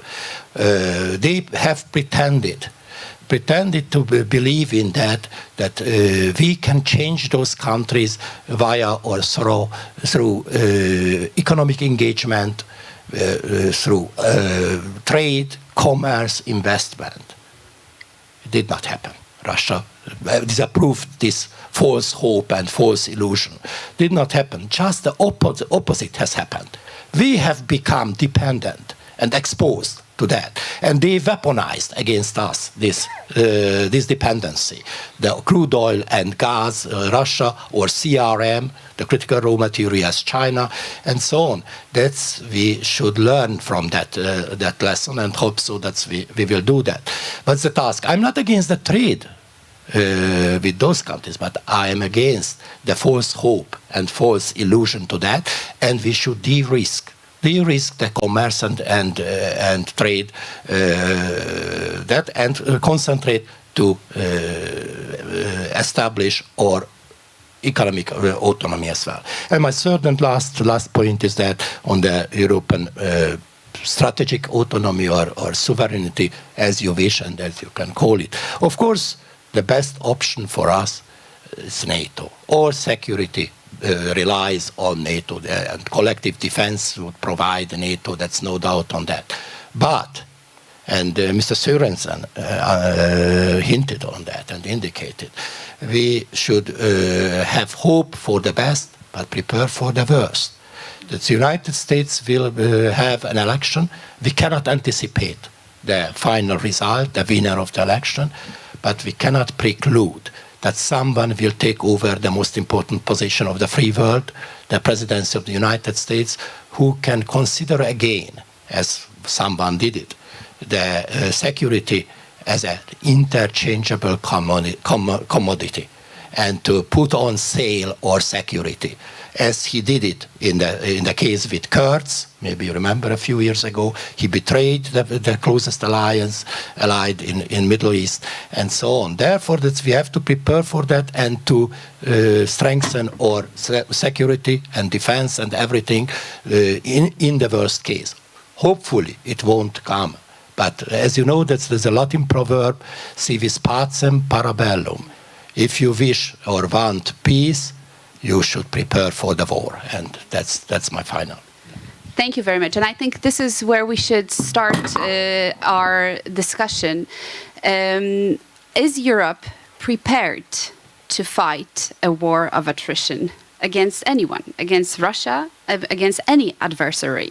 Looking at our societies, looking at polling, if you ask societies, are they willing to die for their own countries, you will find percentage of 20 in Spain, Portugal, maybe 30 in France, and even here in Poland, only 48% of Poles say they are willing to die for their country. So how do we prepare for the worst? And also, I think we all agree with the analysis that the challenge is overwhelming. But here in Central and Eastern Europe, we understand, and the war in Ukraine has proven that without the United States, there is no security. The United States and the UK, to some extent, were probably the most robust, have shown the most robust answer and have been the quickest to assess Ukraine. And many countries, without naming and blaming, have dragged their feet for a very long time, too long from the perspective of the war. So how do you see, us as Europeans able to protect and defend the European continent if there's not the mindset to do that, and also the technical, logistical capabilities at this point to do it without the Americans? Geraldine, do you want to start? Yeah, I can do that once I get my mic going. Yes. Look, I think the agreement, if you wish, the labor division between NATO and the EU is that NATO will continue to be the anchor of collective defense and security. So the hard power, if you wish. Yeah. But having said that, at the same time, we wish to see NATO Europe, or the European pillar in NATO, acquire more capability of its own, because arguably currently they don't have it. They are lacking, as Europeans, we are lacking capabilities for strategic lift. Bringing people out of a crisis scenario, case of Afghanistan, or case of Libya, we are lacking strategic enablers such as communications. So we are lacking capabilities. All this is the consequence of several decades of cashing the peace dividend. Yeah. So we need to, as Europeans, and I'm a convinced European, in addition to being a convinced transatlanticist, as Europeans, we have to invest more in defense. Yeah, but we also, and perhaps that is even more important, we need the political will and the leadership to actually say we want Europe to become increasingly also a geostrategic actor. If there is the will, there is a way.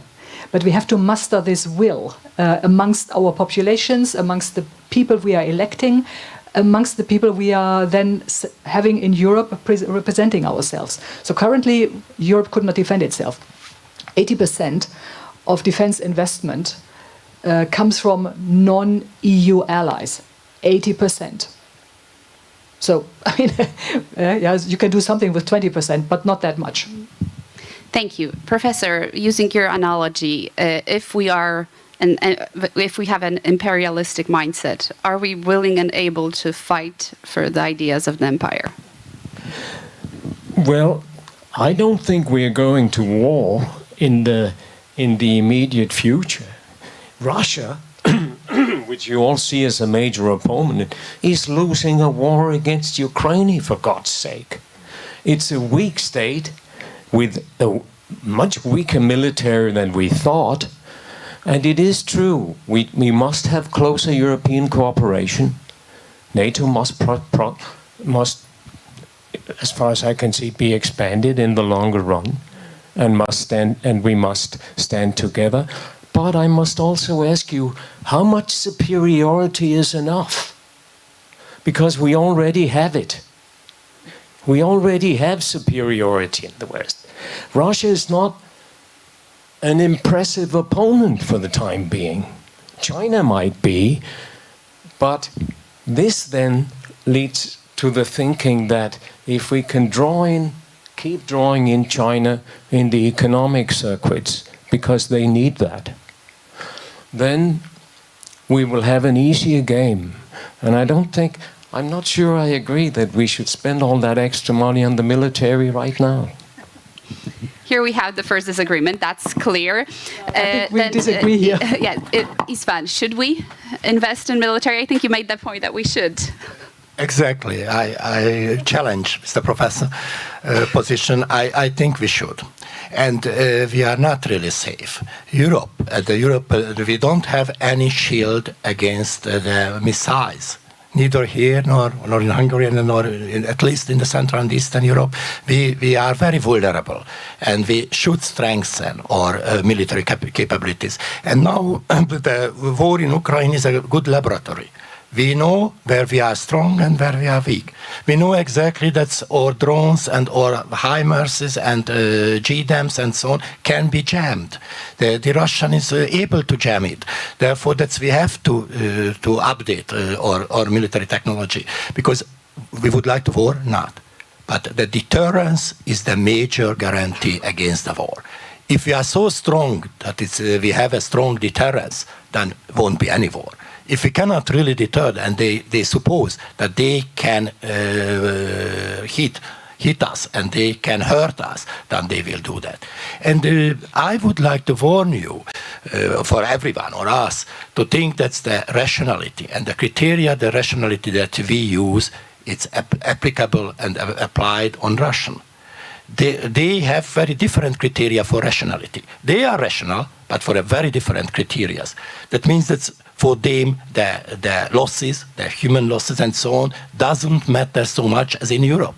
So we are very sensitive for that, for the losses. We see that Russia is not sensitive at all, and so they are going further up in the war. I think so that we have to up, and there is a consensus. As far as the general mood in Europe concerned, I think it's going to change. And even in that sense, the war and the aggression against Ukraine, it helped. It helped, and many Europeans started to understand that we are living in a dangerous world. Of course, that was an overall optimism in the 90s, the peace dividend and everything, that's the end of history. Now there won't be any full-scale war and anything else in the world. But now we see that's possible. A full-scale war in Europe, in your neighborhood, in our neighborhood, in Hungary, it's possible. And there is another world power which is seeking to undermine the security of the world and the global security. That's China. That's also there. Therefore, I think we have to prepare. Thank you very much. We have 15 minutes left for questions. Do we have any first questions? First question here, anybody else? And the second here. So we'll take two, and if we find a time for another round, and three. Yeah, so let's take three, and there will be only one round. Could I ask somebody to pass on the mic? First to the gentleman here with... yeah, I will not give my mic. Please do introduce yourself. Yeah, my name is Cesare. I guess I should introduce myself as an entrepreneur. And my question will go directly to Ms. Gerlinda Nihus.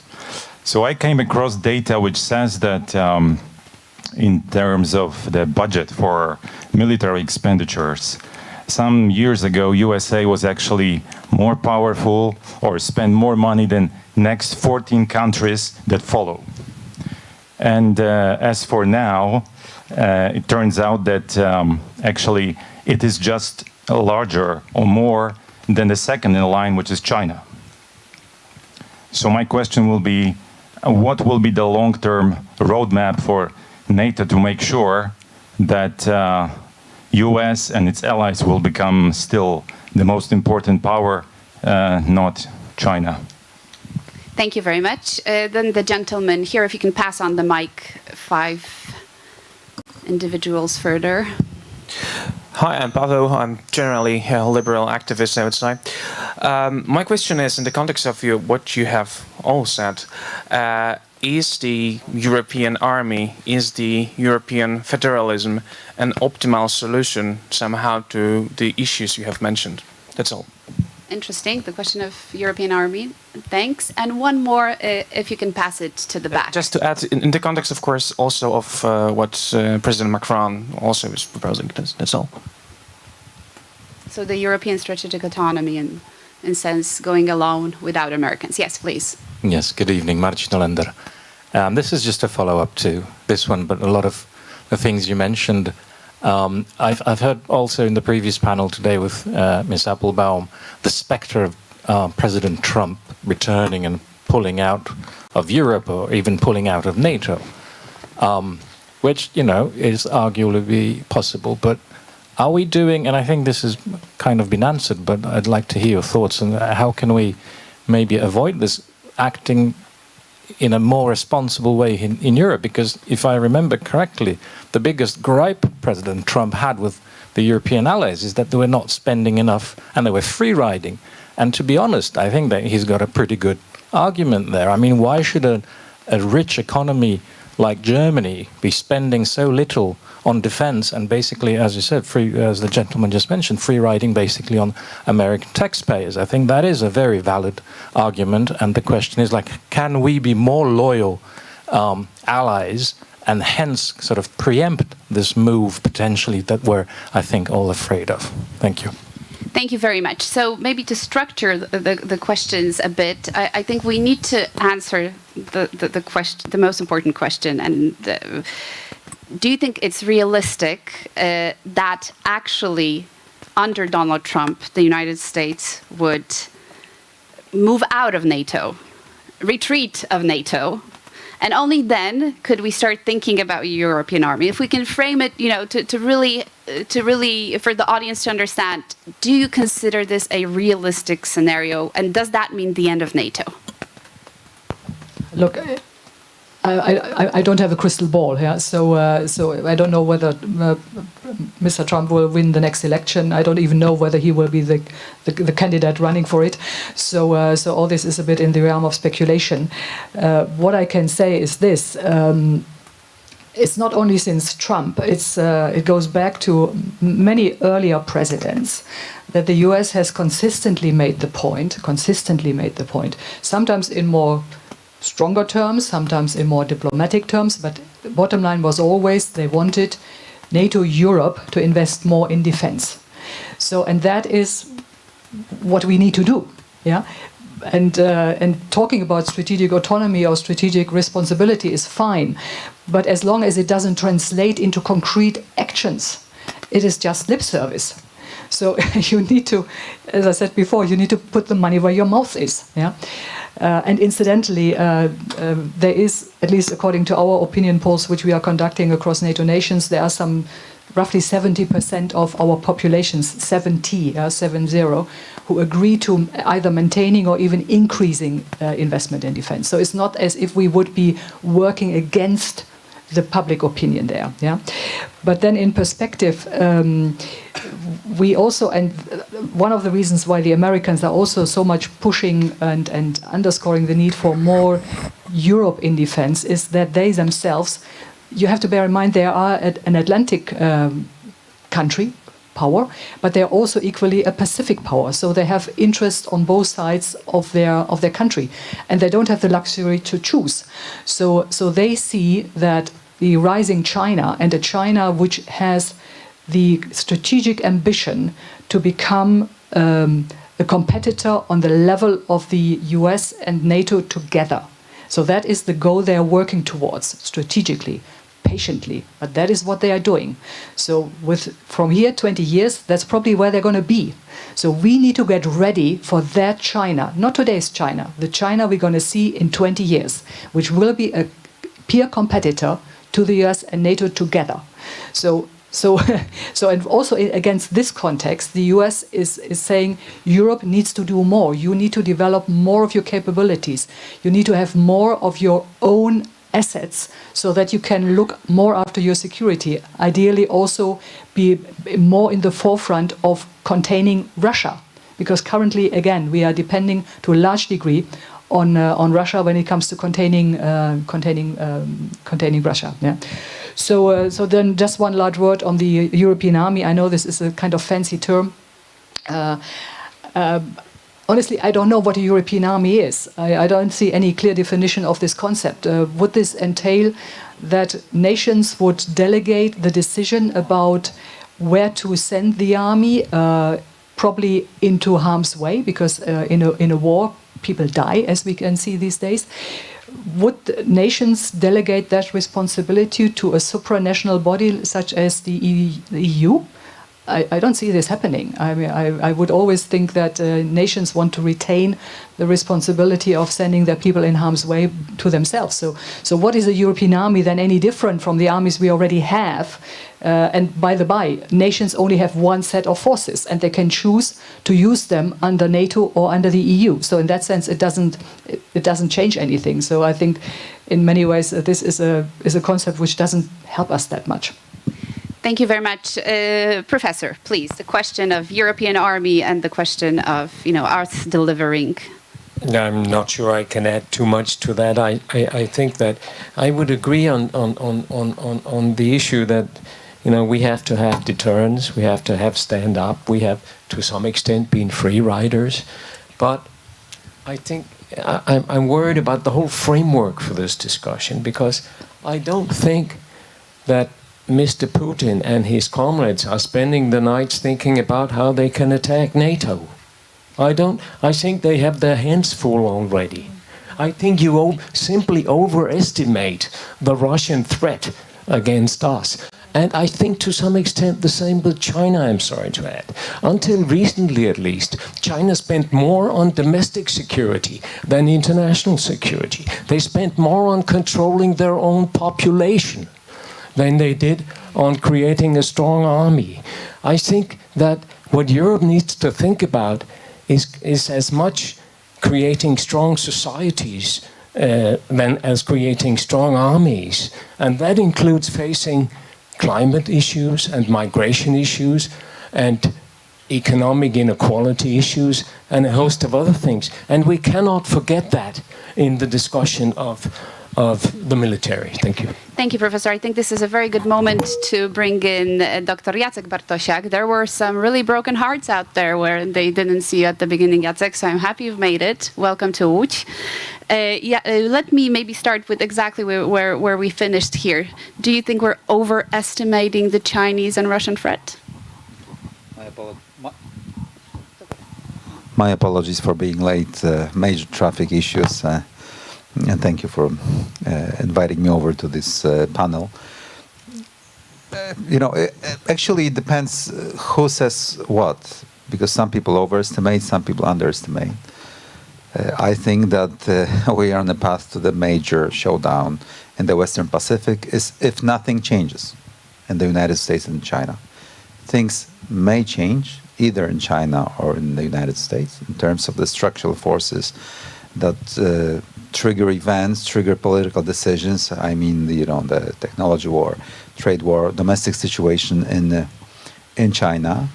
But as of now, we are on a path to a major confrontation, showdown, resulting from misperception and the incidental spiraling escalation, given the structural forces behind those two powers. And in the United States, I think there is already understanding that this might be happening very soon, as opposed to Europe, which is in limbo in that respect. What does that mean to us, to Europe? So there is a major discrepancy between how the Americans are viewing it, and the American military is viewing it, and the European, so to speak, environment or strategic circles. And I think that stems also from the quite natural phenomenon that Europe is in a different strategic situation than the United States. It has different interests than the United States.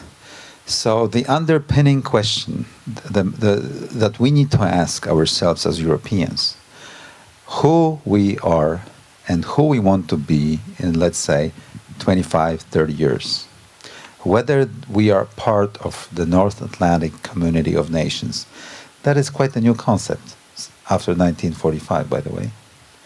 Or we are a separate entity, separate geopolitical pole, whether we call it EU, whether we call it Federation of European States, whatever we call it, and we need to make this decision. And this is the most fundamental question. Since the, being a Pole, I can't say we have overestimated Russia. Basically, what Russia did was not an attack against Europe, it was a strike against credibility of the United States and the United States' position in Europe as a European power. And it was the objective of demonstrating that the United States doesn't have credibility and is not a European power and cannot guarantee security architecture. So that's why Russia must be a pillar of the security architecture. And let's welcome Germany and France to join this nice project from Vladivostok to Lisbon. And that would underpin, and that would be an underlying force behind the, closer cooperation between Russia and the continental Europeans. And of course, on the way to achieve that, we need to trample the intermarium countries, the countries, those small or middle countries of Central Eastern Europe. And the war is about their destiny, about our destiny. And it's not decided yet. It's not certain that Russia is going to lose this war. So it's just the beginning of this, I think, 15 years of the chaos. And of course, I have not answered your question whether we have the future as a Europe, because this is that's the last sentence, that's one of the most difficult questions, and I have no answer to that, actually. I see so many problems in achieving unity, in understanding that we have, what kind of threats we have, for example, whether Russia is a threat or a neighbor, whether Africa is a threat or a neighbor. There is no unity in Europe. And without unity, we will not have the future, common future. Isfahan, are you also as pessimistic about Europe? And what I'll try to do, because we have 12 minutes and we've decided actually to continue in this panel, I'll give you a chance to ask one more round of questions after this. So, Istvan, please. I'm not pessimistic. I know you're not. That's why I'm asking you. I would like to wake up the European public opinion, and I hope so very much that Europe can meet the challenges ahead of us, and I'm firmly confident. As far as the question concerned, whether United States can move out or step out from NATO, my answer would be, formally, I cannot imagine that. I don't think so that's realistic. But it's realistic that they can evaporate the cohesion of NATO. It's like Mr. Trump said, it's an obsolete organization, the Article 5 is not always valid, and so on. And then could undermine the significance of NATO. That could happen. That's the danger, not that they formally step out. And as far as the European army concerned, fully agree with you. The problem is now that if we don't have a clear rules of deployment and of the army, it doesn't make any sense. It's the same as it we have now. And we need the clear command and and the decision-making procedure on how can we apply and deploy the army. Otherwise, doesn't make anything. Thank you. So last round of questions. It does not surprise me. Please, number one, number two, and I have another. Only gentlemen. I'm so sad to see that, but do I need a mic? Yes, you do. But okay. Przemek, if you have the mic, please ask. Kamil Dosiak. Kamil, I'm sorry. Professor Santi-Invani, because you were talking about reality and realism, that EU has to be more realistic than idealistic. So the question what we have is, what should be the position of European Union towards Hungary, towards behavior of Viktor Orban in this situation? Thank you. Thank you very much. First question. The next one, please. Piotr Napierała. Okay, so my question is about all those theories that there is some huge conflict, so to speak, between Germany and France on one hand, on one side, and Anglo-Saxon powers, so to speak, on the other side. Because it's very popular theory, and well, I think that at least one of the panelists is proponing this idea that there is a huge gap and huge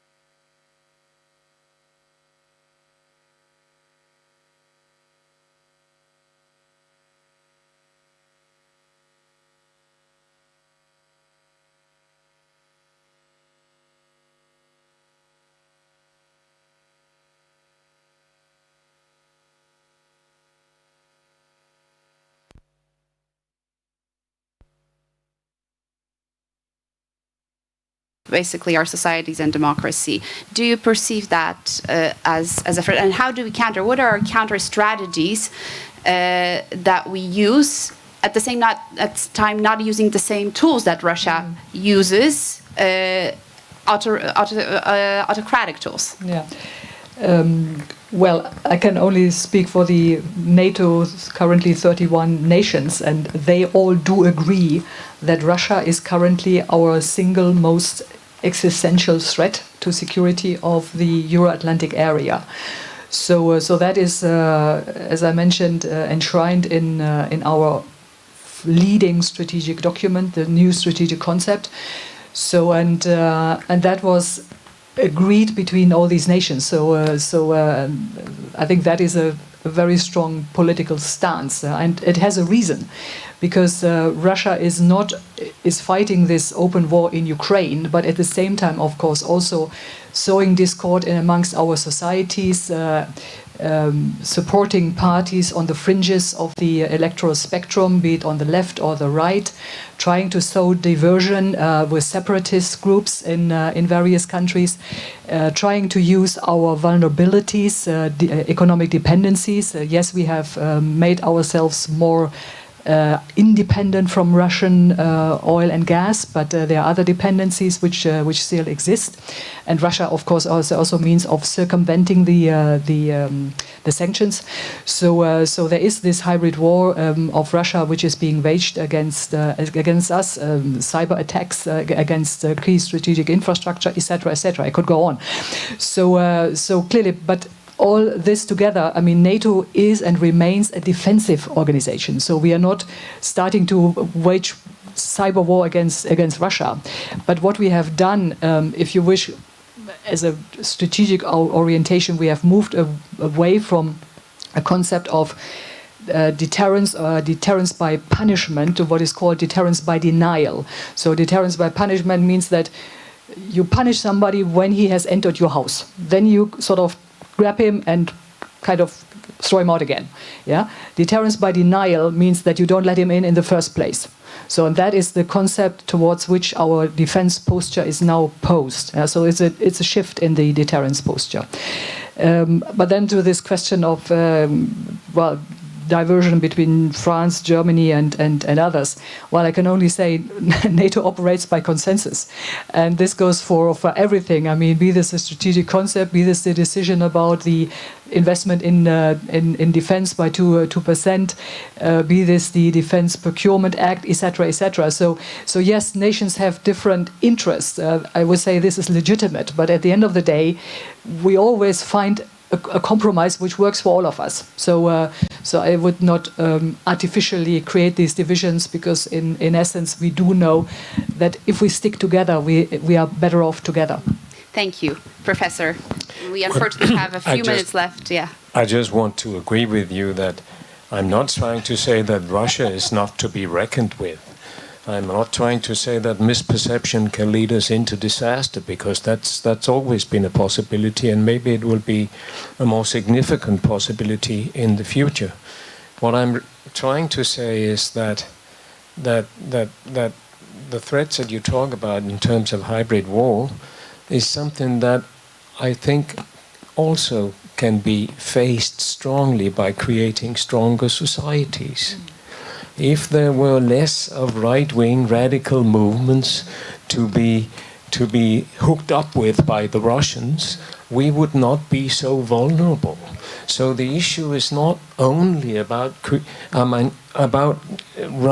producing guns. It's about producing stronger and more resistant societies. And we just have, you're right about Hungary, we just have to remember that Mr. Orban is elected by the people. He's supported by a nice number of people, as Michael Ignatieff said yesterday evening. So, and I think that's something we have to think about. Who would have thought that currently Germany is becoming the weak man of Europe? But that's for another discussion. Thank you. And last, Jacek, how would you summarize? Okay. In terms of Europe, I think that the future of Europe is the unknown. And this is not a trifle observation. Europe has found itself recently in a labyrinth of decisions to be made. Who we are, whether we go along with the United States in anti-China decoupling policy, which will kill the German industry, whether we confront Russia in a full deterrence by denial posture, which, by the way, has not happened yet. It's just talk. That deterrence, because deterrence denial is a very risky proposition for the Western European soldiers and American soldiers, and they don't want to do it in the Baltic states. And that's why the Balts are not happy with the NATO consensus, by the way, speaking of the cohesion. And that's why also the Russians sort of, thought that they had an upper hand vis-a-vis Ukraine. So NATO underperformed in terms of the deterrence in the East since, Warsaw Summit and later. So there are many even detailed questions and issues, as I have mentioned right now. And it's so difficult to bridge all the gaps in understanding the situation between Poles and Germans and French. There are different concepts. I don't know how we're going to come to the to conclusion as Europeans, given the fact that the American cloud is heavier and heavier on Europe. And some people like it, some people don't like it. Poles like it, yeah, but I'm not sure if all Western Europeans like it for many, many reasons, including the breakup of the social contract, if America compels Europeans to decouple from China. Thank you very much. Trust me, no time is up, as I'm informed, and I am sure our panelists, especially this one who came late, will be very happy to answer your individual questions, but all of the panelists are here around, so please feel free to come up to them to discuss in a more informal context. Thank you very much for your participation. Thank you for excellent questions, and we wish you a wonderful evening.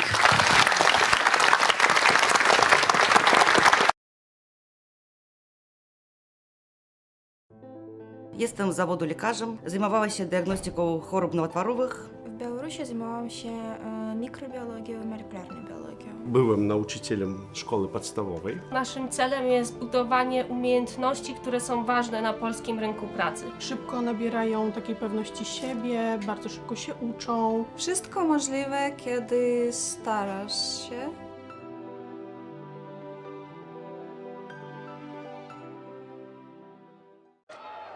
It's not always easy to recognize. It may look like this, or like this. It may be a burden, but it is a responsibility that we embrace nonetheless. But if it means this for one person and this for someone else, maybe it ultimately means being there for one another. It isn't handed to us, but we know where to find it. And how it feels, how it tastes, and what it sounds like when we finally have it. It means different things to different people, but for many, it means everything.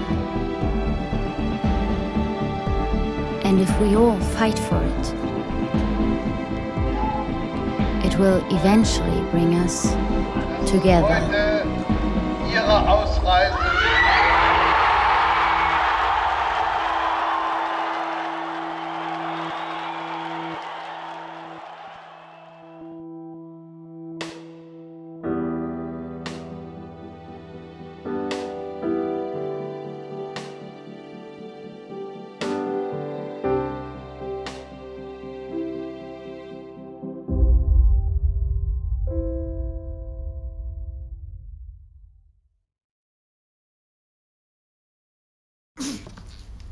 Dzień dobry, to znaczy myśmy się dzisiaj widzieli. Wie pan co, ja zmieniłem zdanie i chciałbym poprawić. Karty w urnie. Dobrze? To ja sobie poszukam. Serio? Pan sobie poszuka? Nadchodzące wybory są zbyt ważne, by zostawić je bez kontroli. Dołącz do obywatelskiej kontroli wyborów. Zróbmy wybory bez piecu.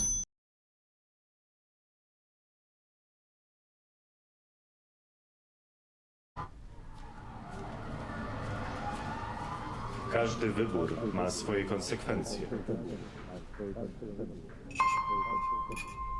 Dziś na kazaniu o takich jak ty mówili, że to morderczynie.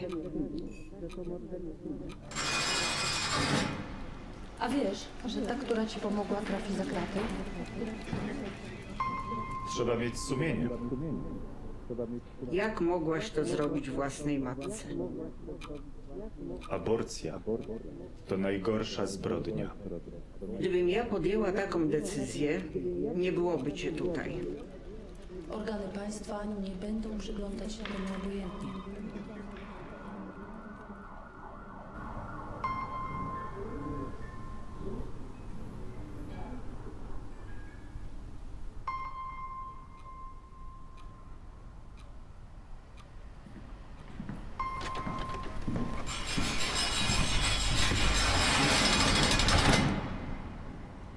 Życie i zdrowie kobiety jest najważniejsze. Stop kryminalizacji aborcji.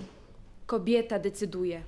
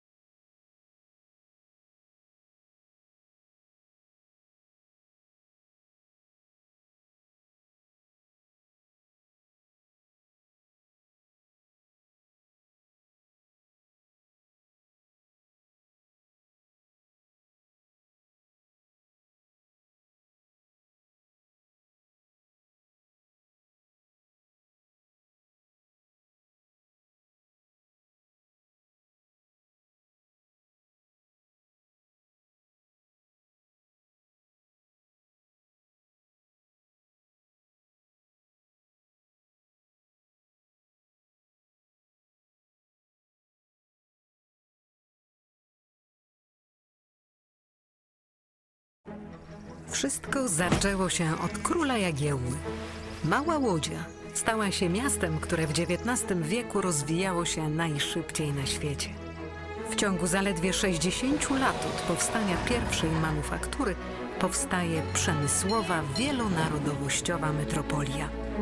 Jednak wiatry historii nie zawsze jej sprzyjały. To, co zniszczył los, odbudowują łodzianie. Nasza Łódź. Miasto wielkich szans. Od 600 lat w sercu Polski i Europy. Jesteśmy Polakami. Jesteśmy niezwykłym społeczeństwem. Zawsze w obliczu wielkiego wyzwania potrafimy się mobilizować. Potrafimy stawić czoła wielkim wyzwaniom. Bo nie potrafimy stać obojętnie. Bo obchodzi nas bezpieczeństwo i przyszłość naszych dzieci. Bo wierzymy, że nadzieja zwycięża apatię, lęk i strach. Bo mimo wszelkich przeciwności nigdy się nie poddajemy. Potrafimy ciężko pracować, wspierać się i działać razem.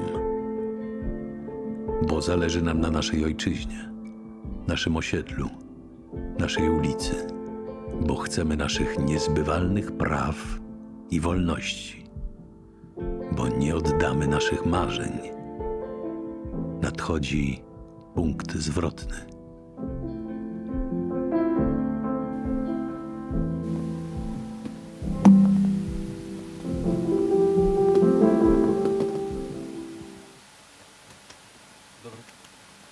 Dobry wieczór Państwu. Dziękuję, że Państwo przyszliście na nasz panel. Ja nazywam się Roman Imielski, jestem zastępcą redaktora naczelnego Gazety Wyborczej, a ze mną wspaniale. Thank you for attending our panel. My name is Roman Imielski, Deputy Chief Editor of Gazeta Wyborcza. We have two English-speaking guests, so if you don't speak English, you can get a headset at the entrance to the room. Wanda Sanchez, Comms Hub, Robert Sobiech, Collegium Civitas, Director of Public Policy Center, Adam Traczek, Director of More in Common Poland, and Łukasz Pawłowski, President of the Polish Research Group. Now we need to stick to the schedule, so first, I'd like Krystal Morehouse to introduce the panel, to present an introduction. I'd like our guests to ask a lot of questions. A lot is going on in research, so I'm pretty sure you would like to know more about it. So, Krystal Morehouse, Open Society Foundation. Stage is yours.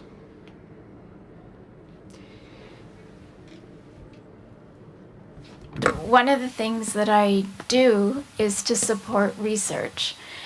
And research for democracy, I think, is something that can help strengthen societies and democracies. It can help build community. It can help bring us together. There are many different types of research, and of course, research for democracy isn't anything new, but there are some new ways in which we can understand society that I'd like to talk about and share and frame. And I know some of the panelists here are deeply involved in that kind of research, and they'll be able to explain further. So, for example, when we look at a society, at a country, what we can know as individuals is very much about who we interact with. And part of the problem of today's society is that we can end up in bubbles. We can end up interacting with people who are very much like us, and we can end up distancing ourselves from people who have different opinions. And so quickly our view of the world can be skewed, and we can very easily misunderstand, misinterpret people that are part of our society that are not in our immediate vicinity. So one way of understanding society is through polling. polling is understanding a representative sample of who is in society, what the attitudes are like. There are different ways in which polling can give us insights. For example, we can understand frequency. Frequency is this percentage of people think one thing and another percentage think the opposite, for example. That allows us to scratch the surface as to where people stand on issues that we really care about. But we can go deeper in understanding society through polling. There are ways to understand segments of society. So likeness, how does society group together? What commonalities do they share? What attitudes do they hold? And this is something that you can do through regression analysis, for example, or through cluster analysis, and you can come up with different segments of society. And in that analysis, you can define which variables are the ones that are really moving society. Is it their attitude toward democracy? Is it their attitude toward abortion? Is it their attitude toward faith and church? And so what we can do through polling is understand more than just 70% of people think this and 30% of people think that, but we can actually see how our societies gravitating together and what are the issues that are moving any given society. And over time, we can see how that could shift. So polling, I think, is one very interesting way of understanding society. It's a way that civil society can understand the groups which share their views, that share their values, and it can help us reach out to those people who share our values. Another way that we can apply research for democracy is through social listening analysis. And lucky for us, we have an expert here today in that field. But our digital space tells us a lot of things. We get our feed right on whichever platforms that we frequent, whether it's Facebook, Twitter, Instagram, whatever it is that we use. We get our feeds. But each of the users that are on a public platform, they also leave a digital footprint. And we can understand by looking at the landscape of digital footprints what people are talking about, who clusters together, who is sharing content. And so when we're working on an issue like women's rights, we can see, for example, who is actually sharing content that is getting distributed, that other people find interesting, picking up and sharing. And this can help us also build communities as civil society when we understand that through research. Another aspect of research for democracy, and then I'll leave it there because I know we are many and short on time, it's focus groups. So the qualitative research of talking to people and really understanding how they see their society, what are their top level concerns, what is it that they want to see in their society, how they want to see it change. These are all ways of listening to people that go beyond our bubble, and they're ways that research and civil society can combine to be able to better talk to people, to find people that share the same values, and to build communities with them online and offline. Thank you. Thank you very much. Jesteśmy w Polsce akurat. In Poland, we are at a time of leading up to elections, so we have plenty of research going on, surveys. Speaking to what Madam Morehouse said, of course, research helps us understand the trends and behaviors. It can help us build a better society where we understand each other better, work for the common good, to get out of our silos or bubbles, so on and so forth. But I'd like to start with a provocative question to our guests. Isn't it the case that we live in a terror of research? We have elections coming, whether it's Poland, Spain, or Great Britain. Each political party conducts polls, very detailed polls. And for example, they can see, I'll give an example from Poland, but I could provide many examples. In Poland, for example, Polish people don't like increasing retirement age, even though it is in the interest of our society and country. What do political parties do? They follow the research. Of course, in Poland, no political party says that they want to increase retirement age. It was done by Donald Tusk's government, and it was one of the reasons why they failed in 2015 at the elections, of course, in addition to many other causes. But so the research at the disposal of politicians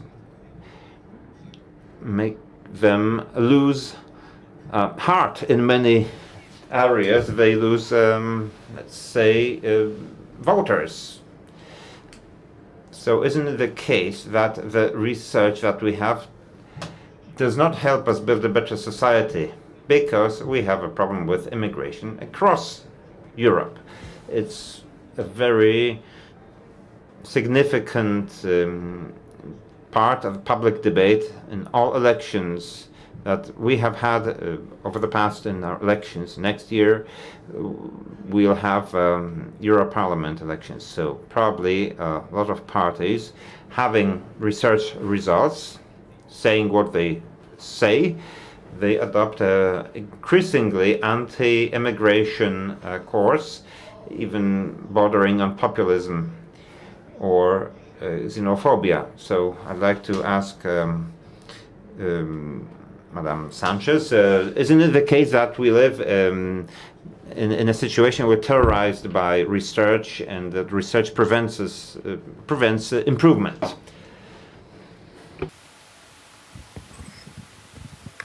Hi everyone. Okay, that's the first time I'm talking on the mic. I mean, well, in my view, all the political parties in all democracies are using research to obviously adjust the message. And I think that what you're saying is interesting and might obviously, as you say, damage a little bit the outputs of what we want to build. However, I think that it's useful to understand, just, you know, like before everything happens, how we need to communicate to that people and what worries them. Because if we know that in advance, and we can use like digital research in this case for doing so, we are able to interlink their worries with our solutions, or what the solution of the political party in this case. There are like, I don't know, like over the time, we saw these situations where research and opinion polls have been done, and the output was positive, right? Like in many countries, Northern Ireland, I don't know, like Germany, we have like different countries that, based on opinion polls, were able also to adopt or to integrate same-sex marriage, for example. So I think that is useful, and it's a tool that is out there. The thing is how you utilize it. That is my opinion. Thank you very much. To teraz Robert.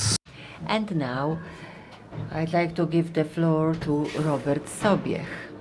Thank you very much for the invitation.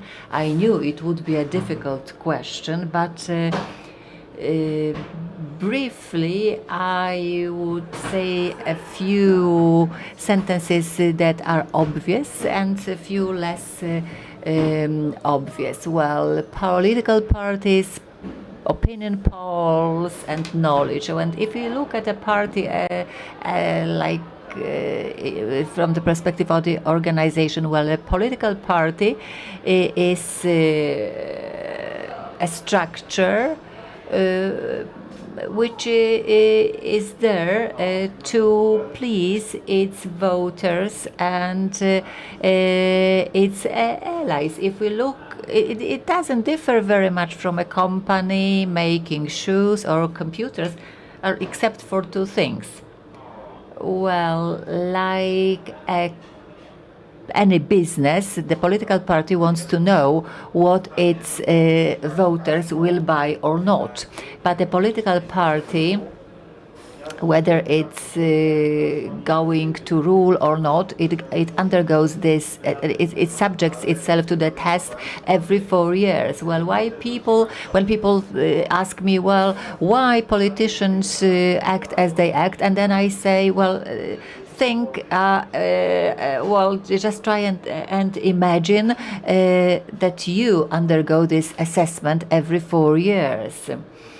And the difference between a political party and a commercial organization is that sometimes this party becomes the ruling party, so it goes beyond the circle of its supporters. And now I'm coming back to the main question. So what kind of knowledge does a political party want to acquire, and what they need it for? Well, this is Crystal used the word attitude. Well, so this is knowledge about the attitudes of those on whom the fate of the party depends. Well, the attitude, that is their knowledge, their emotional attitude to different behaviors, to different aspects. And when we look at basic elements of any electoral campaign, we may say there are many studies and researchers that tell us who Poles like, who they don't like, who they want to vote for and not. So let's subject ourselves to what is out there. So let's adjust ourselves to the existing attitudes. But there is a second element. If we look at political parties as ordinary organizations, these organizations or private companies try to convince their customers to buy a new product, to change something. So political parties, whether ruling parties or not, they are trying to shape their audiences. And the key question. Well, so I understand that you argue that the parties have given up this job, so they decided it doesn't make sense because people are as they are. There is something to it.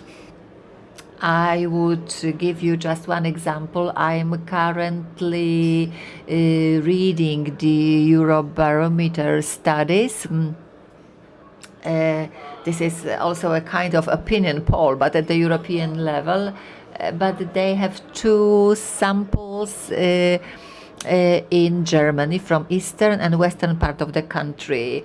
And it turns out that their attitudes are radically different. Why? Yes, some people might say, well, these Eastern Germans, they are different than those living in the West. Somebody would say that it's also how Poland have been shaped because they have their attitudes that they don't want to change. But now the question is to what extent we can't shape these attitudes. In my opinion, and this is my final comment because I understand that there will be the second round. Well, most parties, political parties in Poland have abdicated. Taken to the extremes are questions for the referendum. We have in the audience people dealing professionally with opinion polls, and they know that none opinion poll center would have ever asked this question to anyone, any of these questions to anyone. I would, a student coming with such questions to me would certainly fail. Can we crash this wall? Maybe let's. Who of you knows the 4 questions? All 4 questions. Well, a brave person. We can take a test. Well, I can't remember them. Well, I know what they are about, but I couldn't quote them. And my final remark, of course, political parties, and mainly the ruling parties, they change these attitudes, but by what they do. I give you one example. if we looked at the relation, at the attitude of Poles to Ukrainians, and how these attitudes evolved over recent 2 decades, there is a radical change that can be observed. And also the attitude of Ukrainians towards Poles and Germans was the same. When we see what happened in the consciousness of Poles over last 2 decades, their attitude to Germans was better and better. But when you look at the recent opinion polls, it can be damaged very easily. Of course, if we said that politicians just adjust themselves to what they have in the external world, it's not true. You can shape the public opinion, but you may also damage these outcomes. That's what Wanda Sanchez said about the single-sex marriages. After opinion polls, you have realized that the attitude is more positive and you can have them. It's a very interesting question whether politicians are hostage to opinion polls. We can look around and we would say they are not, because then we wouldn't discuss migration or limiting migration. We would discuss high prices, energy security, accommodation, housing, retirement. We carried out an opinion poll. We asked for prioritization of 5 main challenges to the Polish society in the years to come. And we asked about the issues that I have just listed, and also the reduction of migration to Poland. And reduction of migration to Poland was on the 16th position or 17th position, with very, very little importance. So it means that the politicians try to impact the reality. If they were hostages to opinion polls, and if they followed them blindly, and if they followed the voice of the majority, that the abortion law would be different currently in Poland. Maybe it wouldn't be more liberal than what we call the abortion compromise, but it wouldn't be made more stringent. We can see a lot of support for the development of green energy in Poland and renewable energy, but funds have been cut for that. Many people want to withdraw from the reforms of the judiciary. We would have partner. Well, isn't there a contradiction? Because in my opinion, politicians do it because this is how they can reach out to their voters.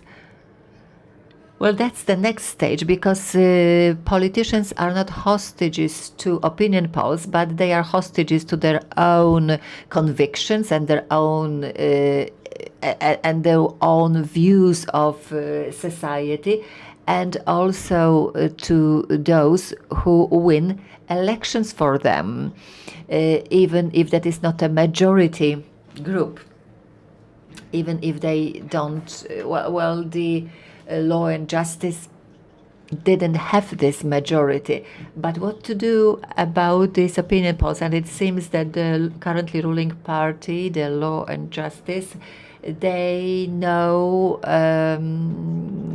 our society the best. So that makes it easier for them to build coalitions that guarantee the best electoral outcomes for them. They understood the values, the concerns of different social segments of society, the fears that they can incite or reduce. So in this sense, these polls and research are important for political parties. It's not only about asking people what do you think about A or B, because when we think of single-sex marriages, marriage is a very conservative construct.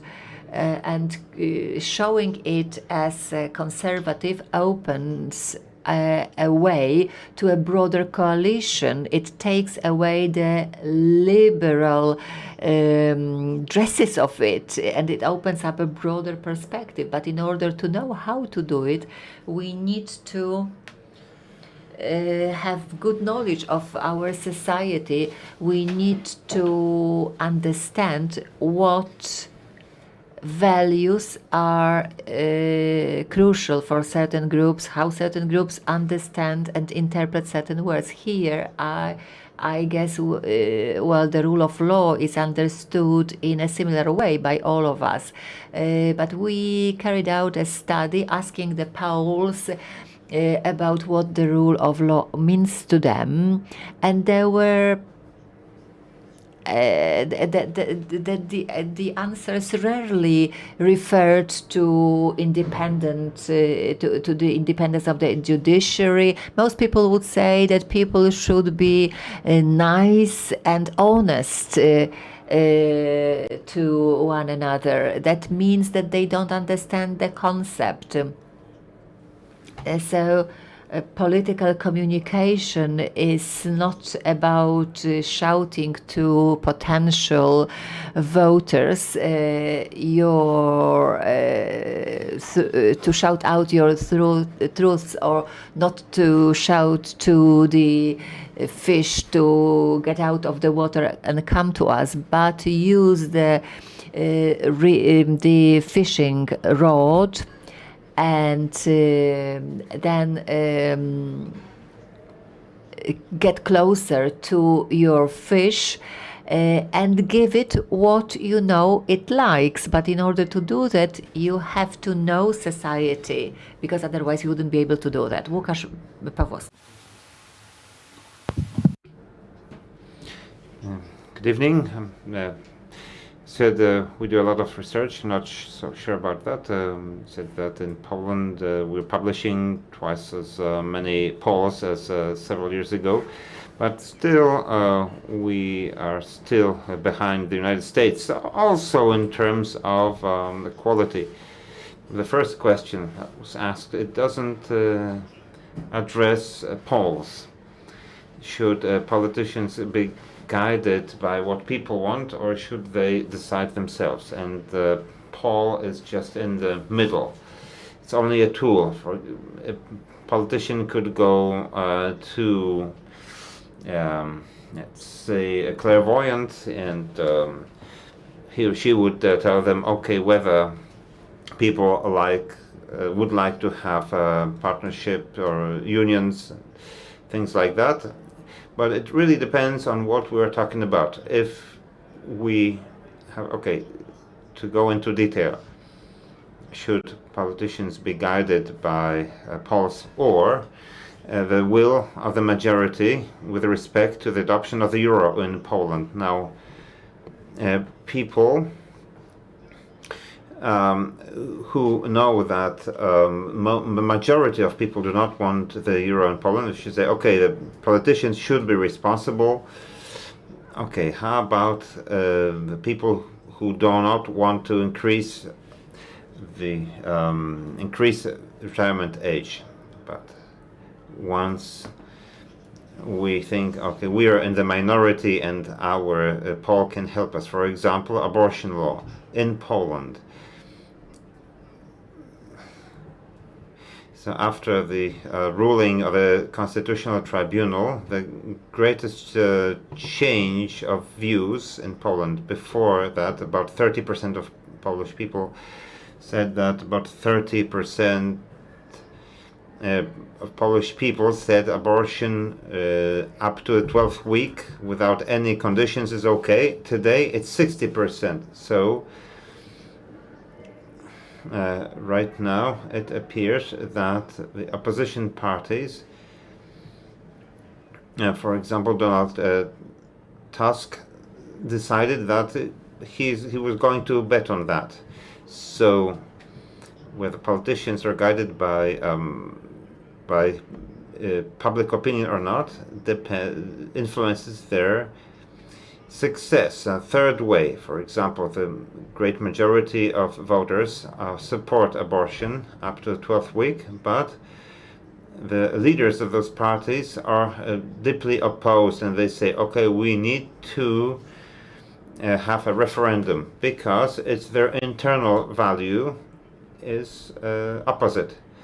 They said, okay, no, it depends on the politician's conscience. So we have two values. Either politicians use their conscience and they do what is right, and I'd say that the spirit of the Unia Wolności is here. It's Unia Wolności always thought that those politicians thought they knew better, and they're no longer in politics.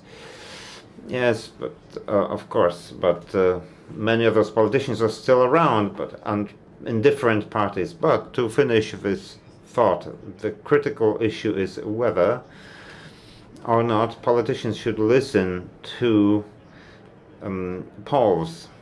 So good polls can be very helpful in many processes. Now, the thing is, if the politicians do not agree with public opinion, for example, in terms of the euro, they should put in a lot of energy to convince public opinion rather than impose things. One of the foundations for change in 2015 was that a major reform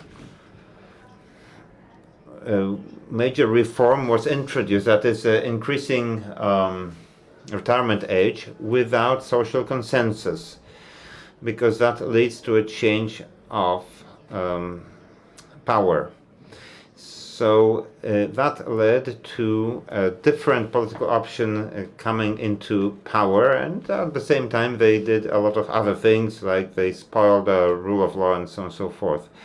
So the politicians must follow the will of the people, and I'm very fortunate that the director of a polling company, no clairvoyant, knows the answers. Now, I think that your utterances were not long at all. I think it's our public's view as well. Okay, let's say we have these polls, research. So politicians is only one of the groups that we help, but also NGOs, Open Society Foundation, for instance. So what's the optimal use of polls that we have? On the one hand, we have this awareness, which is a major threat in many regions of the world, that democracy will destroy itself.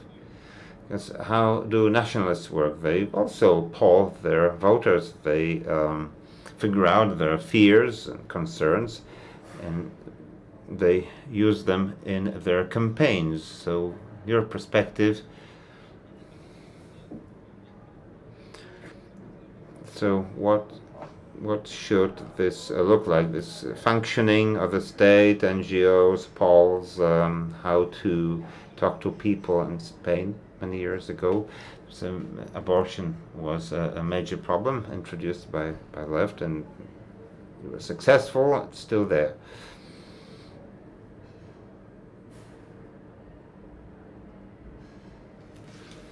I think that is not utilized in the best way possible for pro-democratic organization, but also for political parties, I'm going to say. But I think that it's a very useful tool to build in a more resilient system. For those that are not familiarized with social listening, a brief description is that it's an activity that allows us to monitor and to analyze online conversations, organic. Like it's slightly different from polls, from surveys, where someone can answer a question based on how the question has been made, right? And here it's organic. And the only advantage of this ecosystem is that we can track real-time activity, right? Having all that knowledge in your hands allows you to track narratives, like frames, actors, even consumption in terms of media, etc. And that's it's going to bring you like a lot of insights. Once you have like analyzed and once you have detect what works and what doesn't in the digital ecosystem, who are your allies and who are your detractors, you can like make like a really great use of it. First one is to monitor authoritarian narratives, right? So you will have like, if you are skilled, you will have like some advantages in terms of being able to identify when someone is out there, what they are pushing, but how much effort you should put in tackling, because maybe it's a narrative that no one is going to buy, that hasn't got the potential, right, to reach meetable audiences or even, I don't know, like other audiences. But what happens if it is? You can work from your side. You can work with your allies. And you can start building narratives very carefully, because sometimes we made this mistake of pushing oppositional narratives by creating reactive content, right? We need to be like very careful. We need to provide information but solutions as well. And like also this positive imaginarium that like if my view works, how the world could look like, right? But as one said, you are able to identify influencers, you are able to talk to people as well. If you are able to utilize, for example, social media, you are able to create a community, right? Other things you can do is to, the people out there, is to perhaps build a successful campaign, as I'm pretty sure that Liberty will do to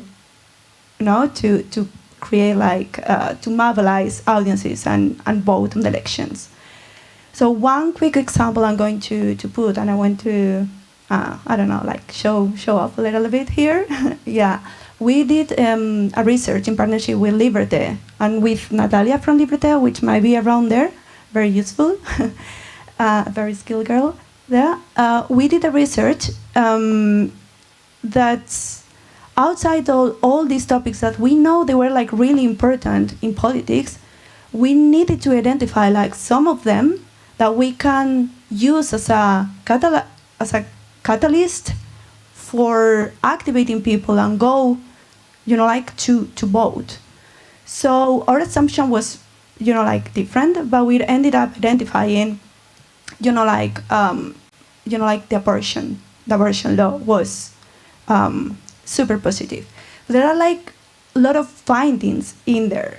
For example, when talking about in terms of which platforms we can utilize to, to have this conversation, to which people we should talk, right, to help us to drive this.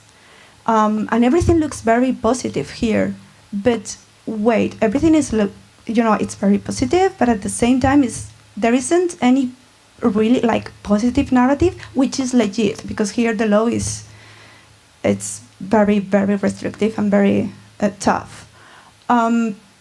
So we are having a lot of angry women, as I think we should be anyways,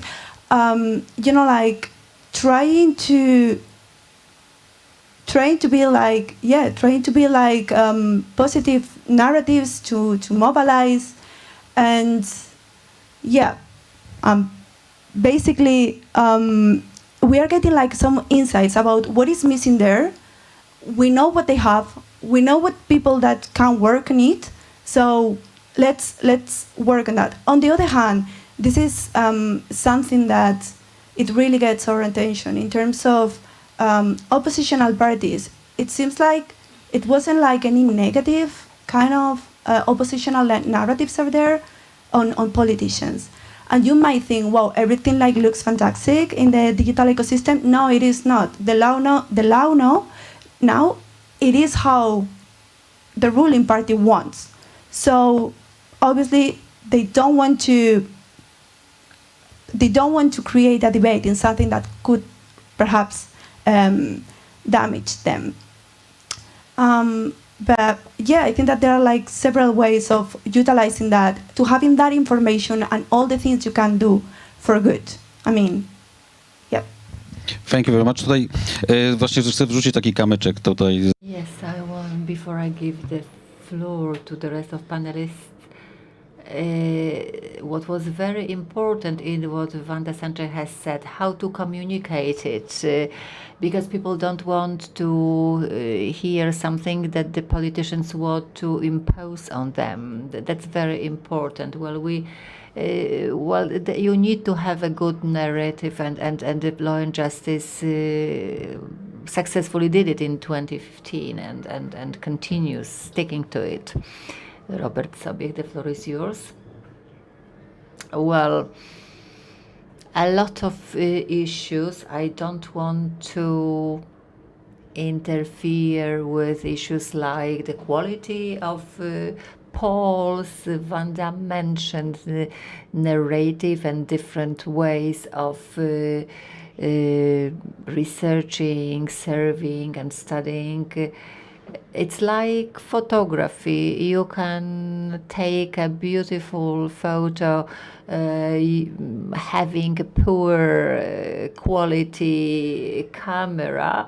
You can also have a very detailed photo from computer tomography. But I would like to tell you about one paradox which is interesting to all sociologists. Well, the main question is how to support democracy, how to prevent the ruling authority from becoming more and more authoritarian. And there are different very good studies across the world. And what do they show? They show us that in most societies we are going away from democracy. When you try to analyze the quality of democracy, like the economists of Freedom House do it, people are turning away from democracy. Full democracies are countries where 8% of people live, while the rest democracies are hybrid democracies or authoritarian rules. That shows that increasingly more countries go away from democratic standards. I will give you just two examples. Poland and Hungary, the countries which used to be in our regions the role models for democracy and democratic standards, they are dropping down. They are just in these rankings. Well, just those two countries, not Czechs, not Lithuanians, but these are expert polls which show that. And if you ask Poles or Hungarians, it turns out that in these polls, most Poles don't believe that the situation is deteriorating. Well, we know that there is quite a big group of people which say that the democracy is okay, and that's why Law and Justice wins the elections. There is an American center that conduct such studies or polls. They look at trust in the government and satisfaction. And it's the greatest in China, Azerbaijan, and where we have authoritarian rule. But when you do opinion polls, most Vietnamese and Chinese people say democracy is fine. So why do these people say that? Don't they understand what it is all about? So probably these polls, even if they are very well structured at the technical level, they probably, there is one failure, because if we look at polls from before the war, the Russian polls, where the trust in government is not as high as in China, but if we look at the support for Putin, it's really very high. But does it mean that the Russians are really like that, or maybe there is an interfering factor which makes these people say, yes, I support Putin, I think democracy is doing well in our country? Because that's the question of differences in these systems. Because if my answer is different, then I may get in trouble. Maybe not direct consequences, but I will be profiled by this poll center. A sociologist, a German sociologist, Neufert, used the term.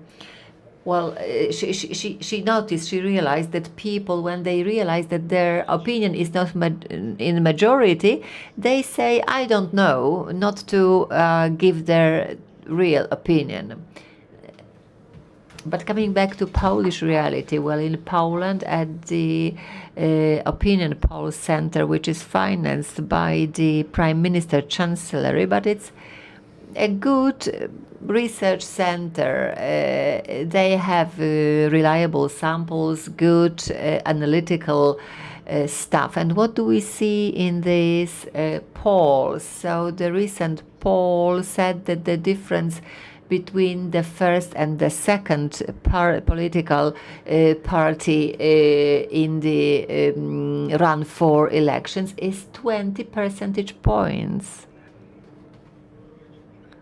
Support for the left or for the so-called third road or third path doesn't exist anymore. This poll center says that 20% of people say we don't know who we are going to vote for. And my thesis is that it's not a technical mistake. It's just that people are afraid, because when they are asked by an ex-center, they want to be on the safe side, especially when they know that this is the government poll center. So if somebody asks me how good are these pre-election polls, they are quite reliable, but they don't take into account one thing, because in one poll, from one poll you learn that 80% of Poles are going to vote, and in the second one you learn that only 50% of Poles will vote. So you can have very good tools and instruments, and if they are used in a specific context, then we end up with such paradoxes. Adam Traczyk, the floor is yours. I will come back to the question that was asked at the beginning of the second round. That is, what can these polls give to democracy? What can they give to actors promoting democratic values? Good polls or good service make us challenge our own assumptions and stereotypes that we have. So, for example, the protection of democracy in Poland. What is democracy? Democracy is not a theoretical construct. It's not a collection of sophisticated laws, constitutions, regulations, but it's a living construct in which we live our everyday lives. And if this is a living organism, it's also experienced by our citizens. So we should think what this democracy means to them. 2 years ago, we published a report on the understanding of democracy because we discussed it with Poles during focus groups and also in a big survey. And we asked them what was the impact of giving 500 zloty for each child to the families.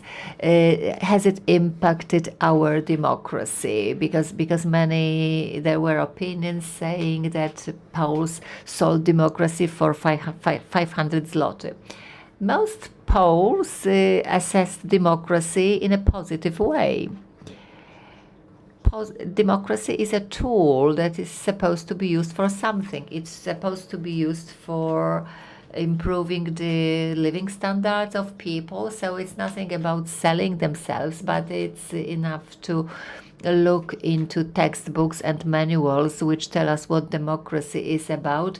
The advantage of democracy over authoritarian rule is that democracies are more efficient in ensuring well-being, higher quality of public services, better standard of living, and that's why it's better. But climate, we worked on a big study on social segmentation, where we divided, where we broken down Polish society by values, by attitudes in political life, to see how they respond to different stimuli and to different subjects. And climate is one of such subjects, although this study will become public in 2 weeks' time. We presented a preview to some climate oriented NGOs, and we thought together with them, well, because climate crisis is a reality, how to convince Poles that it's a subject that should be discussed. Because sometimes we say, well, it's all fine. We have 1,000 likes on Facebook, but the problem is that they come from the same people but nothing changes for years. And these 1,000 likes may be all people in Poland, of course I exaggerate, who are interested in the subject. And we realized in our study that the climate and the protection of climate is a part of their political identity, and that they account only for 6%. So that's not a lot. So we were trying to find out what values are important to other people when they think about climate change and environment. And it turned out that there are many of them. To different people, different values or different stimuli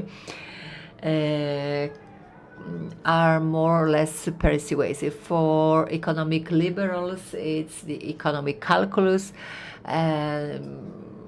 modernization of the economy. To very conservative people, it's nostalgia, because they are losing the beauty of Poland, where the beauty of Poland is also a big stimuli to people who have with conservative views. So better understanding to whom we address our message, how we build coalitions, how we get support, not necessarily 50+1, but a wider coalitions,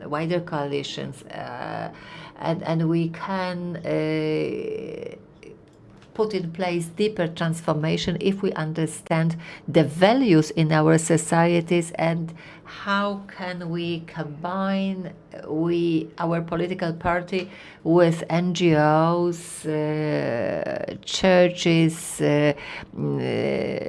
trade unions to reach out to all the people, and they may be reached out with different messages, but we also have to be open-minded, and good studies and polls should open our minds. Łukasz Pawłowski will be finishing soon, so I will try and give you a brief response. So, briefly speaking, well, polls give us knowledge, and what we do with this knowledge depends on us, on the politicians, whether they use it in a good way and to find out what raises emotions. But I'd like to draw your attention to one thing. It's not polls that are a problem. We are the problem. How can we cope and digest outcomes that we disagree with? I love when people say, "I don't trust this poll." Polls are not religion. This example of the government opinion poll center where the ruling party and the opposition were very close to each other, and suddenly and everybody trusted it and everybody believed that was okay. But there are face-to-face polls which historically are inaccurate, and if the opposition party gets higher, we agree with that. When it's the opposite, well, we don't need it, this is the government poll. So we are the problem, because we have to be wise enough to be able to come to terms with outcomes that we disagree with. If we accept them, if we understand that they are there, rather than saying that this is a false, this is disinformation,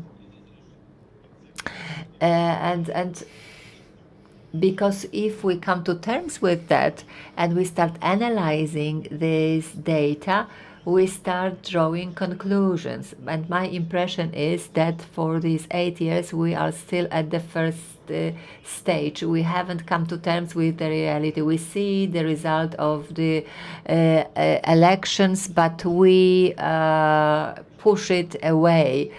And we disregard them. If we start understanding them, maybe we make decisions to change something. Thank you very much. We have 37 seconds left. Thank you very much, Łukasz, for sticking to the time. Yes, I promised you asking questions, but of course, panelists are available to you outside of the room. It's worth asking questions.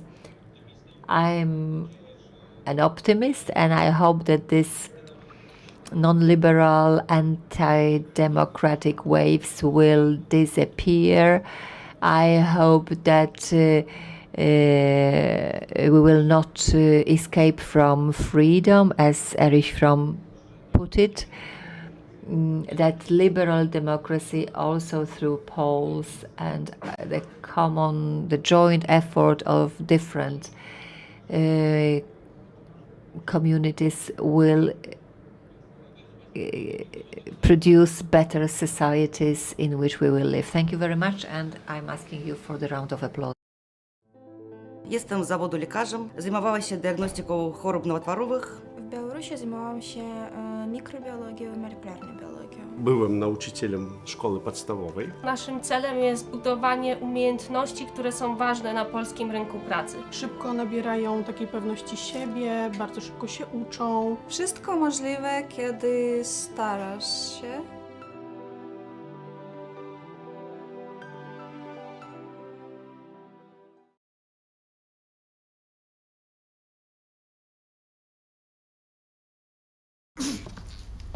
Dzień dobry. To znaczy, myśmy się dzisiaj widzieli. Wie pan co? Ja zmieniłem zdanie i chciałbym poprawić. Karty. W urnie. Dobrze? To ja sobie poszukam. Serio? Pan sobie poszuka? Nadchodzące wybory są zbyt ważne, by zostawić je bez kontroli. Dołącz do obywatelskiej kontroli wyborów. Zróbmy wybory bez piecu. It's not always easy to recognize. It may look like this, or like this. It may be a burden, but it is a responsibility that we embrace nonetheless. But if it means this for one person and this for someone else, maybe it ultimately means being there for one another. It isn't handed to us, but we know where to find it and how it feels, how it tastes, and what it sounds like when we finally have it. It means different things to different people, but for many, it means everything. And if we all fight for it, it will eventually bring us together. Ihrer Ausreise.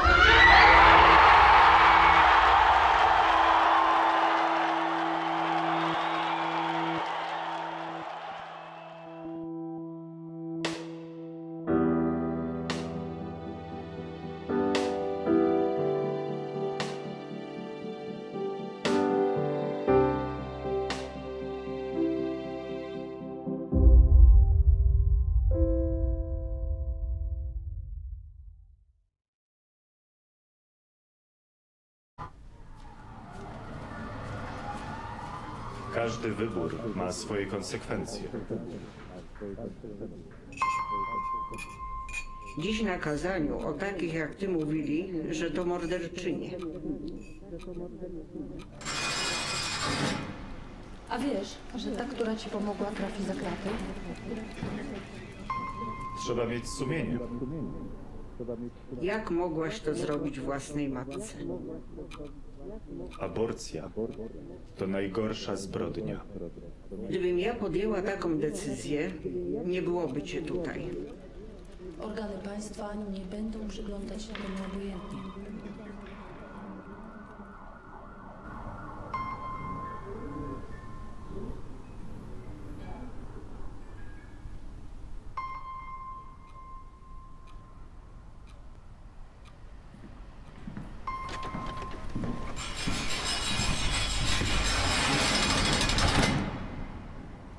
Życie i zdrowie kobiety jest najważniejsze. Stop kryminalizacji aborcji. Kobieta decyduje.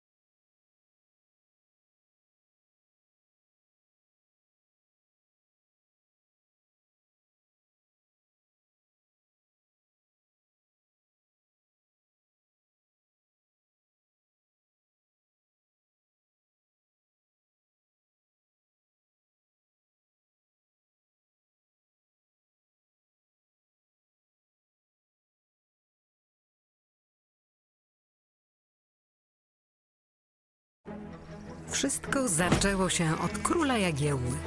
Mała Łodzia stała się miastem, które w XIX wieku rozwijało się najszybciej na świecie. W ciągu zaledwie 60 lat od powstania pierwszej manufaktury powstaje przemysłowa, wielonarodowościowa metropolia. Jednak wiatry historii nie zawsze jej sprzyjały. To, co zniszczył los, odbudowują łodzianie. Nasza Łódź. Miasto wielkich szans. Od 600 lat w sercu Polski i Europy. Jesteśmy Polakami. Jesteśmy niezwykłym społeczeństwem. Zawsze w obliczu wielkiego wyzwania potrafimy się mobilizować. Potrafimy stawić czoła wielkim wyzwaniom. Bo nie potrafimy stać obojętnie. Bo obchodzi nas bezpieczeństwo i przyszłość naszych dzieci. Bo wierzymy, że nadzieja zwycięża apatię, lęk i strach. Bo mimo wszelkich przeciwności nigdy się nie poddajemy. Potrafimy ciężko pracować, wspierać się i działać razem. Bo zależy nam na naszej ojczyźnie, naszym osiedlu, naszej ulicy. Bo chcemy naszych niezbywalnych praw i wolności. Bo nie oddamy naszych marzeń. Nadchodzi punkt zwrotny.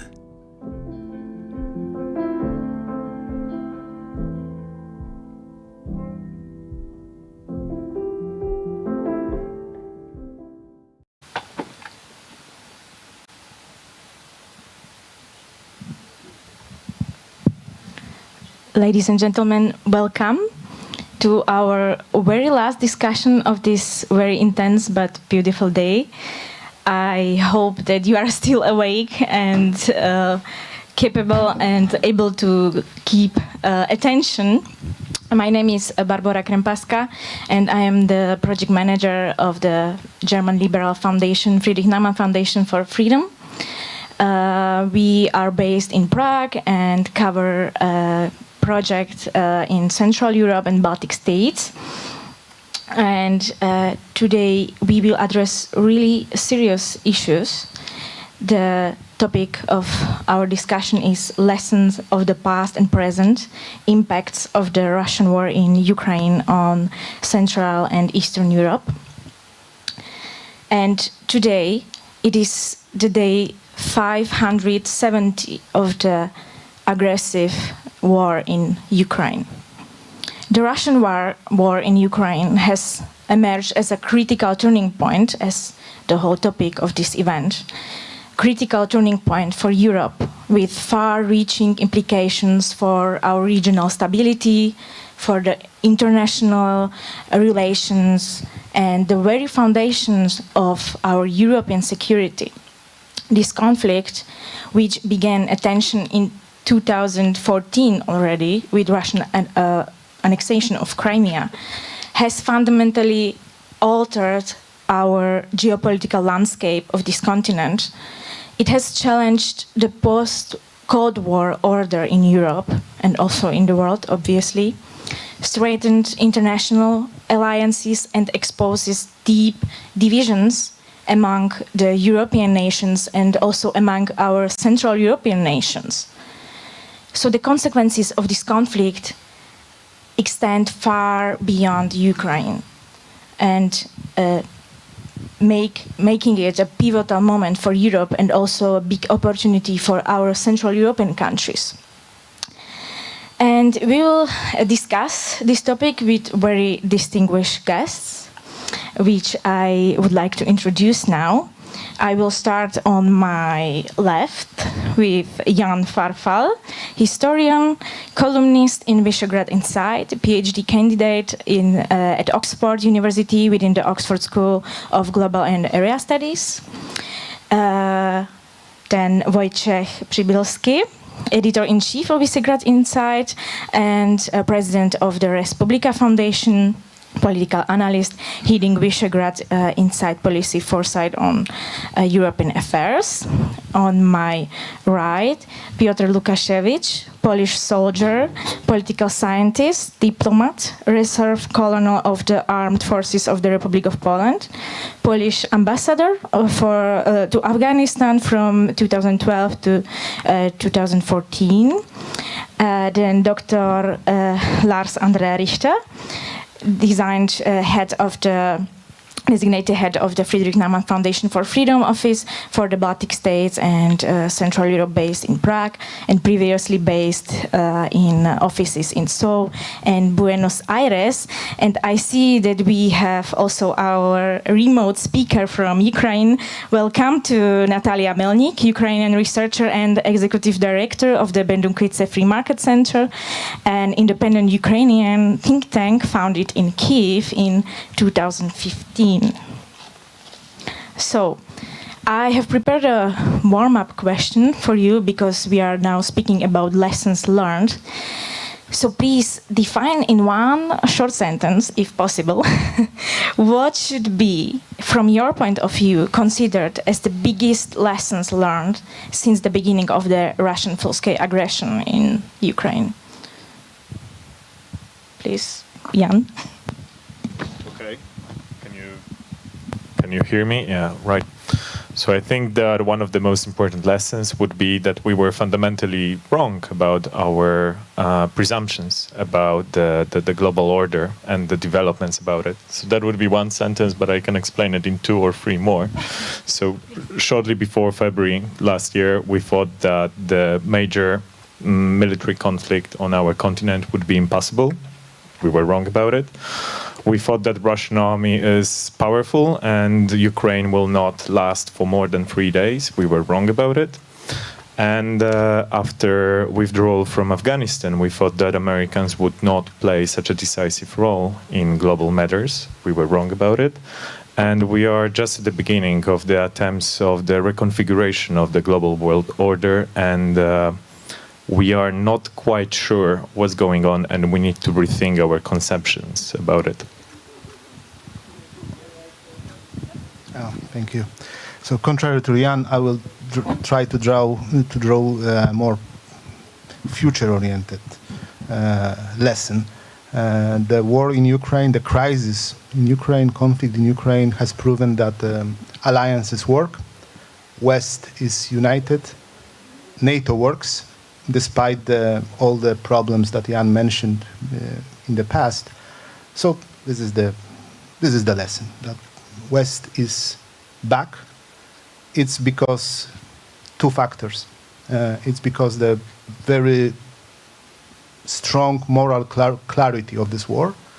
And the second is global considerations, global factors that influence, well, especially United States, but in a broader sense, Western community of Western or democratic-oriented countries. It's not even only Western. It's a community of democratic governments and societies. It was really a long sentence. Hello, Dr. Richter. Yes, thank you. That is working. Great, wonderful. As a third in the row, I might say, so I agree with everything which was said. I might add then it's very important what former German Chancellor Helmut Kohl, I'm not a big fan of him, but he was right. We need to listen to smaller European countries. Very important. If we would have done that, I think, I'm talking from the German point of view, then I think we would have done a better job. Wojciech? Right. If this is a lesson, it's a repeated lesson that war is a transformative power. And in this lesson, we have learned that this war is transforming Europe from merely a peace project to a foreign policy actor, as we see it. Thank you. And Natalia, I hope you can hear us. Can you tell us what is the biggest lesson for Ukraine? Hello. I will be Can you hear me okay? Yeah. So the main lessons would be that the idea of nuclear states being able to stop other nuclear states from attacking non-nuclear powers is obviously not working from our experience. And a lesson learned for the future is certainly that this instability in Europe is going to last for quite some time because from our perspective, we don't see this war ending anytime soon, and we don't think that the threat coming from Russia will go away after the war is over. Thank you very much, and I am happy you mentioned all the points we will cover today. So I'm happy that we are on the same wave here. And I will continue with Natalia because we are speaking about the implications of the Russian war in Ukraine. So Natalia, could you please elaborate and tell us what has changed in Ukraine since February 24, 2022? How does a state work during the war? What is the current internal political situation in your country? Yeah, so it's difficult to actually believe that it's almost been 2 years of the full-scale invasion. We're almost there. When we talk about the internal situation, the first point is the unity within the country. We have some fresh surveys coming in that say fewer than 5% of Ukrainians will agree to give up some more of Ukrainian territory for the war to end. And about 18% would agree to giving up on NATO membership for Ukraine in order to end the war. So as we see, the majority of Ukrainians are on the same page. As for the state and how it's working, well, it's all powerful right now. As you know, we have the martial law that has been in place since the very first day of the first invasion. And of course, it raises certain concerns, especially the ones that are being actively discussed both in the country and outside, especially in the West. It's the matter of elections. So we originally had parliamentary elections scheduled for October of this year and presidential elections for the spring of next year. And according to our constitution, elections cannot be held during martial law that's in effect. And that's according to our constitution. And our constitution cannot be changed during martial law, so we are in a bit of a conundrum right now because our allies are pushing actively for us to hold elections. But for now, we don't know how it's possible. And we're also dealing with a number of corruption scandals unraveling in the country. I'm sure that you heard at least about some of them. And one of the latest developments in the country is Zelensky vetoing a parliamentary bill that was supposed to retain closed asset declarations for officials in Ukraine. This decision, not the parliamentary bill itself, raised a lot of unhappiness among the general public, and they appealed to the president to veto the bill, which he did, which is a good development, and opening declarations of assets is an important step towards getting rid of as much corruption as we possibly can in the near future. So that's a positive development. Other than that, we are in a better shape than we probably would expect it to be almost 2 years in. But I'm not going to talk about because that's a whole lot different.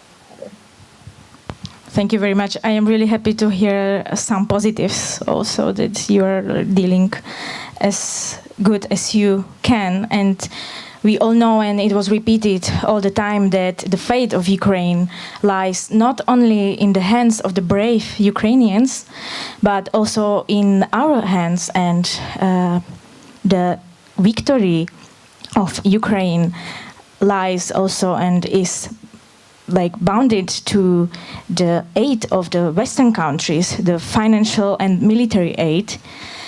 And after a year and a half of the war, we still find ourselves in a situation when some countries are not helping to the extent that they would be expected. And perhaps you see where I am heading when I turn to Dr. Richter. Germany has promising to take over a greater responsibility for European stability and security for years, at least since the annexation of Crimea. Despite the warning voices of Central European countries, many Western leaders and Germans among them woke up to a shock on February 24, 2022. Then Germany seemed to wake up when the Chancellor Olaf Scholz announced the so-called Zeitenwende, turning point, and the German parliament approved a special investment package in the German army worth 100 billion euros, a truly historic event in the modern German history. With hindsight, however, we are again looking at Germany with skepticism, because the German government has repeatedly put obstacles to the supply of weapons to Ukraine. For example, as we saw the Leopard tanks affair. So my question is Zeitenwende only an empty word? Or are we seeing a real progress in Germany, in German politics, in German mentality? Why does Germany remain a reluctant hegemon, even after an unprecedented opportunity has opened in Europe for the Germans to become a real leader? Thank you very much for this question. I mean, the answer is quite complex. That's clear. I would say Zeitenwende is a completely empty word. I'm very, very blunt on that. I think, when it comes to Zeitenwende, when it comes to change of new epoch, we saw that 30 years ago. We heard that 30 years ago. We heard that 20 years ago. We heard that 10 years ago. We heard that for the first time after the wall and the Iron Curtain came down, that unified or reunified Germany. We are talking about the 90s. Unified Germany needs to find and define a new position in the world. We heard this debate. We had the debate then in the 90s, some years, a couple of years later, in the era of the Balkan wars in ex-Yugoslavia. We heard that after the 11th of September 11th, so 20 years ago. So that is nothing new. When it comes to the German society is a very pacifistic society. I mean, for historical reasons. So the Germans, they don't like war, they don't like conflict. The philosophy so far has been to pay, to support financially, but not to support military, not to support by concrete actions.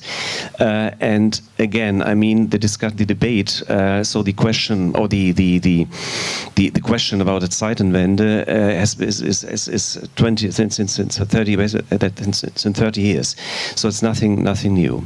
I think let's come back to that maybe later, but when it comes to this speech of Chancellor Olaf Scholz in the German parliament, and I mean, that is my personal view now, that is not the view of the Naumann Foundation, not the view of the political liberalism. I think that it was more a speech to gain time, not to change the time, but to gain time, since I think that was, as has already been mentioned, all of us, we thought, more or less all of us, we thought, we expected that this war, this conflict will be over after 2, 3, 4 weeks. And I would say, thank heavens, we were wrong. And I mean, the same in Germany, the Chancellor, he himself, that's what I thought. He expected that that is an issue of 2, 3, 4 weeks, and then let's return to our agenda. I'm quite sure, although we are talking about the mentioned amount of money, which is not used anymore, which is not used so far, I think there was no concrete willingness by the German government to change anything. That's a little bit sad, I would say, but we really hope for a change. And the war in Ukraine served really a turning point. And I think Poland is playing a big role in it. While Germany remains reluctant, Poland has become an advocate for Ukraine's needs and thus a natural leader in supporting it. Moreover, the Poles are really not procrastinating at all and are investing massively in their security. Currently, if I'm not mistaken, Poland is the largest contributor to NATO, with spending 4% of GDP on defense.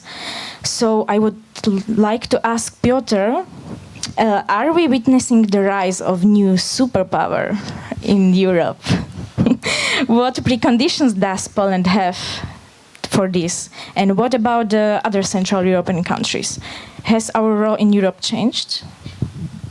To what my predecessor said, I would like to add something. I mean, it's really easy to criticize all the countries creating the so-called Ramstein coalition, delivering weapons, supplies, and money to Ukraine. So from all these countries, it is like 50 countries, we could say only US delivered really stood up to the critical moment that we are all living in.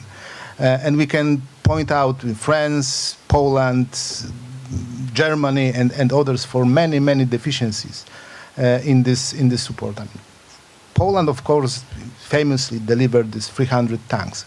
Well, because we had them.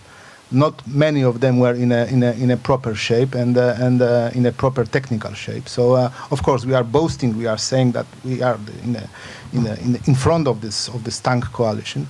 Obviously, yes, because we just had them. We just had this old Soviet legacy equipment that can be easily used, easily transferred, and easily used by Ukrainian soldiers. Not many countries, including Germany, including France, had this opportunity to actually possess such equipment, and that makes us maybe a little bit in the front of the countries, ahead of the countries like Germany or France. But if you look at year and a half, if you look at the list of equipment donated to the modern equipment donated, NATO type equipment donated to Ukraine, France, Germany, others are way ahead of Poland. So it's a really a complicated issue. It's not like Poland is a absolute hero compared to Germany when it comes to donations to Ukrainians. Of course, it was the situation in the beginning, the first 6 months, that Poland was really massively donating this legacy equipment. But what can you say? I mean, after year or year and a half, is it really that Poland is still ahead of the others? No, because we just spent our supplies, we emptied our storages, and there is not really much left in Polish stocks to deliver. Of course, there is a story of this artillery crap, probably you know about it, but it's not like Poland is all the time in the leading power, equipping, strengthening Ukrainian armed forces. So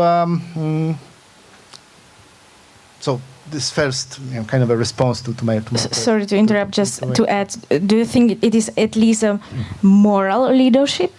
Well, moral. Well, Poland in the history was always this moral superpower, which I really value and cherish this Polish history. But it's not about right now. It's not about propaganda. It's not about but it's about real support that we can extend to Ukrainians. And I think, generally speaking, besides United States, everyone is doing what they can.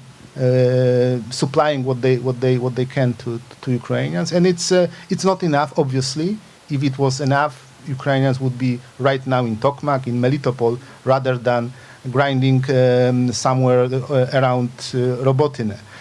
So it's just a situation of all European countries that were living in this strategic pause, in this strategic period of peaceful dividend.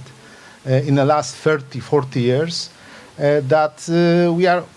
all these countries were kind of living in this dream or fantasy that the armed conflict like we observe in Ukraine will not happen in Europe, and they were just enjoying this moment of this period of relative stability. And we are trying right now to catch up with the history. So, of course, you can criticize Zeitenwende. You can criticize that Germany just first time in the history they adapted this national strategy of defense, national defense strategy. Of course, it's something to maybe even make some jokes about. But it's like we have to understand the situation. We do not make mistakes about this ahistoric mistake of judging the past from what we know now, and that's it about the donations. Is Poland becoming a new superpower, military superpower? Well, it was very unfortunate when Mark Brzezinski called us humanitarian superpower, and based on this assumption from the American diplomat in Warsaw, we fantasized, and it was strengthened by the many articles in Politico, New York Times, about this apparent shift of gravity or moving focus on Poland becoming new center of gravity in the military situation in Europe. We'll see. That's an obvious question. Of course, we are promising to spend 4% of GDP towards armaments, toward purchasing armaments. It depends on the many factors, including economic situation in the future, whether we'll be actually able to finish this purchases of this armament, and that depends on, of course, on the many factors. It's not over yet. We have to wait and see whether really Poland would become the most powerful nation when it comes to military in this region. Yeah, Jan, would you like to react? Yeah, perhaps just to relate on 2 points to my predecessor. So when it comes to this strength and unity that you initially mentioned, I would be a bit more cautious about how do we perceive this unity. It's almost like saying, the marriage is successful because they haven't divorced yet. So careful. The things we've been talking about, the German developments, but also in the broader sense, this growing divergence of interest between the Eastern and Western allies within NATO is showing that some sort of frictions are present there. Initially, it was about the deliveries of armaments, the special, well-known tank affair where Germany was reluctant to, whether they were forced by Americans or they reached the decision by themselves. we don't have to go into those details, but is it the end of this diverging vision? No, it's not. Now we are talking already slowly about some perspective for truce or for peace. And once again, we see a growing distance between Eastern Europe, which would like to go at all ends towards the Ukrainian victory. And we see the slightly different perspective from Western Europe, which is ready to negotiate slightly more difficult or even unjust terms for Ukrainians. And I think that this divergence is also bringing us to what you, Wojciech, mentioned about the war which transformed European Union as a, was it geopolitical or geostrategic actor that you mentioned? I mean, foreign policy actor. As a foreign policy actor, I think that the EU has been put not by itself, but just by the sheer of the developments as a geopolitical, as a foreign policy actor. But the second thing is whether they are behaving like one, because I mean, at the end of the day, when it comes to Ukraine, the sheer gravity has been taken by the Americans. And one of the few instances where the EU could have played an important foreign policy role was, for example, in the Western Balkans. And once again, it were mainly Americans who were neutralizing some volatility in the region, tried to be instigated by let's say, Russian hybrid operations. Yeah, thank you very much. We will address Western Balkans later, but Europe will be the next question for Wojciech. Since the election of Donald Trump, we realized that the transatlantic relation is very fragile. And with the imminent return of Donald Trump to White House, we are again fearing what will happen. And of course, our security we are really dependent on US. And there have been discussions for years about an autonomous EU security project, even about our own army. But so far, we have not been able to unite. And with the anti-democratic changes taking place in Eastern Europe, for example, in Slovakia, in Bulgaria, we still have Hungary. I fear whether this is possible, if this is real. What do you think? Will we unite? Is the project of European sovereignty real? Well, Europe is united as we speak in the stance of Ukrainian war. And as I said, this war has had transformative effect on European position globally.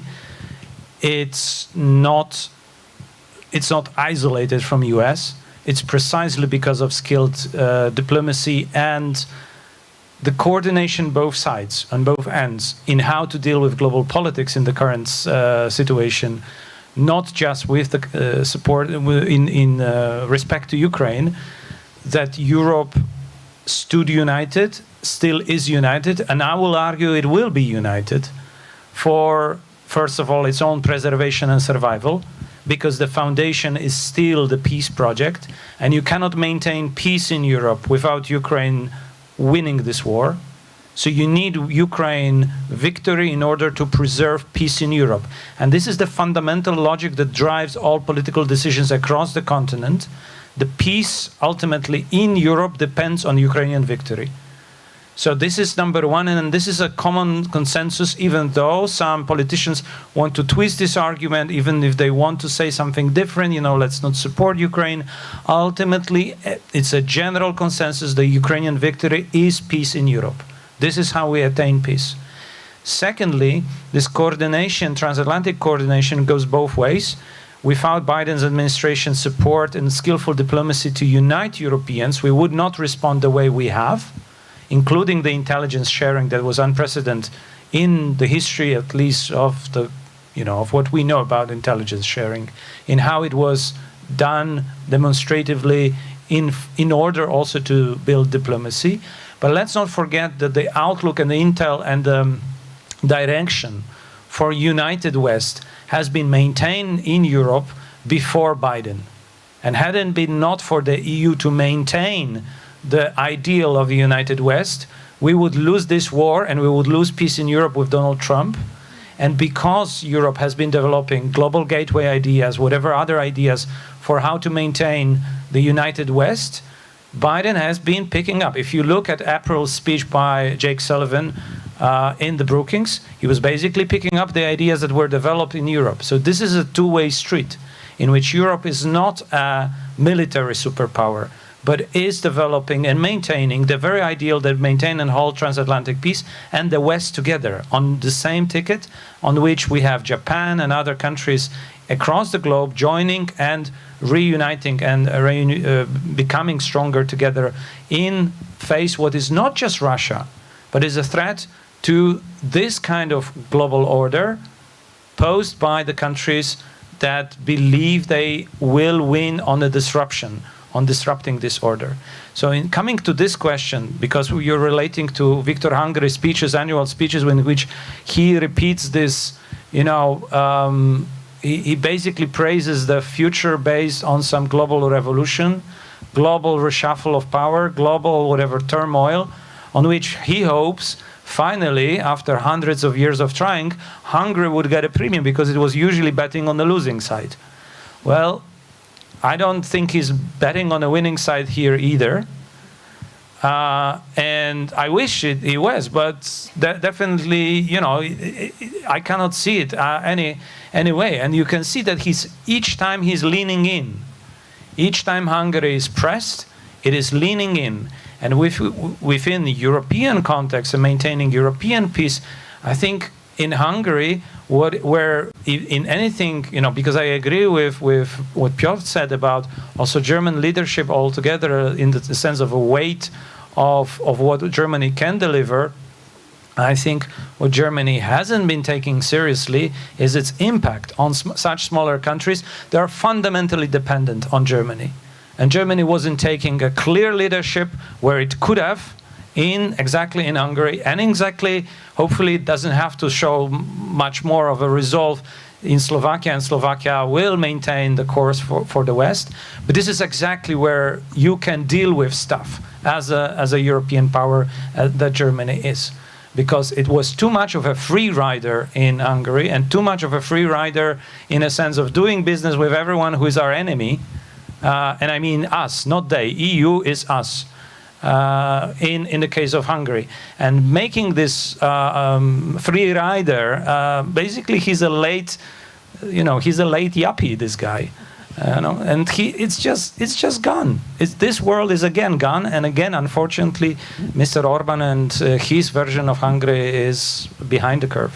But we should not really overestimate the importance of Hungary or Slovakia. These are really important countries. But still, there are centers of unity and centers of influence much bigger than in terms of importance than Hungary or Slovakia to be decisive in this struggle against Russia. So of course, everyone will welcome Orban on the good side of the history here. But it's not that he's decisive force in this unity, in this European unity. Yeah, as I said, he's leaning in. Just a question to your narrative about that Europe was united even before the war and was a precondition for an active role in the conflict itself. How do you position United Kingdom in this? Somehow they didn't need to be inside the EU to play an active role in Ukraine. I'm just looking at the leader, but sure, Brexit. You know what was the first thing that people Googled after Brexit? What is Brexit and what is Europe? It was not Britain's idea to discontinue European unity. It was a mistake that they clearly are slowly recognizing if you see all the opinion polls, both on the liberal side and on the conservative side even. But even more importantly, Britain remained united, and the first steps they actually made right after Brexit, they consolidated cooperation in terms of security, maintained and renewed the bilateral agreements and multilateral agreements within Europe, European Intervention Initiative, anything that would demonstrate that Britain is for the common united Europe in strategic areas. They may have some differences in other areas, and they're maybe slow learners now in these terms, but in the key area, which is security, there was a unity. You mentioned strategic autonomy, the concept that in the latest speech of Ursula von der Leyen was not even once mentioned. Why? Because it's not about the slogan that is very dangerous, and it has been used by Xi Jinping and Mr. Putin each time a European politician visited them. They've been using it against us, against the West, because they were saying that Europe should maintain strategic autonomy from the US. Well, Ursula von der Leyen took this lesson and she said it is about capacity to act. And the capacity to act has been built up and is being maintained, and this is the course to stay on. Yeah, I definitely agree, and I have to highlight what Piotr was saying, and also you, Wojciech. We can't underestimate the developments in Eastern Europe, because although Russia is firing bullets only in Ukraine, we see other challenges we are facing, and we are speaking now about hybrid warfare. For example, the case of Slovakia, unfortunately, disinformation campaign made Slovakia in 1 year changing from a stable pro-European country, let's say, to almost anti-Western, pro-Russian country. We are facing now general elections in 2 weeks, and it is really a big possibility that the pro-Russian anti-system party will win the election. And we have other, for example, the energy dependence. This showed us in the beginning of the war that we are so dependent on Russia, and Putin played also this card on us. Numerous cyber attacks. Yes, thank you. So I would like to ask you, Jan, if you think we learned something. How are the developments in this kind of area? Are we more sovereign in, for example, energy supplies and so on? I mean, to be brief, I think that we could categorize that in two aspects. So first of all, this hybrid warfare has become way more sophisticated over time. Regarding Russian propaganda, if we compare Russian propaganda attempts for 2014 or 2013 with their practices nowadays, it has changed substantially. They started using proxies and implemented a way more elusive tactics where it's more difficult to identify that it's actually an example of Russian propaganda. So even those instances where you would have some speakers who say that I believe deeply for Ukraine, and then the rest of the sentence would be already narrating some advocacy helping Russia is a new phenomenon. Number two, as you mentioned, we see that the hybrid warfare has become way more pervasive. So all kind of dependencies have been weaponized. All kind of supply chains can be used also against our advantage, and this just show that any single aspect, any single weakness that is present in the European Union can be utilized to Russian benefit, and they can play on polarization of society. You mentioned Slovakia, but I mean there were even cases revealed of the Russian interference in Barcelona and in the ongoing disputes between Catalonia and Spain, where it's just also playing on the conflicting narrative.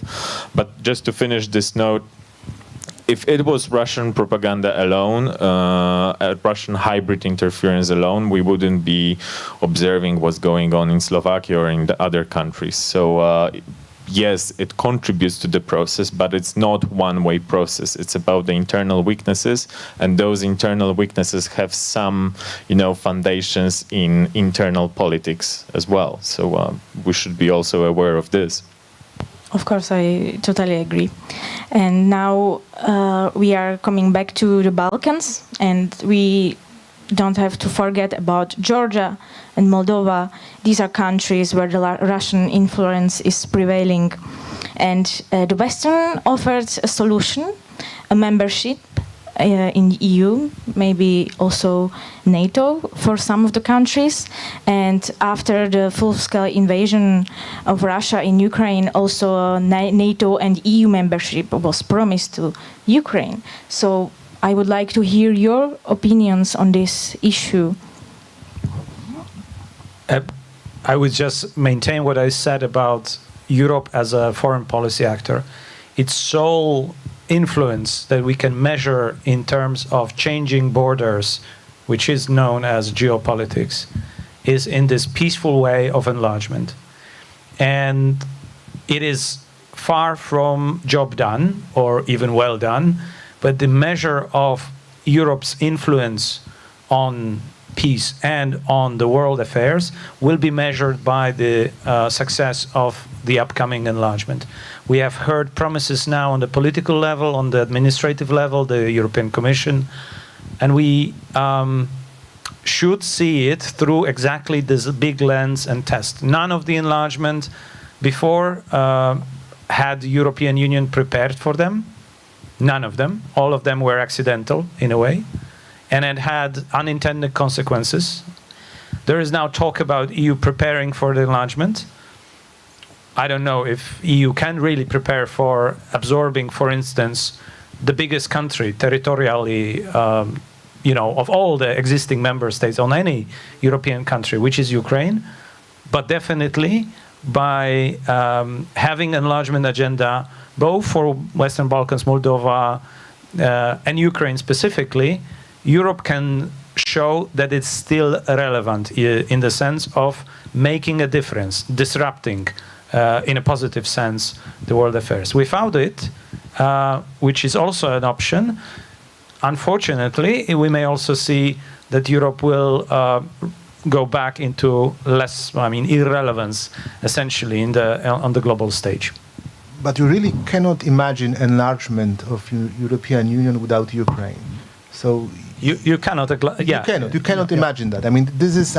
Ukraine, because of the bravery of its citizens and soldiers, became such an elephant in the enlargement room that you cannot tell that, for instance, Macedonia or the others will join European Union without Ukraine, or Ukraine would join them first and the Balkans later. So it became. It so heavily depends on the outcome of the war of Ukraine not breaking down because of this war. So I think putting too much attention, too much gravity only on Balkans in the sense doesn't make sense. No, I absolutely agree. I'm in agreement that Ukraine, the decision and the final enlargement through Ukraine will decide it all. This is the key element.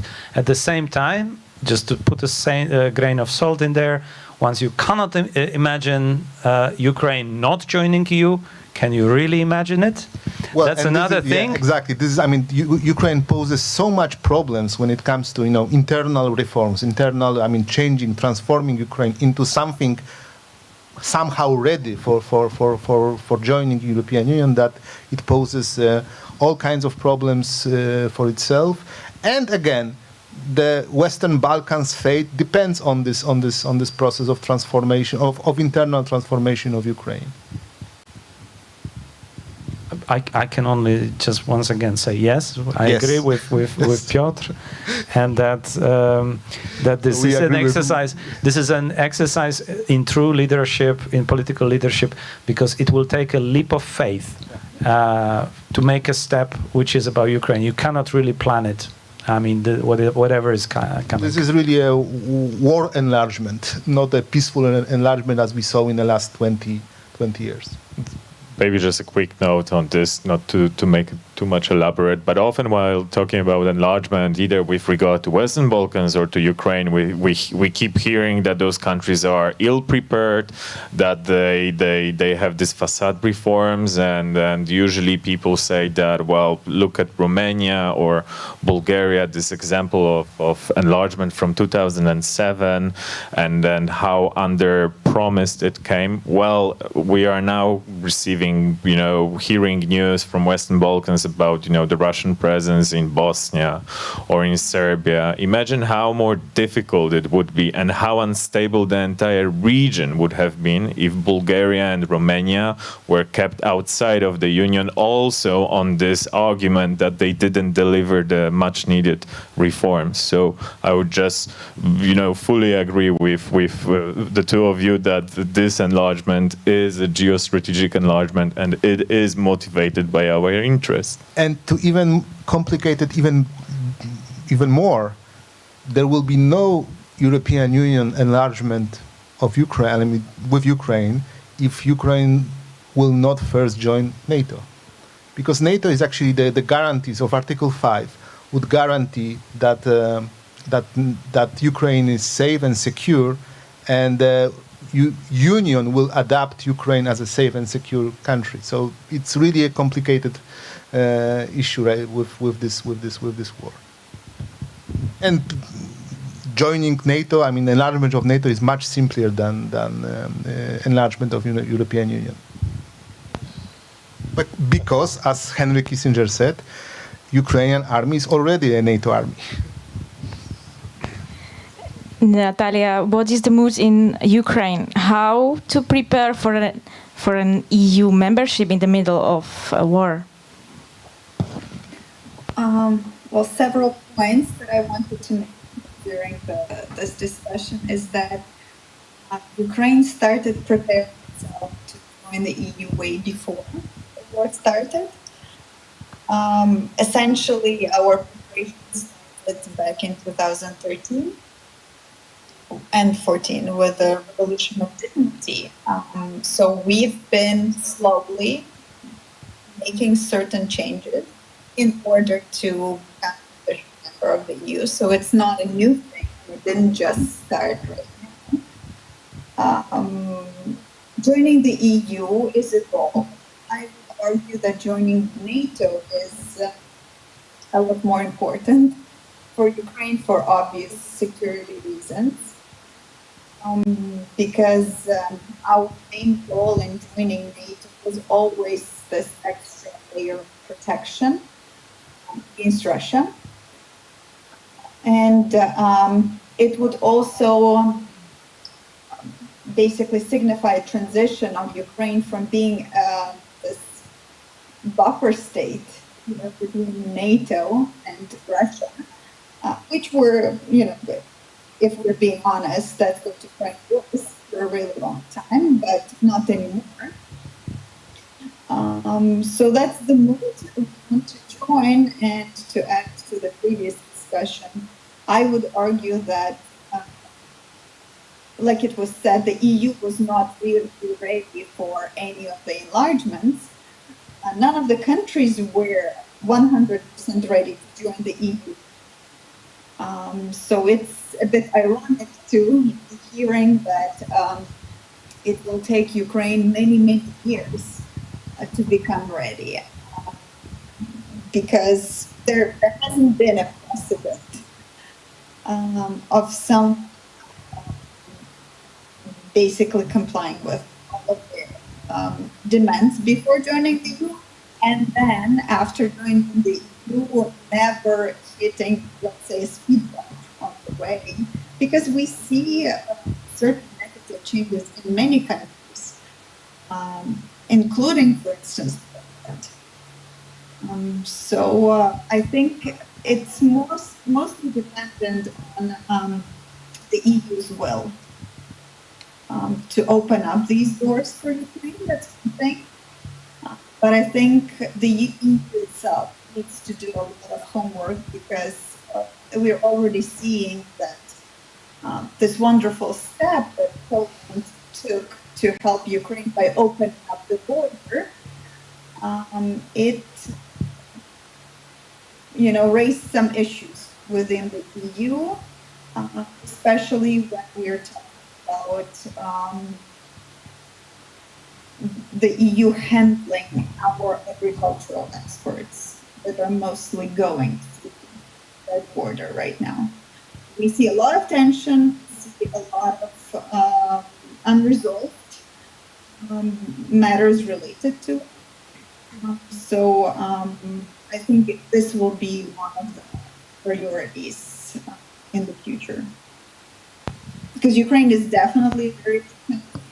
There are a lot of Ukrainians still left in Ukraine, and our agricultural sector, I think, will be a massive concern to you. Yeah, thank you very much. We are running out of time, and I hope you are so tired that you have no questions. But we obviously didn't cover everything. It was impossible in this quick 1 hour. But I would like to introduce you and also, introduce you our publication on this topic. The For Liberty Review. For Liberty is our think tank network of liberal think tanks from the Central and Eastern Europe, and we are preparing 2 publications a year.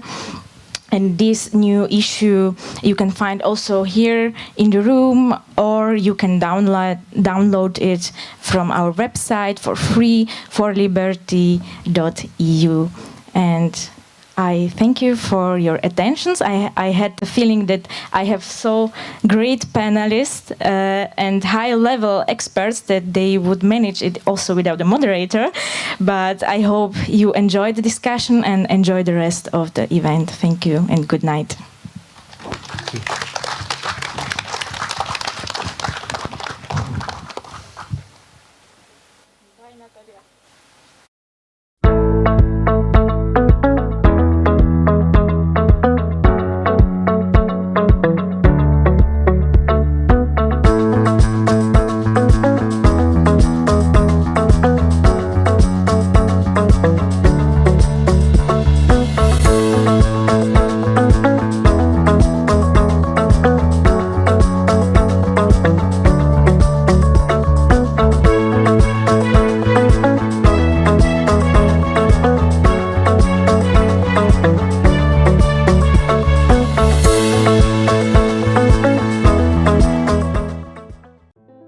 Jestem z zawodu lekarzem, zajmowałam się diagnostyką chorób nowotworowych. W Białorusi zajmowałam się mikrobiologią i molekularną biologią. Byłem nauczycielem szkoły podstawowej. Naszym celem jest budowanie umiejętności, które są ważne na polskim rynku pracy. Szybko nabierają takiej pewności siebie, bardzo szybko się uczą. Wszystko możliwe, kiedy starasz się.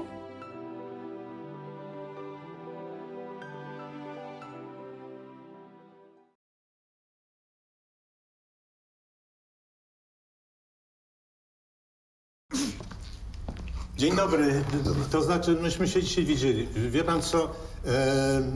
Ja zmieniłem zdanie i chciałbym poprawić.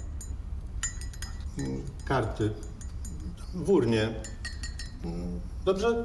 To ja sobie poszukam. Serio? Pan sobie poszuka? Nadchodzące wybory są zbyt ważne, by zostawić je bez kontroli. Dołącz do obywatelskiej kontroli wyborów. Zróbmy wybory bez piecu. It's not always easy to recognize. It may look like this, or like this. It may be a burden, but it is a responsibility that we embrace nonetheless. But if it means this for one person and this for someone else, maybe it ultimately means being there for one another. It isn't handed to us, but we know where to find it. And how it feels, how it tastes, and what it sounds like when we finally have it. It means different things to different people, but for many, it means everything. And if we all fight for it, it will eventually bring us together. Ihre Ausreise.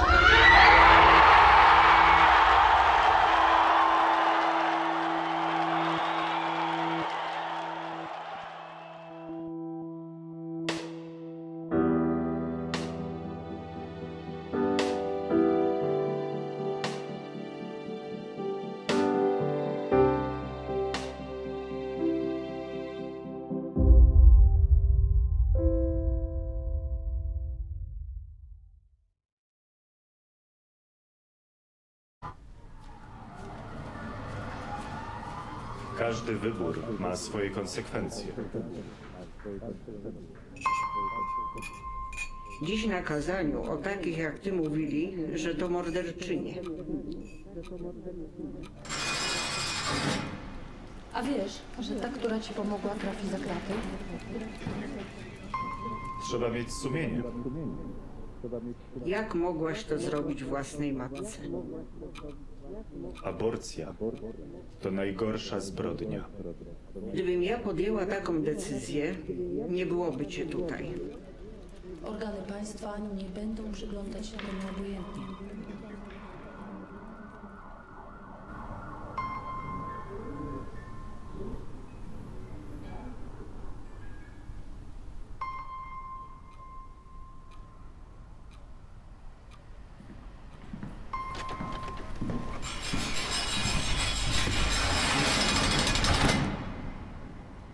Życie i zdrowie kobiety jest najważniejsze. Stop kryminalizacji aborcji. Kobieta decyduje.